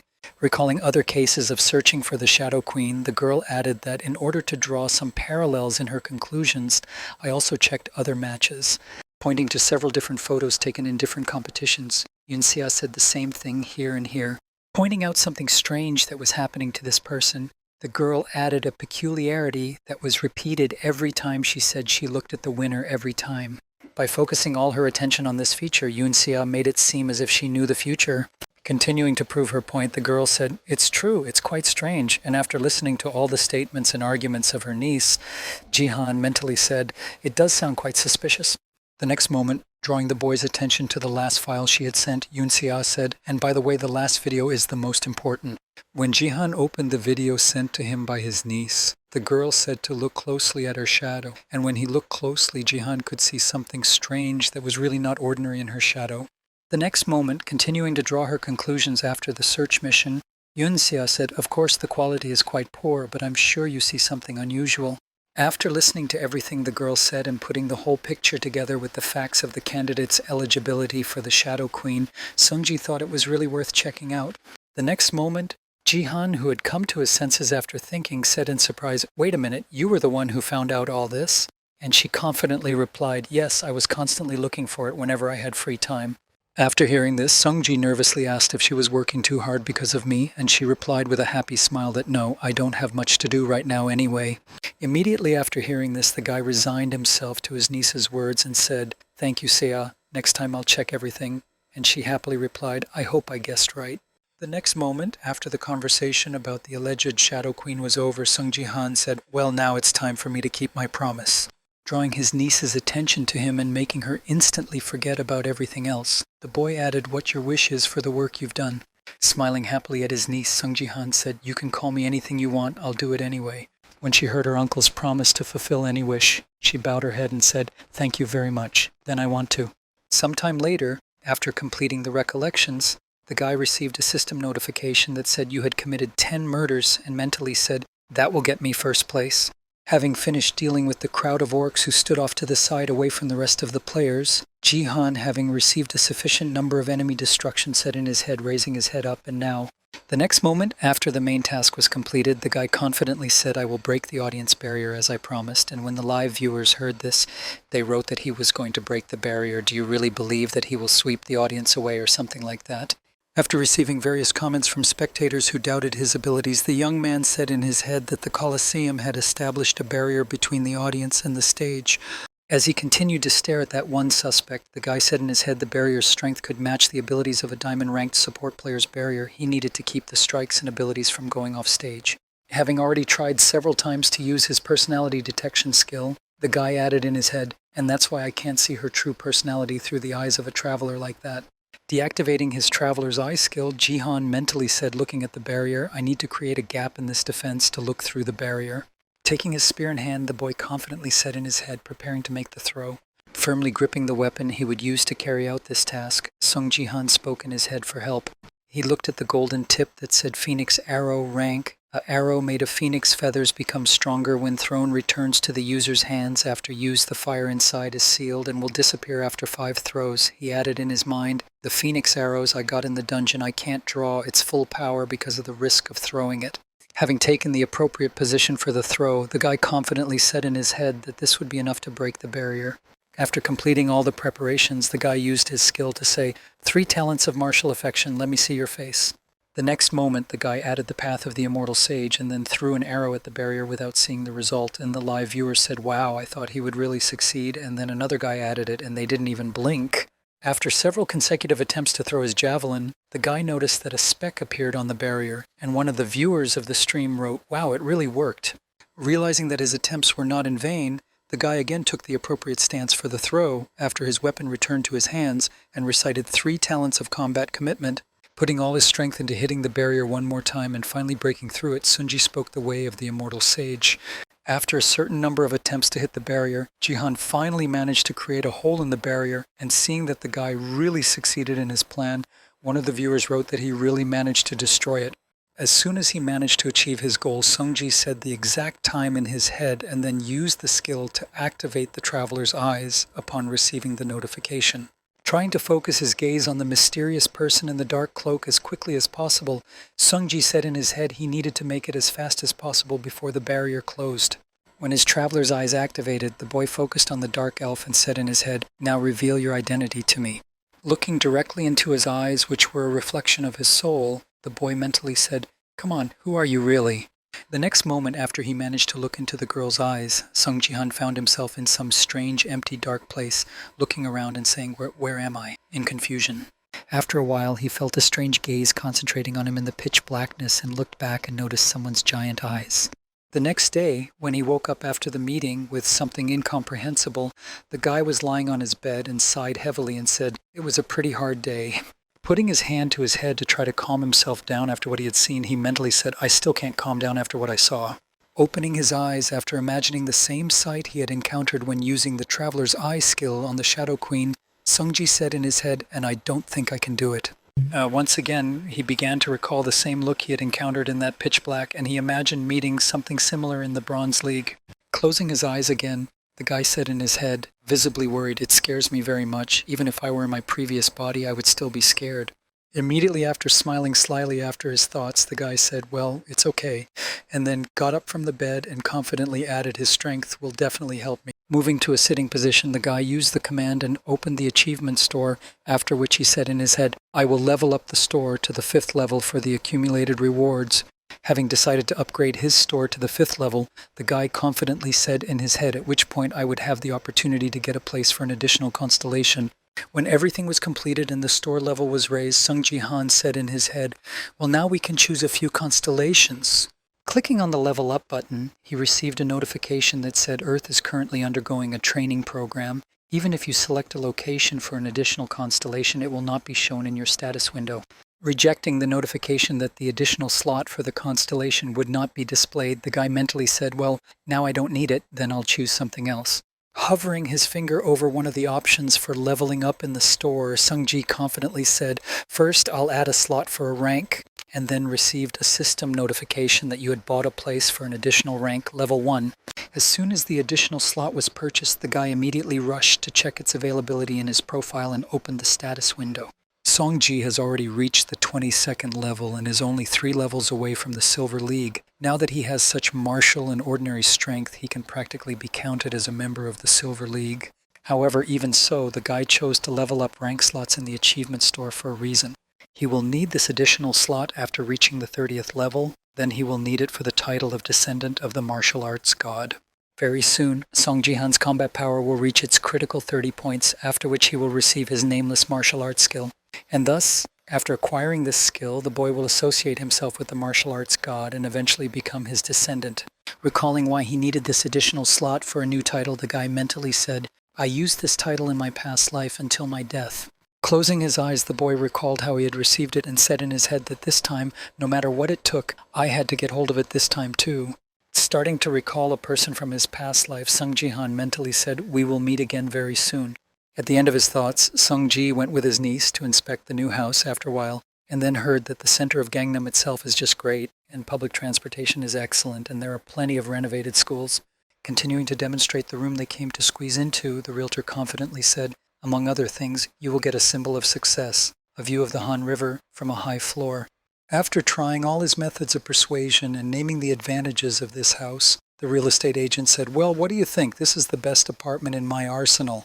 Continuing to look at the young people who had come to inspect the apartment to decide whether they would take it, the man added, 200 square feet meters will be more than enough for you two because I'm right. Looking at his niece's reaction after they were given a tour of the new apartment, Sung-ji mentally said it was too little too late for her. The next moment, as he continued to talk about the apartment he was offering to the buyers, the real estate agent happily said, "Let's take a look at this room," and Sia nervously replied yes and followed the man. Watching the girl's reaction to the house they were shown, Ji-han sighed nervously and said in his head she didn't like it, which was expected. Starting to recall the scale of her previous place of residence, the boy mentally added that she had spent her entire life in the penthouse of the Sword Palace. An ordinary apartment would hardly impress her. After some thought, he looked away and added in his head, and yet, looking at the view from the window on the top floor of the proposed apartment, Song-ji mentally added that the move was her own wish. Starting to recall the moment of the conversation with the girl when he said that he would fulfill any of her wishes and bowed his head down and said, "I want to move," after which he mentally said, "See, I wish to leave the Sword Palace." Looking at the depressed look on his niece's face, Ji-han thought, "I guess the sooner it happens, the better, since that place is full of memories of Yoon Se-jin. I'm sure being in the house is depressing her." At the same time, trying to make a good impression of the apartment, the sales agent told Yoon Se that the rooms were large and the layout was perfect, and that it was not just that there were only one apartment for sale in this building, and it was not about the price. Looking at the nervous girl who was afraid to say no to the man, Ji-han thought, "I must find a suitable home for her," and then Yoon Se replied to the sales agent, "Of course." The next moment, interrupting the man's conversation with his niece, Song-ji said, "I think we'll need a bigger house than this one." Continuing to emphasize the inconsistency of the option, the guy added that soon she would become a player and therefore would need a room for a connector, to which the sales agent replied, "I understand, then I'll look for more." Immediately after smiling happily, the sales agent turned his gaze to the girl and said, "You are very lucky to have such a reliable and strong uncle," to which she replied, "Well, I still have room to grow." Then the man said, "I'm your fan and I'll always be rooting for you." And Sung-ji smiled awkwardly and said, "Thank you for that." As soon as Ji-han finished his sentence, the sales agent immediately added, No, thank you," which threw the guy into confusion with his answer. Smiling happily, the man added, "In fact, I used to be part of the Sword King's fan community, but his move to Japan shocked me, so I immediately left and was very worried about Miss Sia." Turning his gaze to the surprised girl, he added, "I heard that you are having a hard time right now, and I was worried about that, but I am glad to see you in person and that you are doing well." Continuing to impress Yoon Se with his support, the sales agent added, "You have a long way to go, but congratulations on your awakening." Hearing this, a tear formed in the girl's eye. Bending her head down and putting her hand to her chest, Yoon Se said, "I'm sure you'll get a wonderful gift." Hearing the words of support from the salesman, who was also building hopes for a good future for his niece, Sung-ji, said something disturbing in my head. Recalling the moment when Seo was driven home in a car and the number of journalists, he mentally added that the attention to Seo increased after the Korean-Japanese battle and that everyone is most likely interested in her awakening and gift. The next moment, recalling the horrible future that had happened to her in her past life, the boy added in his head that when it turned out that she was an F rank, all their attention would become poison. After these mentions of a harsh future, Jihan looked at his niece and mentally said, "We need to prevent this. We will have to keep her away from people for a while, especially from reporters." And at the same time, Kim Hee-so, the granddaughter of CEO Taiwan Daily, was happily talking to someone on the phone, saying yes, of course. Hearing the question from the interlocutor, she confidently added, "Everything was correct. On August 22nd, her birthday, she will be in the Academy's gift room. No, you don't have to worry about that. I will help you with the interview." After finishing the conversation with the journalist, she said, "See you later," and then hung up the phone, and the guy who was sitting in the office with her said, "What a scum and hypocrite you are, a family member of a media worker." In response to the boyfriend's remark, Hiso replied that no one asked you to stay, to which he replied, "Don't say that, otherwise I won't be able to meet Yoon Se-ah anymore." Immediately after focusing on the girl, he added, "But why do you hate her so much?" To which the granddaughter of the media company's director replied that she was from an ordinary family and people keep comparing us, and if it weren't for Battlestar she would have remained a hillbilly. After hearing the girl's explanation, the guy laughed and asked, "So that's why you organized an interview for her?" And she smiled and replied, "It will be a great article. I'm doing it for the good of my family." Continuing to announce the reasons for her hatred, Kim Hee-so added that if she gets a lame gift, it would be nice to humiliate her. Hearing this, the guy stood up from his seat and replied, "You're a jerk."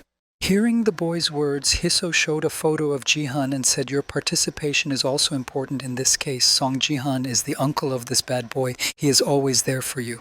Continuing to emphasize her defender, who usually sows at the most inopportune moment, the girl added, "You are sure you can defeat him in a battle?" In response to a question from the granddaughter of the director of a media company, the guy smiled ominously and replied, "Crazy fool, I don't give a damn about him." Hovering over the girl with his ominous figure, he confidently added, "The main thing is that you keep your promise," to which she replied, "Oh, what a scoundrel." Immediately after opening her eyes and looking at the henchman in her plan, Kim Hee-so said, "Don't worry when my plan is complete." Focusing on the guy who was eager to get what he wanted, the girl said, "Not then you will be able to do whatever you want with that whore." Sometime later, Seoul District, Gangnam Academy, Battleground, 21/08/2020, year 10 in the morning, 14 hours before Sia woke up. Continuing to insist on her point, Kim Hee-so said, "Come on, Sia, don't be a buccaneer," to which Hee-so nervously replied. Continuing to refuse, the girl added, "I'm telling you, I'm not going to go to an interview," and folding her arms in front of her, she added, "Please think about it at least once more."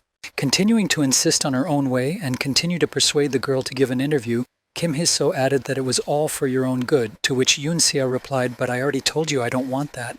When she heard another rejection from Si Hee-so, she said insultingly, "You're torturing me. You were recently criticized for the King of Swords despite your innocence." Continuing to press the girl in every possible way, she added, "Shouldn't we now cover their words with a good report? I tried so hard to convince Grandpa to help you." When Yoon Se-ah got tired of listening to the girl's whining, she stood up and said, "Thank you for worrying about me, but I don't have time for that right now." Heading out of the classroom where they were, Sia added confidently, "I'm going to the restroom." Not getting what she wanted, Kim Hee-so gritted her teeth in anger and said in her head, "What a bastard, I hate her with all my heart. She just had to agree." The next moment, calming her temper, she straightened her hair and added in her head, "Oh well, it doesn't matter. They are already waiting for her in front of the gift room." Recalling her diabolical plan, which must succeed under any circumstances, she added in her mind that everything would happen today, and she wondered what gift she would get for this wretch. Smiling ominously with anticipation, she thought that if the awakening happened anyway, it would be good to write an article about it before Sia went to hell. As she continued her thoughts, the girl gloated, saying that it would be better if her gift was an F rank, and at the same time Sia closed herself in the toilet stall and hung her head. Reflecting on Kim Hee-so after her persuasion in the interview, Yoon Se-ah said how hard it is to hold back, but I already know about it. Closing her eyes and starting to imagine that picture, the girl mentally added to my already known knowledge of how Hee-so really feels about me. Some time ago, while putting on her lipstick, Kim Hee-so suddenly heard her friend say, "Hey, you're still hanging around Se-ah." Continuing to mock their friend, the girls added, "You're like lovers," to which Kim Hee-so angrily replied that she should stop fooling around.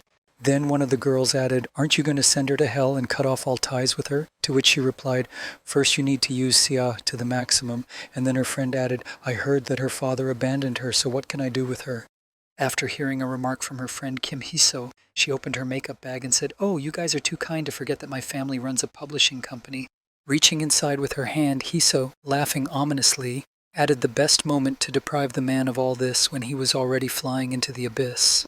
Continuing to gloat and tell her plan, the girl added, "I hope she gets an F-rank gift and she'll be completely broken. I want to take a bunch of photos with her shocked and desperate expression."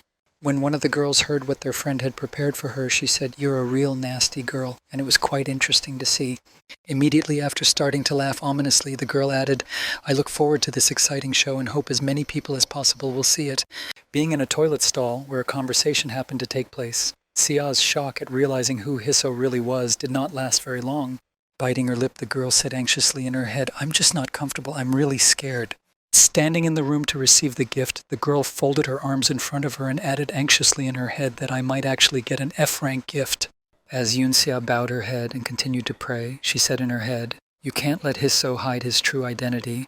Let anything but an F-ranked gift fall out." As she was sending all her prayers to those who sent the gifts, she sincerely said in her head, "I beg you, please." Continuing her prayer that something she was so afraid of would not happen to her, Yunxia mentally said, "Please give me a good gift." At the same time, standing somewhere on the street, Sungji looked at his watch and said in his head, "There are only 5 hours left." The next moment, as he was heading to BattleNet school, he heard someone say to him, "Mr. Son, please come here." Arriving at the pair of guards, Jihan asked if Sia was okay in the gift room, and one of the men replied that she was protected by the guards. When he heard that his request had been listened to, the guy replied, "Thank you, please make sure that no stranger approaches her, especially reporters." To which he replied, "Don't worry, we have taken measures. Even the academy staff will not approach her." Looking around him and demonstrating the number of guards assigned to the facility, he added that the management pays special attention to this. Then, immersed in his memories, Sungji mentally said, "Yesterday around this time I called manager Park Yong-sik to discuss the problem with the Sword Palace donation. He answered, 'Oh yeah, tomorrow night Sia will become an awakened player, right?' And he replied, 'So you knew about it?' In response to the boy's question, the manager replied that the situation is not good now, and that is why I am worried that someone might enter the wake-up room." After hearing Jihan's words, Manager Park thought that he understands how things are going now. Immediately after these words, Park Yong-sik added, "If you don't mind, I would prefer to have more guards around her." Hearing this, Sungji thought the government would send a guard to protect Sia. Closing his eyes and exhaling a sigh of relief that everything had worked out so well, Jihan said in his head, "Once again, I needed help." Walking along with the man in the direction he was pointing, Sungji suddenly heard him say to him, interrupting his thoughts, "We have arrived at the place." Pointing to the room on the right side of him, the guard added, "A gift room. There are chairs behind the door. You can sit down and wait there." After receiving a detailed explanation of the situation, Sungji replied, "Thank you, I'll see you after midnight." And he said, "I understand if you need anything, let us know right away." Left alone in the gift room and sighing heavily, Jihan started to shake his head and mentally say, "No need to worry this time, I will be there to protect her." The next moment, taking the consolation prize out of his pocket, he looked at it and added, "Now I can only hope for one thing." Looking at the gift of a monocle with a gold frame and chain, he added in his mind that this gift would comfort Sia. When a certain amount of time passed and there were only 5 minutes left before Sia's awakening, Sungji suddenly heard someone's sarcastic voice say, "God, you are here." Approaching the gift room with a man carrying a video camera, Kim Hiso said, "Hello." Stopping next to the boy, the girl smiled haughtily and said, "We meet often." Seeing Hiso Jihan in front of him, he thought, "I remember Sia introducing her as her friend and the reporter next to her." Getting up from his seat, the guy said unhappily, "How did you get here? The entrance was closed so that no one could come in." And the girl laughed and said, "The publishing company is full of ties, if you don't know." Continuing to tell lies, Kim Hiso added, "A friend of mine helped me by overhearing the outright lie." Sungji said, "You're not even trying to hide the fact that you secretly entered here." Hearing the boyfriend's remark, Kim Hiso replied unhappily that I secretly came because I had a case at my own academy. Continuing to insist on her point, the girl added, "I want to interview Sia." Hearing this, Jihan irritably replied, "Stop bullshitting and get out of here. She'll go home as soon as she wakes up." Trying to somehow drive away the uninvited guests, he added menacingly, "This is my first and last warning to you." Hearing this, the cameraman was frightened and thought, "Oh, will everything be okay? It looks like we're running into trouble." After which Kim Hiso replied, offended, "Well then, we have no choice." Shrugging, the girl added that we simply had to conduct an interview, to which Sungji replied, "If you insist on it, then keep in mind that I will not stand aside." Hearing Yunxia's uncle's threat, Kim Hiso leaned her head on her palm and said sadly, "How can I not win you in a battle?" Immediately after, with a joyful smile and snapping her fingers, she added exactly what if. With a sinister smile, the girl looked behind Jihan and added a level 27 supporta to Sung Jihan, who was protecting his niece. Looking at the hired man approaching Jihan from behind, she added, "An unknown level 50 warrior will attack. What do you think will happen?" At the same moment, in the gift room, after receiving the system notification, "Congratulations on waking up a gift, late flower F rank," Sia fell to her knees and bowed her head down. When the attacker hit the boy on the head outside the gift room, the girl said sadly, "I was hoping so much that this would not happen." Feeling that at this point her life could be put to rest, she sadly said, "Well, now it's definitely over." At the same time, in front of the door of the gift room, the assailant hired by Kim Hee-so said with a sinister smile, "Just don't bother me, I will take care of our Seo and love her with all my heart." Hearing what the guy who had just attacked him from behind had just said, Jihan said angrily, looking back at him, "How dare you mention her?" The next moment, noticing that Sungji was unharmed and not bleeding, the attacker was surprised to hear that nothing happened to you after that blow, and you are much stronger than you look. Immediately after, Sun Jihan did not hold back his emotions and went on a counterattack against his attacker, immediately reducing the distance and delivering an accurate direct punch to the body. After making the punch, he felt something unusual, as if his fist had hit a wall, and said in surprise, "Stone skin means." Continuing to strike a series of blows, one of which flew into the enemy's face, Sungji suddenly heard him smile slyly, turning his face to stone and saying, "You're quite well informed, I'm not surprised at all." Immediately after striking back at Jihan's body, the stone-skinned attacker said, "I wonder how much self-confidence you have in there." At the same time, when she noticed that the fight between Song Jihan and the hired boy was on an equal footing, she was shocked to hear him say, "Wow, is this really happening?" At the same moment, the cameraman filming the fight asked if he was sure he would win this battle. Continuing to beat up his opponent, the guy with the stone skin said, "You don't know where you belong because people are cheering you on, calling you a rising star, because I'm right." Completing his series of blows, the boy shouted, "Answer the bastard!" and struck another blow to the body. Trying to somehow get information out of the guy's mouth, he shouted out how many times he needed to hit you to make you talk, and then he missed an uppercut from Jihan. This punch was critical for him, and so powerful that it threw the guy into the air, and Sungji didn't even raise an eyebrow, maintaining his calm and confidence. The next moment, when the enemy was in the air, Jihan used his strength characteristic and grabbed the guy's hair with his mana-created hand. Not knowing what was happening to him and why he was suddenly hanging in the air, the stone-skinned attacker exclaimed in confusion, "Oh shit, what's going on?" Immediately after these shouts, Songji looked at his opponent with a contemptuous look and said menacingly, "You look like a hooligan and behave like one." The next moment, continuing to look at the boy with a look filled with anger and hatred, Songji added, "I'll leave a mark on you so that you can't even think about doing something like that again." Immediately after his words, the guy used the characteristic of strength to scalp the man who decided not only to attack him but also to mention Sia in his fantasies. Having finished all the business with the offender, the guy threw him aside to Kim Hee-so while the man was landing. The cameraman had already kicked his slippers and headed for the exit at the speed of light.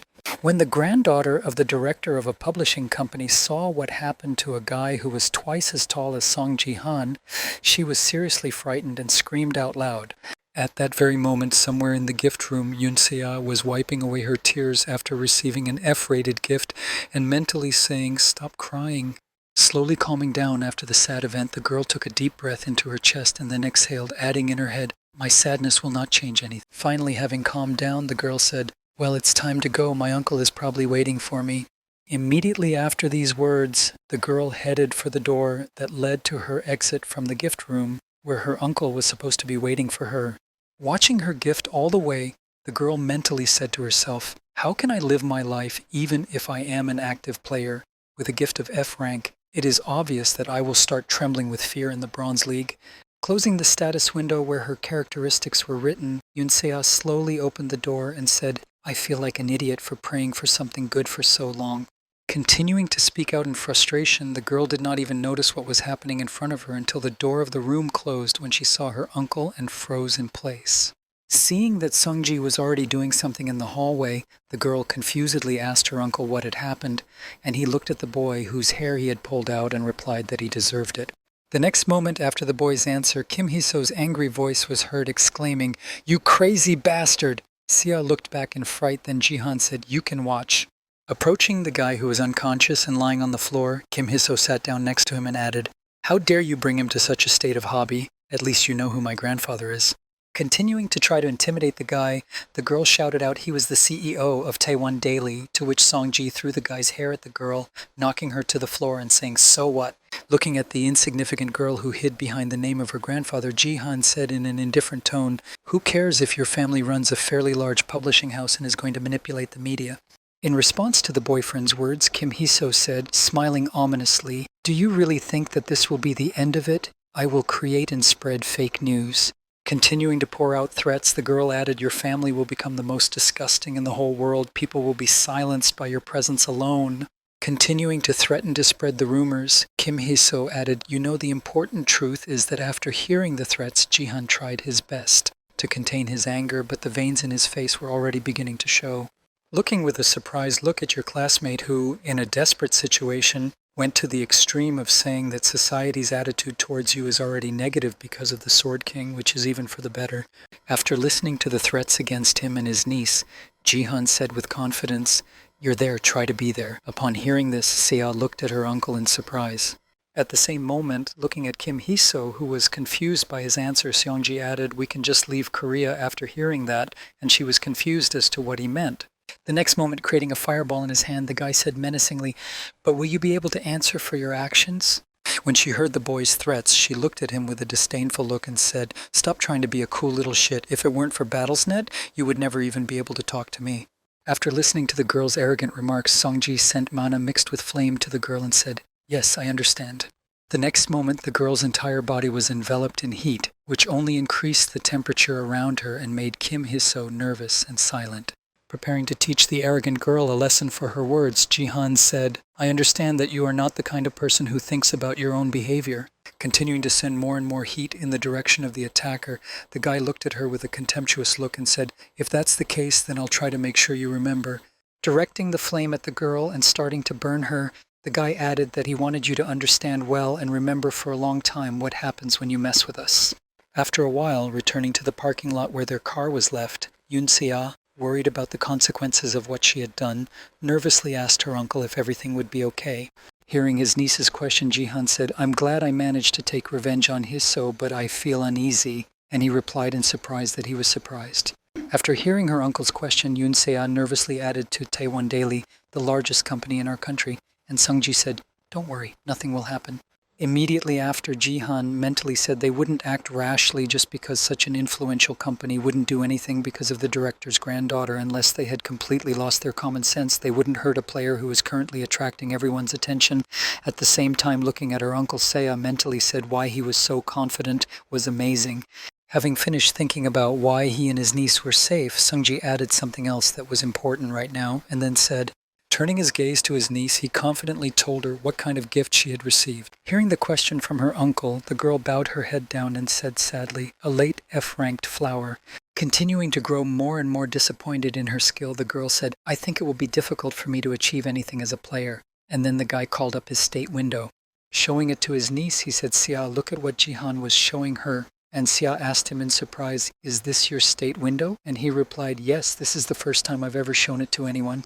After examining everything in it, the girl saw something that did not fit in her head and exclaimed in confusion, "Wait a minute." Concentrating her attention on the inscription of the gift of the eyes of the F-rank traveler, the girl asked in confusion what this was. "You also have a gift of F-rank." Surprised that her uncle also did not have a unique gift, Sia asked him, "How did you manage to become so strong?" And he replied, "Look at the standing over him." Then noticing the strength and fighting power, she asked him what it was. After reading the names of the characteristics, she said combat power and strength are definitely characteristics from Battlestar, to which he replied that they are special because many people do not know about them because the conditions for obtaining them are hidden. Immediately after the status window was demonstrated, Jihan confidently added, "As you can see, the rank of the gift is not the most important thing, and Sia, you can also get unique characteristics." Immediately afterwards, he pulled an object out of his pocket that he wanted to give to the girl as a consolation gift, but first he spoke. Holding out the monocle to his niece, the boy confidently said, "This thing will show you the way." Immediately after handing over the gift to his family member, Songji said, "The second best in the world before my return to time was Jin Yu Hua from China." Recalling the moment when he found out the rank of her gift, the guy confidently added in his head that she also received a late flower as a gift. Immersed in memories from the past where he stood in front of the TV and watched a live broadcast of her battle in the Colosseum, Jihan added, I couldn't believe what I was seeing with my own eyes. Amazed by the girl's skills, the guy with the lowest gift rank said in amazement that he could only think of the F-rank gift that brought Sia to despair and death. Does he really have such a secret? At the same time, when she arrived home and began to look at the description of her gift through the monocle, she was surprised to hear what it was. Surprised by the hidden description she saw through the gifted object, Yunxia added in surprise that the gift could be improved and the main effect could be enhanced. The next moment, Sungji smiled happily and said to his niece, who was beaming with happiness, "Your gift is amazing, isn't it?" Immediately after this question, looking at Yunxia's admiration, he mentally said the item worked with a bang. He came out of the repaired broken monocle of the C-rank envoy. Recalling the process of repairing it using the urgent repair skill, the boy mentally said, I made it yesterday as a birthday present for Sia. Continuing the dialogue with the girl, Jihan said it was amazing that you could increase your rank, but the effect itself was good. Thanks to the additional growth rate, the effectiveness of your training doubled, to which she replied that it was also good. Then Sungji said confidently, even with her help, you will quickly get the rare characteristic I told you about. Immediately after these words, Jihan smiled and said, Sia, I think you have every chance of becoming one of the best players. After hearing encouraging words from her uncle, who believed in her and saw great prospects for the girls, she was surprised to ask what was going on. She let out a stingy tear that she could not control, and the girl really added to my heart. When tears spontaneously began to flow from her eyes, she could not believe that this really happened to her and gave me a really wonderful gift. In response to his niece's question, Jihan confidently said, Dak is very good, and then thought to himself, I wonder how long she's been praying for this. Recalling Ito Ryuhei's interview after the competition between Korea and Japan, he mentally added that the father not only abandoned her, but also said that he did not have a daughter and that her life was a cause for rumors for people. Imagining a girl surrounded by lenses and other people, surrounded on all sides with no way to escape, Jihan thought the more pressure she was under, the more she wanted to cope. Recalling the character of the girl who tried to fight to the very end, he mentally added, not as the abandoned daughter of the Sword King, but as the player Yunxia. Using his power to get a handkerchief and direct it to his niece, Jihan said in his head she was very high up, probably very afraid that she would get a useless skill. Passing the handkerchief to the girl, the boy said, You've been through a lot. It wasn't easy, so you can't hold back your tears. Blowing her nose in the handkerchief her uncle handed her, Yunxia said confidently, Stop crying, I don't have time to laugh, and Sungji said it correctly, embarrassed. After wiping away her tears, she looked at Jihan and said, You know, I've always felt this way, but you're really an amazing person, uncle. Continuing to express her gratitude to the family member, the girl added, You seem to know the future, to which he nervously replied, I'm just very lucky. After a heart-to-heart talk with her uncle, the girl stretched out on the couch and said, Well, the anxiety is over and now the feeling of hunger has set in. Hearing the girl's desire, Sungji got up from her seat and headed to the kitchen and said, Let me cook something for you, and she surprisingly replied that she would right away. In response to his niece's question, the boy smiled happily and said, I promise you it will be much tastier this time. She looked at her uncle, who was heading to the kitchen with a surprised look, and said, I've prepared a lot of things for your holiday table. At the same time, when Kim Hee-so returned home and looked in the mirror after having to answer for her words, she screamed in fright when she saw herself. In a state of shock, the girl exclaimed, They burned my hair and eyebrows, all of it, damn Sung Ji-han, what a bastard. God, how do I explain this to my parents? The next moment, the driver entered the girl's room and said, Mrs. Hisso, I came in hearing the voice of a subject, and the girl pulled her hat over her head and exclaimed in fright, then added angrily, You didn't teach me to knock, I'm annoyed. Hearing the girl's remarks, the man approached her and held out his hand and said, Excuse me, here are the surveillance footage as you asked. To which she exclaimed, Great, now get out. And the man thought, You rude bitch. When the driver left the room, Kim Hee-so flipped through the records and shed tears. She shouted out, I won't let this go. I need to find something against them. Suddenly, having found something interesting among all the information provided to her, the girl smiled ominously and said, Booga, sweet little Sia. Watching the video of the #1 surveillance camera in the gift room, she added happily, You are not good at hiding your emotions at all. By bringing the girl's expression closer to the one she had just received her gift, Kim Hee-so made her look like she was about to cry, making for a great shot for the article. Gloating over the wonderful moment, Kim Hee-so said it looked like she had gotten an F-grade gift. How well she had prepared, making such an expression Hee-so still hasn't recovered and will soon learn a new life lesson. Gloating at the opportunity to humiliate the desperate Yoon Sia, the granddaughter of a media company director, shouted out to you, you scum, and that's why we're going to switch gears. Let's turn our attention to the shiny one we forgot about, so let's see how he's doing here. With his hand to his head, the guy thoughtfully said unrequited love. Continuing his emotional reflections, the guy thoughtfully added a broken heart in recent days. I felt helpless after I was not chosen by the one I wanted to get closer to. Starting to remember the boy who wanted revenge on Sung Ji-han, he mentally said ugly and vile fire sorcerer. The next moment, out of nowhere, he mentioned some other birds and confidently said dirty and stupid eagles. Imagining in my wet dreams the moment he carried poor Ji-han in his arms, I added a golden ray and dealt with everyone who disturbed Ji-han's sleep. Immediately after all these heartfelt words of his proud deeds for the sake of his beloved platform, the boy jumped up and down, and then I realized, the next moment, grabbing his chest, closing his eyes and clenching his hand tightly into a fist, the golden ray exclaimed that I was simply destined to become his manager. Continuing to imagine himself as the poor guy's savior, he said, "That's why I'm asking you, Sung Ji-han." While the guy himself was in the dungeon clearing monsters, the golden ray was in his room and added, "Please read my message." Continuing to destroy monsters even without knowing that someone had written to him or contacted him, Sun Ji confidently pursued his goal. While the guy was destroying monsters, the commentators on the live stream started writing about what his teammates were doing, and those who are on the same team with him usually just watch, but if they don't interfere with him, they will take first place after these comments. At the same time, Jihan, who did not need help at all, used his skill in an unnamed divine art to destroy his enemies. After a while, after destroying all the enemies in the dungeon, the guy received a system notification that said the game was over and you took first place. Also, after receiving a system notification, one of the players sighed heavily and said, "Oh, it was so hard to finish all the popcorn," to which the other added, "Let's add onions and caramel next time." After completing the protection task, Sung Ji received a system notification that your level has been raised to level 25 and you can now participate in Silver League battles. Received the title of Ruler of Bronze with the passage of the league with the highest percentage of victories. You entered the World Top 100 Bronze League on August 25th. There will be a battle for promotion among the top 100 players. The best 100 players in the world are the most successful people in the battle net, and they will fight in the battle for promotion to ensure their transition to the next league. The goal of all players who are in the top 100 of the Bronze League is the Silver League, but another special condition has been added. And this condition consisted of something quite unusual that had never been seen before and is not seen in ordinary battles. The whole point of this fight between the top 100 is that they will fight until there is only one left. And so the battle for promotion to the Silver League is not just a regular game, it's a fierce struggle for survival. And this competition ends only in one case when there is only one participant left on the battlefield, not half as usual.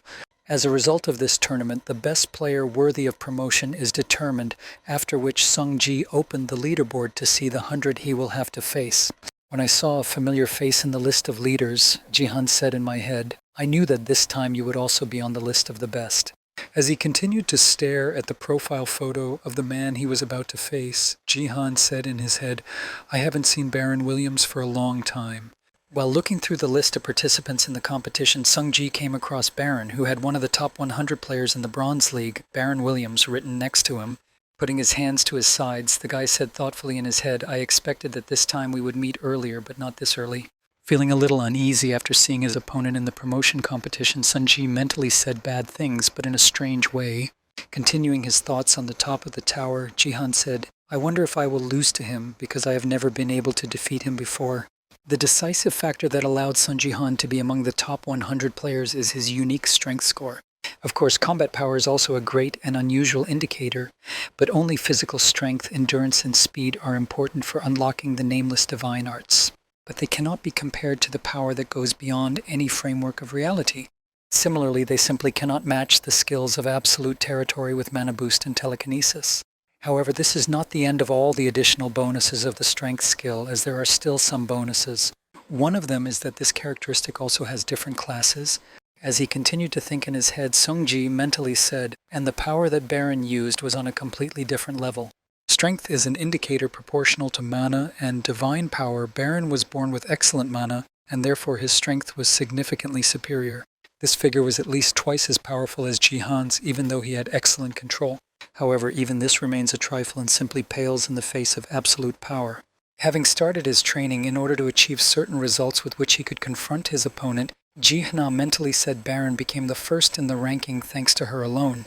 While conducting his talks, Sung Ji stood in a one-handed stance, training his spirit and physical strength to receive the divine nameless art. Continuing to hold the stance on one hand, the boy mentally said it wasn't by chance that he continued to hold the first place, and even during the Bronze League everyone knew him because of his mana, which was at the diamond level. Dripping with sweat from the difficulty of the training, the guy said in his head that fighting him one-on-one was comparable to suicide. Realizing that he had a very poor chance in the battle against this opponent, the boy mentally said to me, I need to unlock the nameless divine arts. At the end of the workout, he took a break and sat down on the floor and opened his status window. Starting to look at the list of leaders, which also included his friend, the guy awkwardly said, I can't believe how many times I've watched this, the same person. Recalling what his guildmaster looked like before the return of time, Jihan added, I've heard that he tried to look more mature when he became the head of the guild, but how did he achieve that? The next moment, when he heard his smartphone suddenly ringing, he saw who was calling and was surprised to hear Lee Ha-young say that she was calling to thank me, and then picked up the phone and said, hello, hello. Without even greeting the guy in return, the girl immediately asked if you could help me and tell me who to bet on. After a while, when the next morning came, the city came to life again. At the same time, while sitting in her chair and looking out the window, she suddenly heard a lady address her, and then looking back, Lee Ha-young nervously answered yes. When she saw who it was who had arrived in her room, she breathed a sigh of relief and said, Oh, Guy Young, it's you, what's up? And replied, I came to escort you to the meeting. When she heard the reason for the visit, she nervously replied that it was time to go and she was sorry, but could you give me 5 more minutes? When Guy Young approached her, Lee Ha-young said nervously, Well, I asked Song Ji-han to tell me who to choose. Hearing that, she asked, Aren't you ashamed of yourself? And then added, I'm hurt because of my past losses, so you can be gentle with me. After hearing this, Lim Ga-yun asked in surprise what he said to you, to which the lady replied, You heard the news yourself. Hearing that he was ranked among the top 100 players in the world, the girl bodyguard suddenly froze in place in surprise, and then heard that Baron from the States was also participating.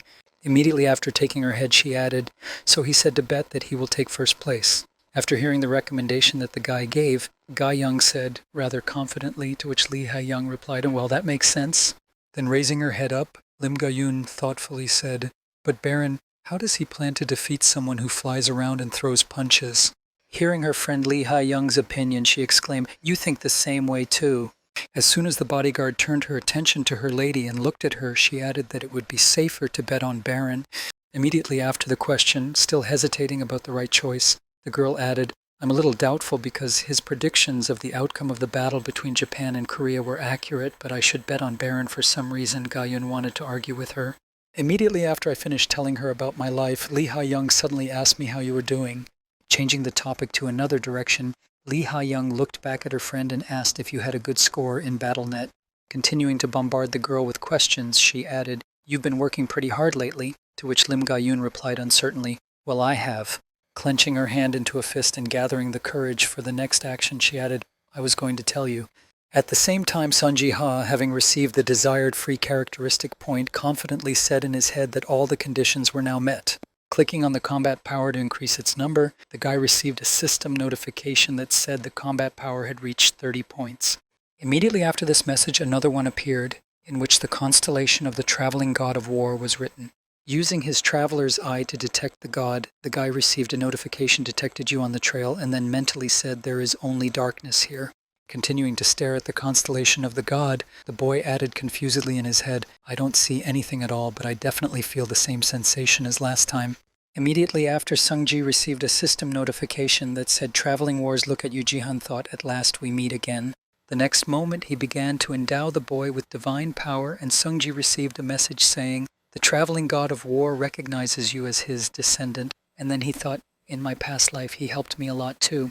When the main power transfusion was completed, the guy received a system notification informing him that he had received the ability of nameless divine art.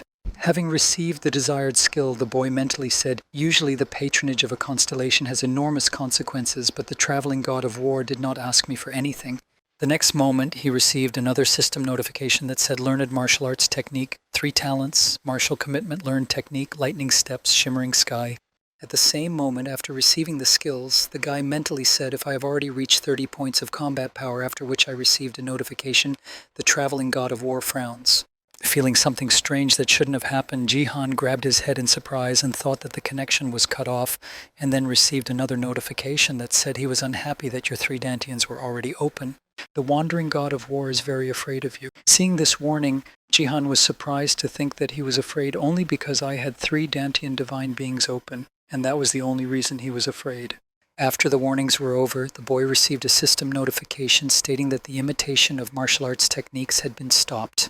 Immediately afterward, he received another system notification that said the constellation of the traveling god of war was returning, and then the constellation began to disappear from his eye. At the end of the failed contract with the traveling god of war, the guy said in surprise, looking at his hands, that I had returned. The next moment, the 7th-ranked Son Ji-han got to his feet and hurriedly checked his status window. Someone who had to take part in a battle for promotion in the near future saw what had happened and nervously said it was a disaster. When he saw the inscription, "No gift," the guy mentally said, "My gift is gone." That's how he lost his main advantage in this competition. When he arrived at the school to pick up his niece, Sungji heard from her that she had left the academy. When she got into her uncle's car to pick her up, Yun-sia happily said hello to her uncle, who replied with a welcome back. On the way home, after he picked up his niece from the academy, Sungji asked how it felt to have a huge burden lifted from your shoulders. In response to Jihan's question, the girl said with a sigh of relief, "Of course, I feel like I've been born again." After her awakening, Sia decided to leave the academy because the main reason for attending is to receive a gift, and those students who have already awakened mostly leave. Taking on his niece, Sung Ji-han, personally and starting to train her, Sia decided that she could get lessons from me anyway, and that's why there were much fewer reasons to stay at the academy. Continuing to coach the girl, pointing out her mistakes and supporting her in a difficult situation, Sung Ji-han mentally added, and besides, she won't get into any more trouble. Driving the car after he picked up the girl and after she had solved all her problems in life, Sung-ji added a major problem now. Recalling what he had recently experienced, the guy thoughtfully said in his head, "Concludes in me." Looking up at the sky while driving the car, the guy mentally said, "Tomorrow there will be a battle among the best 100 players about me to do. I not only lost the eyes of a traveler, however, he also completely lost the ability to inherit the nameless divine art, rank S ability that is transmitted in parts." Angry that he had gotten some kind of fake, Jihan mentally said not only that they now have S rank and not SSS, but also that I had only 2 techniques that I had before, which was a joke or something. At the same moment, noticing her uncle's strange appearance, the girl asked in surprise, "I see you're in a bad mood. Is it all because of the battle for promotion?" When he heard the girl's question, Sungji hesitantly answered yes, and then mentally added, "Although I'm more concerned about the uncertain future." Immediately after interrupting the guy's thoughts, Yun-sia confidently exclaimed, "Don't worry, I'm absolutely sure you'll win." Smiling happily, the girl focused her gaze on her uncle and added, "You always manage to find a way out of any situation." With a light sigh, Yun-sia added, "That's why I don't even care. You'll probably just come home and say I'm the first again." Immediately afterwards, the girl confidently added, "Can I take part in the betting? I'll bet everything on your victory." To which he replied, "No, there will be trouble if you do that." When he heard his uncle's answer, the girl said unhappily, "But he even broadcasted live bets, so it turns out that you can and I can't." He replied, "That's right, you're still small?"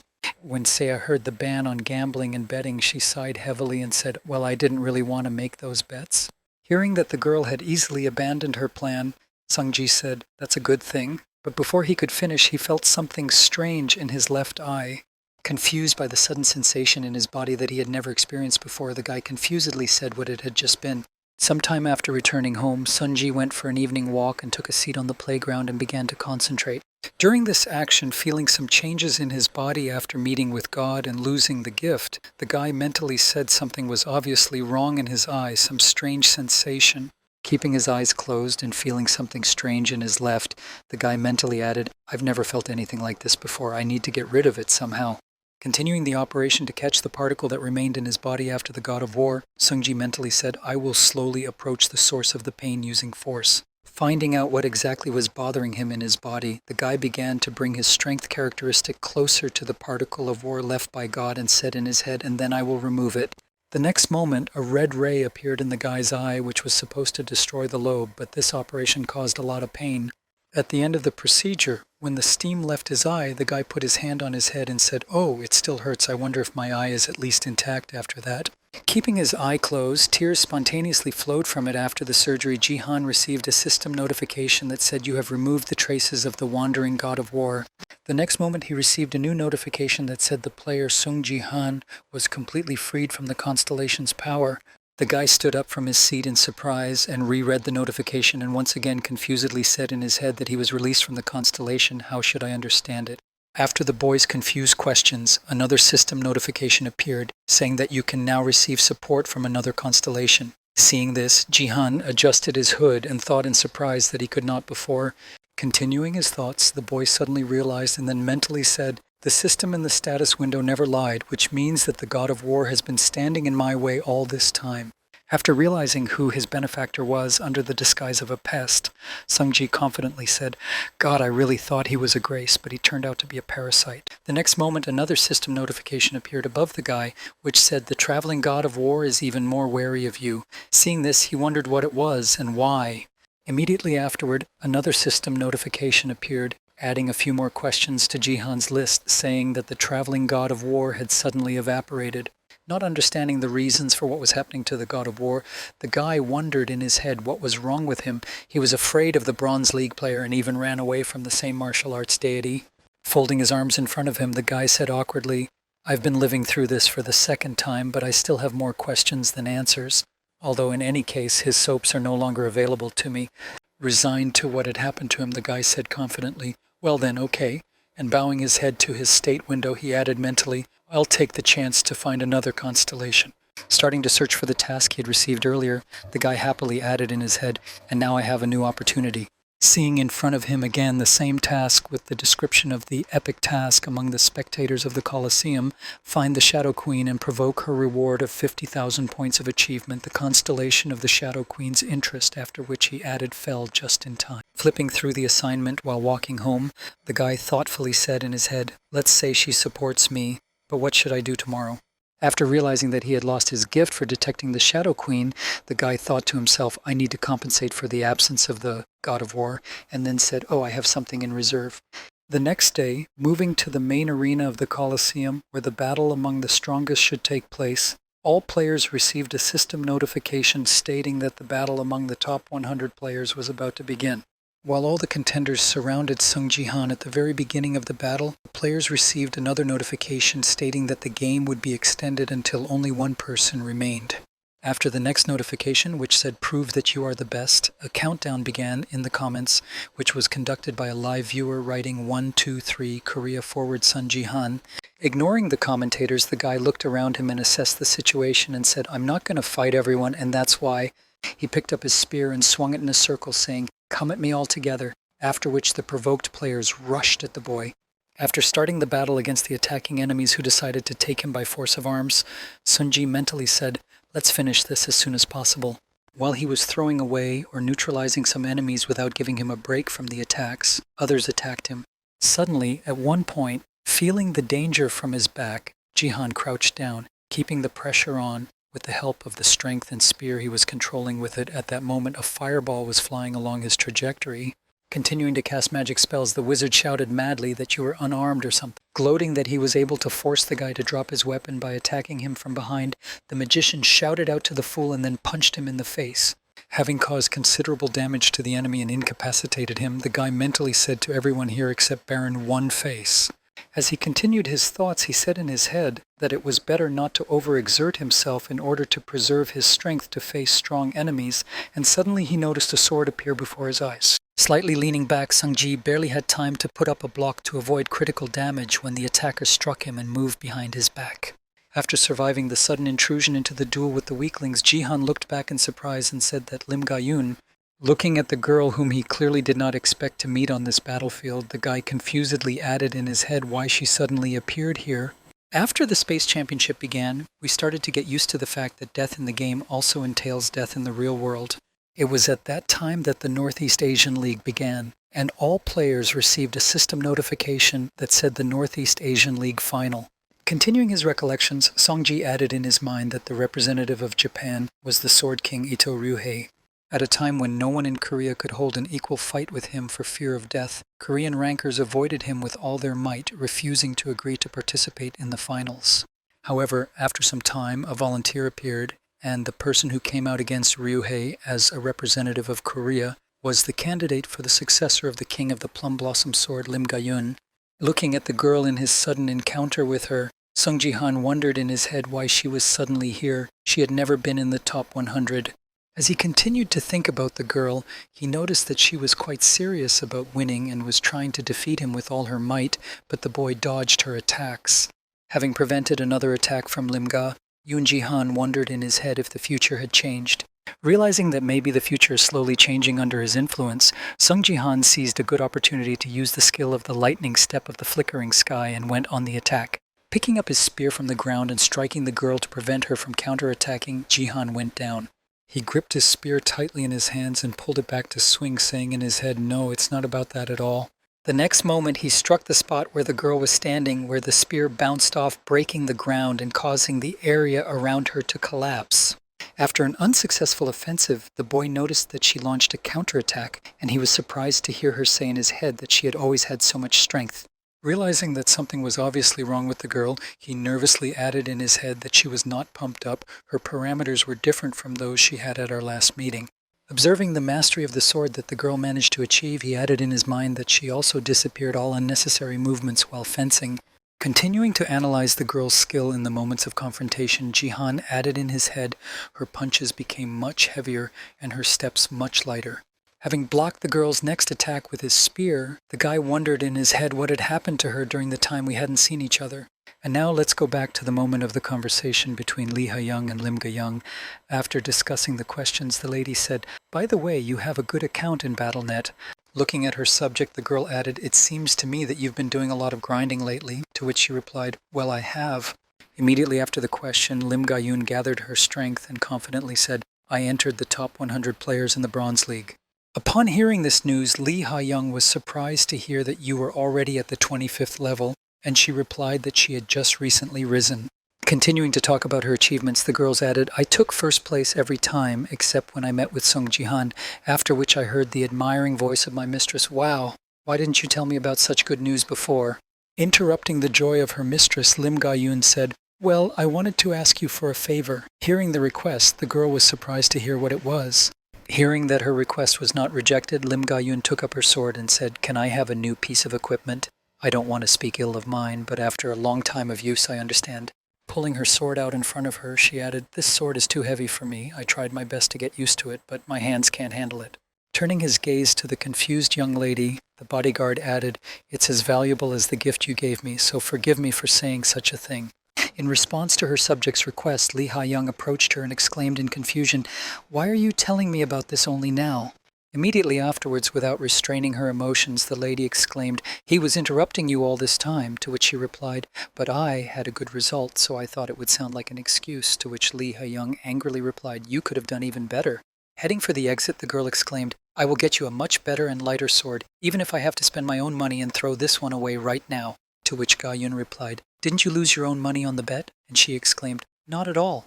Lee Ha-young added with a sigh, picking up the phone, "You're such a fool. I'll try to find a replacement as soon as possible." Hearing this, Ga-young asked, confused, "Are you sure about this one?" And she replied, "It's fine, just try." To show everyone the best you can in the battle for promotion, Lim Ga-yoon thought to herself as she heard these words from her mistress. The next moment, looking up from the phone and smiling happily, Lee Ha-young added, "And if you concentrate, you can beat Song Ji-han too." And then she mentally added, "I was comparing myself to Song Ji-han."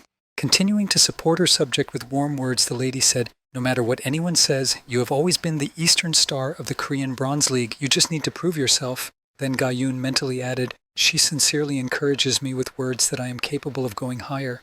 Immediately after these heart-to-heart conversations, the manager confidently told her employee to go big. In response to all the wishes and warm words of Lee Ha-young, the bodyguard girl smiled happily and said, "Well," and then added in her mind, "Thank you, young lady." As she continued her confrontation with Sung Ji-han, she mentally said, "However, I seriously doubt that I will be able to fulfill my promise." Having been hit by her opponent, who was clearly outnumbered, she added in her head, "I can't beat Sung Ji-han now." At the same time, looking at the girl who was trying her best to fight him, the boy mentally said, "You know you can't win." Noticing how she went on the attack again, Sung-ji prepared to set up a block and added in his head, "Why are you trying so hard?" Blocking every punch, lunge, and attack of the girl, Ji-han mentally said, "You have managed to survive many times when you have fought with those who are stronger." It was the same in the Northeast Asian final, and now, after these thoughts, the girl stopped in her tracks and said, "I know better than anyone that I can't beat you yet." She added, "I'll probably never even be able to beat you." After striking at the opponent who blocked him, Lim Ga-yoon added, But if I give up now, then it will definitely be the end for me. Sungji froze in place. Taking a stance for the appropriate technique and raising her sword up above her head, the girl added, I may not even surpass you. With a murderous glance at her opponent with whom she was constantly comparing herself, she added, but I will at least try my best to match you. Hearing these words from the girl, Jihan hid his eyes and said in his head that she was exactly like a player who keeps trying to become better, knowing that he will not defeat his opponent. Recalling her involvement in the past from which he returned, Sungji said in his head in his past life, the Sword King finished her off with 2 swords. Recalling the moment in the tournament when the girl lost the match, he added that in this life she was among the best. Continuing his thoughts as the girl was preparing to use the technique, Jihan thought, I wonder how much my return to time will affect the future. At the end of his thoughts, the guy raised his head and smiled happily and said in his head, I always believed. Imagining the composition of his guild in his head, the guy confidently added that you should be on my side, Lim Ga-yoon.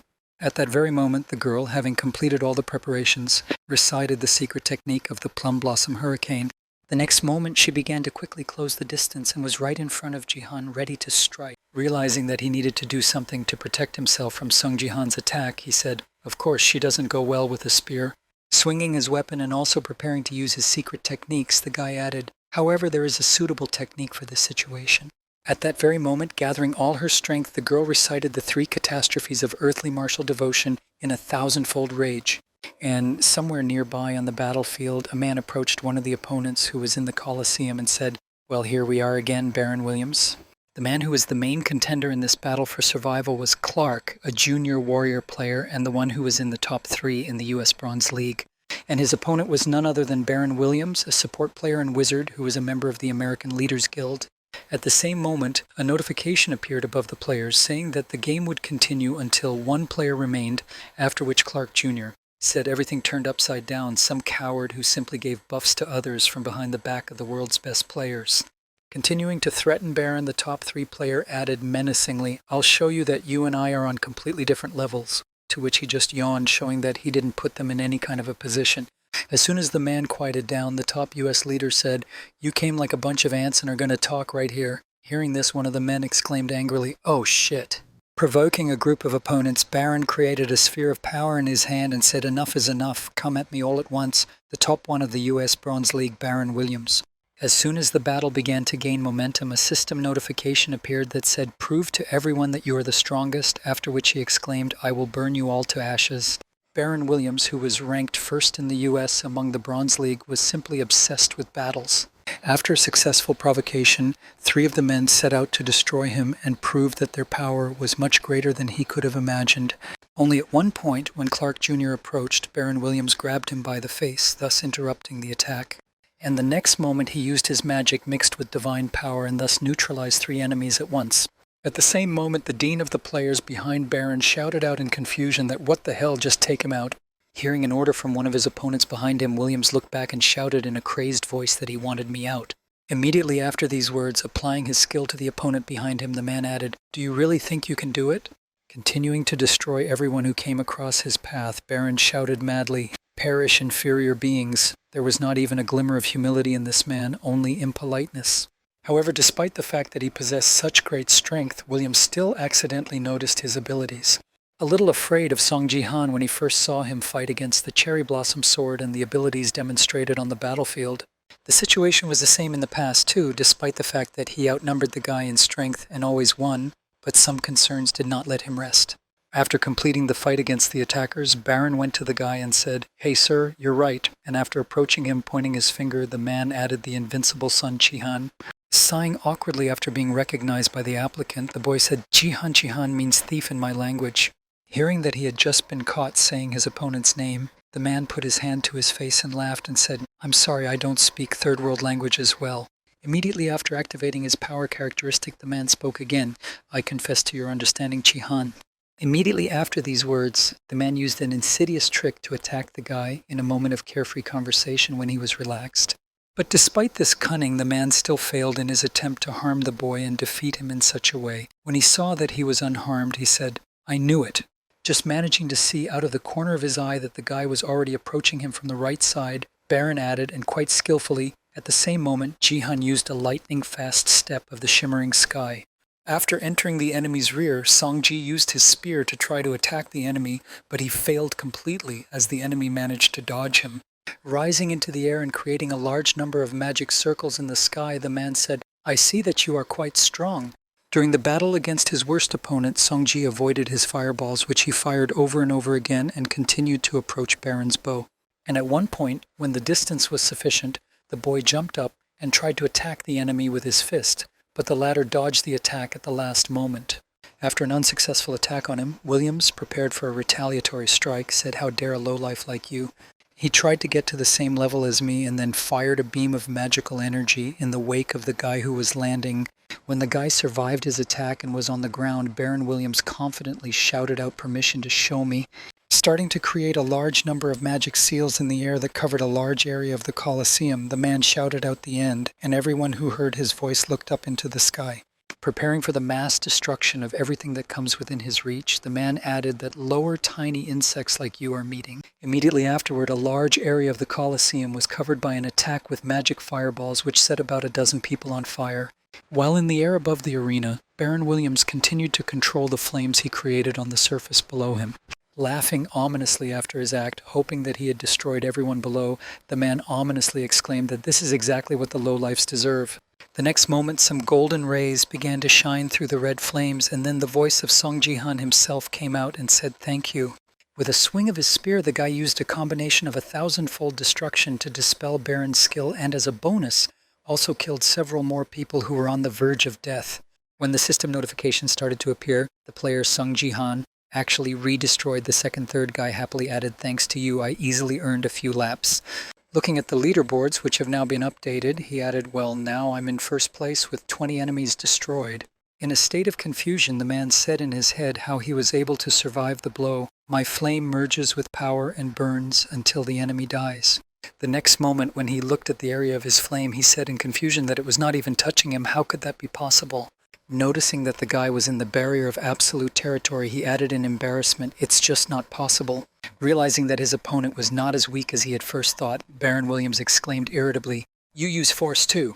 Immediately after, trying to somehow refute the guy's skills, the man angrily exclaimed that it simply could not be that I was the only one who owned it and had 2 state windows. What kind of trick was that? In response to the man's question, Song Ji-han confidently replied that there are no tricks used here, just 2 status windows are not something so exclusive. Immediately after remarking that he was not the only unique wielder of the power in the whole world, Ji-han added, "I finally understood." Continuing to humiliate the man and provoke his anger, he confidently added how incompetent you are. Hearing this, the man simply exploded with anger, his face showing a thirst for blood. Immediately afterwards, he activated his skill and began to radiate his power in all directions, setting the Colosseum on fire. When the flames had spread far enough, the man exclaimed angrily, "You're just pretending, I'm sure of it." Creating a giant wave from his magic flame, which he used to cover Ji-han's dream, Baron added, "How dare you even mock me?" Continuing to threaten the boy, he added, "I will burn you so that there will be no ashes left," and at the same time, Ji-han stood there without even raising an eyebrow. When the danger was already breathing down his neck, he said, "I can't let this happen." Taking out the magical item he had received earlier, the guy confidently added, "I just need to use all my strength." The next moment he began to remember the same evening when he was walking home after removing the particle of the god of war from his eye, and he thought, "The Queen of Shadows can replace the constellation, but what about tomorrow?" Continuing to think about how to close the gap in power, the guy mentally said to me that I needed to somehow replace the lack of the god of war. Suddenly, remembering an item that could help him with this, Songji pulled out a fragment of a crystal from his inventory that gave the player a divine blessing and increased his characteristics by 50% and said, "I have this." After using a fragment of the crystal, the guy received a system notification that the effect was counted, after which Ji-han confidently said, "I've been waiting for this moment, Baron Williams." Feeling the influx of fierce power, the guy received a system notification that said all the characteristics of the player Sun Ji-han were increased by 50%. Clenching his hand tightly into a fist, Ji-han confidently said, "I will use everything I have now, and I will definitely destroy you." A coward is what most people used to say about a man in the past when he had not yet mastered the skill of strength. He was embarrassed not only because he was not as muscular and tall as others, but also because he was afraid to fight, and people always talked about him. What a waste of a gift, and that's why Baron remained insecure until a certain point in time and always stayed behind others. He had 2 state windows and 2 classes at his disposal, and if he had managed them correctly and used them to his advantage, he could have dominated Battlestar. However, Baron chose a different path. He wanted to be a support player and a magician. In other words, he had to always stay in the rear of the group. However, after receiving the cat's power characteristics, everything changed dramatically for him. It changed the boy. After receiving this characteristic, Baron began to dominate the battlefield with his mana. As a result of this incident, a considerable number of quite prominent people simply fell before him and his outstanding power. All the players who had to face or somehow heard about Williams had about the same reaction. They said that Baron had 2 disasters in his hand. The first of the disasters was the fiery hand, which allowed the man to sweep through all enemies thanks to a tsunami of flames. And all those who fell under this skill had no chance of survival, and afterwards only scorched ruins remained at the site of the attack. Continuing to smile madly, Baron mentally said in his head, "This is exactly how the truth is." However, even after the wave that covered the Colosseum arena, something strange happened. A man noticed the flames dissipate and said in surprise what had just happened. At the same time, waving his spear, the boy scattered the flames of his opponent and spoke the way of the immortal sage. After that, he channeled all the accumulated force and sent it upward in the direction of where Baron Williams was. And it was just one. With just one piercing attack, she was able to break the flames of the barons that everyone feared so much, which left only destruction in its wake. Not understanding what had just happened right before his eyes, and how the guy had managed to survive, Baron mentally wondered how this was even possible. After realizing his plan, Sungji smiled slyly and said, "I knew it when I saw the enemy's confusion. You seem quite strong from the outside. Except that inside you're still just an empty shell, and then you use your lightning-fast skill and leap into the air toward Baron, trying to hit the man with a series of punches to knock him to the ground." Jihan confidently added, "You were too concerned with hiding your lack of skills instead of developing them." After reaching the critical point of his jump, Songji instantly grabbed his spear and swung it, saying, "You don't have the accuracy of strokes." The next moment, after delivering a chopping blow to the man's head with his spear and sending him to the ground, the boy exclaimed, "That's who you really are, Baron Williams." After hearing what his opponent had said, the man on the ground said, "You speak as if you know something about me." In response to his opponent's words, Jihan smiled and said, "You remind me a lot of someone I know." Immediately after plunging into memories, picturing Baron's image from the past in his head, he added, "No matter how much you pretend to be strong, no matter how much you portray your confidence." The next moment, turning your gaze to the same Baron in his youth, he added to your unconcealed sense of inferiority, the oppression of conscience deeply penetrating your heart. Continuing to express his opinion on his opponent's behavior, Sungji talked about building muscle and changing his appearance, as well as his strange adaptive abilities. However, all these abilities are useless if your gut remains in the same state as before. After listening to all the words that the boy said to him, Baron Williams got to his feet and said, "I don't like your arrogance at all." In response to his opponent's words, Jihan smiled happily and replied, "I can say the same about you," and then mentally added, "I hope this act will teach him a lesson." Immediately after finishing his words, Jihan used his lightning-fast skill to close the distance and said, "Let's end this chatter and finish the fight." With his spear pointed in front of him, Sung Jihan charged at the enemy, who stood still and did not rush to do anything to prevent the attack. At the last moment before the collision, Baron pointed his palm at the guy and fired a lightning bolt shot at his opponent. Seeing that his enemy was able to block this attack even at such a distance, Baron Williams spoke with lightning speed. Holding his outstretched hand in front of him, the man added, "People call it a second catastrophe. Baron's second catastrophe is lightning. Unlike the fire wave that hits with mana and long range, lightning is a high-ranking ability that concentrates mana to pierce the enemy. And it's a perfect fit for Baron because in her case, the amount of force is more important than the accuracy of its control." After using his other catastrophe, the man took to the air and spoke, but it was quite unexpected. Looking at a guy who had already surprised him several times during their fight, Baron added, "You managed to experience its full power." In the next moment, recalling the moment he used his skill, the man mentally said he blocked the spear at the last moment to prevent a fatal injury. Appreciating Sung Jihan's abilities after he withstood 2 of his disasters, Baron said, "You have a pretty quick reaction." The next moment, turning his attention to the slightly burnt skin and burnt clothes in the chest area, he added, "Although you didn't manage to completely beat it off." Preparing to use his lightning skill again, the man pointed at Jihan and said, "You were lucky once, but you won't get another chance." Building up the strength in his hand to deliver the final blow, Baron Williams confidently added, "Now I'm going to put all my strength into this blow." At the same time, Noticing what was happening on the battlefield where Jihan and Baron were, one of the players said that this was a pretty big problem.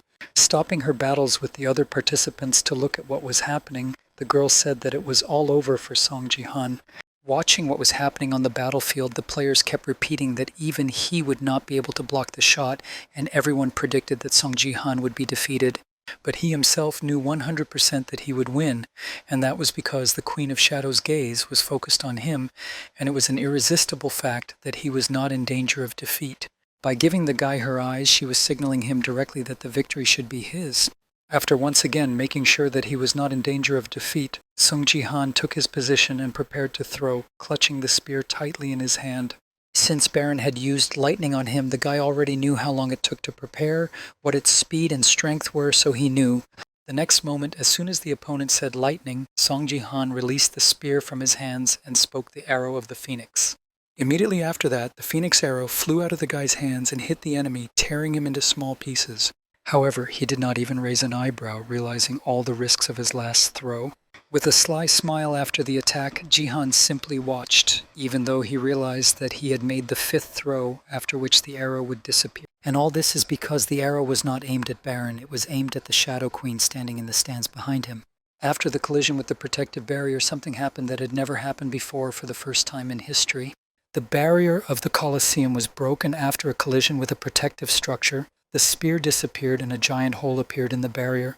After a while, all the TV channels began to feature South Korea's biggest celebrity, the Eastern star Song Ji-han, in their news feeds. Changes to defeat the omnipotent and invincible Baron, whom everyone avoided like the plague, knowing the power he possessed. After seeing what happened in the Bronze League tournament, Lee Ha-young was disappointed with the results and exclaimed that why Song Ji-han was so strong in battle.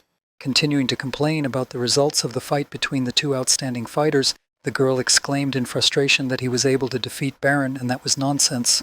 While Lee Ha-young continued to whine after losing her bet, exclaiming, "Oh no, I'm going to lose all the money I earned last time," Lim Ga-young returned from the tournament. Hearing the whining of her mistress, the girl asked, "So, you didn't consider the possibility that I might be the winner?"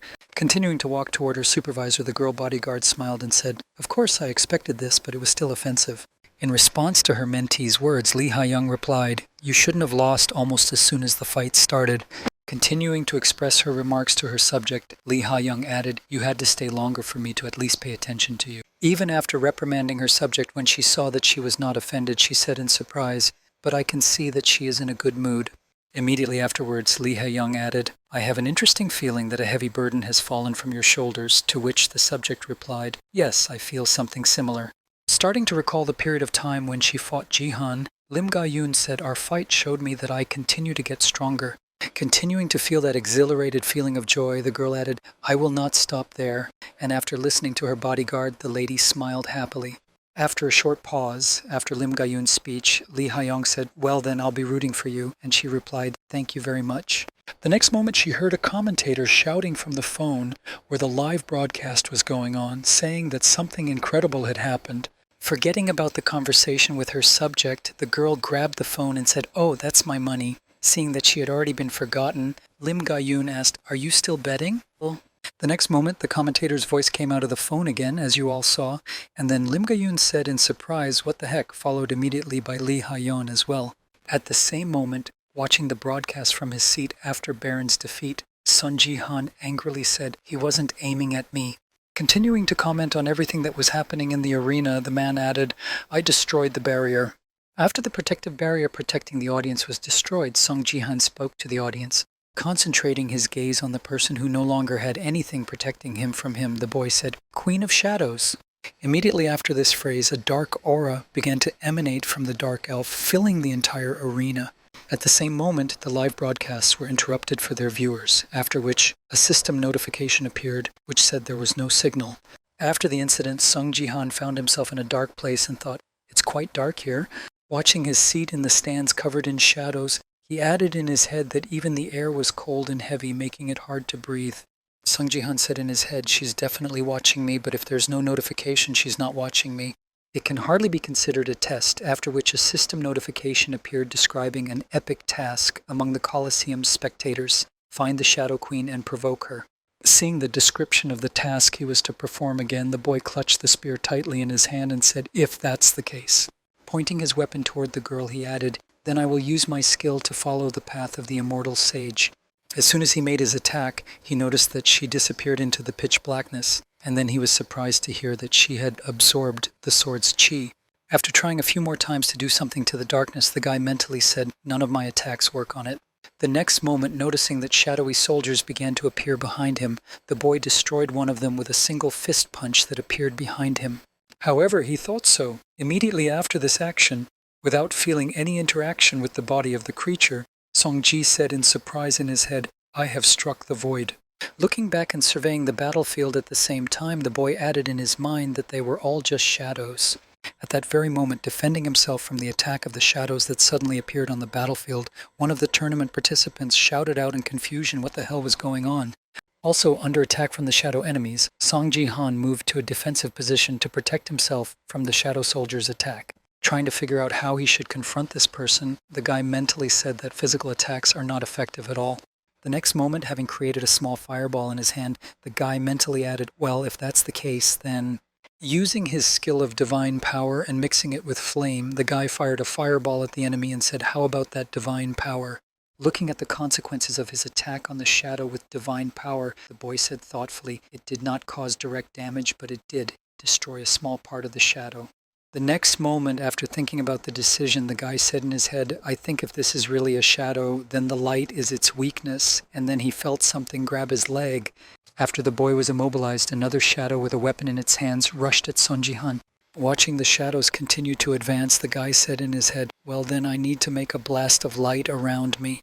Recalling the moment when he first used this skill, the boy said in his head, as he did when he had not yet mastered the lightning step of the shimmering sky. Immediately after that, Sung Ji-han prepared to use the skill by creating a powerful light source underneath him. Seeing that the enemies were retreating from him and could not harm him now, Sung Ji-han thought to himself, "They could not come closer because I am surrounded by light," and everything turned out to be much simpler. However, the boy's joy did not last long, as the small shadows receded over him and a giant cat appeared, preparing to strike him with a giant sword. Not understanding what was about to happen, Ji-han thoughtfully said, "Wow, what is this thing?" The BattleNet Combiner is the equipment necessary to participate in the BattleNet, which has the effect of absorbing pain during the game. Since amputation, burns, and other injuries occur quite often, it is recommended to reduce pain by 80%. That's why most of the top players use models that reduce pain by 90%. This allows these players to feel much more confident on the battlefield and do things they would not do in real life. And this equipment allows them to forget about the fear of severe pain, but not everyone is like that. Even though everything is fine and dandy, Sung Ji-han doesn't even think about using a combo to reduce pain. And the reason why Sung Ji-han does not want to use this device is quite simple. The guy just knows that soon BattleNet will become a reality and no connectors will help. The combo can only take away the feeling of pain temporarily, but when the Space League and the real game start, it will simply become useless. To always keep fighting with your life on the line means to always be in reality, which is why Hyung Ji-han doesn't use a combiner. Even at the very moments when the fire was burning his skin and lightning was striking directly into his heart with millions of volts, Sung Ji-han still held on, overcoming such pain that an ordinary person would find it difficult to imagine. And now he is at risk of being cut in half by a 10-meter sword hovering right above him, waiting for the right opportunity.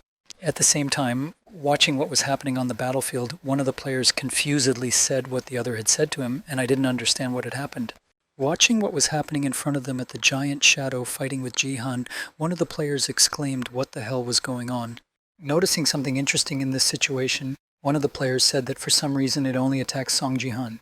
At the same time, while continuing to avoid the enemy's attacks, the guy mentally said, "I knew the battle would be unequal." Leaning on his spear to stay on his feet, the boy added, "But it's too huge. How can I defeat it then?" Looking at his opponent, who was concentrating on him, the guy thought things were bad. If I kept dodging, I wouldn't live long. Realizing that the enemy was focused only on him, Ji-han turned his head half a turn and mentally said, "If I'm the only one she's interested in, then I'm the only one she's interested in." Remembering the moment when he defeated the first candidate for the role of the winner, Ji-han thought the attack on Baron attracted everyone's attention. Immediately after looking at the remaining surviving players, he added, "And now many of the players want to get rid of me by taking advantage of this opportunity, so I can't stay on defense."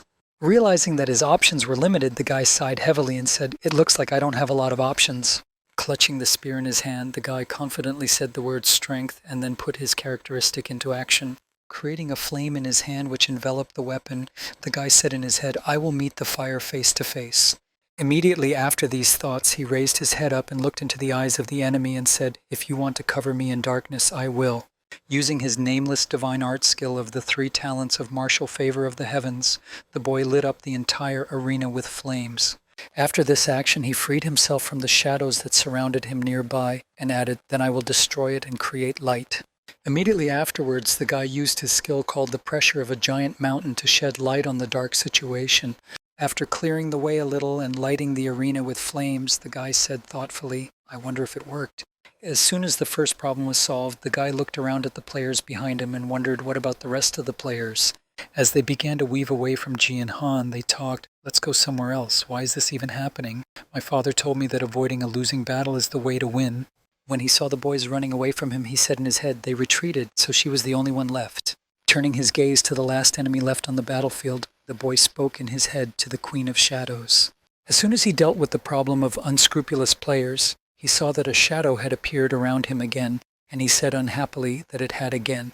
Putting his head down and sighing heavily that all the flames had gone out again, the guy said it a little tiringly.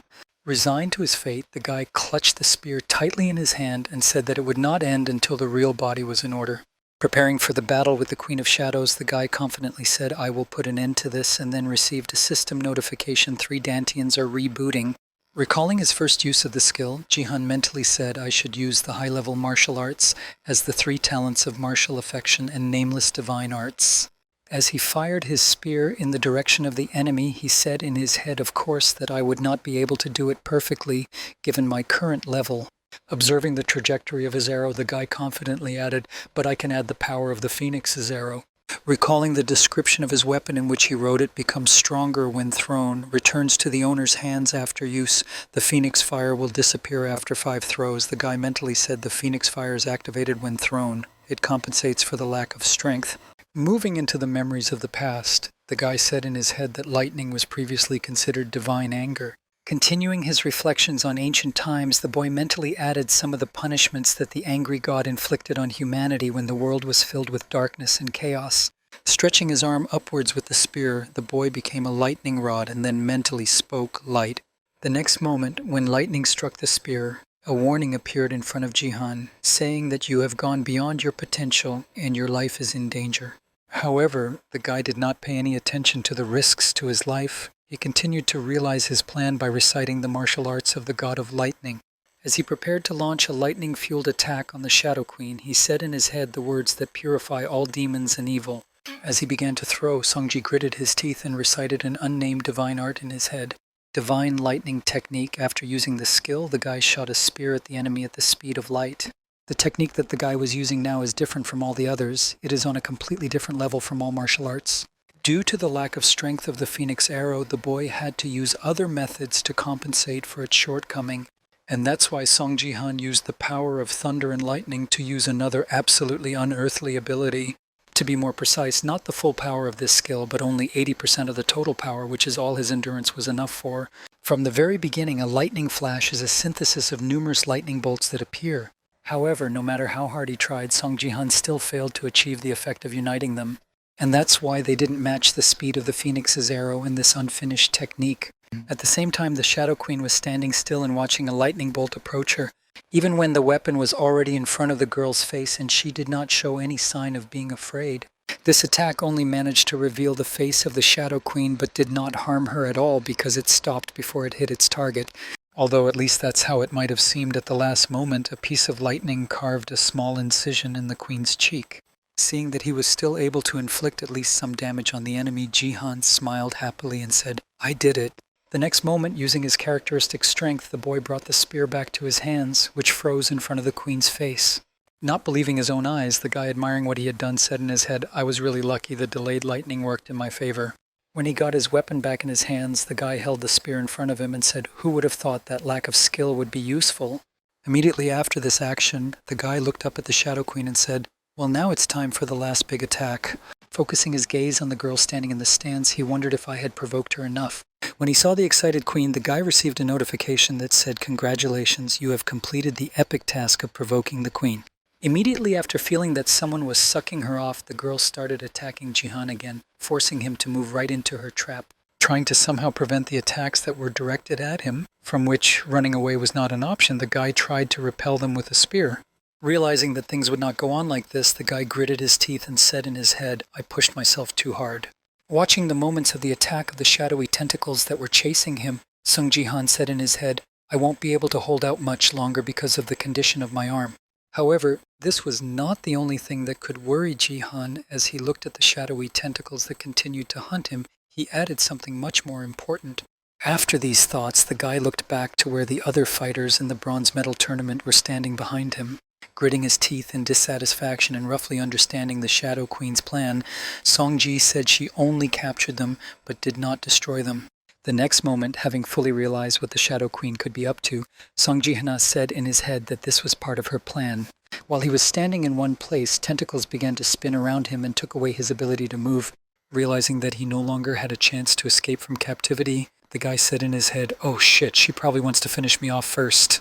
Once again, deciding to try to escape from the captivity of the shadows, Jihan used the technique of the lightning step of the shimmering sky. Having not felt any results after using this skill, the guy said in his head, "I can't move." At the same moment, he noticed that a giant sword was moving towards him and was going to finish him off, and he said in his head, "The attack is quite slow." After finally realizing the Shadow Queen's plan, the guy smiled slyly and asked, "So you want to deal with me in the first place like this?" Shifting his gaze to the face of the Shadow Queen, who was smiling excitedly, the guy added, "Oh my god, what a perverted approach you have." Turning his eyes away from the battle to see the fighters in his peripheral vision, Jihan mentally said, "At this rate, I'm going to lose my first place." Staring at the trio of fighters who smiled ominously, knowing that victory was guaranteed, Sungji said in his head, "I need them to die first." Turning his head to the side and looking at the satisfied expressions on the faces of his enemies, the guy mentally said, "Judging by their expressions, they really expect me to be so easy to kill." Trying to move his limbs and feeling some freedom in one of them, the guy used the skill of force and said to his head, "Most of my body is tied up." As he continued to use his fingers to use his power skill, the cart slyly said in his head, however, "If I can move my fingers." Continuing to look at Sung Ji-han, who was about to die, one of the guys smiled and said, "I don't know what's going on here, but it's to our advantage," to which the other added, "Yeah, she'll deal with Sung Ji-han." The next moment, all three players standing behind him suddenly experienced something strange in their bodies, as if something had suddenly gone haywire in their heads. Feeling somewhat strange, as he had never met him before, one of the guys confusedly said, "What was happening to me?" after which his mouth foamed. Losing consciousness, the guy moaned heavily, and my body suddenly appeared, after which a system notification appeared that said the player was dead. Immediately after him, the rest of the players who also fell under the influence of Sung Ji-han's skill died, and immediately after that, a system notification appeared to tell the players who were one of the 100 left. Not understanding what had happened, the Shadow Queen looked at Sung Ji-han in confusion, trying to realize what had happened to the others. At the same moment, the guy said with a sarcastic smile, "Oops, my bad, it looks like I ruined your plan," and then a notification appeared in front of him. "Congratulations, you took first place among hundreds of players." Immediately after that, another system notification appeared saying that you would soon be logged out of the system. Realizing what Jihan had done, the Shadow Queen was very angry. Starting to entangle the guy with a shadow so that he could not escape from the sword that was flying at him, he said, "Don't you think I'll be a little bit?" Looking up, the guy saw that the sword was almost over him and was going to hit him any second now, and at that moment the guy said something that hurt like hell. After the sword hit Song Ji-han, he still survived and said sadly to the Shadow Queen, who looked at him in surprise. With his head down and his spear in hand, the guy said, "I dodged at the very last moment." Immediately after these words, he looked up at the Dark Elf and smiled slyly and said, "The influential power of Battlestar is diminishing cauldrons, the game is over." When he broke his body free from the shadows of the girl's shadow, he went to her and said, "The same goes for your shadow." Continuing to mock the girl who failed to finish him off, the guy said, rather sadly. As he prepared to move to his world, the guy added, but I still hope that this time my left arm will be enough." Immediately after these words, a system notification appeared that said the game is over and you will be logged out soon, after which Sung Ji smiled slyly and said something like this. Looking at the angry expression on the Shadow Queen's face, the guy added, "See you next time," after which a system notification appeared. "The player has logged out, an error has been reported, the sun shadow mark has been applied to your left hand." The next moment, when he finally found himself at home, he laid down on the floor, sighed heavily and said, "This game took all the strength out of me. and then mentally added Limgayun Baron and then the Shadow Queen. I played a whole marathon. Continuing to reflect on the incident, the boy added that it would not have been without consequences. Recalling those moments of his actions and how fast everything happened, the guy added in his head that if I had been just 1 second late, I would have been finished. Thinking back to that moment of dealing with the 3 tournament participants who were near him, Jihan mentally said before the Shadow Queen's sword touched me. Recalling the moment of applying his strength characteristic in practice, the guy added in his head, I concentrated all my strength in my fingers. Imagining in his head a rough picture of what he was doing at that moment, the guy said in his head that it was all about cutting the arteries that led to the hearts of the other players. I also started to think back to that moment after the players were destroyed, and when the Shadow Queen realized that she had destroyed Jihan's enemies, I was worried that she would take advantage of the moment. After his prank, Jihan never suffered any serious consequences from the Dark Elf, but he did manage to get away with it. Lying on the floor in his house, the guy mentally said that it was a miracle that she took away only his left arm. Once again plunging into memories and imagining the scale of the sword that was flying at him, the guy mentally said, I'm absolutely sure that this thing would have killed me. At the end of his thoughts, he began to slowly get up to a sitting position and said in his head that he did not want to get into such a game again. I also received 3 system notifications that said you won the battle between the top 100 players, you were rewarded with 1 million achievement points, you received bonus experience points. Jihan said at least I was rewarded well for that. He also received another system notification informing him that his level had been raised by 5, after which he mentally wondered why and what he should expect as the rewards for winning were unusual. The next moment, another notification appeared in front of him saying, King among kings, you have received the title of Bronze. After reviewing the description of the rank that said this rank is given to the winner of the promotion battle, all characteristics in the Silver League are increased by 5 points, experience points are increased by 50%, Songji said accurately, and this reward is also given.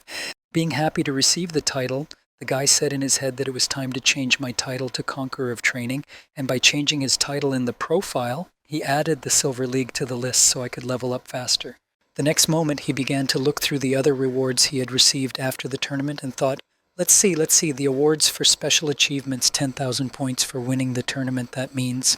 The next moment, when he saw another achievement in the bucket, he completed it and seeing the size of the reward, was surprised to say 50,000 points, so a total of 60,000. After making the final calculations of everything he was able to earn in this tournament, the guy mentally said, I lost the God of War, and that helped me a lot, so that's great. Suddenly, paying attention to his hand, which was naked, the guy said in confusion, not understanding how it happened. Looking at the right side and then again at the left, the guy said in his head, his left sleeve was torn, but he was fine. Starting to recall that Shadow Queen in the moment of cutting off the arm, the guy mentally said it was the same Battlestar effect. When he got to his feet and began to recall the same side effects of the game, the guy said in his head that it was possible we are all in the learning stage now. The next moment, recalling the expression on the Dark Elf's face, he added thoughtfully, or it could be that this creature is from another world. As he continued to think, the boy said in his head, although he was not injured, what the hell happened after that? His niece came into the room and exclaimed in alarm, Uncle, you're back! Hearing his niece's voice, the boy confidently said, Sia, don't worry about me, everything is fine. To which she replied, I was very worried because the broadcast was abruptly cut off. When he heard the girl's words, Sung Ji-han was surprised to hear that this really happened, and she replied that way right after you broke the barrier. Recalling what exactly is happening on the internet at the moment and what news is flying around the internet with headlines during the battle for the promotion of Song Ji-han interrupted the broadcast, the girl said the media is going crazy. Continuing to talk about the events that are currently taking place in the media, the girl said that everyone is now in shock, to which he replied, yes, I received a lot of messages. As Ji-han began to review the hundreds of messages he had received, his niece asked him if it was that Elf Queen of Shadows, and he replied that it was. After telling her that the girl had indeed guessed the real queen, he added, thanks to you, I was also able to complete the task, and she happily exclaimed, wow, great. Continuing to be happy for her uncle, Yoon Sia said, I did not work in vain, and then suddenly turned her attention to her uncle's hand, which looked rather strange. The next moment, the girl asked her uncle in confusion, what was wrong with your arm? To which he replied that it was nothing, I don't know why I pulled the sleeve off. In response to this, the girl exclaimed in fright, what are you talking about? She's turning black. And at the same moment, Sung Ji-han turned his head to the left to see what had happened. He also saw that almost his entire left arm was covered in shadows and said in concern what the hell was going on. When his hand was completely covered with dark energy, he added what was happening, and then a warning message appeared that said a curse had been detected. At the same time, after the Bronze League tournament, the Divergent Guild headquarters building was built in the Gangnam district of Seoul. The TV was playing a video replay of Song Gi-han's fight against Baron Williams, and the commentator was saying that his moves were incredible. Carefully watching every move of Sung Ji-han, Lee Ha-yeon never took her eyes off the screen for a moment. At the same time, the recording showed that it was amazing that he defeated Baron, but even more impressive was what happened afterwards, which is how he broke the barrier. And this all happened in the Bronze League. I'm looking forward to seeing what the future has in store for him after watching the video. The girl put her hand to her head and said with a grudging smile, "I'm not sure what everyone is talking about, but he won Baron, became the best out of the 100, and even broke the barrier."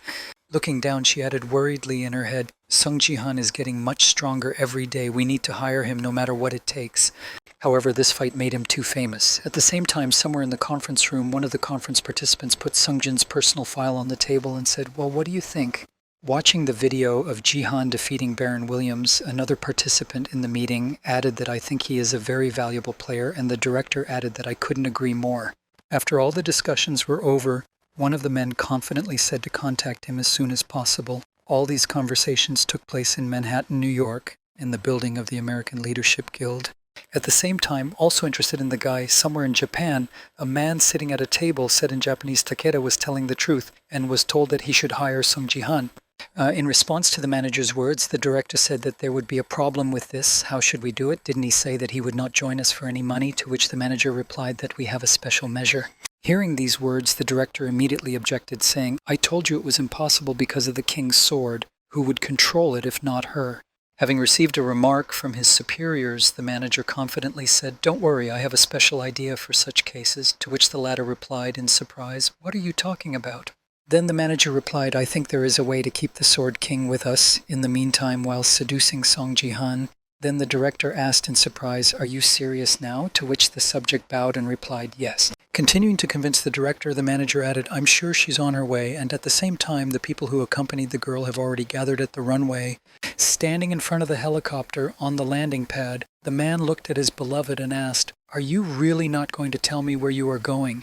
In response to the man's question, the girl smiled slyly and replied, "Ryuhei, don't worry so much." Using her mind control magic before saying goodbye so that the effect would not suddenly dissipate, she added, "I'll be right back, just wait for me, good boy." Returning to the helicopter, she added, "And then we will continue to love each other." Hearing this, the man bowed his head and accepted the order. The next moment, opening his eyes and seeing his beloved off on her way, Ito Ryuhei humbly answered yes. Waving goodbye to his girlfriend, he added, "Be careful, Shizuru," after which she waved back. After saying goodbye to his obedient animal, the guard said, "You are the first goddess," to whom she smiled happily and replied yes and headed for the helicopter cabin. Before going inside, the girl raised her head up and happily said, "The sky is so clear today, it's a great time to visit," and Sung Ji-han agreed. At the same time, in one of the establishments using his power, Sung Ji-han raised a glass with a drink and said, "You should be thanked for getting a chance to apologize, but why are you behaving like this?" Immediately after his threatening words, the guy spilled the contents of the glass down and then added in an angry voice, "You will regret this." When the man felt something pouring on him, he did not realize what was happening at first, and then when he came to, he said in confusion what it was. Feeling some trembling all over his body after the drink spilled on him, the man put his head down and began to examine himself. Realizing what had just been done to him, the man in the business suit gritted his teeth and said angrily, "You're Sung Ji-han." Turning his gaze to the guy who had just dared to do this to him, the man angrily exclaimed, "You rascal, have you gone completely mad?" And now let's go back 10 minutes to fully analyze the situation that happened. On his way to Ji-han's house, the man happily said so. Riding the elevator to the right floor, Kim Nam-tae from the South Korean office of the ministry, BattleNet's head, happily announced over the phone that he had just arrived. When the elevator reached the right floor and the doors opened, the man, accompanied by a couple of guards, confidently walked forward, saying, "Thank you very much for your help in answering the questions." Heading to the apartment where he was supposed to hold the meeting, the man gave a hand order to his bodyguards to stay put and said into the phone, "I have to deal with this after everything you've done." Smiling slyly as he discussed all the details of the deal, the head of BattleNet's South Korean office added, "To repay you for all the trouble you've been through. Using the doorbell, I sent a signal to the door and said, I will definitely pass on your words to the two who mistreated Tae-won-dae." At the same moment, the apartment door opened. After inviting the guest inside and putting some goodies and glasses of juice on the table, Jihan said in surprise that he had not expected the head of the BattleNet ministry to visit us. In response, the man laughed and said, "I'm sorry I couldn't come by more often. How are you doing here?" To which Yoon Se-ah replied, "Not bad." Immediately after an unobtrusive attempt to strike up a conversation, Sung Ji-han asked, "What brought you to our house?" To which he nervously replied, taking a glass of juice. Immediately after that, Kim Nam-tae confidently added, "The ministry decided to reward you for your success. Isn't that great?" To which Ji-han replied in surprise that he was really grateful and then thought, "In this case, it's nothing." Immediately after his announcement, the head of South Korea's BattleNet department put a glass of juice on the table and added a first thing. Holding out his hand to the boy to set the conditions for receiving, Kim Nam-tae slyly smiled and added, "You and Yoon Se-ah need to formally apologize to Taekyung Daily." When she heard the condition under which they could receive the reward, the girl was surprised and asked to apologize, after which Kim Nam-tae added, "Apparently you attacked a family member of the CEO of this company." Immediately after, he added that if you sign a contract to become their recruiters and apologize, they are ready to turn a blind eye to what happened recently. Smiling happily after his offer, the head of the South Korean Ministry of BattleNet added, "Isn't this a generous offer?" To which the guy immediately firmly replied, "No." When Kim Nam-tae heard Song Ji-han's refusal, he exclaimed in confusion that he didn't mean it, and then the guy got up from his seat and said, "If that's why you came, you can go." As he left the table and walked out of the room, Sung Ji-han heard an angry man shouting at him, "I'm the head of the ministry. Where are you going? I'm still here. Hey, Sung Ji-han." Immediately afterwards, the head of the South Korean Ministry of Battleships shouted out, "Do you know that the Taiwan Daily is preparing an article about your niece?" Rising from his seat and starting to threaten Sung Ji-han, the man added, "This company is different from all other printing agencies. You understand that they have the power to ruin anyone's reputation and future." At the same time, sitting at the table and watching the man's disgusting behavior, Yoon Se-ah heard, "You may have managed to clean up your reputation through donations, but people still despise you for your connection to the Sword King." Kim Nam-tae continued her loud rant, exclaiming, "You should be grateful for the chance to apologize, but why are you acting like this?" At the same time, Ji-han activated his power and lifted the glass of drink into the air. While the head of South Korea's battleship ministry exclaimed, "You will regret your decision," Ji-han poured a glass of drink on his head. After the incident, the guy pointed his finger at the man who was dripping drops of the spilled drink and said to you and everyone else, "Looking at the treacherous man, Sung-ji added, 'You're using Yoon Se-ah to blackmail me.'" Hearing this and feeling insulted, the man gritted his teeth and said to Sung Ji-han. Looking at the guy who had made his remarks against him and poured a drink over him, the man angrily exclaimed, "You rascal have gone completely mad." Standing up from the table and slamming his hands on it, Kim Nam-tae exclaimed, "How dare you treat me like that, the head of the South Korean Ministry of Battleship? You must not realize the seriousness of what you have done." Immediately after these words, pointing a finger in the boy's direction, the angry man exclaimed, "You have just made the ministry and the printing company your enemies, and I will have the article about Sia published everywhere, so get ready."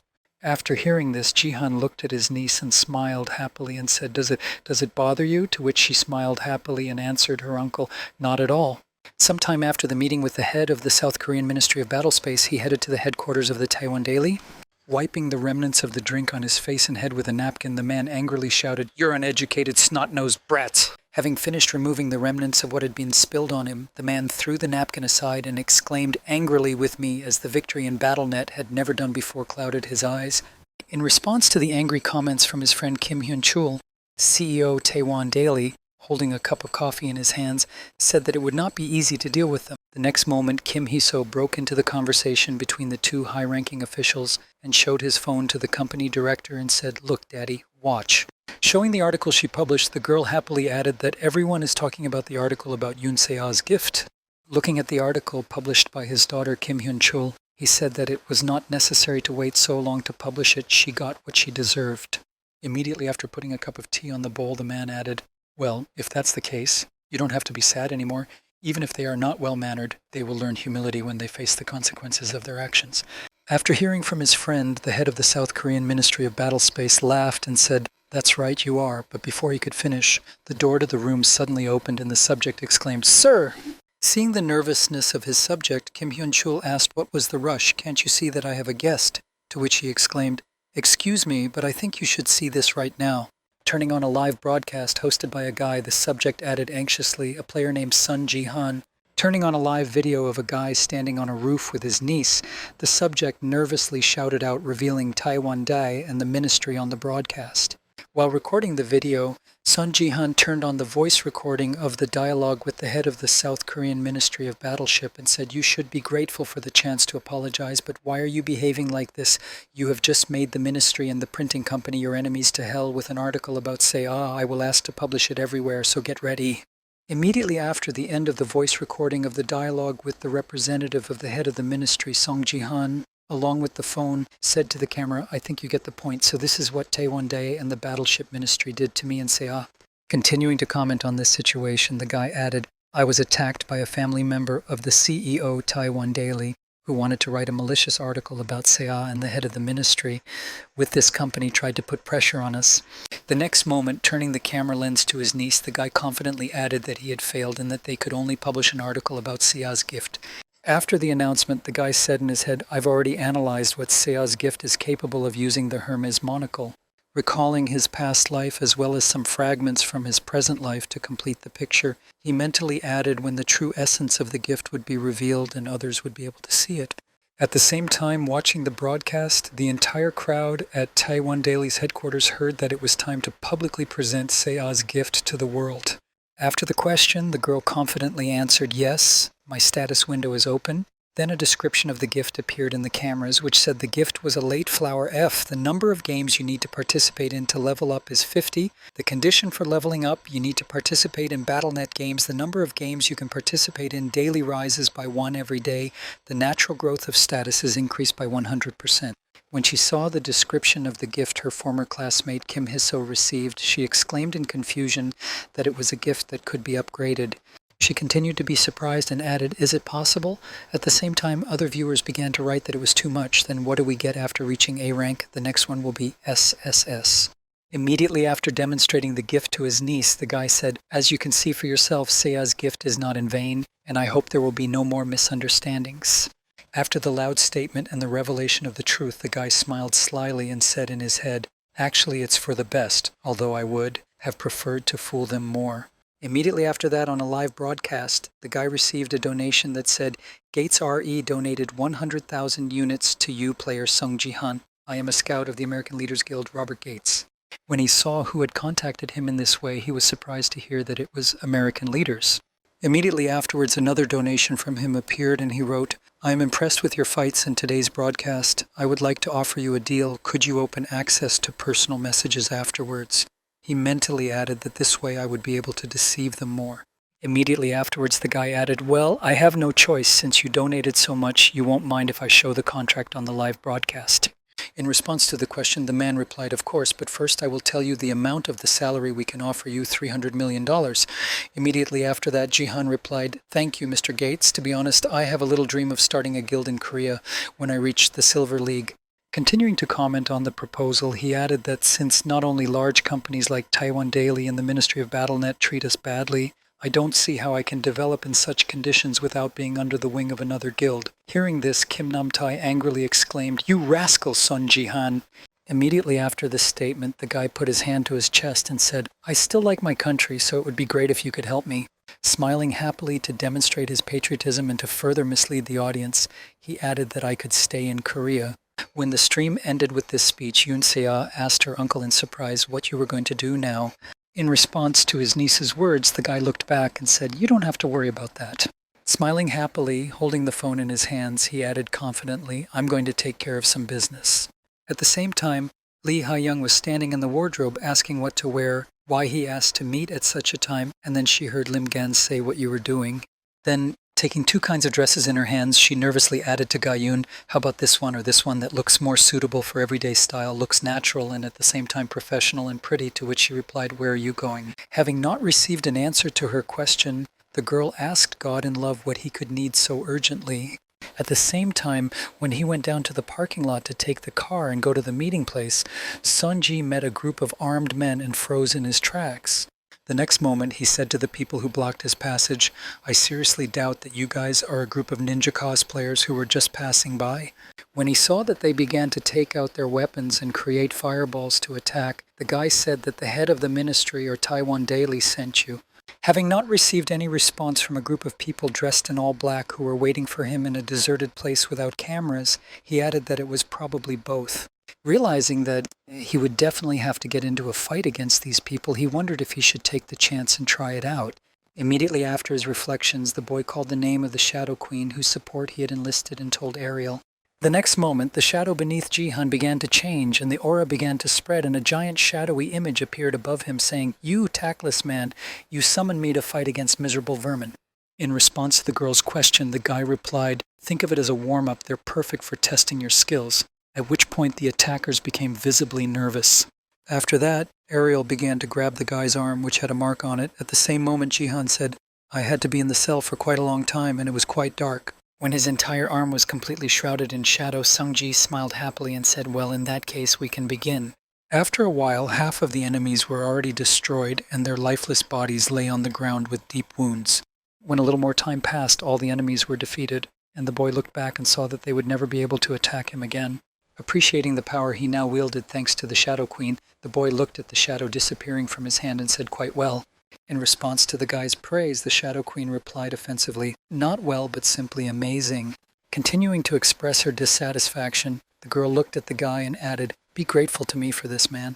Appearing in front of Sung Ji-han in her body, the girl angrily exclaimed, "Dark spirit is a special characteristic that I gave you out of mercy." Continuing to make her point, she pointed a finger at the guy and exclaimed, "You must realize how big he is. His level is completely different from the—" She didn't have time to finish when she noticed that they weren't even listening to her.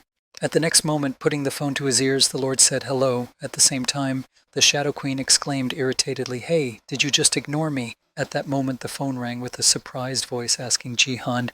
While listening to his interlocutor who called him, he heard her ask, "I have already arrived at the meeting place. Where are you now?"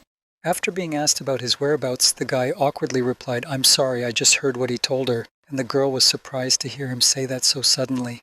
The next moment, resigned to the guy's words, she added, "Oh, okay, of course I understand you." Seeing Lee Ha-young's sudden change of mood, her bodyguard asked, "What was wrong, miss?"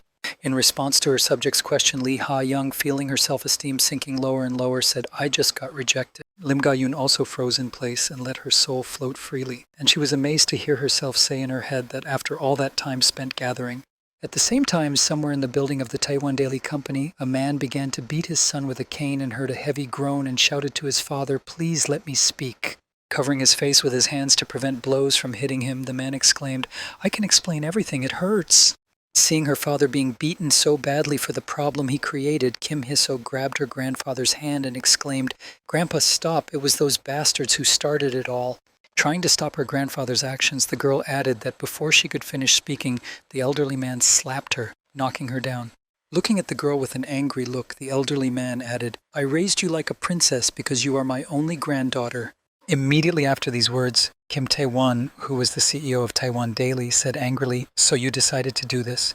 Realizing that they were clearly in the wrong, a couple of the company owner's relatives knelt down and the CEO exclaimed, "Do you have any idea how much our shares have fallen in value? If you don't fix this, I'm going to fire you both." Hearing her grandfather's threat, Kim Hiso looked down and gritted her teeth in anger and said in her head, "Damn, my master was just perfect, but it all happened because of that rascal Yoon Se-ah." Continuing to remember the girl in a bad way, she mentally cursed her for being in her first battle and felt a strange sensation. The next moment, Yoon Se-ah thoughtfully said, wondering if the battle had already begun or not. Not having understood the system of fighting in the Colosseum, the girl thoughtfully added what to expect. "I still did not understand the rules." At the same time as the girl began to reread the rules again, a guy stood behind her and said in surprise, "What the hell was going on?" Looking at the girl, Cora scratched her head thoughtfully. A guy named Do-haek Yoon said in confusion. She was now confused, probably a new hermit. This guy is Do-haek Yeo's cousin from the Divergent Guild, and he's a promising player with a rank gift of agility. Starting to slowly take his sword out of the sheath to make the first round on the confused girl, he mentally said to himself, "I'm very lucky to have a gift with this sword. I'll definitely be in the top 50. Having taken the appropriate pose for the attack, the guy said in his head that she would be my first victim, and then he attacked the girl and swung his sword, shouting, "You're out, loser!" Having defended herself against the attack with reflexes and the use of the longevity turtle armor skill and the A-ranked armor steel defense, the girl said in surprise, "I wonder how it works like that." After applying a few more skills, the girl used one technique that allowed her to knock the sword out of the guy's hands and punch him in the jaw. Not realizing what had just happened to him, Do-hae-young looked at his empty hand and said in confusion what had just happened. The next moment, grabbing the sword she had knocked out of the boy's hands in midair, she said, "Thank you very much." After swinging her weapon and finishing off the confused attacker, Yoon Sia shouted for the first round. At the same time, while watching his niece's first fight, Sung Ji-han made himself a cup of coffee and spoke quite well for the first time. Continuing to express her dissatisfaction flying around Ji-han, the Shadow Queen said, "Well, how much better can an inferior being get?" In response to the words of his subject, who was now under his command, Ji-han said, "Hey, calm down, you are serving one of the lower beings as your master," to which the girl nervously exclaimed, "Shut up." Continuing to demonstrate my dissatisfaction, the spirit added, "I have come to fulfill my great mission that my true self has entrusted to me. You should be grateful for my support." Immediately after these words, the girl added, "Do you at least realize how much power you have?" After which Ji-han looked at his hand with the seal. The next moment, after examining his hand, the boy was deep in thought and remembered the moment when his hand was first covered in shadow, when Sia exclaimed, "Uncle, your hand is turning black." Immediately after that, a system notification appeared in front of him, saying that the curse rank was unknown, the final stage was unknown, and it was unknown that it would consume the player's OD and OO until the curse was removed. Seeing the system warning about the danger, the guy thought anxiously that the curse at the same moment Yoon Sia also saw the system window and scared exclaimed that it was bad. After reviewing the description of the curse once again, the guy mentally said the wording of this message, similar to the one that appears when describing the object, well, in this case, thinking about a possible solution to this problem, the guy decided to use his skill and made an emergency recovery. After the words of the skill call, a hammer appeared in front of the guy, after which a system notification appeared, which said the restorative shadow of the sun. However, after the first recovery attempt, a warning message appeared saying that the sun shadow status was too severe and only partial recovery was possible. Seeing that the curse did not disappear from the first time, the guy used the skill again and then felt a strong pain in his hand. Trying to endure the pain, the guy repeated the emergency recovery over and over again. After a certain number of attempts at partial recovery, the guy finally achieved the desired result, after which a system notification appeared saying that the curse had been lifted. As soon as the curse was lifted, the darkness from his hand began to gradually disappear, and a system notification appeared stating that the true feature of the curse had been unlocked. The next moment, a skill description appeared that said Shadow of the Sun rank SSS, final stage constellation, King of Shadows can be replaced with Shadow Sword of Eclipse. You can increase your rank through the power of the constellation Queen of Shadows. Seeing that the blackening effect had disappeared from the guy's hand, the niece nervously exclaimed, "Uncle, your hand is fine," to which he replied, "It's fine now." When a couple of young people thought that everything was over, someone's ominous voice came from somewhere and said what an impressive person he was. Seeing that the essence of the Shadow Queen began to appear from their shadows, Sung Ji-han, pushing his niece behind him, nervously exclaimed, "Say step back." A few seconds after the shadows thickened and transformed from a ball of darkness, a little girl appeared. Standing in front of a couple of young people, the girl said, "I am a clone of the constellation of the Queen of Shadows." Concentrating her gaze on the boy standing in front of her, she added, "Sung Ji-han took an interest in your abilities and ordered me to help you in your endeavors." Standing on the table and pointing her finger at the boy, the girl added, "That is why from now on I will serve you as my master." Hearing the statement from the spirit who had just appeared from the shadows and began to talk about loyalty and service, Ji-han was surprised to hear what kind of nonsense you were saying.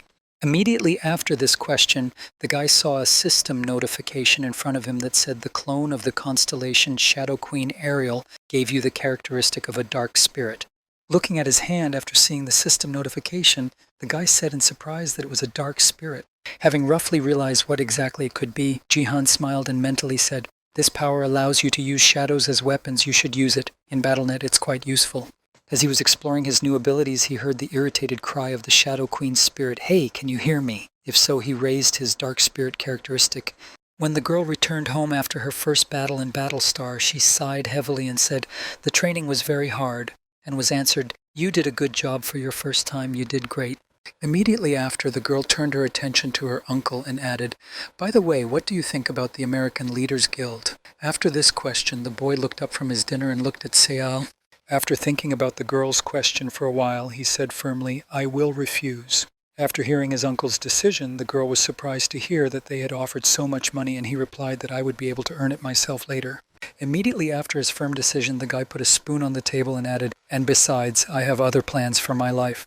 Recalling a certain person who should help him in his realization, Ji-han said, "I don't want to join a guild. I'll create my own." At the same time, Lee Ha-young had already arrived at his house, and he asked her to come, and Ji-han, sitting at the table, gave me a well-known cheat code. At the same time, the girl who arrived took off her sunglasses and assessed the building where Song Ji-han currently lives. Hearing the proposal from the guy she was talking to, she exclaimed in confusion, "I didn't hear you." And then Ji-han smiled and said, "I'll say it again, become the head of the guild I'm going to create." Hearing that he had seriously decided to give her the position of head of the new guild, Lee Ha-young exclaimed in confusion that why such an idea, to which Vig replied, "Well, although I said head of the guild, it will be fine if you just take over the management." In response to Sungjin's request, the girl replied with a confused look, "Well, actually, I'm a member of the Divergent Guild now," to which Ji-han replied, "You're currently a sales manager there." Continuing to hear the persuasion to take the place of the leader in the newly created guild, the girl held her hand on her head and said, "In any case, you should be the head of the guild." Looking at the guy who suggested such a crazy idea, she added, "A capable player who is the face of the guild. I'm more suited to be a manager. Why did you even suggest this to me?" In response to the girl's questions, Sung Ji-han put a cup of coffee on the table and said, "You have a gift of support. I'm right." Immediately after, the guy added, "It can only give a bonus 10% to experience. I'm sure you think it's useless because it doesn't combine with other items that give experience bonus." Hearing this, the girls were stunned, and then Ga-yoon thought these words she had previously hated to hear. Continuing to insist on his point, Ji-han said, "But in my opinion, if you become the head of the guild, then the true value of your gift will be revealed." Continuing to hear the boy's confident words, Lee Ha-young wondered in her head if he knew something I hadn't thought of. Recalling the description of her gift, the girl thoughtfully said in her head how he had so much confidence, even though the gift was of A rank, but all professionals considered it useless. Closing her eyes and thinking hard, she added in her mind, "I want to believe him because he is the first one who appreciated my gift, but his offer to become the head of the guild," after which Ji-han said, "Of course I will reward you accordingly." Continuing to pressure the girl on her weaknesses, Sung Ji-han said, "I'll tell you who to bet on in the next matches of the BattleNet." After hearing this proposal, Lee Ha-young suddenly became quiet, seeing something strange in the behavior of the head. Lim Ga-young nervously said, "Madam, everything is fine with you." The next moment, unable to resist the temptation, the girl jumped up and down and exclaimed, "I agree," and the bodyguard exclaimed in confusion, while Sung-ji said, "Okay, sign here." Looking at the girl who was preparing to confirm the offer to become the head of the guild, Lim Ga-yoon exclaimed in confusion, "You really agree to this?" Ignoring the words of her subject, Lee Ha-young, being under the effect, pressed the yes button and mentally said if all bets were winning. Immediately after agreeing to become the head of the guild, a system notification appeared in front of the girl, stating that the effect of the supportive gift would be imposed and each member of the guild would receive a development rate of 200% and all guild members would receive a buff to increase experience by 30%. After a while, a large number of people received a notification saying that the broadcast had begun. Then, while downloading the live stream, one of the viewers wrote and let the stream of Song Ji-han begin. The title of this stream said the guild was created. When viewers saw this, they were surprised to write that Song Ji-han had created the guild, which means that he was telling the truth. After the live broadcast started, Lee Ha-young was the first to appear in the frame, waving her hand and saying, "Hello, I hope you've seen the title of the broadcast." Standing in front of the camera lens, she added, "I'm glad to meet you all. This is our first broadcast as a large vessel guild, and I am its head. My name is Lee Ha-young." Seeing the comments on the broadcast, Song Ji-han said, "Lee Ha-young will hold the most important position in the guild I created. As I said before, she is its head." The guy confidently added, "Now let's move on to the concept of our guild, and I'll show you everything." After demonstrating the effects of the guild's boosts, Lee Ha-young spoke about the concept of our guild, which is to help you. "We are proud to say that you can become stronger much faster than in any other guild." After a while, shifting the focus to Ji-han, she added, "However, the maximum number of members is 10 people. So far, we want to remain a very small guild. Now it includes Sung Ji-han." After that, she switched the camera to the other participants and added the head of the guild, Lee Ha-young Diego Masid, and Yoon Se-ah, who had recently received her gift. Turning her gaze to the last girl standing nearby, Yoon Se-ah sensed the tense atmosphere and heard the last one sign the contract. Trying not to show any emotion, when she heard her name announced by Lim Ga-yoon, she wondered where I was and why I was there. Immediately after that, pointing to the head of the guild, Ji-han said, "You will be able to watch our successes through the broadcast. Those wishing to become members of the guild or to conclude a contract, please contact the head Lee Ha-young." The next moment, drawing her uncle's attention to her, the niece whispered, "Uncle, you need to explain the name of the guild." Hearing this, he said, "Oh, right." Hearing that her words had been understood, Yoon Se-ah closed her eyes, exhaled with relief, and smiled happily. Then Sung Ji-han said, "The name of our guild sounds like a large vessel." This name comes from the Chinese expression, a big vessel takes a long time to make, which means that great talent does not ripen soon. The first two owls are big vessels, so they became the name of the guild. At the same time, somewhere in the Colosseum, a member of the American Leaders Guild was fighting with Song Ji-han and said, "Hey, this is too boring." Continuing the battle against the guy he hated so much, Baron Williams put his hand on him and added Sung Ji-han, creating fireballs in his hands with which he was going to end the duel. The man added menacingly, "I will finish you once and for all." Immediately after that, he fired a couple of fireballs at the guy, after which a powerful explosion occurred at the place of impact. Thinking that he had already finished the fight, Baron Williams said unhappily that this was all you could do, and at the same time an image of a guy hiding in the dust appeared behind him. Finding the perfect time to attack, the guy rushed at the man who was standing with his back to him, trying to strike back. However, he failed, discovering Sung Ji-han behind his back. Baron Williams used his second catastrophe to attack the guy, causing him irreparable damage. Immediately after Sung Ji-han defeated the man, a system notification appears saying your training is complete. Leaving the training room, the man said unhappily, "It's a pity. I knew that time he won by chance." To which the scientist replied, "You did a great job, Mr. Baron." Looking at his notes, he added a 50% version of Song Ji-han lost without a chance. Next time we'll try the 75% version. Hearing this, the man said angrily, "Shut up." The next moment, another scientist entered the training room and said, "Mr. Baron, the head of the guild would like to see you in his office." Arriving at the leader's room and hearing his proposal for the challenge, Baron angrily said that he would hire him. Continuing to express his dissatisfaction with the man, he added Song Ji-han to the guild and said, "Are you out of your mind or what?" In response to a question from his subject, Robert Gates, the head of the American Leaders Guild, said it was worth it, and you'll agree if you watch his latest broadcast. The next moment, he turned on a recording of Sung Ji-han's broadcast, which showed off additional reinforcements for his guild. Feeling humiliated by the words and suggestion of the guild head, Baron angrily said, "You've used your power, you old fogies." As he continued to make a mess in the man's office, he angrily exclaimed, "That's an obvious lie. I don't look like I need this crook's help. I'm already the strongest man in the world." Throwing all the things he had picked up in the air to the floor, Baron Williams angrily exclaimed, "Don't ever mention that scoundrel to me again." Grabbing his head after the noisy guy left his office, the head sighed heavily and then mentally said, "I know he develops an inferiority complex when it comes to Sun, but he can't even control his emotions." Immediately after these thoughts, the man began to scroll through other possible options in his head and thoughtfully said that if Baron could not be sent to Jihan, he would have to send him to the GHQ.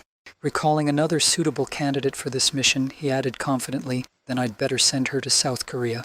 At the same moment, while watching the broadcast of a guy who was advertising his guild, Sophia took a break between training sessions and happily said wow to Song Ji-han.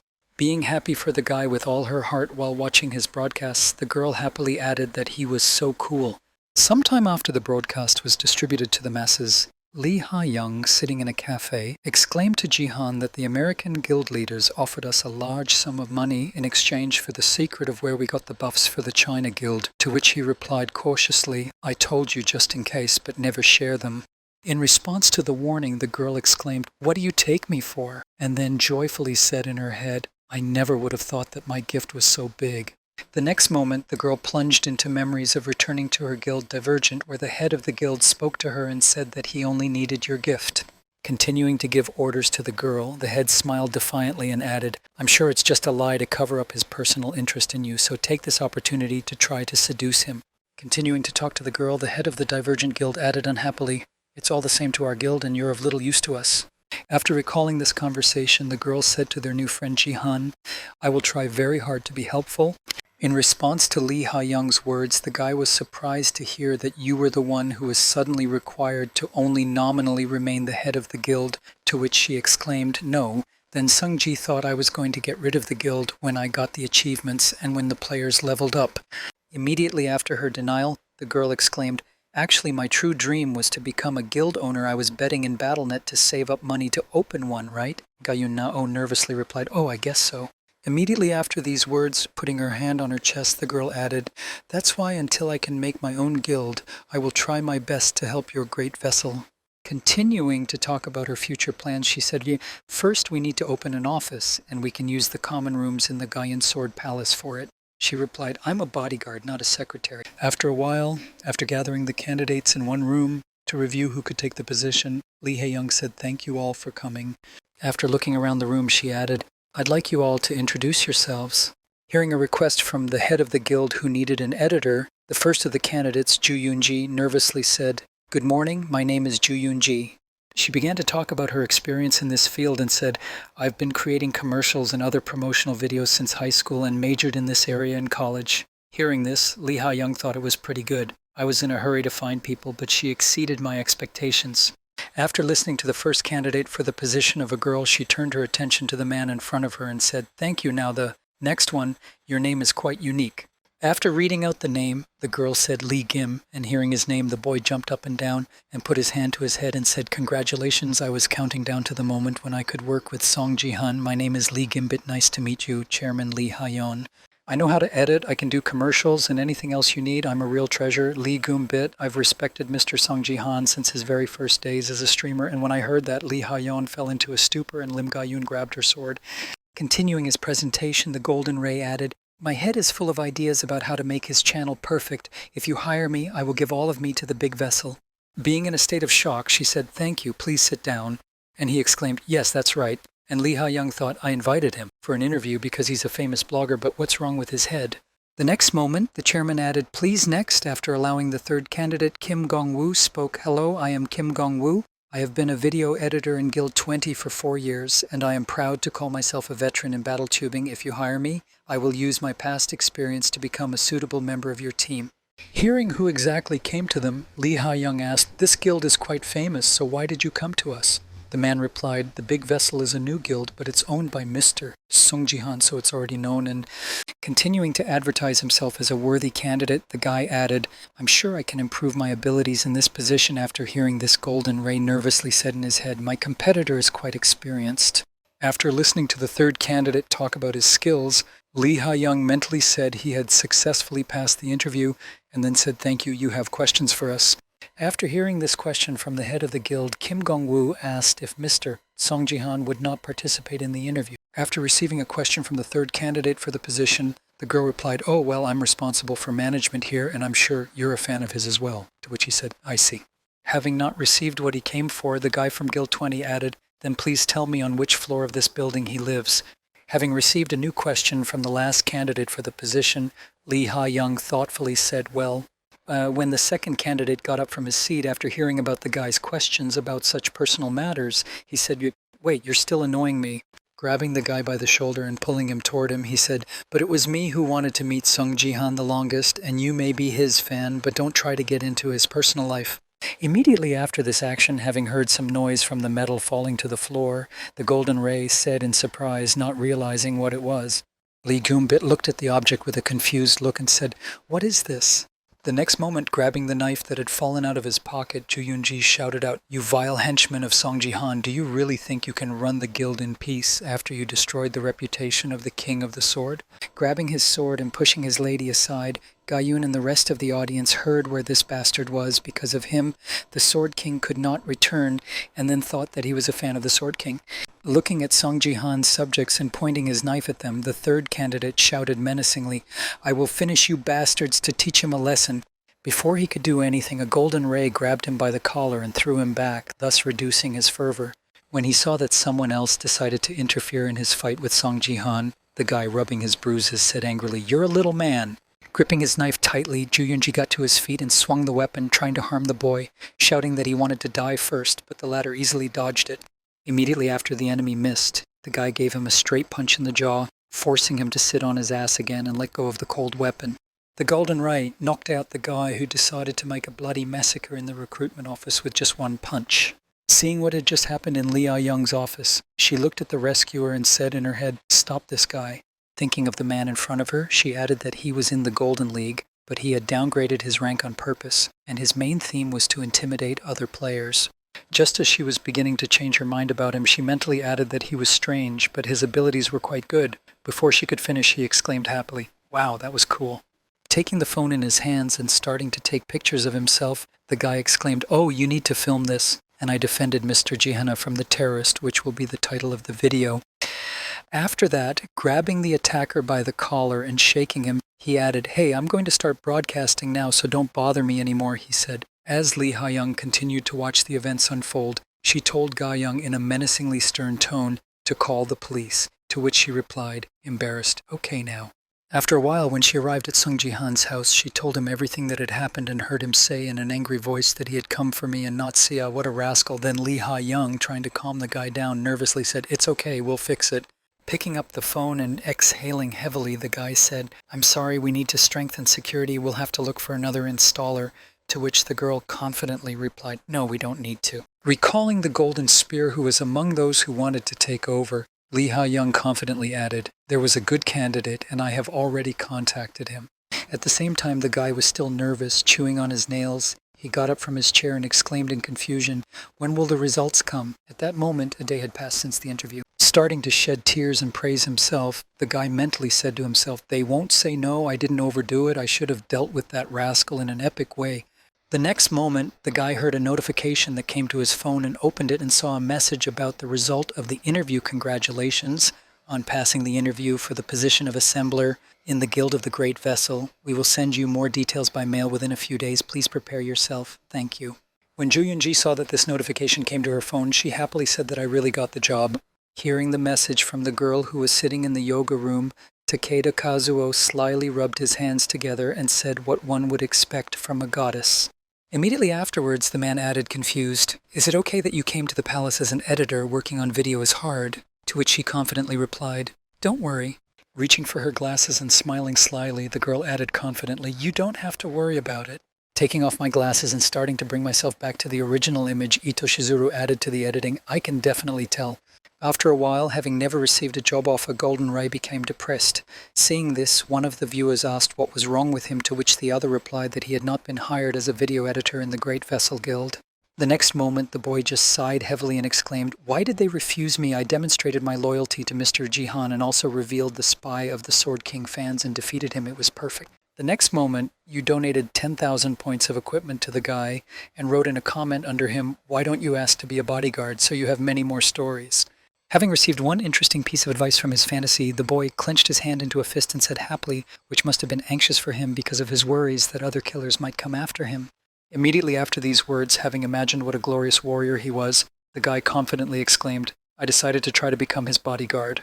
In an instant, stopping the dreams of his favorite streamer who was hugging a pillow and imagining that it was Song Ji-han, he added another 10,000 points of equipment and said, "Hey, your Ji-han is in the game now." After receiving the message that Song Ji started the live broadcast, all the viewers of the Golden Ray began to write that when he started to go watch it, bye-bye, and others followed him. And when they saw it, the Golden Ray exclaimed that, "Wait, people, don't leave me." At the same time, having started his live broadcast, Sung Ji-han moved to the arena where the task will take place and heard the announcement of the welcome to the Silver League of the Gangnam Zone. After looking around and seeing some terrain around him, the guy heard a voice add the type of task he was doing. Looking at the familiar place, which he knew from his past, the guy said, "It's been a long time since I was here." When she heard what her friend Lim Ga-yoon had just said, she was surprised, saying, "What are you talking about? You're here for the first time." After a girl appeared next to the boy, Sung Ji-han turned to face her and they had to work in pairs as they teamed up to make the task easier to complete. Or, to be more precise, they were ordered to do so by Lee Ha-young, who emphasized that you both will play together so that we can increase our audience reach and raise your levels. Trying to somehow justify himself to the girl after he had blurted out without thinking, Sung-ji smiled happily and said, "I've seen this map on streams, but it's new to me." Continuing to create the perfect image of a newcomer, the guy stretched out his hand to the girl and said, "I'm looking forward to working with you. This is our second time." Stretching out her hand in response and shaking the guy's hand, the girl said just that, and then mentally said it, and the person I had been avoiding the most noticed me. Seeing that there were other players joining them in this competition, Jihan said, "Wow, it seems the other team members had arrived at that moment." Ga-yoon added in her mind, "I'll just use this opportunity to practice." When the Divergent Guild's advancement training squad showed up at its original location, one of the members was surprised to hear that Ga-yoon was really you. Seeing who exactly had arrived as team members, Jihan, paying attention to the girl's reaction, said in surprise, "Wow, there are a lot of people from the Divergent in our team." The next moment, approaching her former fellow guildmate, a girl from the arriving squad asked Ga-yoon in surprise, "I heard you were invited to the Great Vessel Guild," and the archer said, "Hello," to which he returned the greeting.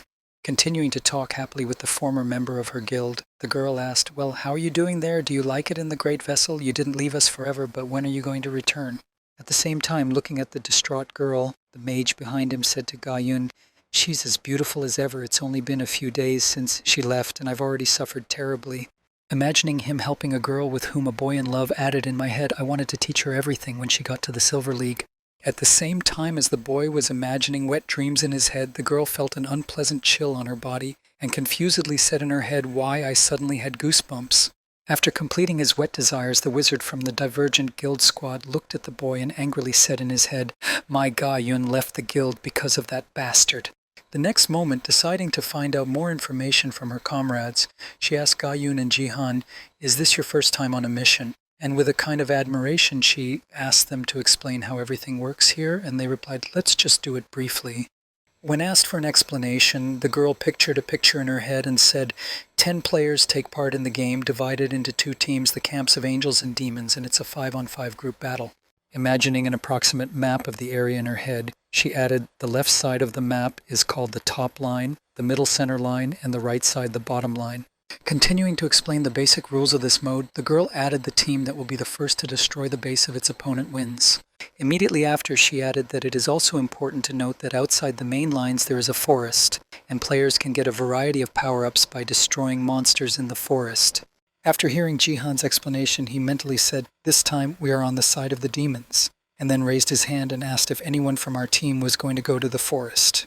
Hearing the question, Archer answered awkwardly, "It looks like you don't know much if this is your first time here," and then the girl nervously added that the monsters in the forest had at least a 65th level, so it was unlikely that the pair of these players would succeed. Hearing the answer in a nervous voice from his comrades, Jihan was surprised to hear that really I thought our team would be able to handle the upper level of the Silver League. Trying to somehow show his dominance over Sung Jin, the magician confidently said, "You're a beginner, so you don't understand Jihan on this task. Don't worry about anything, just do what we tell you." The next moment, turning his gaze to his teammates, the guy added, "I'll give you some advice. You two will go to the bot," to which they replied, okay.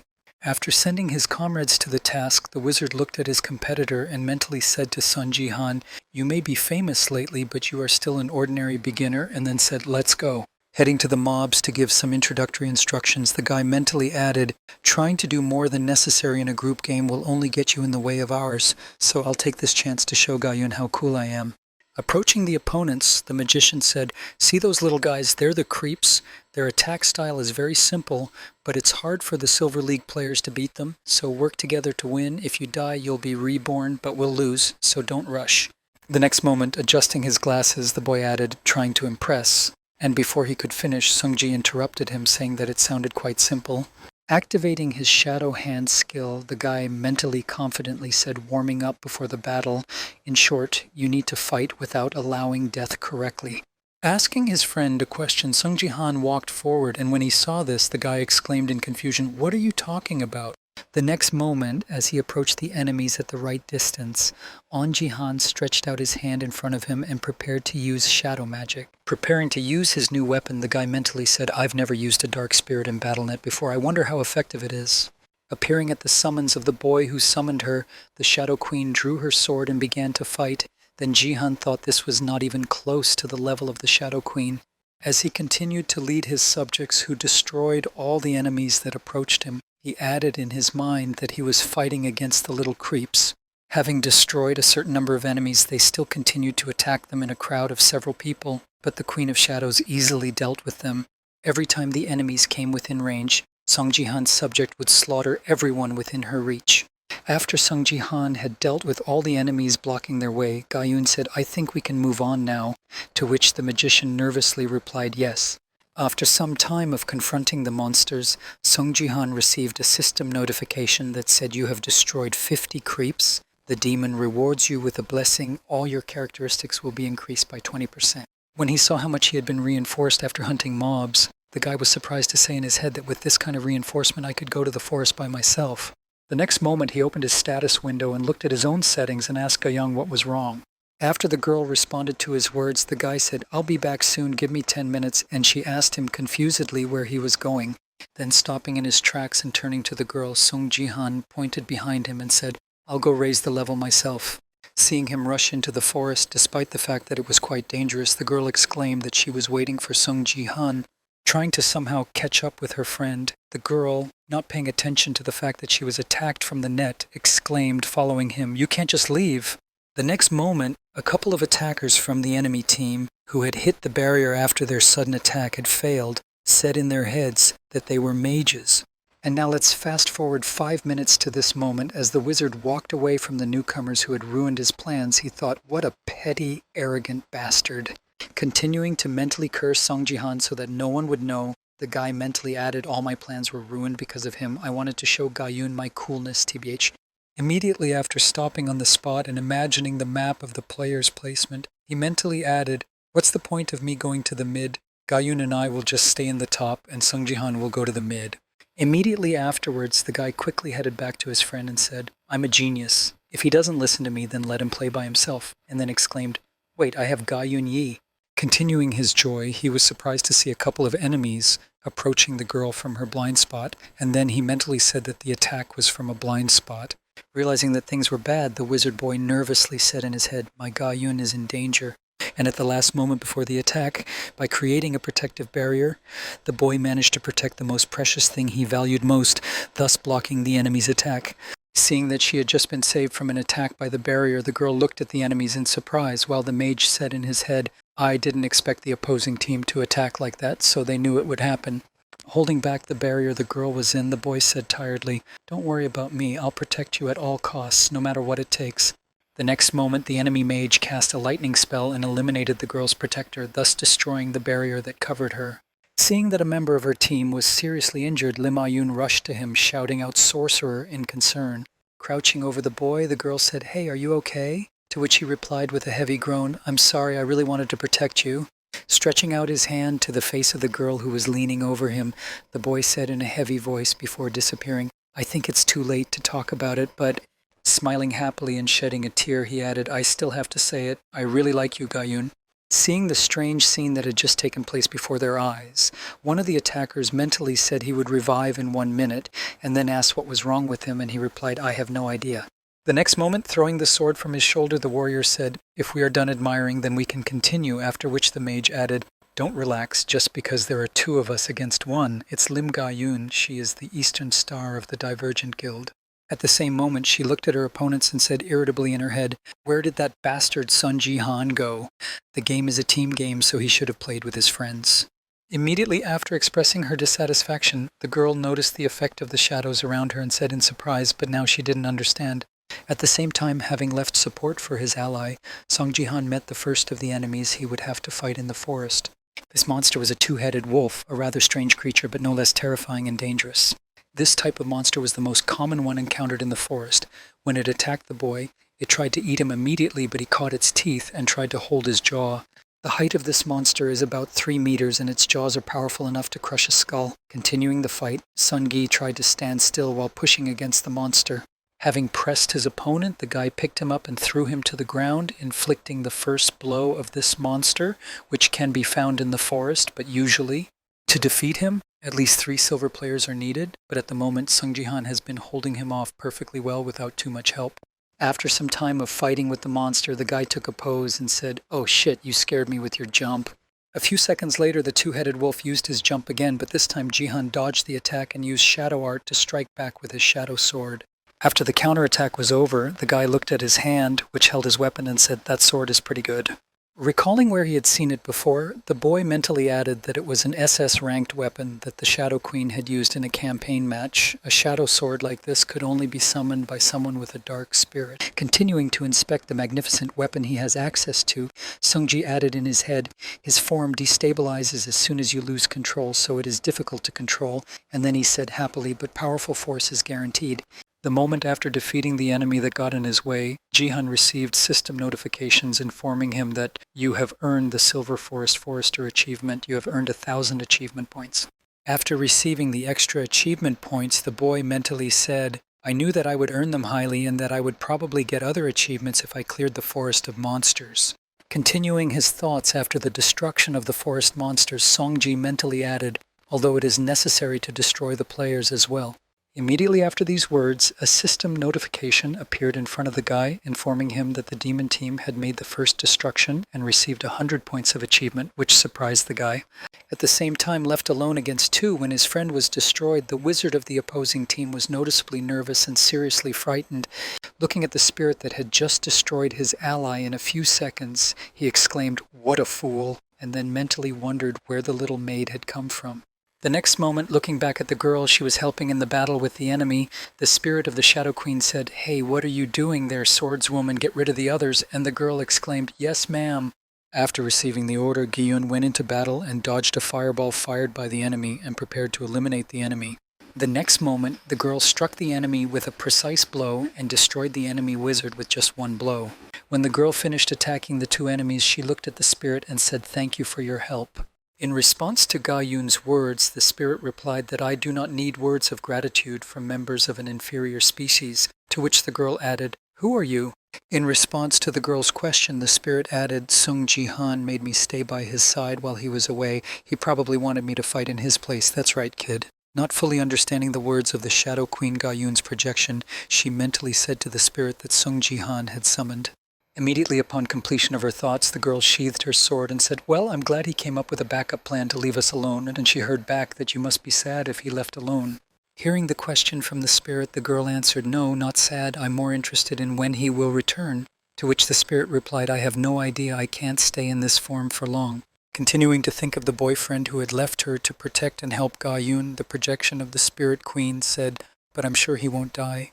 At the same time, somewhere in the forest, Sung Ji-han finished dealing with another two-headed wolf he had encountered in the forest. Only after the victory, Ji-han felt a strange effect and said in surprise why I was suddenly so dizzy. Immediately after his question, the guy smelled gas and received a system notification warning him of the abnormal condition. Immediately after this message, the tongue of a giant frog flew right by the boy, from which he barely dodged.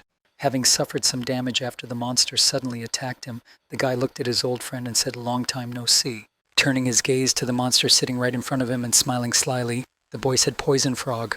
The poison frog is a monster that lives in the forest and uses poison as its main weapon. Poison frogs are of high rank, and they rarely appear in the Silver League because only those that pose a low level of danger are found in it. Thinking about the system notification in front of him, the guy thoughtfully said in his head that his presence here was absolutely not logical. When he saw the system notification that said an abnormal state of poisoning was detected, all characteristics would be reduced by 50%. He said they have a terrible anti-effect. After receiving the notification, the poisonous frog began to release drops of its acid from its mouth to destroy the boy, but he managed to dodge it. Dodging absolutely all the attacks aimed at him, Ji-han looked back at the consequences of hitting the concrete walls. Again, picturing that monster in his head, the guy said, "Not only does it attack quickly at a distance, but it will move effectively quickly. This slime is poisonous, so you need to be careful." Succumbing to the enemy's attack, the guy allowed himself to be caught by his tongue and then pulled it and began to drag it towards him. As soon as the enemy eased his pressure, Song Ji-han used his shadow summoning skill to draw his sword and cut off part of his tongue. When the enemy's tongue was cut, Ji-han took off the part that was on his hand and saw burns from poisonous mucus. Immediately after this incident, the guy looked up and saw that the poisonous frog was preparing to attack him with a volley of slime. Then one of the commenters wrote, "And he looked angry." After the enemy attacked and the audience speculated that even Ji-han might not have survived the pile of slime, his voice was heard saying that it could have ended very badly indeed. After these words, the poisonous slime slid off the barrier created by the boy, thanks to which he managed to survive the monster's attack, which surprised everyone. Keeping the situation on the battlefield under control, the guy smiled slyly and said, "I wonder if I would really come here without buffs." Taking advantage of buffs and the enemy's confusion after surviving the strongest attack of a poisonous frog, the guy shrouded the enemy in shadow and pierced him with a dozen swords. After this attack, the monster fell to the ground and closed its eyes, except that there was one strange thing. No system notification of victory appeared. Having never received the news of his victory over the monster, Sung-ji looked at his opponent in confusion and said that he was still alive and his defense was much stronger than I could have imagined. Continuing to think about what he should do, Ji-han looked at the monster and mentally said, "I need to destroy it as soon as possible and get out of here." The next moment, noticing that something strange was happening to the poisonous frog, the boy confusedly said in his head, "Stop what's happening," and then said the same thing. Before he could finish his thought, the monster's body began to swell rapidly, followed by an explosion that released a powerful poison and covered a certain area. Having experienced this moment in the battle with the enemy, the guy wiped the sweat and dirt from his face with his hand and said, "Damn." Having also received a system alert that said, "Abnormal condition detected, deadly poison, all characteristics will be reduced by 90%, remaining validity 5 minutes. Then Jihan thought, I didn't expect him to self-destruct. It was worth finishing him off. After these thoughts, the boy leaned on his shadow sword, exhaled heavily, and said in his head, "Well, it's good that everything ended quickly. I just need to wait for the end of the debuff." Continuing to wait for the end of the debuff, the guy added in his head, "But why didn't the achievement window appear? I expected at least one to appear after clearing the forest." As soon as he thought about it, he heard a noise behind him, and then it suddenly got darker above him, as if it were someone's shadow covering the sun, and he looked back to find out what had happened. Right there, he saw another poisonous frog that seemed even stronger than the previous one, and it also aimed at Sung Ji-han, who was standing in front of it. Seeing the new danger that suddenly appeared in front of him, the guy gritted his teeth and said in his head, "In this state, fighting a new poisonous frog is a pretty bad idea. All the buffs I got will just disappear if I die." Standing in front of the enemy, leaning on his shadow sword, the guy was not going to run away, but he did not want to give up another achievement if he could get it from somewhere. But suddenly his attention was drawn to something strange. The empty silence was interrupted by the sound of swords crossing and a groan, and Jihan was surprised to hear the sounds of battle in his head. Deciding to find out who it could be, the boy hurriedly opened the map and added in his head, "Wait a minute, where am I now?" When he saw all his comrades spread out on the battlefield, he said confidently, "I think it's time for me to go back." At the same time, not far from Jihan, where the battle was taking place, a girl warrior shouted out a cautious attack, but before she could finish, an arrow flew at her, and seeing that his comrade was out of action, the archer nervously exclaimed, "Hey, you're okay!" At the same time, seeing that one of the enemies was eliminated, the archer joyfully exclaimed, "Great minus the warrior, the Divergent Guild is not that great," to which the mage added that we need to keep attacking. Imagining in her head the approximate development of the battle in all directions, the mage girl mentally said, "They said that the top is almost dealt with, the mages are still fighting, so we need to win here." Suddenly, hearing a strange noise that was getting louder by the second, the girl exclaimed in confusion what the sound was, after which Jihan jumped out of the forest followed by a poisonous frog. Stopping in front of a bunch of enemies and bringing the frog with him, Jihan looked back and said menacingly, "So there you are, where you were. The next moment after that, I was a poisonous frog that appeared on the battlefield, and everyone present was affected by the poison effect, which reduced their performance by 50%. And now we're going to go back 5 minutes to fully understand everything that has happened so far." Looking at the monster that suddenly appeared from the forest, Jihan mentally said, "First, I need to lure her to the bottom line. As soon as I get a boost for killing a player, I will instantly finish her off in one hit." Continuing to stand still and wait for the monster to act, but it did not do anything in response to him, the guy said in surprise, "I wonder why she does nothing at all." After reviewing the comments, which said that perhaps the monster mistook him for a male frog because of his poor eyesight, Jihan decided to change the situation and made one blow to the frog, after which he began to run away from the pursuit, saying, "Oh, I didn't mean to attack." When he brought the angry poisonous frog to the battlefield, one of his comrades, who saw this strange creature, exclaimed in confusion why the forest monster was there. The next moment, a couple of enemies who had succumbed to the negative effects of the poisoning began to cough up blood, their condition deteriorating with each passing second. Standing in front of a monster that was releasing its venom all around him, despite the enemies who had already fallen to their feet, moaning heavily, "I can't breathe." Jihan did not care about the poison. Trying to shield his hands from the toxic smoke emitted by the frog, one of the players put his hand over his nose and said that he was out of his mind. Why the hell did they have to drag this creature here at all? After a few seconds, seeing that the enemies had already reached the condition, Song Ji-han grabbed his shadow sword and attacked the enemies, exclaiming, "Sorry people, but I have to finish you off." After eliminating a couple of enemies, exactly 5 minutes had passed, when Jihan received a system notification informing him that the abnormal poisoning state had been removed. However, it wasn't long after that the guy received another notification that said double destruction, your stats have increased. Seeing this, Jihan smiled slyly and said, "Thank you, thanks to you I got additional boosts." When a couple of enemies were destroyed, the frog looked at Song Jihan in surprise, then tilted its head down and began to fire at the boy with a poisonous slime. At the same time, while dodging all enemy attacks and climbing upward during a jump to take the right position for an attack, the guy said 3 catastrophes of combat devotion. When all the preparations were completed, Sung Ji-han made his strike, added the pressure of the giant mountain, and delivered a powerful slashing blow. At the same moment, the archer, who was at a disadvantage to Jihan, saw what had happened before his eyes and said in his head, "Wow, that just happened." At the same time, after receiving a system notification that said the mutual task was completed, you received 10,000 points of achievement. Seeing this, the guy mentally said, "Great, I didn't try in vain." Immediately after receiving another system notification with a special assignment, the students' tracks were unlocked, and the boy was surprised to hear that it was a new assignment. After inspecting everything he was interested in and everything he got after clearing the forest, the guy looked back at his friend and said, "Hey, Archer." When he noticed him, the guy said, "I'm not really aware of the situation because I was in the forest. What's the situation now?" To which he replied, "Well, Gayun demolished most of the top in copper, but we were losing in the bot anyway, but you saved us." The next moment, looking at the creeps guarding the enemy base, the archer added, "We just need to get rid of these henchmen, and then the advantage will be on our side." Hearing that there was only one problem left, Song Jihan pointed his sword in the direction of the enemies and confidently said, "Well then, let's deal with them." Meanwhile, in the center line in front of the angel team's tower, the demon team's magician continued to flee from the attacks of the tower itself, which was defending itself against the enemy. After some time of being unable to cast spells and strike at the enemy, the sorcerer exclaimed, "Hey, stop hiding behind the tower like a coward and come out and fight like a man." To which he replied, "Of course you're crazy if you're jealous and go stand by your tower." And having succeeded in his provocation, the magician looked at the enemy tower and said in his head, "I just need to demolish it. There is no one to distract him, so we are not moving." The next moment, deciding to use some trickery, the boy shouted out that Song Jihan was there, causing his enemy to look back.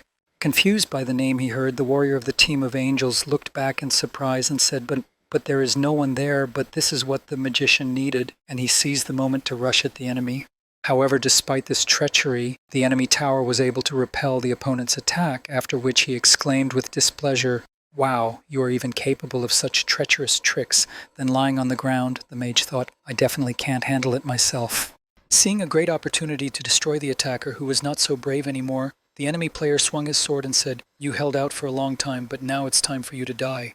At the same time as the enemy was heading towards him, his ally was heading towards the tower, and he was surprised to hear Gayun say, ignoring the boy's words, the warrior smiled slyly and said, "Do you really think I'm going to fall for the same trick twice?" The next moment, when the tower was completely open to attack from the enemy, Gayun destroyed the enemy stronghold with a single blow.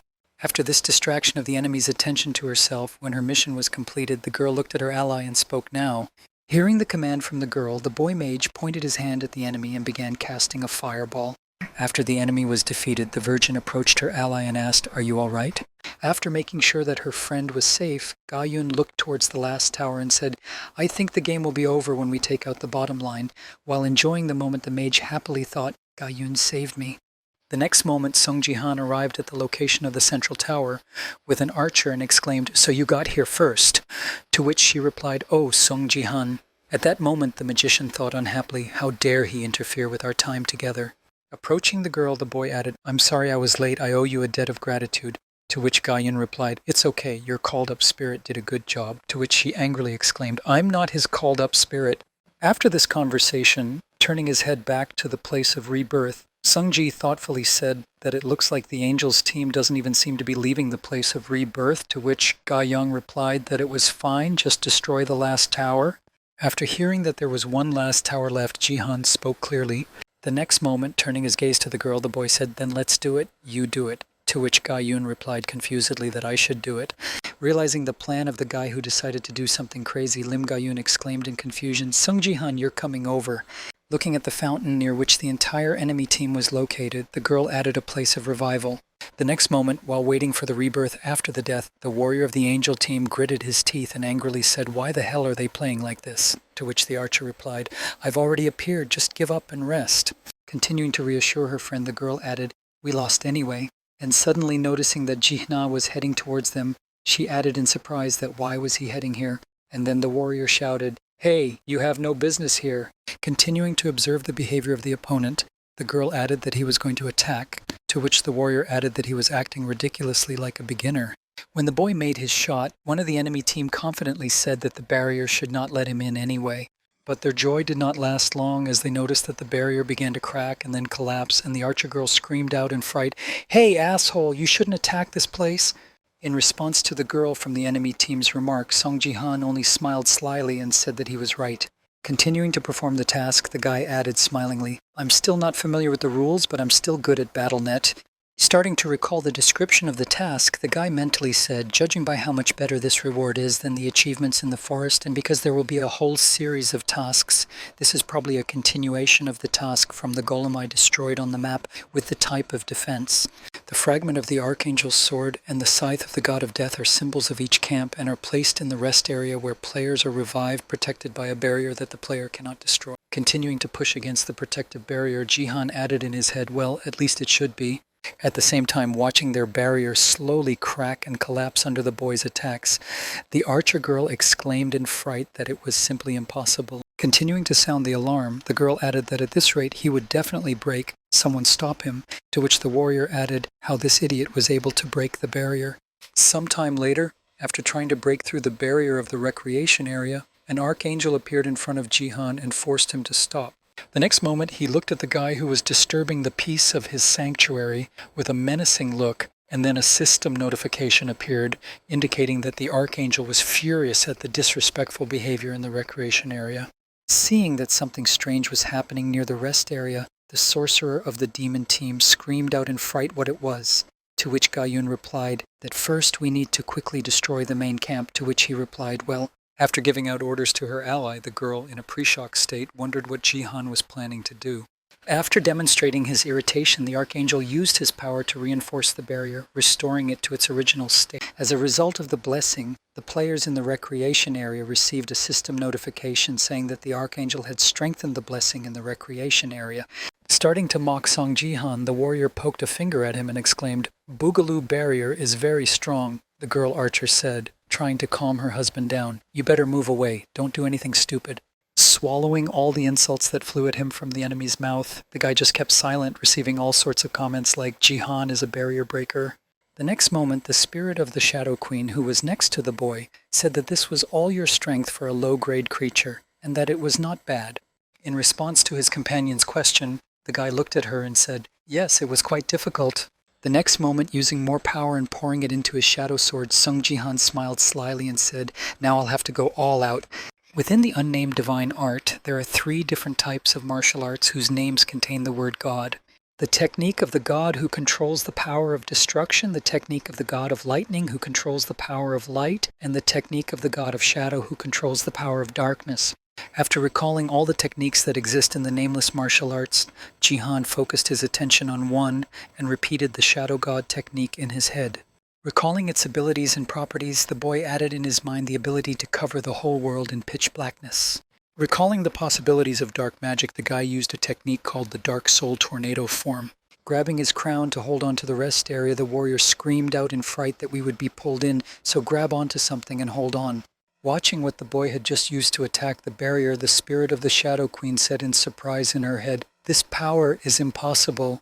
Continuing to push against the barrier with all his might to get inside, Sung Jihan said in his head, "Come on, come on, come on." After a while, a system notification appeared above the guy, saying that the recreation area had been destroyed and the Archangel was very angry at the destruction. Immediately afterwards, another system notification appeared in a red plate, informing that the Archangel would personally carry out divine punishment on the unruly opponent. However, at the last moment before the Archangel could execute her punishment, Jihan destroyed the barrier and everything in it, after which he received a system notification that said the player Sun Jihan had committed 5 murders. Rejoicing that he had succeeded in his plan, the guy wiped the sweat from his face with relief and exhaled, saying, "It was very close." Immediately after this moment, a system notification appeared over all the players of Jihan's team, informing them that the game had ended with the victory of the demon camp. At the same time, while watching the broadcast of Jihan's battle, she mentally said that he had indeed broken the barrier for a Silver League player. Clearing the forest was already an incredible achievement, and he continued to show unrealistic results. Starting to compare the boy to one famous person, she mentally added that at this rate he might even surpass the King of the Sword. Continuing to sit at her desk in the office, Ito Shizuru said in her head, "I must do my best to hire him, but it will be difficult to get close to him as a mere employee." Leaning back in her chair, she thoughtfully added in her head that everything should happen naturally. The next moment, seeing Lee Hae-young in front of him, one of the workers said hello to the head of the guild, to which she replied, "Hello, I wish you a good day today." The girl got the idea from this moment of simple greeting and smiled slyly and said in her head, I figured out how I could do it. After returning home from the capture competition, Ji-na received many notifications saying that you had completed a hidden task 5 destructions in a row. The task of destroying the recreation area took first place in the game with the type of invasion. After reviewing all the achievements he had received, Sung-ji was surprised to say, wow, this award is even better than I could have imagined. Also, looking at the progress of the special mission, he mentally added an item from the task was automatically received. It remained to destroy the sacred artifact of the demon camp. The next moment, turning his head toward the spirit of the Shadow Queen, Jihan said, you were quite capable. Great job in the future. I will also rely on you. Continuing to remain silent while the guy was praising her, the girl waited for him to finish and then exclaimed, who are you? Not understanding the reasons for the strange reaction of the spirit, the boy asked what you meant, and she answered with the power with which you destroyed the barrier. Hearing the spirit's interest, Jihan threw his arm around his neck and replied, you're talking about her, and then thought, I can't talk about the martial art I learned before I came back to time. It puts me in an awkward position. Immediately afterwards, he added, I won't go into details, but this power is in some way connected with my gift.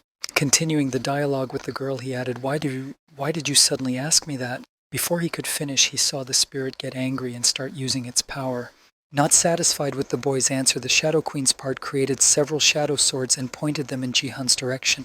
Not understanding what caused this reaction, he asked Jihan, confused, why are you suddenly doing this?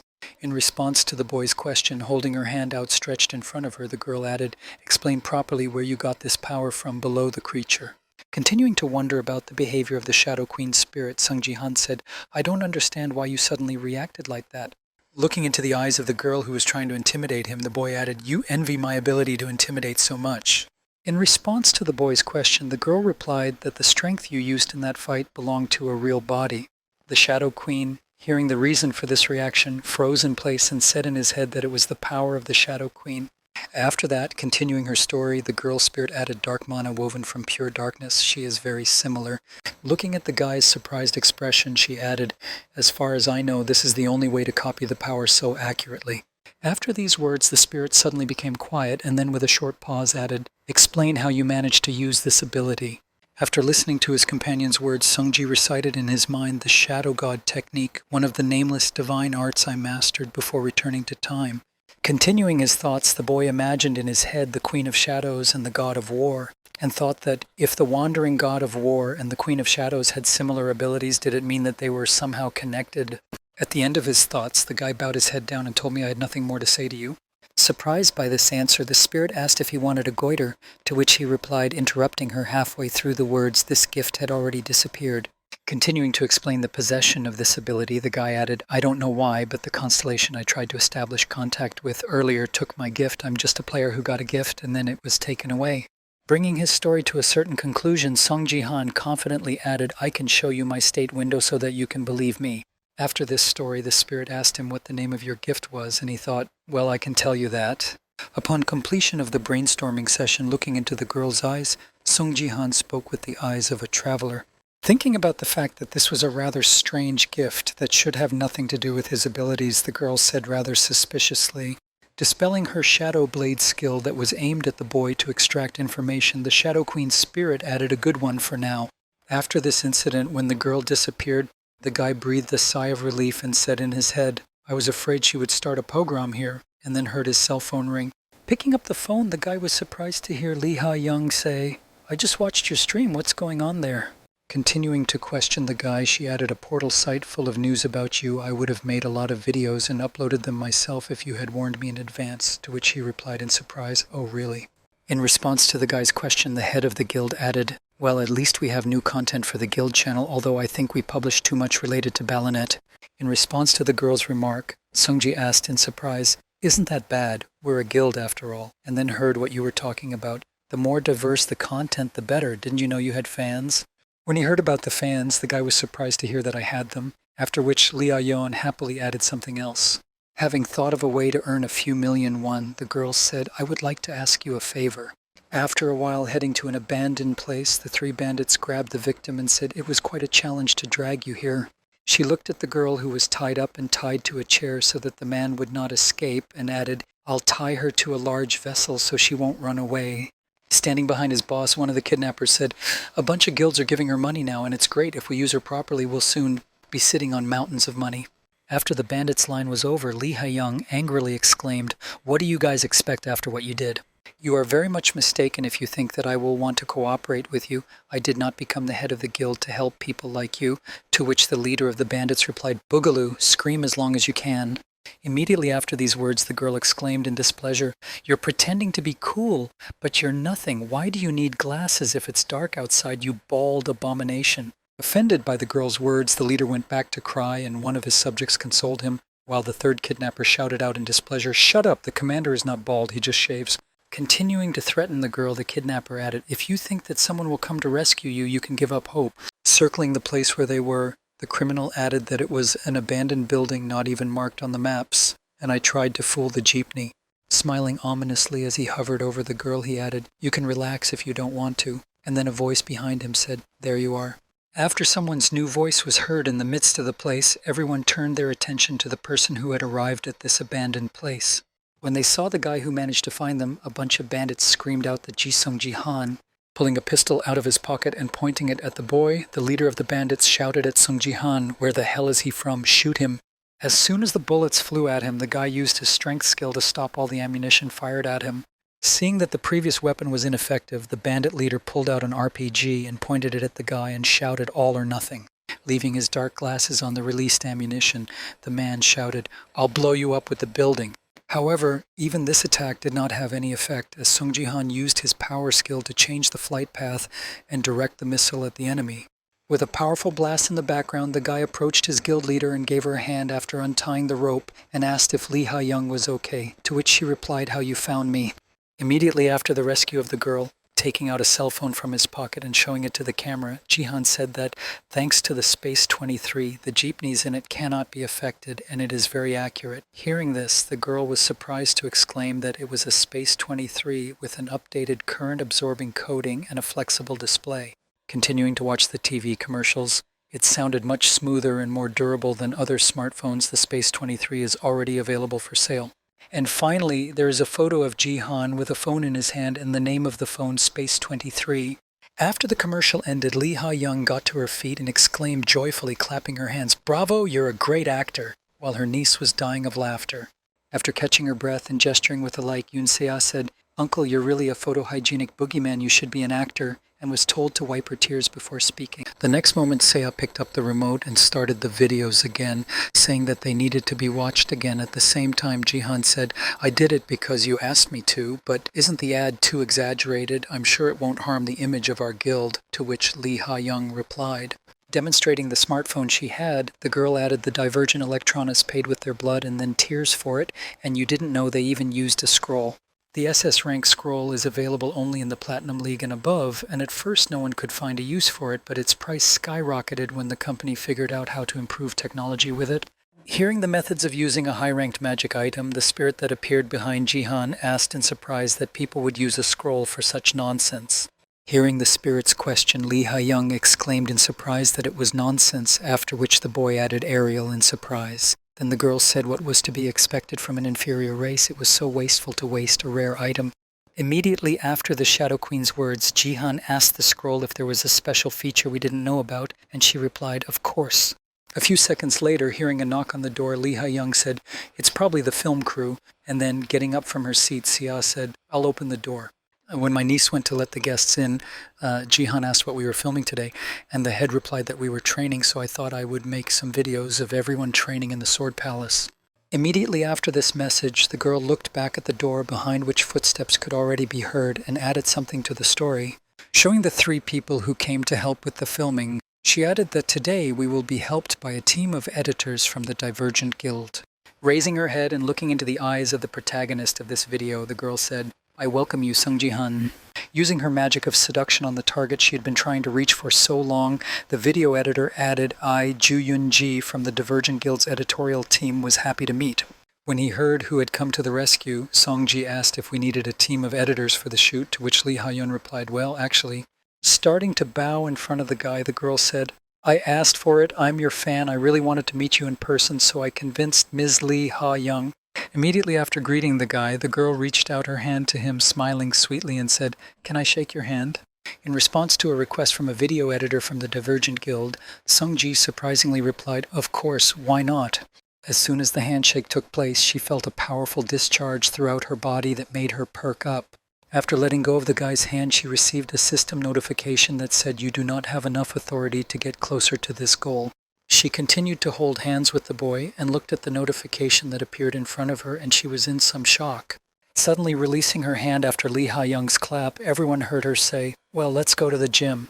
After voicing the proposal to move on, the chairman added, "Ji-han, please lead us," to which he replied, "Well, follow me." At the same moment, Ju Yoon-ji stayed behind, thinking what just happened. Holding up her hand with which she greeted the boy, the girl added in her head, confused, "I've never been shown such a message before when using a gift." Looking at the trail of the guy who had become the first of those on whom her gift had not worked, Ito Shizuru added mentally, "It worked even on the Sword King, Song Ji-han, who are you?" Arriving at the gym, Ji-na encouraged her niece, who was doing a deadlift, and exclaimed, "Good, come on, do more and a little more," to which she replied, "Stop, I really can't." While walking around the gym with a microphone, Lee Ha-yeon asked if you saw her muscles, and a commentator wrote what kind of physique she had. Holding out the microphone to the coach who was supervising the training, the girl asked Ji-han what kind of training it was. After receiving the question, the camera panned to Yoon Sia, after which he replied Sia was trying to improve his stability characteristics. Then the chairman asked him again. Then the guy confidently answered that this is a rare characteristic that can be obtained by reaching the maximum health of the 10th level. It doubles the effectiveness of health points.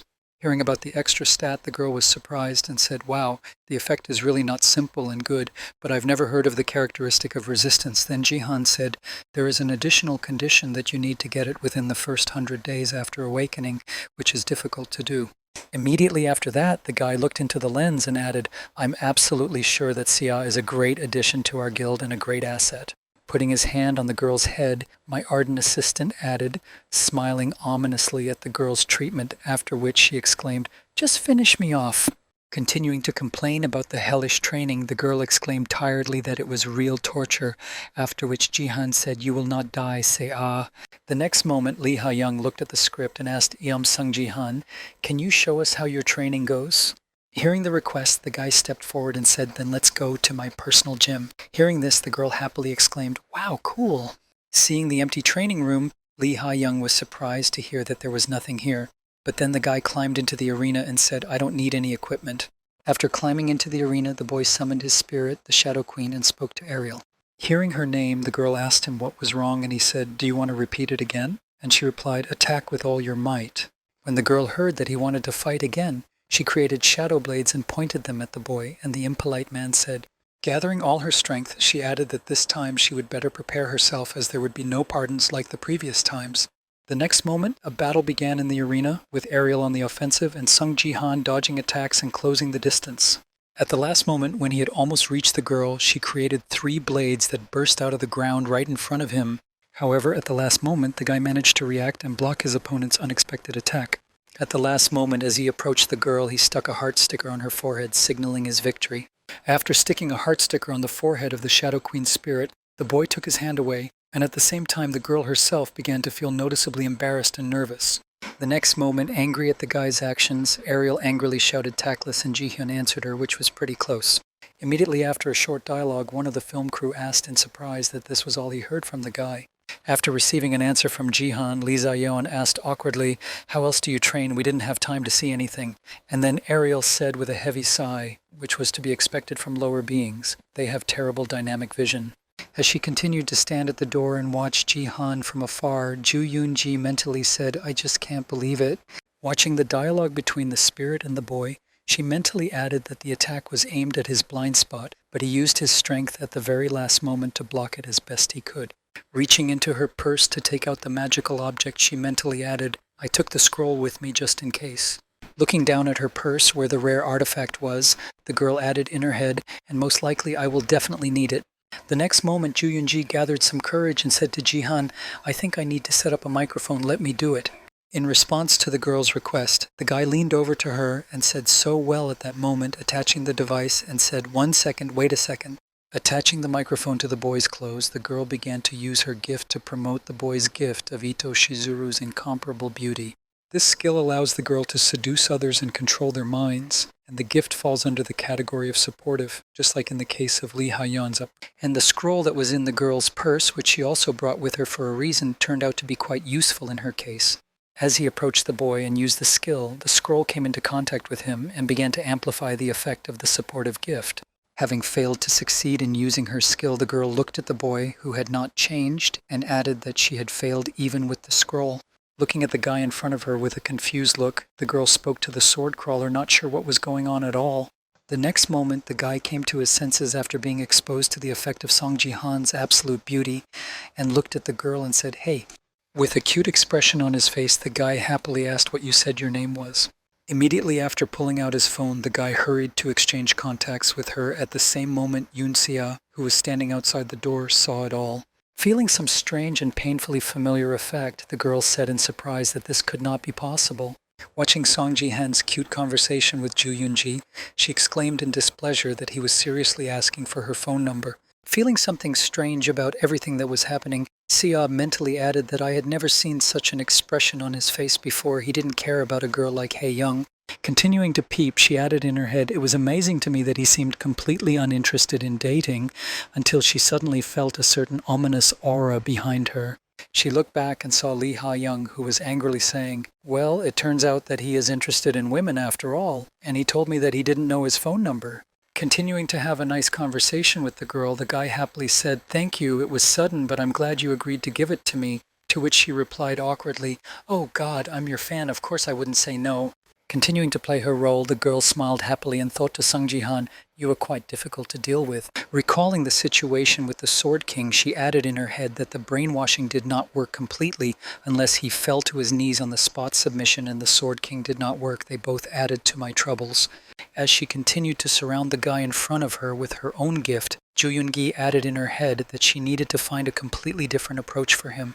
Sometime after the filming was over, Ji-han put on his evening suit, and before leaving the house, he heard his niece's maiden voice asking his uncle what to make of it. Following in his footsteps, the girl added, "I've never seen you in a suit before, and you're dating a girl from the editorial team." In response to his niece's question, the boy looked back and said, "Siat." Immediately after, deciding not to reveal his glorious plans, he added firmly, "It doesn't matter, you don't have to wait for me. Have dinner alone." When she heard the order from her uncle, the confused girl, left alone at home, said in embarrassment that, feeling a lump in her throat after hearing this and immediately remembering her father, she said in her head, "Why, I have the feeling that he is not planning to return." At the same time, in a building near the Sword King's palace, Takeda Kazuo arrived at the room and said hello to the goddess. Dressed in a white suit, the man slyly rubbed his hands together and said, "We really need to be in such a hurry, I didn't even have time to reveal my true face."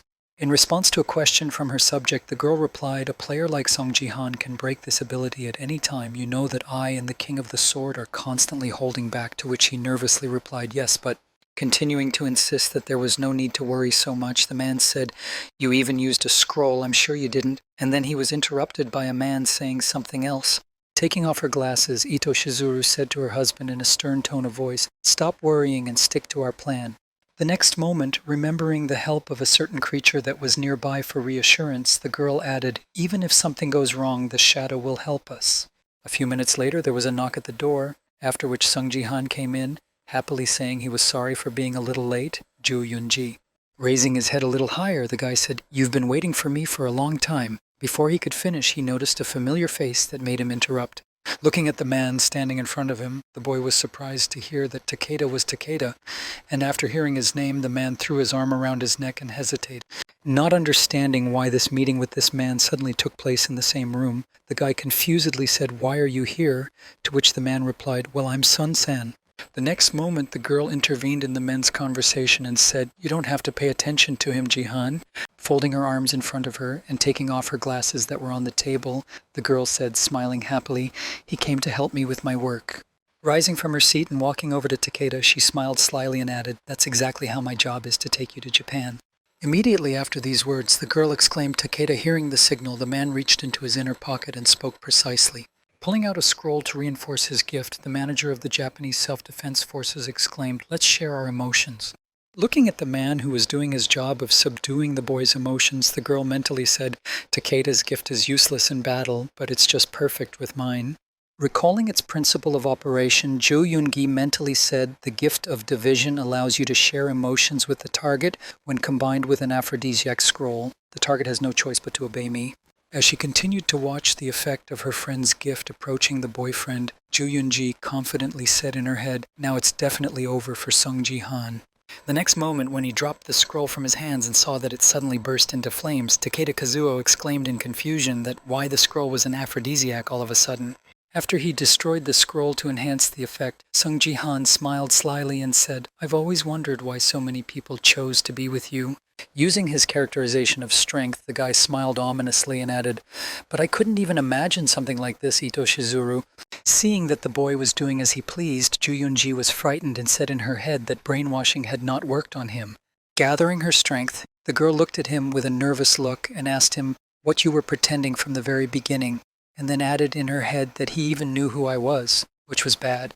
Looking at the frightened girl who asked him the question, the guy smiled slyly and said, "Maybe, but am I obliged to satisfy your curiosity?"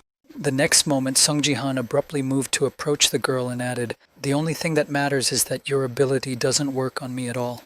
Looking into the girl's eyes from a distance of a few centimeters with a murderous look, the boy said menacingly, "I don't want to make a lot of noise here, so you better be quiet." Sighing heavily after hearing the threat, Ju Yun-ji said, "It's all my fault. I should have looked at you longer before trying." Seeing that the situation was tense, the shadow that had been hiding in the next room came to its position, and Ito Shizuru summoned up the courage to reply, "You know," looking at the dark image that stood behind the guy who threatened her, she added, "I'm now in me." Noticing that the shadow has begun to fulfill its duties in case of an emergency, Ito Shizuru added that there is always a plan B. A few seconds after the battle began, the shadow and Song Ji-hwan flew out of the high-rise apartment window and flew down. Turning his gaze back, the boy noticed that they were flying to the roof of another building in the neighborhood. A few seconds later, a couple of players made a hard landing, kicking up a pile of dust after falling.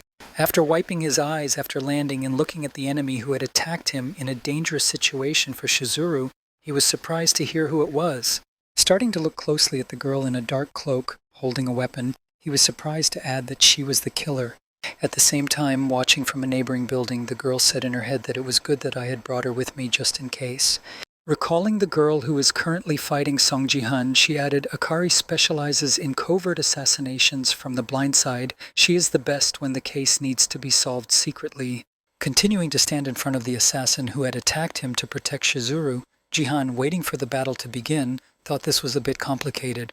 Evaluating the girl's abilities that he had seen during the short battle, the guy mentally said her movements were at least in the Golden League or even the Diamond League.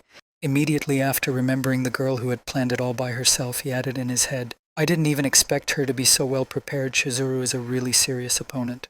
Immediately afterwards, he pointed to his temple and used the power skill to prepare himself. At the same moment as the boy performed this action, Takeda Kazuo saw the notification and screamed out to Song Ji-han in fright, showing the girl the video of the battle broadcast. The man frightenedly exclaimed from the angle of Sun Sana is now live in BattleTube. And now let's go back to some of the moments we missed earlier, the first of which was just the arrival of the film crew when Lee Ha-young announced that today we will be helped by a team of editors from the Divergent Guild. The moment Ariel saw the 3 film crew members, she knew something was definitely wrong. Not understanding what exactly his spirit meant, Ji-han mentally said, "What are you talking about?" To which I replied about that girl over there. Drawing the boy's attention to the bag of the girl with glasses, Ariel added that she was hiding a scroll in her purse. Then the spirit of the Queen of Shadows spoke the true purpose of the scroll, to enhance the effect of a supportive gift, not to create electronics or something like that. I don't know why she needs it, but it's suspicious that she has such a rare gift. Alerting her master's attention, Ariel looked again at the girl who looked rather strange and added, "Don't let your guard down, especially around her." After some time of filming, tired of the intense schedule, Song Ji-han said, "Let's take a break and continue a little later." After taking a break, Sung Ji-han sat down on a bench to rest and said in his head that it was strange that an ordinary worker had such an expensive item and why she took it. After a while, everything became clear when Ju Yun-ji approached him with a request and said, "I think we need to set up a microphone," to which he replied, "Yes." While installing the microphone on his clothes, the guy received a system notification informing him that Ito Shizuru was trying to use it for enchantment. Immediately afterward, looking at the system notification that said who had decided to seduce him, Ito Shizuru thought in confusion, Recalling that he had heard it before, and remembering where the boy had mentally said the name, it belonged to the woman who had seduced Yoon Se-jin. Clenching his hand into a fist in order not to succumb to the effect of the girl's seduction, the guy said in his head, "I need to concentrate or I will bite on her abilities. I need to stay calm." The next moment he applied his technique called the Nameless Divine Art of Mind technique to gain control of his consciousness. Using the effect of the guy's aura, the effect of seducing the girl was dissipated by creating the effect of the mind, which did not allow him to submit to the girl. Immediately after rejecting the girl's insidious tactics to seduce him, Song Ji-han looked down and said it's Shizuru in his head. Feeling some tension in the situation, he thought, how did she get here if the King of the Sword is not around? I want to reveal her right now, but given that she is so well disguised, it will hardly be easy. Immediately after completing his thoughts and making a decision, the guy said in his head, well, in that case, and then added, hey. Having made a great plan of action for himself, the guy said in his head, then I'll pretend to succumb to her charms, and then smiled happily and said, I'm going to say your name, as you said. The next moment, when he found himself back on the battlefield with his consciousness, he looked at the first-person demonstration and thought, when she shows her true face, I'll make sure she can't get away with it. Having activated the skill of demonstrating the view, the guy said, holding his finger to his temple, to be honest, I was worried that you would catch me. Continuing to broadcast everything he sees to the masses, the guy added that it seems that my acting skills did not fail, after which the audience began to comment on what was happening. It's true, I just came in to explain. I think Japan tried to brainwash Sung Ji-han, but nothing happened. Continuing to mock the girl whose plan had failed miserably, the boy said in the broadcast how Shizuru could do that. Raising his gaze to the girl's side, he added, it seems that one Sword King was not enough for you. You really thought that your bad brainwashing ability would work on me too. After hearing what Takeda Kazuo had said on the live broadcast, the goddess looked at the girl and said nervously, after which Akari said, holding back her rage. Looking at her subject with a menacing look, she said, stick to the original plan, having heard the order from her mistress, and replied, I understand.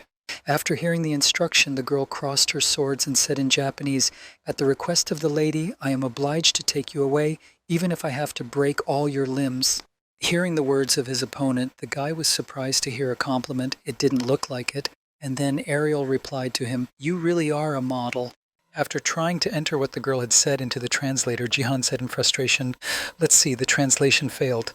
The next moment, a fierce battle broke out between them, started by Akari, who could not stand Jihan's foolishness. However, after exchanging a couple of blows, Jihan managed to deliver a critical blow, cutting the girl in half. The only thing is that after this blow, the girl's body turned into a shadow, and therefore no harm was done. Moving to some other space after he defeated the shadow, Jihan confusedly said in his head that it was another world. While in the pitch blackness, Sung Ji-han heard a woman's voice say, you are quite capable, as they say, but I am a killer, and you cannot defeat me in this darkness. The next moment, many attacks were launched in his direction, but he managed to repel each of them and remained unharmed. Seeing the guy's approximate abilities, the girl said in her head, he can barely block my punches, but I can still do it. After a few seconds of reflection, when she saw that they had moved back to the roof of the building where they had been from the beginning, Akari added in her mind that my shadows had been absorbed.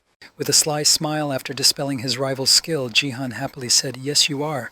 A few seconds later, after making one strike and then closing the distance, Sung Ji-han crossed his sword with the girl's weapon again.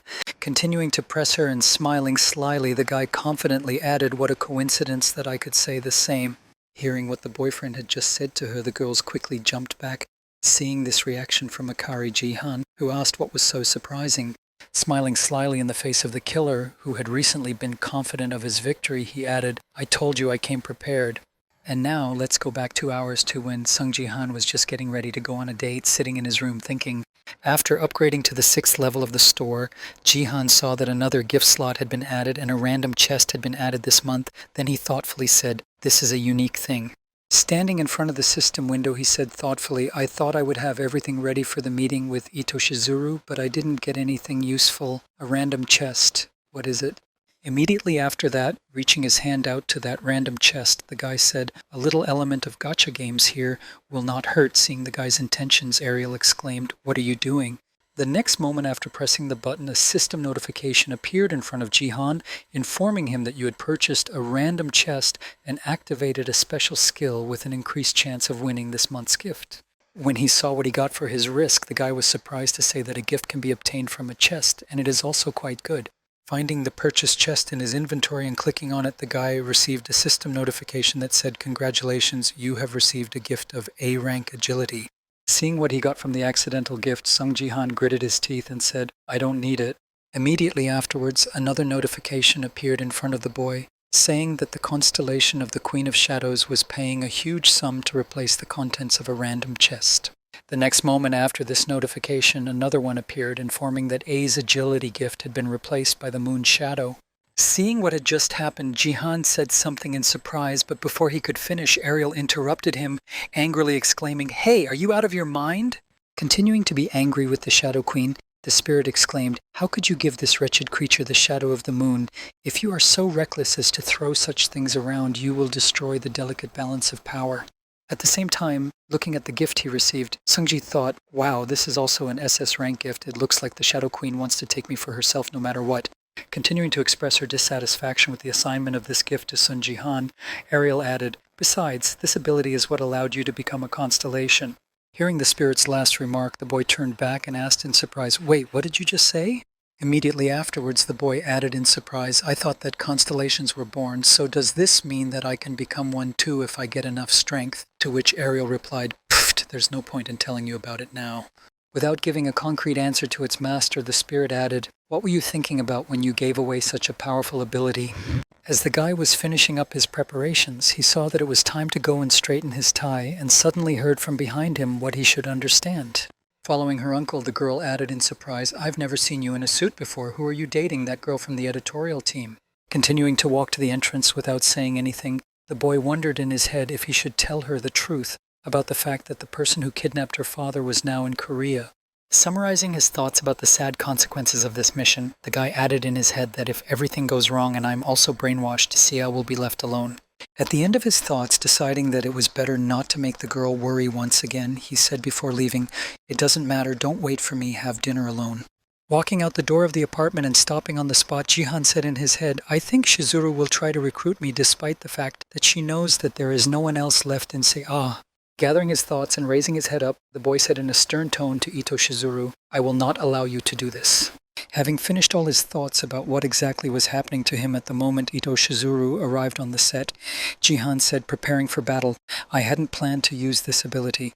Immediately after his words, Sunji took a fighting stance and used a certain technique that was supposed to work and produce a certain effect.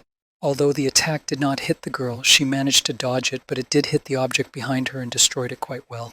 Realizing that she would not be able to get close to Song Ji-han, Akri took out her shuriken and prepared to engage in a long-range battle. She fired her long-range weapon in the direction of her opponent and exclaimed, "Now try to absorb this." After the shurikens were launched at him, Ji-han, with his sword clenched in his hand, began to skillfully deflect each of the projectiles and approach the girl at a rapid pace. So in a few seconds he was right in front of Akari's face. When she saw this, she thought, "I can't believe it." Looking at the guy standing in front of her, the girl added in her head, "How can I lose to a player from the Silver League? I should have much more strength." At the same time, watching her subject lose in this battle, Ito Shizuru said in her head that all my predictions were wrong. Watching her subject on the battlefield holding back the boy's onslaught, she mentally added that he managed to deflect the brainwashing despite using the scroll, and even Akari was losing to him despite being in the Diamond League. Starting to bite her lips in irritation, she said in her head, "How dare he ruin my plans?" Activating her unsurpassed beauty skill again, the girl added in a menacing tone of voice to Sung Ji-han, "I will get you at any cost, no matter what it takes." Immediately after these words, the player Gato Akari spoke to his subject using the transmitter. Stretching out his hand in front of him and smiling ominously, Ito Shizuru used his skill to say, "I remove all restrictions from you." Hearing this, the girl immediately felt a surge of strength that began to overwhelm her body and give her a significant advantage in the confrontation with the guy. Restriction is a system in which the player's characteristics are adjusted to be lower during training. This system is in place to prevent players from overdoing it in real life. Ito Shizuru has just used an ability that allows the target to ignore the restrictions for a certain amount of time. Having gained her true powers, Akari looked at Jihan with a studying look and said, "Now let's start a serious game." At the same moment, looking at the girl with a nervous look, Jihan said her energy completely changed. The next moment, Ariel appeared over the guy's shoulder and said, "Be careful, this girl has been released from the restriction." To which Sungji replied, "I didn't know that was even possible."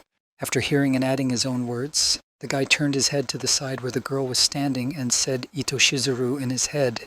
Looking at the sly smile of the girl who was watching from the balcony of the neighboring building, I added in my head that she was capable of more than just brainwashing people. At the same time, while walking with her subject to the scene of the accident and watching the stream, Lee Ha-yeon exclaimed, "How is it possible that Yoon should drive faster?" To which she replied that I am not a professional driver but your bodyguard, and then heard an irritated exclamation, "What a bastard Ju Yoon-ji is," and I insisted on hiring her, and she dared to deceive me. Continuing to watch the stream with Song Ji-han and his confrontation with the Diamond League girl, Lee Ha-yeon mentally added that even though Song Ji-han is incredibly strong, his characteristics are lower than a Diamond League player.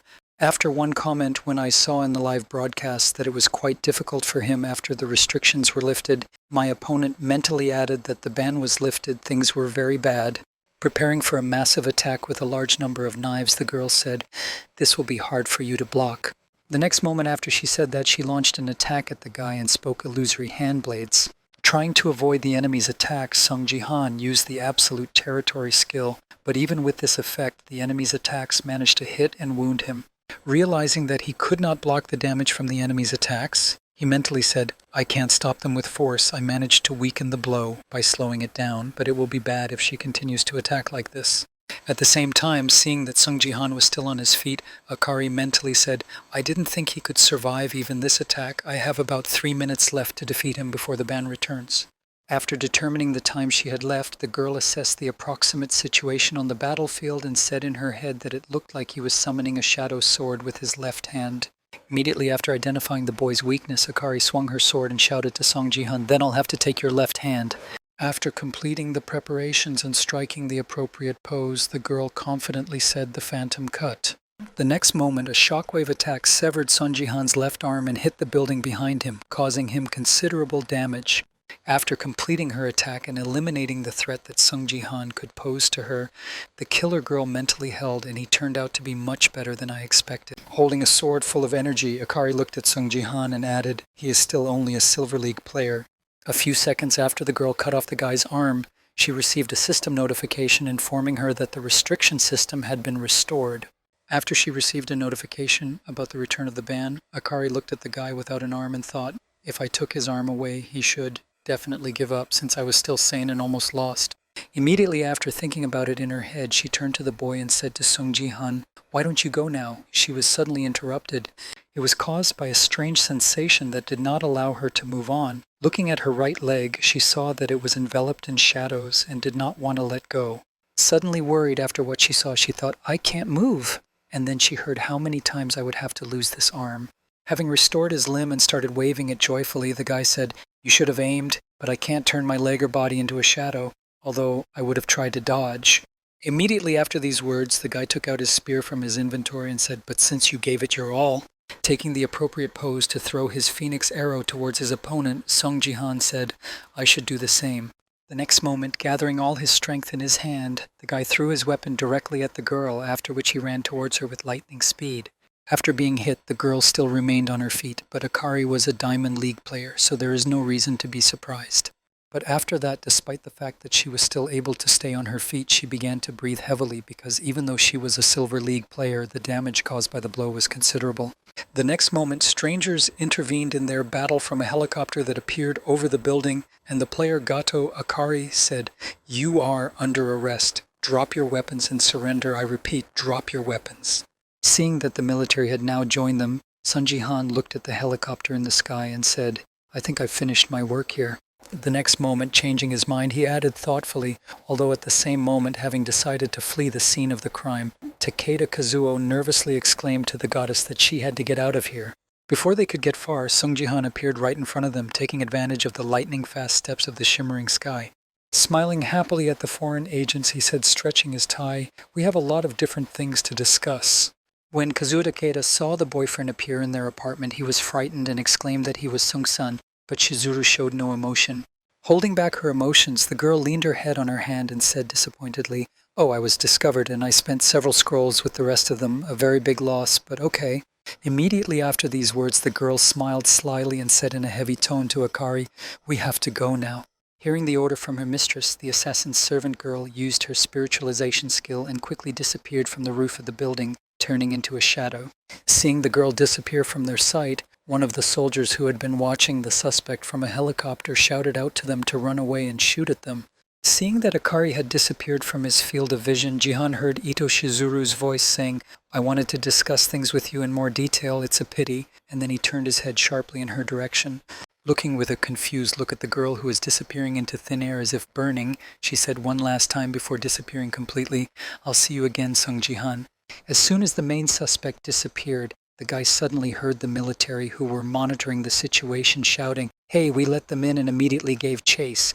When two of the criminals evaporated before his eyes, the guy's attention fell on the last person left in the room, and with a menacing look he said, "I need an explanation for everything that just happened." After hearing the threatening words of Song Ji-han, Takeda Kazuo, who was left alone in the enemy's nest, looked at the boy with a frightened look and, dripping with cold sweat, said, "Yes, of course." And now let's move forward a little bit when the girl has already returned to Ito Shizuru's mansion alone. A few minutes after returning home, she heard footsteps rapidly approaching her room, and the next moment her door opened and a man entered speaking angrily to Shizuru. Seeing a man who had not been under the influence of her charms for a long time, the girl smiled slyly and said hello to Seijin. Looking at the angry expression on the face of the man who burst into her room without knocking, Ito Shizuru added, "You look like you have a lot to tell me." Unable to stand the girl's abuse, the man said irritably, "Give me an answer, Shizuru. It's all true what they said on Song Ji-han's broadcast." Starting to recall some images of Takeda and her in the modified form of the Sword King, I added that you didn't just try to seduce other men. Continuing to express his dissatisfaction, the man added angrily, "But you also used the ability of submission on me," to which Seijin calmly replied. Working according to her old scheme of manipulating people, the girl confidently said, "Do you really doubt that I really love you?" Getting up from her seat and walking towards her husband, she added, "I was only trying to get more talent for my country, and Song Ji-han is one of many candidates for that purpose." Again, using the skill of brainwashing and submission on the man, the girl approached his face and added, "You are my only true love." Hearing these words and hugging the girl in front of him, Seijin mentally said again, "Although I know that something is not pure here, as soon as I see Shizuru, the strength to push her away disappears." Immediately afterward, recalling his fateful trip to an evening establishment where he washed down his grief, the man mentally added that this was exactly what happened on the day we first met. Sitting at the table with an alcoholic beverage in his hand, the King of the Sword looked at his glass in his hand and mentally said, "The anniversary of Jia's death is approaching, and that's why I'm in a bad mood. I need to stop drinking so much." Immediately after that, the man plunged into even deeper memories where his wife, holding her daughter in her arms, said, "I told you not to drink. At home, Seah doesn't like the smell of alcohol." Immediately after these memories, the man heard a voice that made him feel a slight chill in his body, and the same voice said to him, "It looks like something is weighing you down." Looking to the side from where the voice came from, Seijin saw the girl next to him and wondered in his head why she was sitting next to me. Continuing to work on her scheme of seduction, the girl stretched out her hand to the man's and said in surprise, "You're the only one who drank so much." Starting to use her magic of seduction on the man who became her target, the girl said that emotions can be dealt with in a simpler way than drinking, and drinking too much is harmful. Approaching Seijin almost to the point of being close, the girl smiled slyly and spreading the aphrodisiac around her said, "How about getting intoxicated with something else?" As soon as she tried to seduce the boy, he immediately pulled out his sword and put it to the girl's throat to stop the act. Immediately after this action, the man looked at the girl with a menacing look and said, "Who are you anyway?" Looking at the system notification that said Gangjang and Moe, activated the unique ability of the one who refused the unusual status of submission, was rejected, the girl heard in a menacing tone, "What you tried to do to me." Confused by the strange development of events that she had never encountered before, the girl mentally said that she had a unique trait. Remembering her husband's weapon, she mentally said to Ganjung and Moe, "This is the weapon used by the Sword King. I didn't know they had such a unique trait. The one who didn't succumb to the user of this weapon doesn't succumb to certain unusual statuses." Ito Shizuru smiled slyly after realizing that she would have to try harder than usual here, and thought to herself what a problematic man he was. Continuing to seduce Seijin, the girl said in a sweet voice, "I've been a fan of yours for a long time." Taking the hand of the man who held the sword to her neck, Shizuru added, "I wanted to support you a little bit," and then Seijin saw Ito's notification again. Shizuru is experiencing the effect of status addiction. The next moment, another system notification appeared, informing me that Ito Shizuru was experiencing the obsession status effect. Succumbing to the magic of the girl's seduction, the Sword King dropped his sword and said, "You said your name." When she finished recalling the first meeting with her husband, Shizuru mentally said, "What a shame. If submission and fanaticism didn't work, then from time to time he tries to rebel." Recalling also the case of Jihan's seduction, she mentally added, "As long as my real body was here, the Sword King could not avoid being brainwashed. But the degree of completion of Ju Yunji's alter ego was too low because I failed to charm Song Jihan. My true identity was revealed." After imprisoning her subject Akari, who was her personal assistant, Ito Shizuru mentally added a new alter ego to the dungeon and had to create it more carefully. And now we're going back to South Korea to the administrative office of BattleNet. Seeing off Takeda Kazuo, who remained in Korea unable to escape, Sun Jihan menacingly asked Ju Yunji if she was an alter ego. Immediately after the question, the guy slammed his fist on the table and angrily exclaimed that there were dozens of Ito Shizuru walking around the world like this. In response to the boy's question, Takeda scaredly exclaimed, "No, it was the first time we tried to conquer someone with the help of an alter ego. The goddess said it would be dangerous to leave the Sword King and go away because she was the main piece of the puzzle." Continuing to talk about the plan they were implementing, Takeda added, "I have no idea how she managed to create an alter ego, or how many of them can be created, Mr. Sun, please believe me." After hearing some of the information about Ito Shizuru and what they were doing, Sungji thought to himself, well, if it was really the real Ito Shizuru, she would not have been able to escape so quickly. The next moment, recalling the information that had been refuted, he mentally added that the night the video revealed the existence of Ito Shizuru to the world, the Japanese leadership responded. In an attempt to fence off the girl and refute Sung Ji-han's words, they said, we don't know a player named Ito Shizuru. Now we're trying to find out what happened. There's no evidence that the Sword King is also involved in what happened, and we tried to prevent the conflict. Leaving the building of BattleNet's administrative office, Songji mentally said, it's safe to assume that most of Japan's business management is under her control, so it seems that it will not be possible to stump her using conventional methods. Walking to the parking lot and simultaneously conducting his thoughts, the guy suddenly heard a voice interrupting his thoughts and asking why it took so long. It was Yoon Seo who was waiting for him by the car and, seeing his uncle, said with a grudging smile, folding her arms in front of her, I almost died of boredom while waiting for you. Continuing to reprimand her uncle for the delay, the girl asked if the interrogation had already been conducted, to which he replied, I wanted to check something personally. Immediately after these words, the girl angrily exclaimed, You knew something was going to happen, but you didn't tell me anything. Why should I find out from others that your arm was cut off? To which Seo replied in confusion. Continuing to reprimand her uncle, the girl added, I couldn't tell you before. I'm also an adult if you don't know. I don't need to be so protective. To which Jihan awkwardly replied, I'm sorry. Feeling a sudden surge of sadness, the girl said, barely holding back her tears, If you disappear too, then I will. Seeing what was happening to her niece, Sungji asked in surprise what was going on, and before he could finish, he was hit with a straight jab to the body, which interrupted his question. Looking at her uncle, who groaned heavily and sat down on his knee, the girl exclaimed angrily, I already know everything. It's too late to tell me anything. Continuing her confident speech, the girl added, I'm going to get strong as soon as possible to support you, uncle, so don't put everything on your shoulders alone, okay? In response to the girl's words, Jihan got to his feet and said, Judging by your punch, you've already become stronger, to which she replied, Of course, although I still have a long way to go, and then added, You're being modest. Immediately after these words, looking down to fix his clothes, Sung Jihan sighed with relief and awkwardly said, It looks like I've raised a tiger, and then laughed. The next moment, holding his hand and looking away, Seo asked my father, Are you sure that woman from the broadcast brainwashed him? Immediately after this question, the girl added thoughtfully, So there is still a way to free him, right? Hearing his niece's question and remembering the past, Seongji thought rightly she would never let go of her attachment, no matter how much people curse Yoon Se-jin for say, he is probably more important than anyone else. Immediately after he finished remembering, the guy said, but before he could finish, Ariel interrupted their conversation and said it was impossible. Hearing the voice of the girl next to her, Yoon Se-ah screamed out in fright that Ariel, and then Jihan nervously added, You just said that. Then the girl, remembering the true way to remove many curses, said that brainwashing could be cancelled. Recalling the method of this process, the spirit of the Queen of Shadows added that this is only possible if the most cunning being in the universe, the only God, is engaged in it. Not understanding what Ariel was telling them, her niece asked in surprise, Who are you talking about? Then Ariel spoke confidently, catching a couple of young people off guard, I'm talking about elves now. Hearing the girl's answer, Who can lift the curse? Seo asked in surprise, Elves are supernatural, really, but aren't you an elf yourself at that time? Songji thought elves mean yes. Continuing to recall moments from his past life, the boy mentally said the alliance of the elves, alliance of the world tree. In my past life, they were ready to do anything to ensure that their species survived, and with the rest of us, they would take the top 5 in the Space League. At the same time, continuing the dialogue, Sia said something unexpected. Usually in books and movies they are shown as friendly, to which Ariel replied that they are really kind to each other. After this remark, recalling the true face of the elves, the girl added, however, when it comes to other times they become ruthless.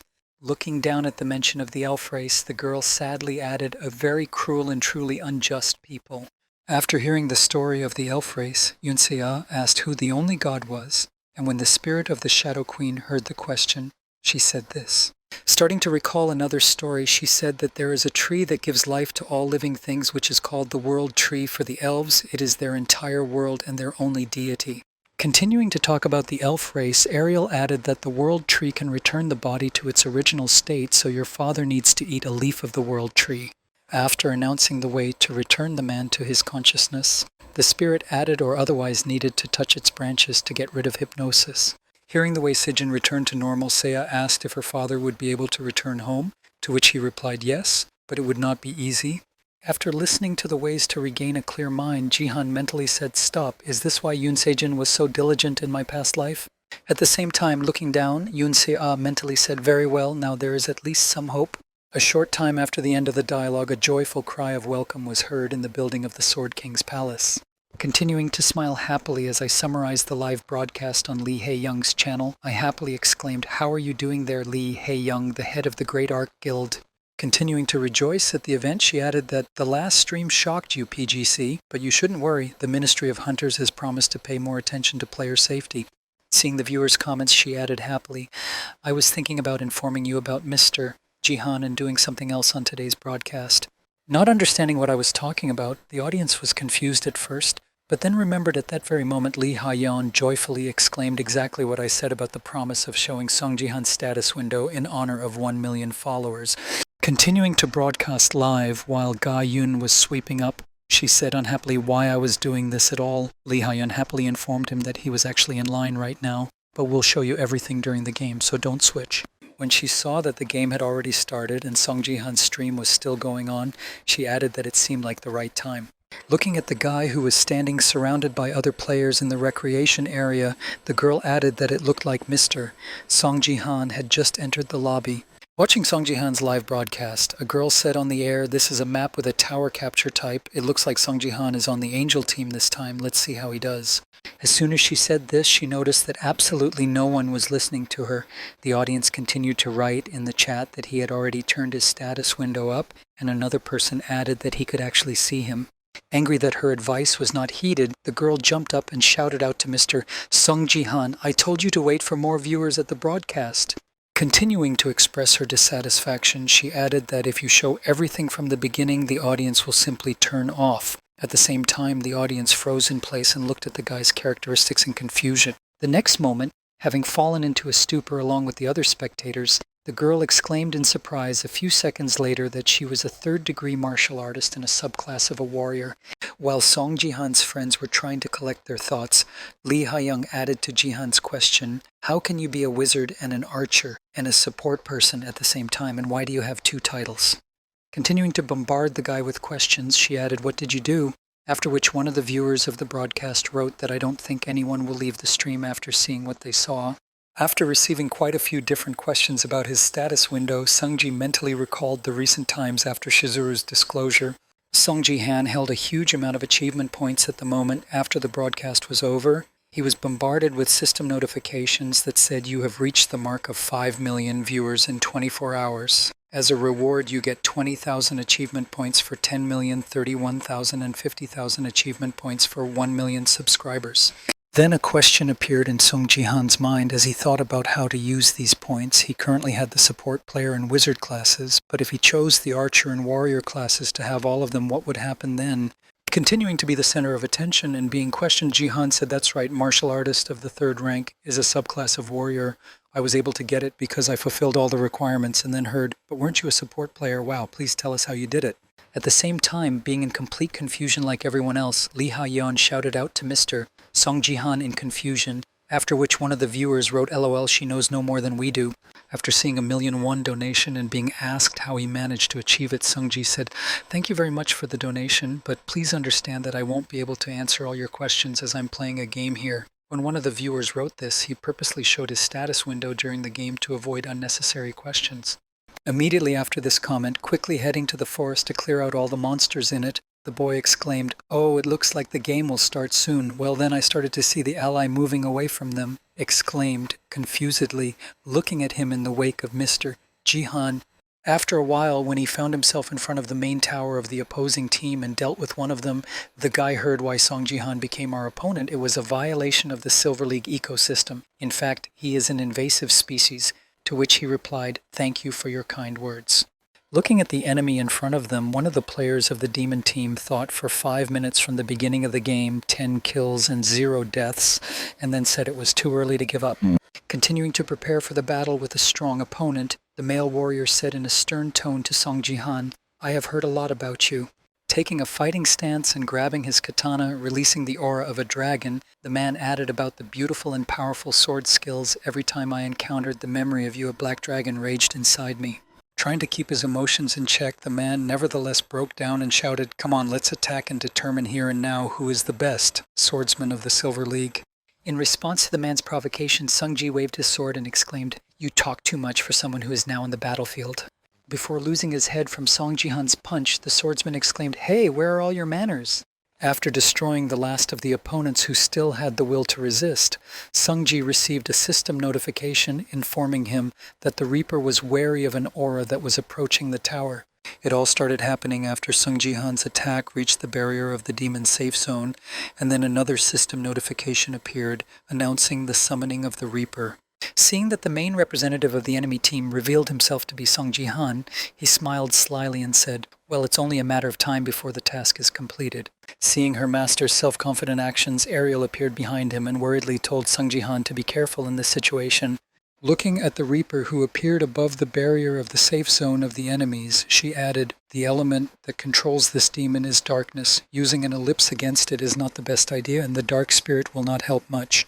Hearing that he could not defeat the enemy with conventional attacks, Song-ji smiled and said, "Really, then I have an idea." To which the spirit of the Shadow Queen replied in surprise, "What are you talking about?"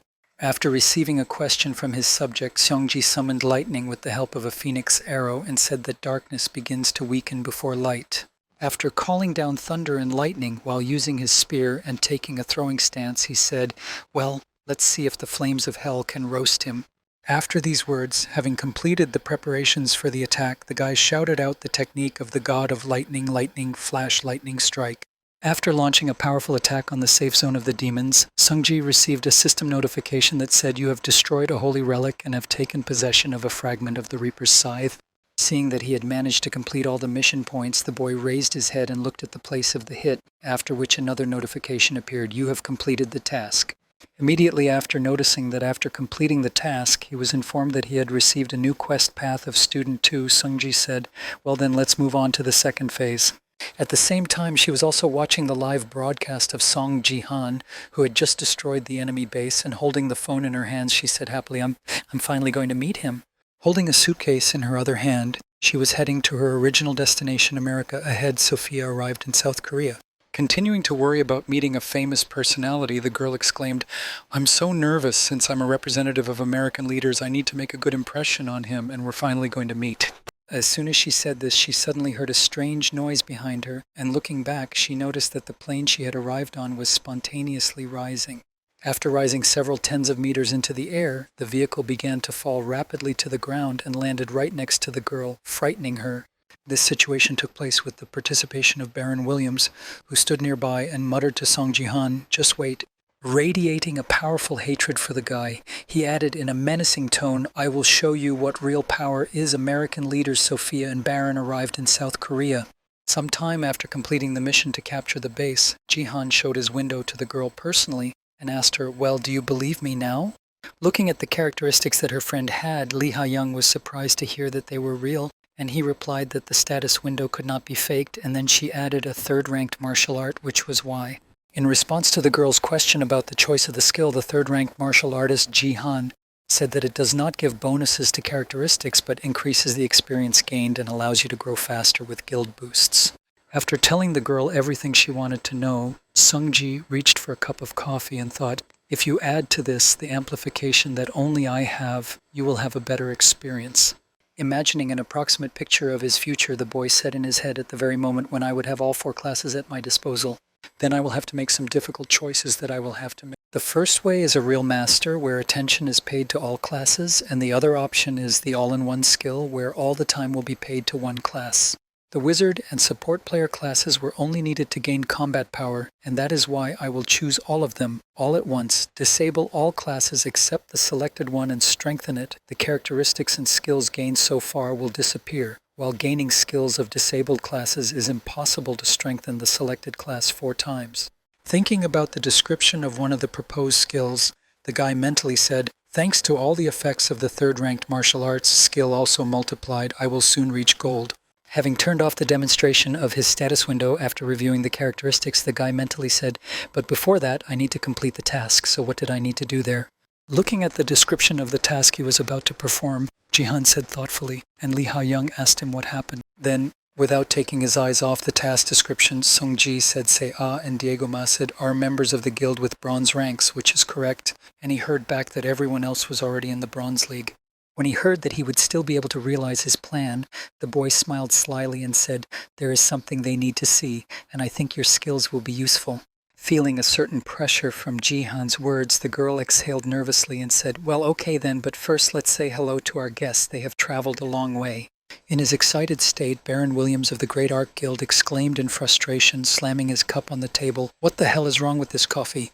Chewing on his words to express his displeasure, he exclaimed irritably, so this is how they treat their guests. They poured us some kind of dirt and made us drink it. Hearing this, Sophia, who was also supposed to become a member of the Guild of the Great Arc, thought you hadn't even tasted it, and then said, what's wrong with you? When Baron heard his friend's remark, he exclaimed in displeasure that I didn't ask for anything, I was asked for it. And then Diego said, it's fine coffee, I can clarify what exactly you didn't like about the rented participant. And the man exclaimed in anger. As Diego Masid from the Guild of the Great Arc continued to stuff the ball on his foot, he said how rude it was for a guest to complain about the treats, and Sea was next to him, who was also hosting. Hearing the remarks in his direction about his complaints, Baron Williams said unhappily that he was defending his guild. After which Sophia nervously exclaimed, Baron, please stop it. Ignoring his friend's words, the man continued to rant and rave, pressing on Yun-se, this girl is lucky to be here because she is Song Ji-han's niece. Immediately after turning his gaze to the former footballer, he added, but what have you forgotten here? The rumors that you started from scratch as a magician are true. Snatching the ball out of Diego's hands with the power skill, Baron said haughtily, you'll still be a burden if you're only good at throwing balls, but I'm sure you'll be the strongest magician in the Silver League. Not receiving a single remark or objection to his words, Baron smiled slyly and said in his head, confident he had nothing to say to me. In response to the words of the guest who tried to make him feel bad, Diego said, I led him into the toilet this morning. Hearing the words of the football player, Baron threw the ball back into Diego's hands and exclaimed, why the hell did you bring it here? And when he got his ball back, Masid said it was a joke. After a while of waiting, Li Ha-young entered the room and said, thank you very much for coming all the way to see us. As she entered the waiting room with Jihan, she happily added, welcome to the Great Arc Guild, Baron and Sophia. Seeing her favorite, the girl stood up from her seat and joyfully exclaimed to the player Sun Jihan, while Baron just turned his head to the other side and blinked in displeasure. Continuing to enjoy meeting the guy, Sophia exclaimed, nice to meet you, I'm a big fan of yours.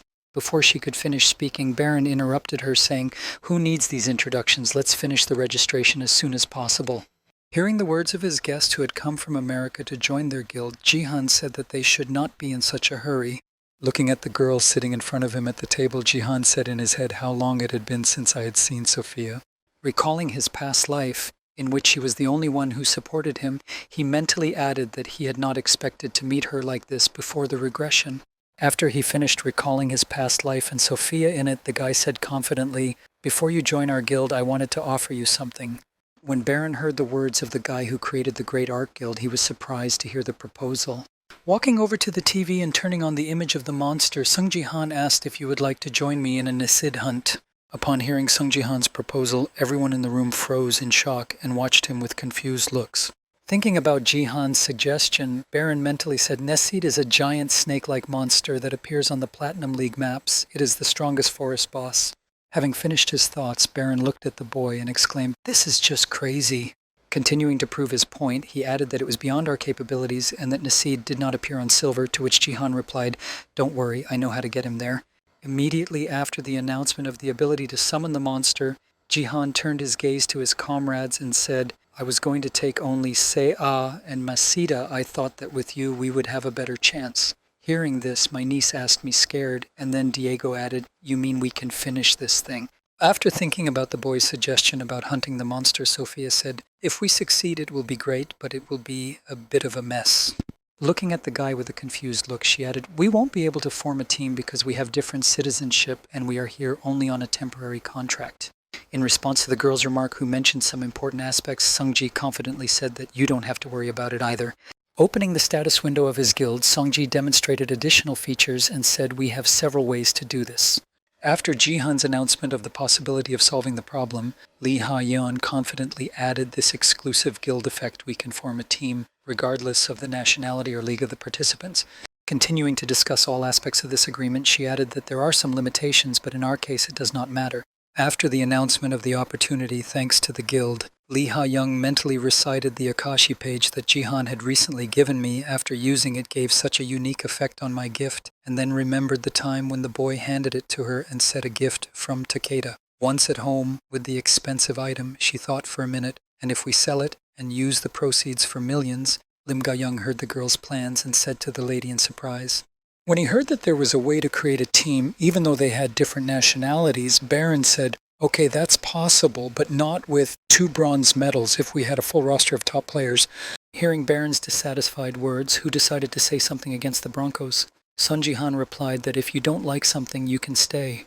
After an easy decision that he could do without Baron, Jihan added, "Then I'll suggest someone else, like Wang Lin from China or Mikhail from Russia." Continuing to list the people who could take the vacant seat, the guy added, "or Scarlet." They asked to beep if a place suddenly became available. Continuing his sermons, Sunji confidently added, "Then I will contact them soon." Before he could finish, Baron interrupted him, exclaiming, "I didn't say anything."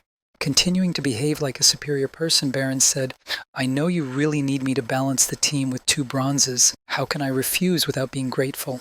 Hearing that he had finally agreed despite all his superfluous speeches and remarks, Jihan said, "Well then, there were 5 of us on the team." After hearing the words, he looked at Sung Jihan Baron with a displeased look and thought, "What an upstart. He won that battle only because of that object, but this time I will show him who is better." After a while, the whole team gathered and went on a mission, and after only 15 minutes, the opposing team's tower was already destroyed. Seeing that the last structure had fallen under the onslaught of the enemy, one of the opposing teams nervously exclaimed, "It's a disaster!"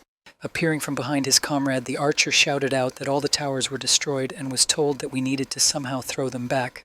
After the fall, he looked at Baron, who was now in the air, and exclaimed how they had managed to assemble such a team. In addition to Baron, who was very strong in his own right, their opponents also included Sung Ji-han, Diego Masid, Yoon Se-ah, and Sophia from the American leaders. Continuing to stay in the air and look down on his opponents, Baron Williams said, "Jesus, what kind of a bunch of lowlifes is the Silver League now? Only good for warming up." Looking at his enemies who were not in the best position, he added, "I must admit that you held your own well for worms who are not capable of anything." Preparing to destroy the remaining enemies on the battlefield, Baron said menacingly, "It's been a pleasure playing with you." And now, sliding into the words of his comrade, Jihan said, "We surrender," and then he repeated, "We surrender." After hearing Song Jihan's statement, which was duplicated by Baron Williams, the entire team of enemies froze in confusion, trying to understand what had just happened. However, not only his enemies were surprised, but also his comrades, for whom it was also a shock to see him suddenly surrender his positions. Raising his hands in front of him to demonstrate the sincerity of his intentions, Jihan said, smiling awkwardly, "We surrender." And now we will move 5 minutes back in time to the place where the top line was located. Letting the enemy get close, one of the players shouted out, "Oh, trouble!" The tower fell. Watching the enemy break through to them, one of the players muttered, "Diego, you son of a bitch, I heard he was demoted to level 1 because of the mockery of what the hell he was doing on silver." Noticing that the man who had just made the attack had put up his shield to deflect the ball, Masida shouted ahead. The next moment, a flaming ball that the former footballer had just thrown at them flew straight at the enemies. After contact with the surface of the backboard, the ball made a powerful explosion that simply had no chance of survival. As soon as the enemies were hit, the man's ball immediately returned to its owner, after which the top line of Masita and Sophia's team just smiled and sighed. Watching the man who had just destroyed the enemy team, the girl thought to herself, "Oh my god, what kind of terrible control I have." Of course, put some reinforcements on him, but this is clearly not the level of the Bronze League. As soon as she finished saying this in her head, another loud thud sounded nearby and a column of dust rose in the forest. Evaluating the scale of what was happening not far from her, Sophia nervously spoke up. Continuing to observe in the direction of her ally's location, she added the location of Song Ji-han to the lower front line. In this location was the team of Song Ji-han and Yoon Se-ah. Having dealt with the enemies who stood in their way, the boy confidently spoke to his niece, this time much easier. Immediately after this message, pointing his finger at the immobilized enemy, the boy said, "Ah, now you can finish them off," to which she nervously replied, "Yes." As soon as he gave the go-ahead to finish off the enemies, he heard a noise behind him and menacing shouts from the center where Byron was shouting, "Die, die, die." After hearing what he heard, Jihan said that everything was probably fine there as well. After this remark, opening the system status window, the guy heard the words of his niece who said, "Well, uncle," and thoughtfully asked how much time was left. Looking at Song Ji-han, who was estimating the time, the girl added, "We still need to summon Count Nesid, or the game will end if we continue like this." In response to his niece's worried words, the guy confidently said, "Don't worry, I know what I'm doing." And now let's go back to the present, where Sung Ji-han, raising his hands in front of him, decided to surrender in a situation where they almost won. After hearing that, looking at Jin's dream, Diego said, "I'm sorry to ask, but did you hit your head by accident?" And then Baron exclaimed angrily, "The game is ours, what's wrong with you?" While Sophia wondered what it all meant. Seeing that his comrades were no less worried than the enemies, the boy turned to his team and said, "Hey, quiet down, let's all calm down." Interrupting the excitement of his comrades and the bewilderment of his enemies, Jihan added, "I'm not going to give up just like that. I have one condition." Immediately after these words, looking back at the enemy team, Sungji said, "Hey guys, do you want to join us in the battle against the Nasid?" Hearing what Sung Ji-han had just suggested to his enemies, Baron Williams grabbed him by the collar and angrily exclaimed, "What a stupid thing to say." Pulling Ji-han to him by the collar, he added menacingly, "You said we'd be enough, and now you're asking for help from these nerds, thus lowering the self-esteem of your enemies below the baseboard." Having beaten the man's hands away from his clothes to free himself from the Sungji Promvod, we just might not be in time. Starting to explain his position, he added, "Even if the opposing team dies and is resurrected in 1 minute, what do you propose to do if they go to finish the game while we are busy with the boss?" The next moment, after hearing Jihan's words, Sophia said, "That makes sense. I think our opponents will capture the map before we can deal with Nesid." And then Yoon Se-ah added, "If you say so." Realizing that all his comrades agreed with his words that the enemies could end the game early, Baron stepped back and cycled unhappily. At the same moment, after considering Jihan's proposal, one of his opponents said, "But Nesid doesn't appear on the silver." Before he could finish, Sungji interrupted him and said, "Everything will be fine, just follow my plan." Continuing to convince the enemies that they should help, the boy promised that if you help us, we will give you the game, so what do you think? After thinking a bit about the favorable offer from the opponents, one of the demon team members mumbled what was required of us. After discussing all aspects of the summoning plan, Jihan and the rest of the players arrived at the lake where the summoning was to take place, and when Sophia saw it, she was surprised to see how big it was, and Seah added that it was like a vault. Looking at the pond with a dark blue liquid, the girl added thoughtfully, "And that means its point of origin, I'm right." After arriving at the right place, Sungji decided to head to the lake to start the mission and said, "Well then, I'm starting the recruitment." Hearing the boy's intentions, Sophia grabbed his hand and exclaimed, "Just a minute, son, let me put an amplification effect on you," to which he replied, "Of course." Staying in the same place and waiting for the ritual of reinforcement to be completed, the guy said thank you to Sophia. Watching the girl's actions, Sungji said in his head that the power Sophia was using was simply unrivaled, as if it were a Trinity-ranked SS gift. She could cast 3 effects at once. After receiving the reinforcement, Jihan looked at his niece and said, "By the way, Seah will be quite dangerous, so you better stay away. I'll call you when he's on the verge," to which she replied, "Okay, I understand." After completing all the preparations and handing out warnings, Sunji confidently walked to the pond and said, "Well, now I can definitely start the draft." Approaching the lake where the desired boss monster Sungji lived, he took out 2 pieces of equipment from his inventory that he had obtained during the previous mission. After completing all the preparatory processes, the boy threw 2 fragments into the reservoir, after which a strong earthquake began and stones with markings began to appear nearby. As soon as all the stones took their positions, the monster of the Platinum League appeared from the pond. Because he suddenly appeared, everyone could see him, but his presence sowed a little fear among the players. Once free after a long time of imprisonment in a pond, the summoned final boss of the dungeon, Nesid, shouted out that it was my time. After examining the appearance of the monster that appeared before them, one of the players of the demon team exclaimed in fright, "Oh my god, how disgusting he is." At the same moment, Jihan said, "Let's go according to plan." Pointing to 4 stone stelaes near the battlefield, the boy added that he saw stones with inscriptions that if they were destroyed, the Nesid would be weakened and they were the source of his power. Continuing to hand out instructions, Jihan said, "But the stones will recover over time, so we will need to maintain them in their destroyed state. Divide into 4 teams of 2 people each," to which Sophia replied, "Excuse me?" Looking at the guy who had just given the command, the girl added confusedly, "But there are only 9 of us, and the stones alone require 8 people," to which Jihan replied, "You got it right, I'll fight alone." Hearing Sophia and Sung Jihan talking, Baron, who was not happy with this development, exclaimed, "No, I can't let this happen." Approaching from behind the guy who had to fight the monster himself, he added, "So you want to take all the credit, right?" Walking up to Sung Jihan and waving his hand, Baron added, "But I don't care about those losers, but you seriously want to make someone like me hit pebbles." Continuing to distract the boy with his chatter, the man added, "Isn't this a waste of potential? Then don't ask me to help you." And before he could finish, Sophia accidentally noticed the danger. Watching the actions of the summoned monster that aimed at them, the girl, trying to push a couple of players out of the area of damage, shouted Baron's son to the side immediately.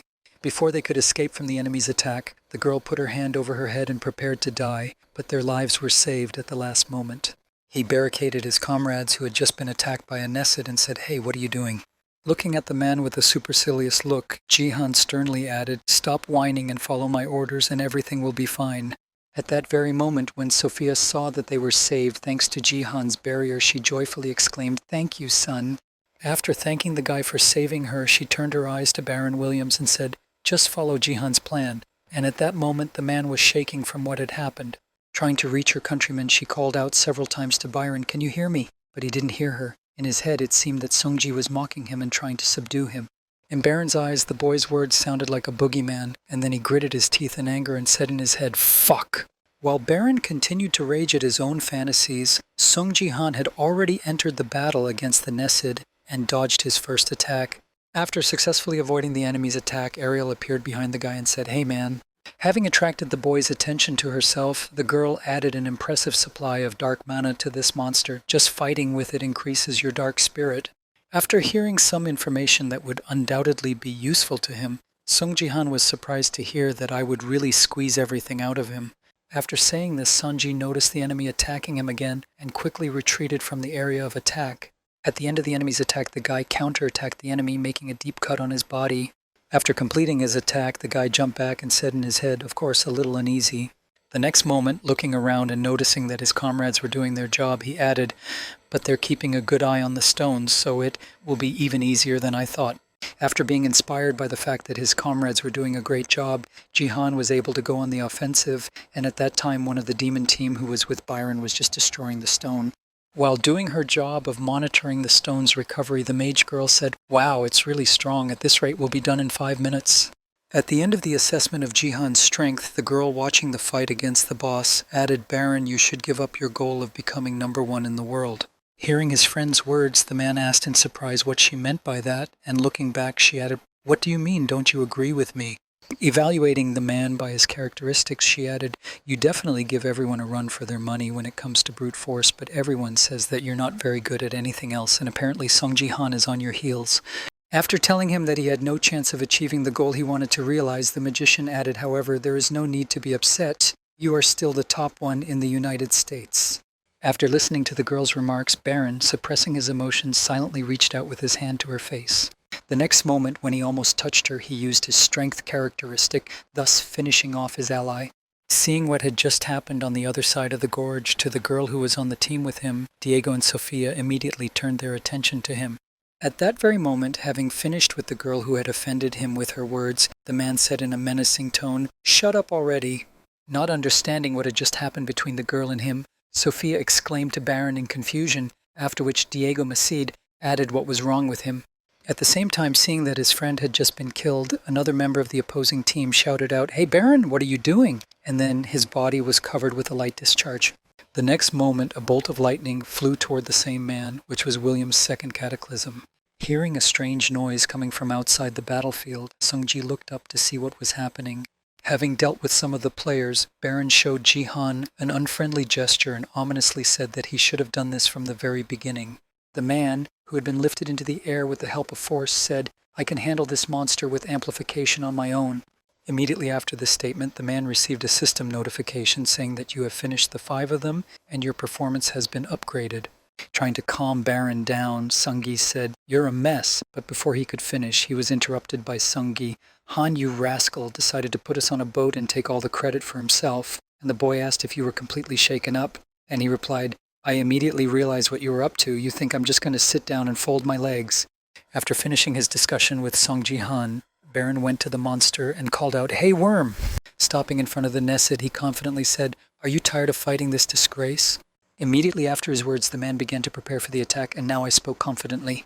By using his Hellfire skill on a platinum-ranked monster boss, the man added a single hit to finish you off. Despite everything that has happened and the self-confidence of a fool, Barons blew a few important points before throwing around loud statements and acting on his own. Watching the foolish actions of the man who was putting himself in danger, Sungji mentally said, "First of all, long-range attacks cannot harm the Nesid.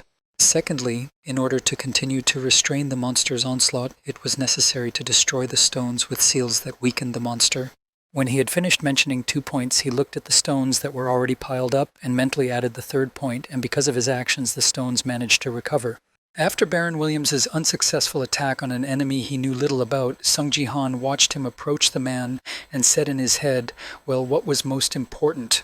Watching the arrogant man who had just been swallowed by a sack, Sung Ji-han added in his head that in a team game, the fate of traitors is predictable. Seeing what had just happened to her friend, Sophia put her hand over her mouth in fright to keep from screaming, and the next moment a system notification appeared saying that the player Baron had died. After defeating one of his enemies, the monster regained his strength by restoring his stones with seals and spoke menacingly to the miserable humans. Preparing to launch a powerful attack in response to the Nesid I had already experienced, I added, "I will return everything to you in 3 times the amount," after which a system notification appeared that said the paralysis skill was activated. After the skill was activated, all the players were struck by lightning, which caused them to lose their strength and fall to the ground due to the inability to control their bodies. At the same time, when Ariel saw her master, she asked him, "Hey, are you okay?" And he angrily replied, "Baron, you idiot, we almost got him." And the spirit added, "Not really." Trying to somehow overcome the paralysis imposed by the monster, Oniji looked up at the monster and said, "It's a shame that no team will cooperate with us after this, so what should we try next time?" Having put forward the idea of postponing the battle with the enemy, he mentally added, "No, I'm due for a promotion soon, I need to give it my all." Suddenly, during the guy's hard thoughts, a forgotten player entered the battle, an archer who shot 2 arrows into the monster's head and diverted attention to himself. Seeing that someone had just attacked the monster, Sungji began to look around to see who it was and who dared to confront the Nesid in such a state. Looking toward the arrow's trajectory, he noticed his niece on the rock, who was drawing her aunt's bow again and preparing for the next shot, and he was surprised to hear her say the same thing. Looking at the girl, who was kept away from the rest of the team by her uncle's order to avoid getting into danger, Jihan exclaimed in surprise. But her courage did not last long. Noticing another enemy who could move after using paralysis, the monster immediately headed for her and tried to swallow her, but she managed to escape from the area of damage. While the monster was concentrating on the girl who dared to shoot at him, Jihan, lying on the floor, felt that he could move his arm a little and was surprised to think that the paralysis was subsiding. When the effect of immobilization completely disappeared, the guy slowly got up from the ground and exclaimed, "Hey, Sia, what are you doing? I told you to stand as far away as possible." Continuing to reprimand the girl, he added, "There is no point in such attacks. Run away. I will deal with everything myself." Hearing her uncle's words, the girl became visibly angry. Unable to tolerate her uncle's reprimands and constant overprotection for long, her niece shouted out, "Shut up already." Continuing to draw the monster's attention to herself to help her comrades, she added, "I was following the chat room. You all almost got killed there. They should have called someone more useful instead." Expressing her dissatisfaction at the right opportunity, she added, "I hate that I'm considered useless just because I'm your niece, and that's why Baron doesn't take me seriously. Only recently I was able to get rid of the tag of the daughter of the Sword King, and immediately after that I got a new one called Song Ji-han's niece." Recalling all her hard training to become better, she added that I actually have a gift too, and I literally squeeze everything out of myself in training. After expressing everything that had been bothering her for so long, she looked back and exclaimed, "That's why you just tell me how I can help you." After completing her glorious speech, the girl almost came under enemy attack again, but at the last moment she reacted and ran away. At the same time, after hearing everything Jihan said, he said in his head, "Sophia and Masid will not be able to help now. Thanks to the reinforcement imposed by Sophia, I will recover in a minute." Realizing that now he had to think of something to defeat the monster, the boy said in his head, "Well, what if everything happened that way then?" Bringing his palms to his mouth, the boy exclaimed to his niece, "Say, from now on you are an autumn mosquito." Hearing what Sungji had just shouted at her, the girl looked in confusion at her uncle, but the Nesid himself was also surprised, not understanding what it was all about. As soon as it's autumn, mosquitoes become much bolder and more determined to do all sorts of things. Compared to the summer season, there are not so many of them, but don't relax when you think they've disappeared. You can get a sudden message from them when you decide to sleep and open a part of your body, and an insect is very likely to want to eat it, and this news will be a sudden unpleasant bite, and all because of your overconfidence. Finally realizing what her uncle meant, Yoon-sea continued to fire at the monster like a mosquito that bugs people and stings them as soon as it gets a chance. Feeling the pain of the arrows lodged in his flesh, Nesid looked back at Sea and said, "You are." Finding the girl who still did not want to let go of him, the monster boss added menacingly, "A small gnat. It is this behavior of the mosquito that makes people furious." Aiming at the girl again, Nesid forgot about the rest and controlling the paralysis effect while feeling slightly relieved by the effect. Sophia said in surprise, "Wow, she's quite good at sprinting too," which Diego added, "The monster's screams don't remind you of Baron." At the same time, almost recovering from the effect of paralysis, Xiongji leaned on his sword and said in his head, "Thanks to Seiya distracting the Nesida, I'll be able to fight again soon."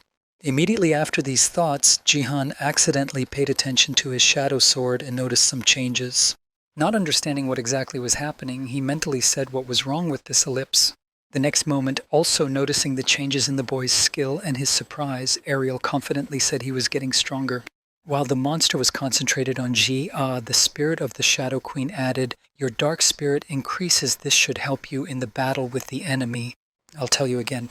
Once you level up, be sure to throw points into the dark spirit. Hey, can you hear me at all? But Jihan's attention was riveted on the skill, ignoring the girl. He thought, if the shadow power has increased so much, then I can use the shadow goddess technique. At the same time, the Nesid, angry at the girl who had been annoying him all along, even left his hiding place to finish her off. After leaving his hiding place to deal with an annoying gnat, the monster hovering over the girl spoke menacingly to the pathetic man. Coming closer and closer with each passing second and sowing fear in Yoon-sea's body, Nesid said, "Stop playing catch-up." And at the same time, seeing the enemy approaching, the girl accidentally stood on the edge of the cliff without controlling it and flew down. The girl fell from a height of several meters and thudded to the ground. When she saw this, Sungji exclaimed in confusion, "Sea, you're okay."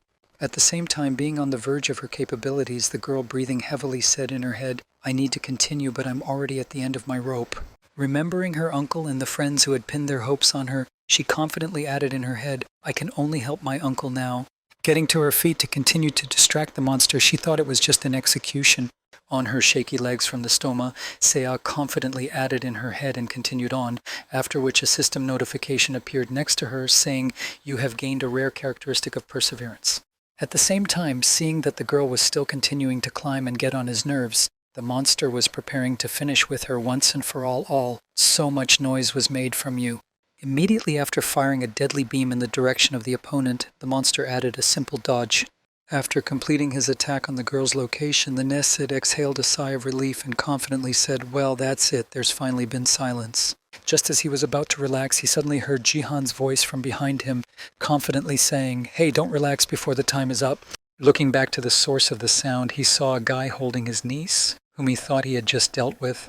Using his lightning-fast skill of the shimmering sky to make it in time, Sungji smiled and promised it was quite dangerous. Immediately after these words, looking at his niece, whom he had just saved from danger, Sungji added, "You are really quite a fighter." As soon as the girl was on the ground, she noticed the new status and said in surprise that I was so lucky to get it, and her uncle told her to move away from here. Standing behind her uncle, the girl looked at the monster in confusion and asked him, Are you sure you can handle it? We don't have enough people to break the stones." In response to the girl's words, Sungji pulled out his shadow sword and said confidently, "You don't have to worry about it."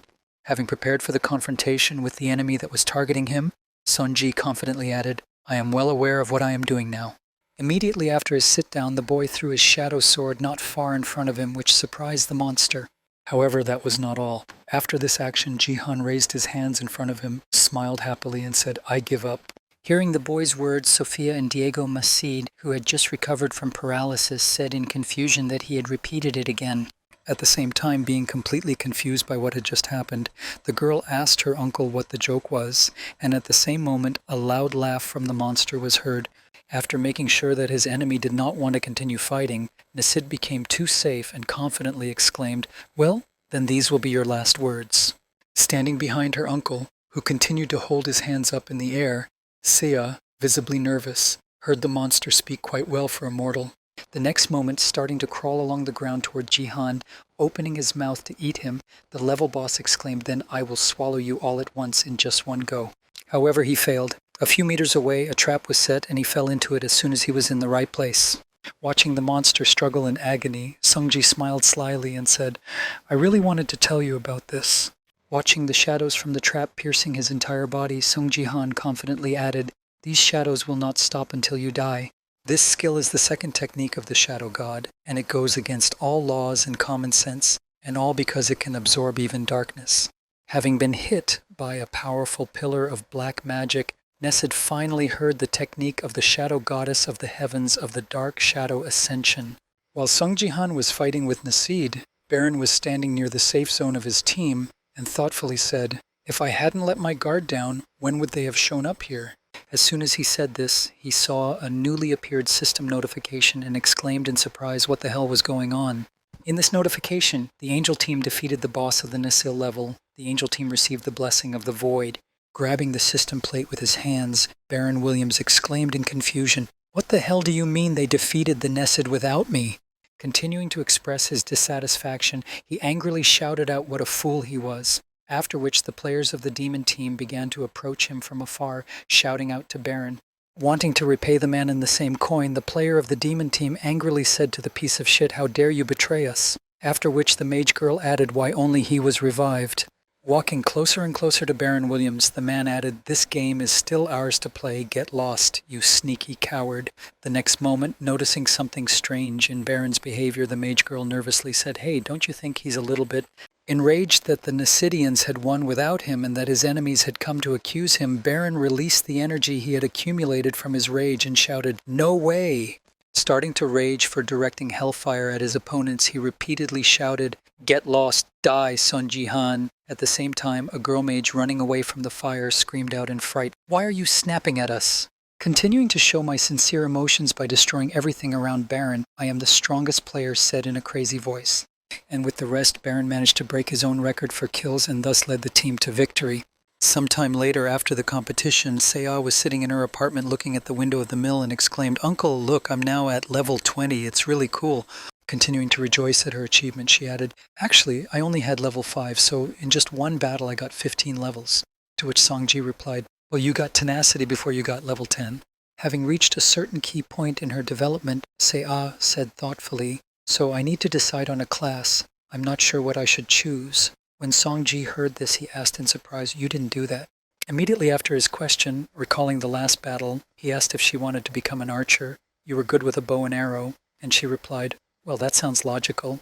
Continuing to think about what class she would choose, the girl added, I want to choose a class so that I can become the best, and there are many good archers in our country. Hearing his niece's words, Sungji thought in his head, and she is quite ambitious. We really are of the same blood. And then he said, I still think that an archer is the best option, and she answered in surprise why. In response to the girl's question, Seongji confidently said, Well, I'm going to be the best warrior after all, but then he got hit in the chest, and Seiya happily replied, Oh, uncle, you're so arrogant. Feeling a tremor in his body after the blow, Sungji heard the girl's phone ring, and then picking it up, Seiya said, I need to answer it. And then Jihan thought, I think she'd be a good fit for the warrior class. Picking up the phone and heading to the other room, the niece said, Hello, I'm listening to you. At the same time, the boy decided to look at his status window after the battle. Seeing that his level is now 50th, Sungji mentally said, The challenge of the Nessid has paid off, and now I can participate in promotional matches. He also began to consider what he had been given as a reward for his victory, and mentally added, I was given quite a few achievement points as a reward. However, there was an interesting S-rank item that came with the awards. Looking at this cloak of emptiness, the guy wondered what it was.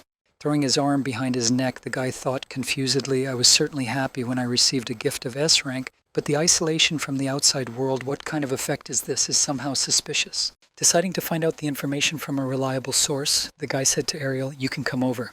As soon as the spirit of the shadow appeared in front of him, Sungji asked, do you know anything about this plan? Before he could finish, he noticed that the girl looked too depressed.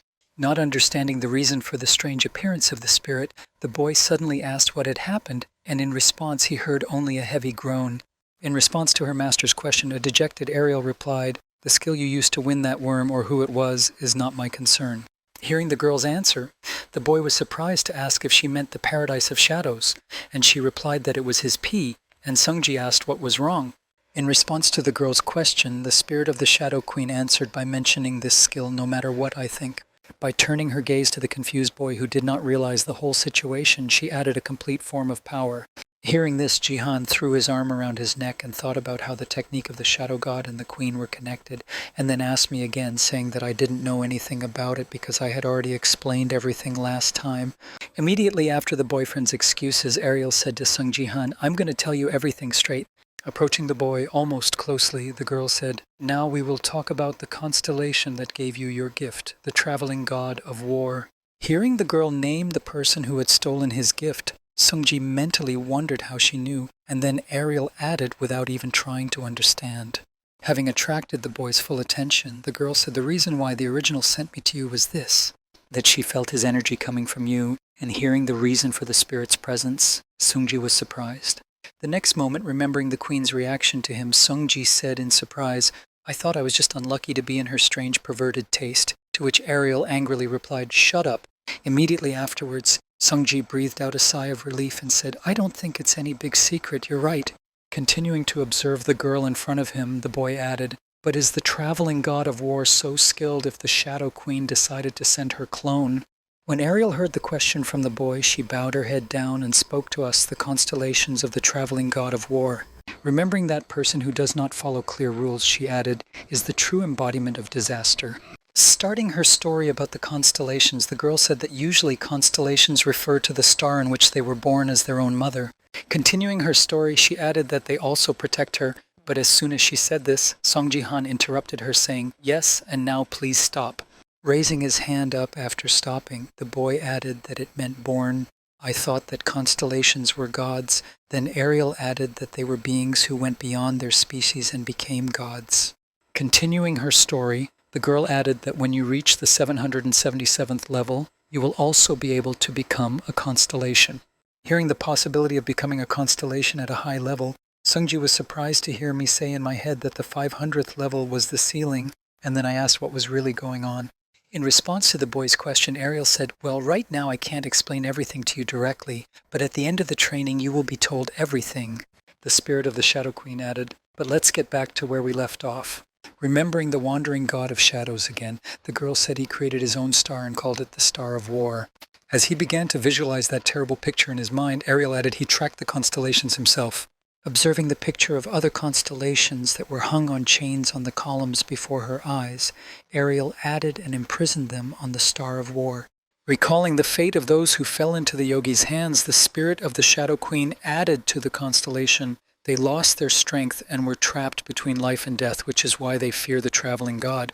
And that is why the original, as soon as she felt its energy in you, immediately sent me here to follow you. Continuing her story, Ariel added, it's perfectly normal for you to use the power given by the god of war. He could have just shared with you one of the powers he stole from another constellation somehow.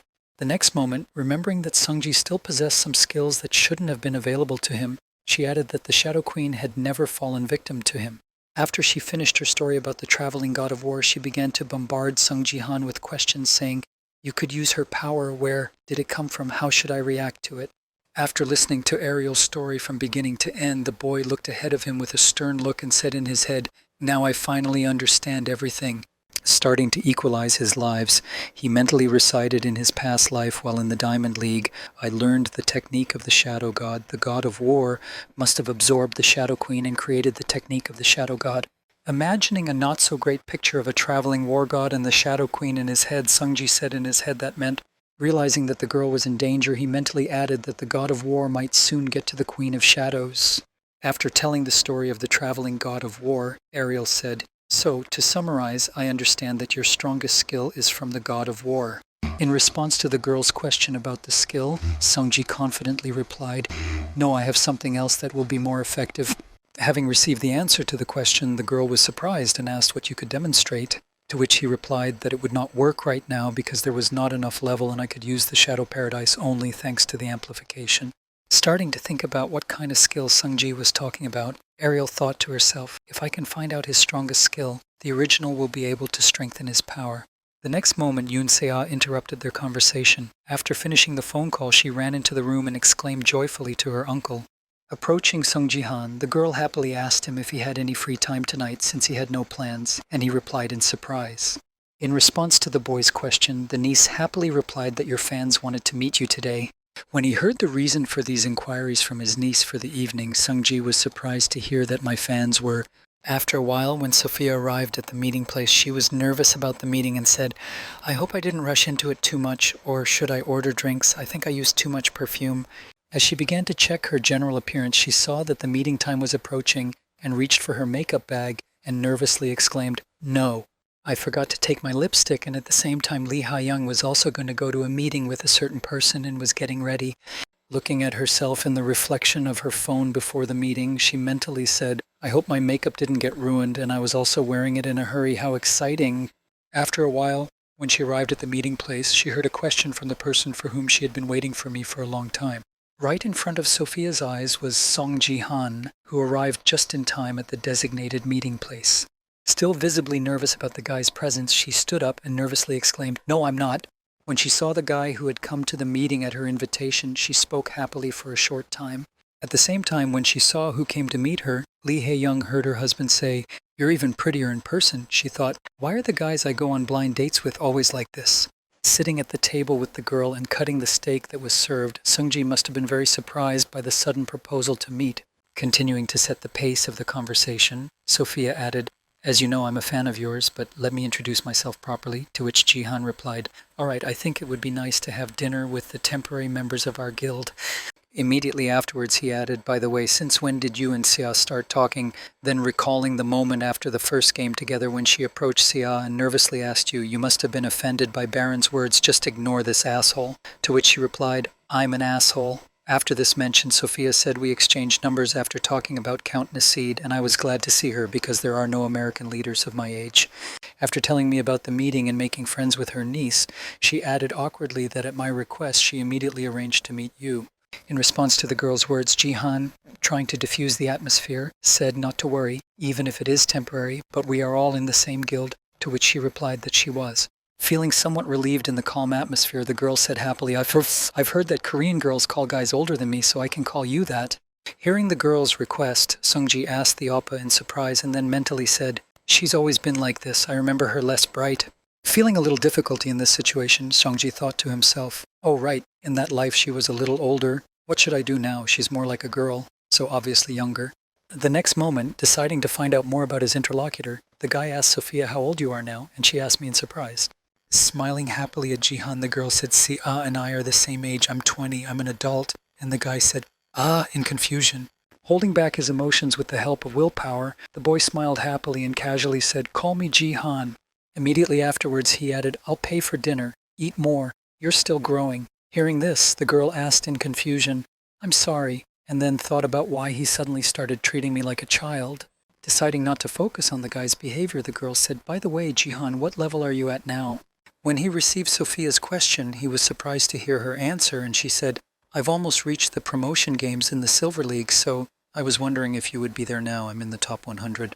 Hearing Sophia's question, Sung-jae thought, "By the way, I forgot to check my notifications about this," and then heard the girl mutter, "Oh wait, does that mean I have to fight you? No, I know that love only grows stronger after a trial, but still."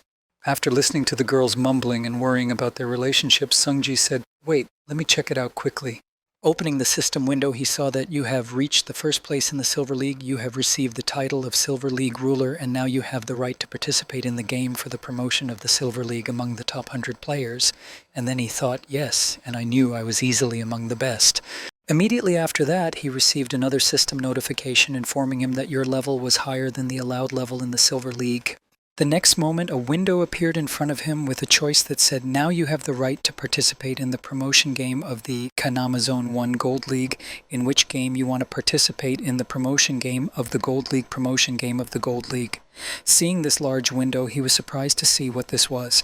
Not understanding what he was seeing in front of him, Sungji wondered if it was possible, and noticing the boy's surprise, Sophia asked what it was. Continuing to look at the sign, attention, if you rotate the Silver League, you will have restrictions to balance the game. Sungji thought, if I have more restrictions, then I am really different from other Silver League players, and if I pass the Silver League promotion game, I will be the fastest person to ever enter the Platinum League. Continuing his thoughts about choosing which league he wanted to participate in for promotion, Sungji thoughtfully said in his head, what if he did? After a while, when Lee Ha-young returned home from the blind date, she exclaimed in displeasure that you were joking. Recalling the meeting where a man handed her an engagement ring and said, I feel like fate brought us together, she added, it's crazy who proposes on the first date. Hearing Lim Ga-yoon's words, she asked why you didn't refuse the date, and I heard that it was easier said than done, although you know what kind of lecture I would have had to listen to if I said I didn't want to go on a blind date. It's easier to go. Looking at her phone where the competition was taking place, Lee Ha-young added, the only thing that calms me down is a busy schedule of ambition and excitement from betting, to which her subject replied, I think you need one thing. The next moment, when Lee Ha-young noticed the pop-up window, she was surprised to hear that the betting site had a notification. After looking at the message, the girl exclaimed in confusion, and seeing the surprise of Ms. Lim Ga-yoon, asked what it was. Looking at the notification that said that due to Sung Ji-han's choice of players, the map of the Silver League promotion game had been changed. The game would be held on September 24th at 18 o'clock, and bets already placed would be cancelled. Ga-yoon was surprised to hear that the rules of the promotion game had changed. Not realizing that this was happening, Lee Ha-young nervously exclaimed and wondered what he was doing. At the same time, after making his choice, Sung-ji looked at the phone and said, I will win.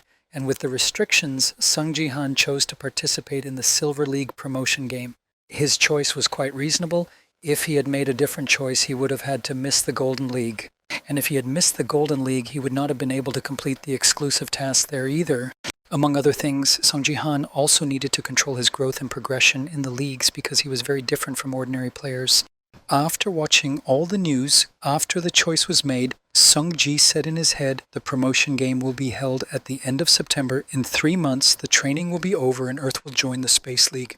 Starting to think about what would happen to them in the near future, he closed his eyes and thought about preventing the disaster that would happen that day.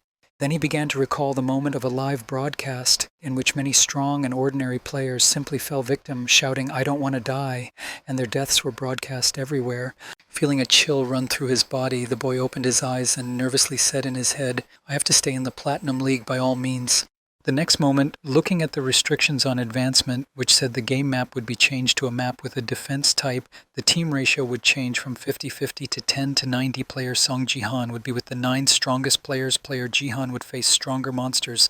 He said these restrictions were a little crazy. All players who also took part in the promotion game were warned in advance about the changes in the game conditions. When he saw what happened to the balance after participating in Sung Ji-han's game, Baron exclaimed that why didn't they give me such restrictions? At the same time, while placing her bet on this game, Lee Ha-young nervously said, I'm going to have to bet on Sung Ji-han's loss this time, I'm sorry. After seeing the changes, a bunch of players started writing, wow, I've never seen anything like this before. I'm betting on Sung Ji-han seriously. Even a Diamond League player will have a hard time with this. If Sung Ji-han loses, you need to choose between Baron and Wang Lin because of the big balancing changes that were released because of one player. In this game, the number of bets that were placed was the largest. Continuing to discuss this event, players wrote that he defeated a Diamond League player. Bro, there is nothing hard here, to which he was answered by all the pros who bet on his loss. And after some time, the moment finally came when the game for promotion in the Silver League began. Moving to the wall of one of the towers and seeing his enemies, he was surprised to hear a notification that the game for the promotion of the Silver League was about to begin. Continuing to comment on the course of events on the battlefield, the presenter said the enemies from whom the players had to fight back. At the same moment, the army leader shouted out the king. The enemies who attacked the towers of the strongest 10 players were members of the Association of the Dead, who fought for the equality of different creatures. As the crowd chewed their way up the tower where Song Ji-han was, the dead shouted one by one to destroy the king, the king. There was also one interesting person in the crowd who did not look like a dead person. He was the only person wearing a dark cloak that hid his face. When the mysterious figure saw Sun Ji-han on top of the tower they were to storm, he smiled ominously and said, "So you've found me."